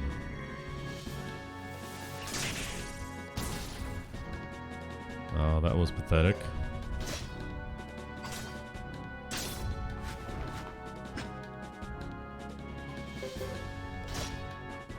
Okay.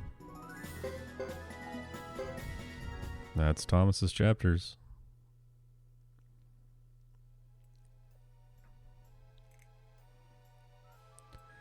A few battles, 11 naps,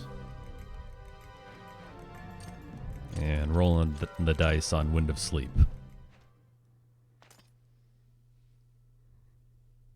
I'm surprised Wind of Sleep doesn't work on himself, honestly.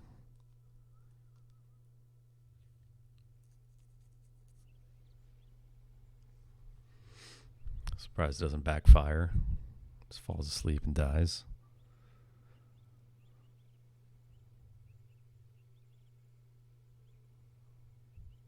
Or at the very least, since he's so good at sleeping, you think it would always hit 100% of the time. Maximum affinity for wind.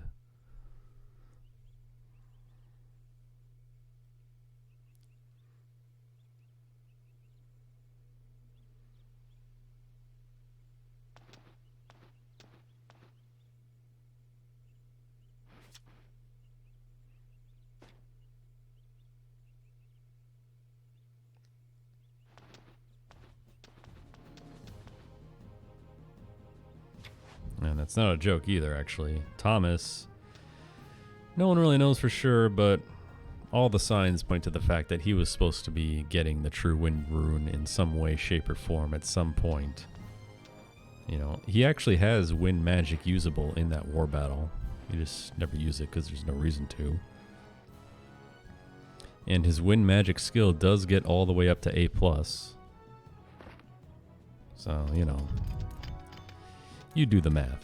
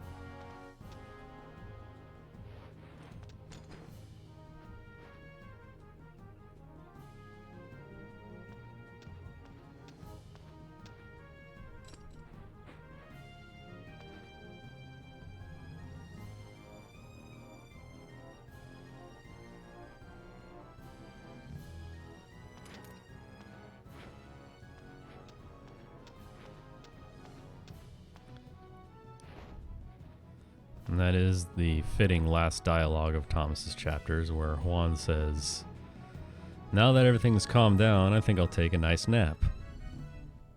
How appropriate.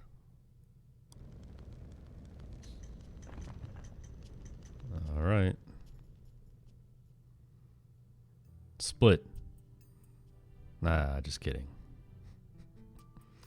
So we got sub 10 hour through the first 11 chapters. All right, I'll take that.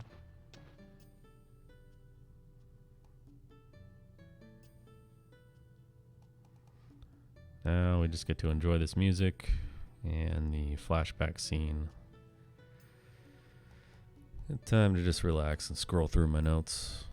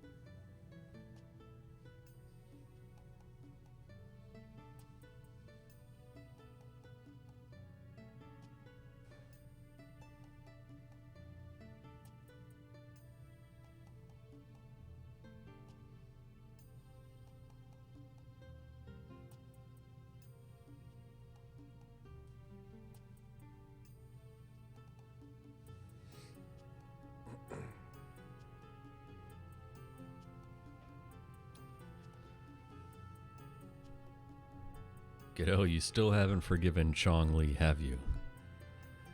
Well, who could forgive Chong Li after what he's done?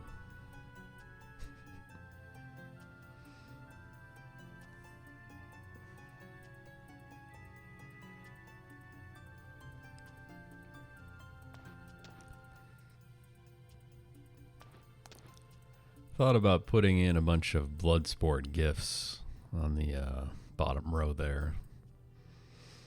You know, just repeated animations of all the classic scenes from that movie. But my computer's running at max capacity as it is, so let's not push my luck here.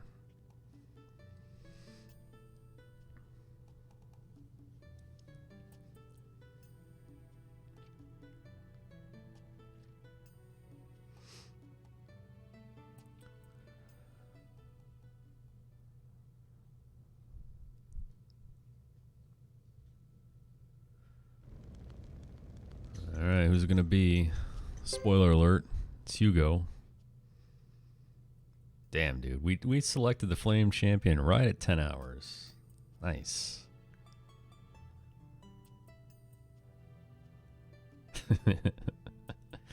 Exactly.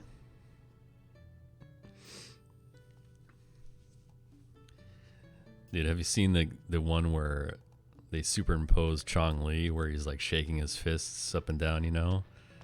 But they put him in front of a drum set and put drumsticks in his hand and then speed it up. Looks like he's just going nuts on drums. It's great. Oh, man.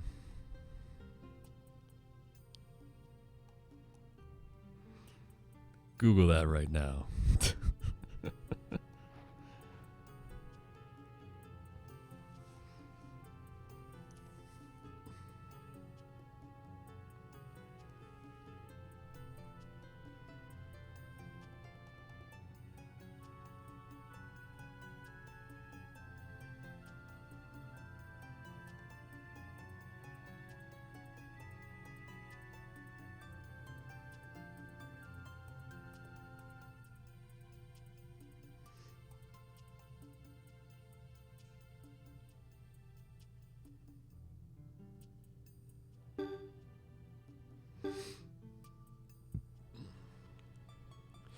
No need to adjust the formation at all. You're fine just as you are.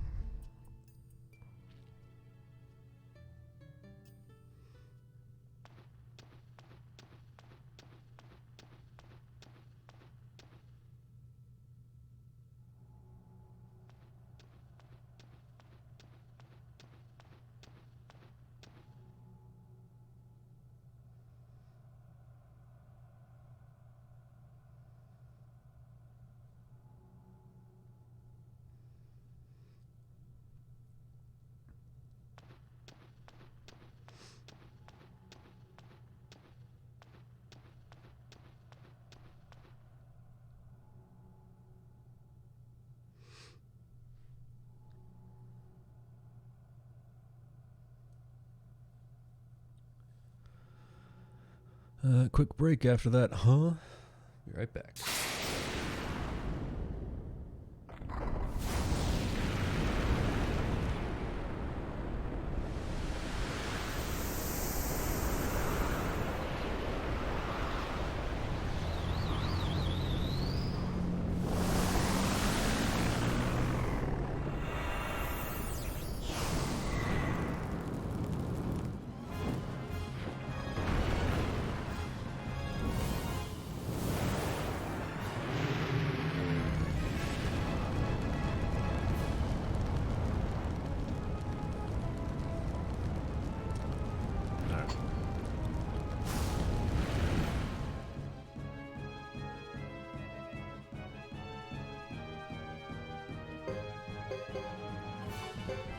The thing about this battle is this guy can actually repel your magic.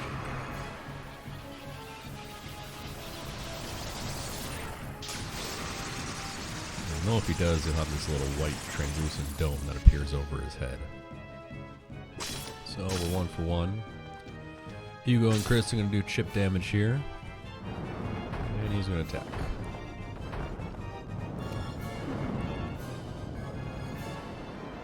This is a good one. It's a hit all and it does a lot of damage. This is what you want. You may think 3 Jizos on Hugo and Godot is overkill. But if he reflects a spell or two, then all of a sudden you're going to be begging, you're wishing you had those Jizos. Alright, 2 for 2.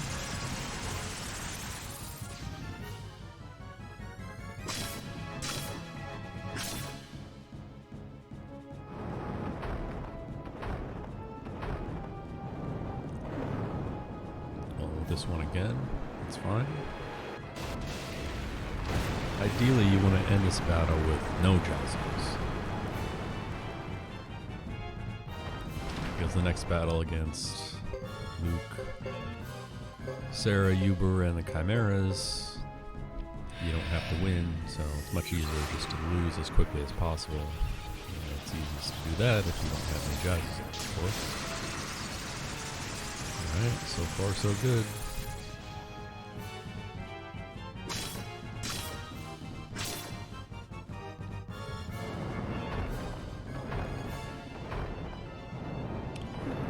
he's keying in on this attack today. It's fine with me. His other options are a single target kind of poison breath attack, and one of the flames come up from the ground, and it looks like it hits your whole team, but it doesn't. It only hits Hugo and Chris. It's kind of weird. Yep, 4 for 4. Plus the chip damage from Chris and Hugo. And that's it.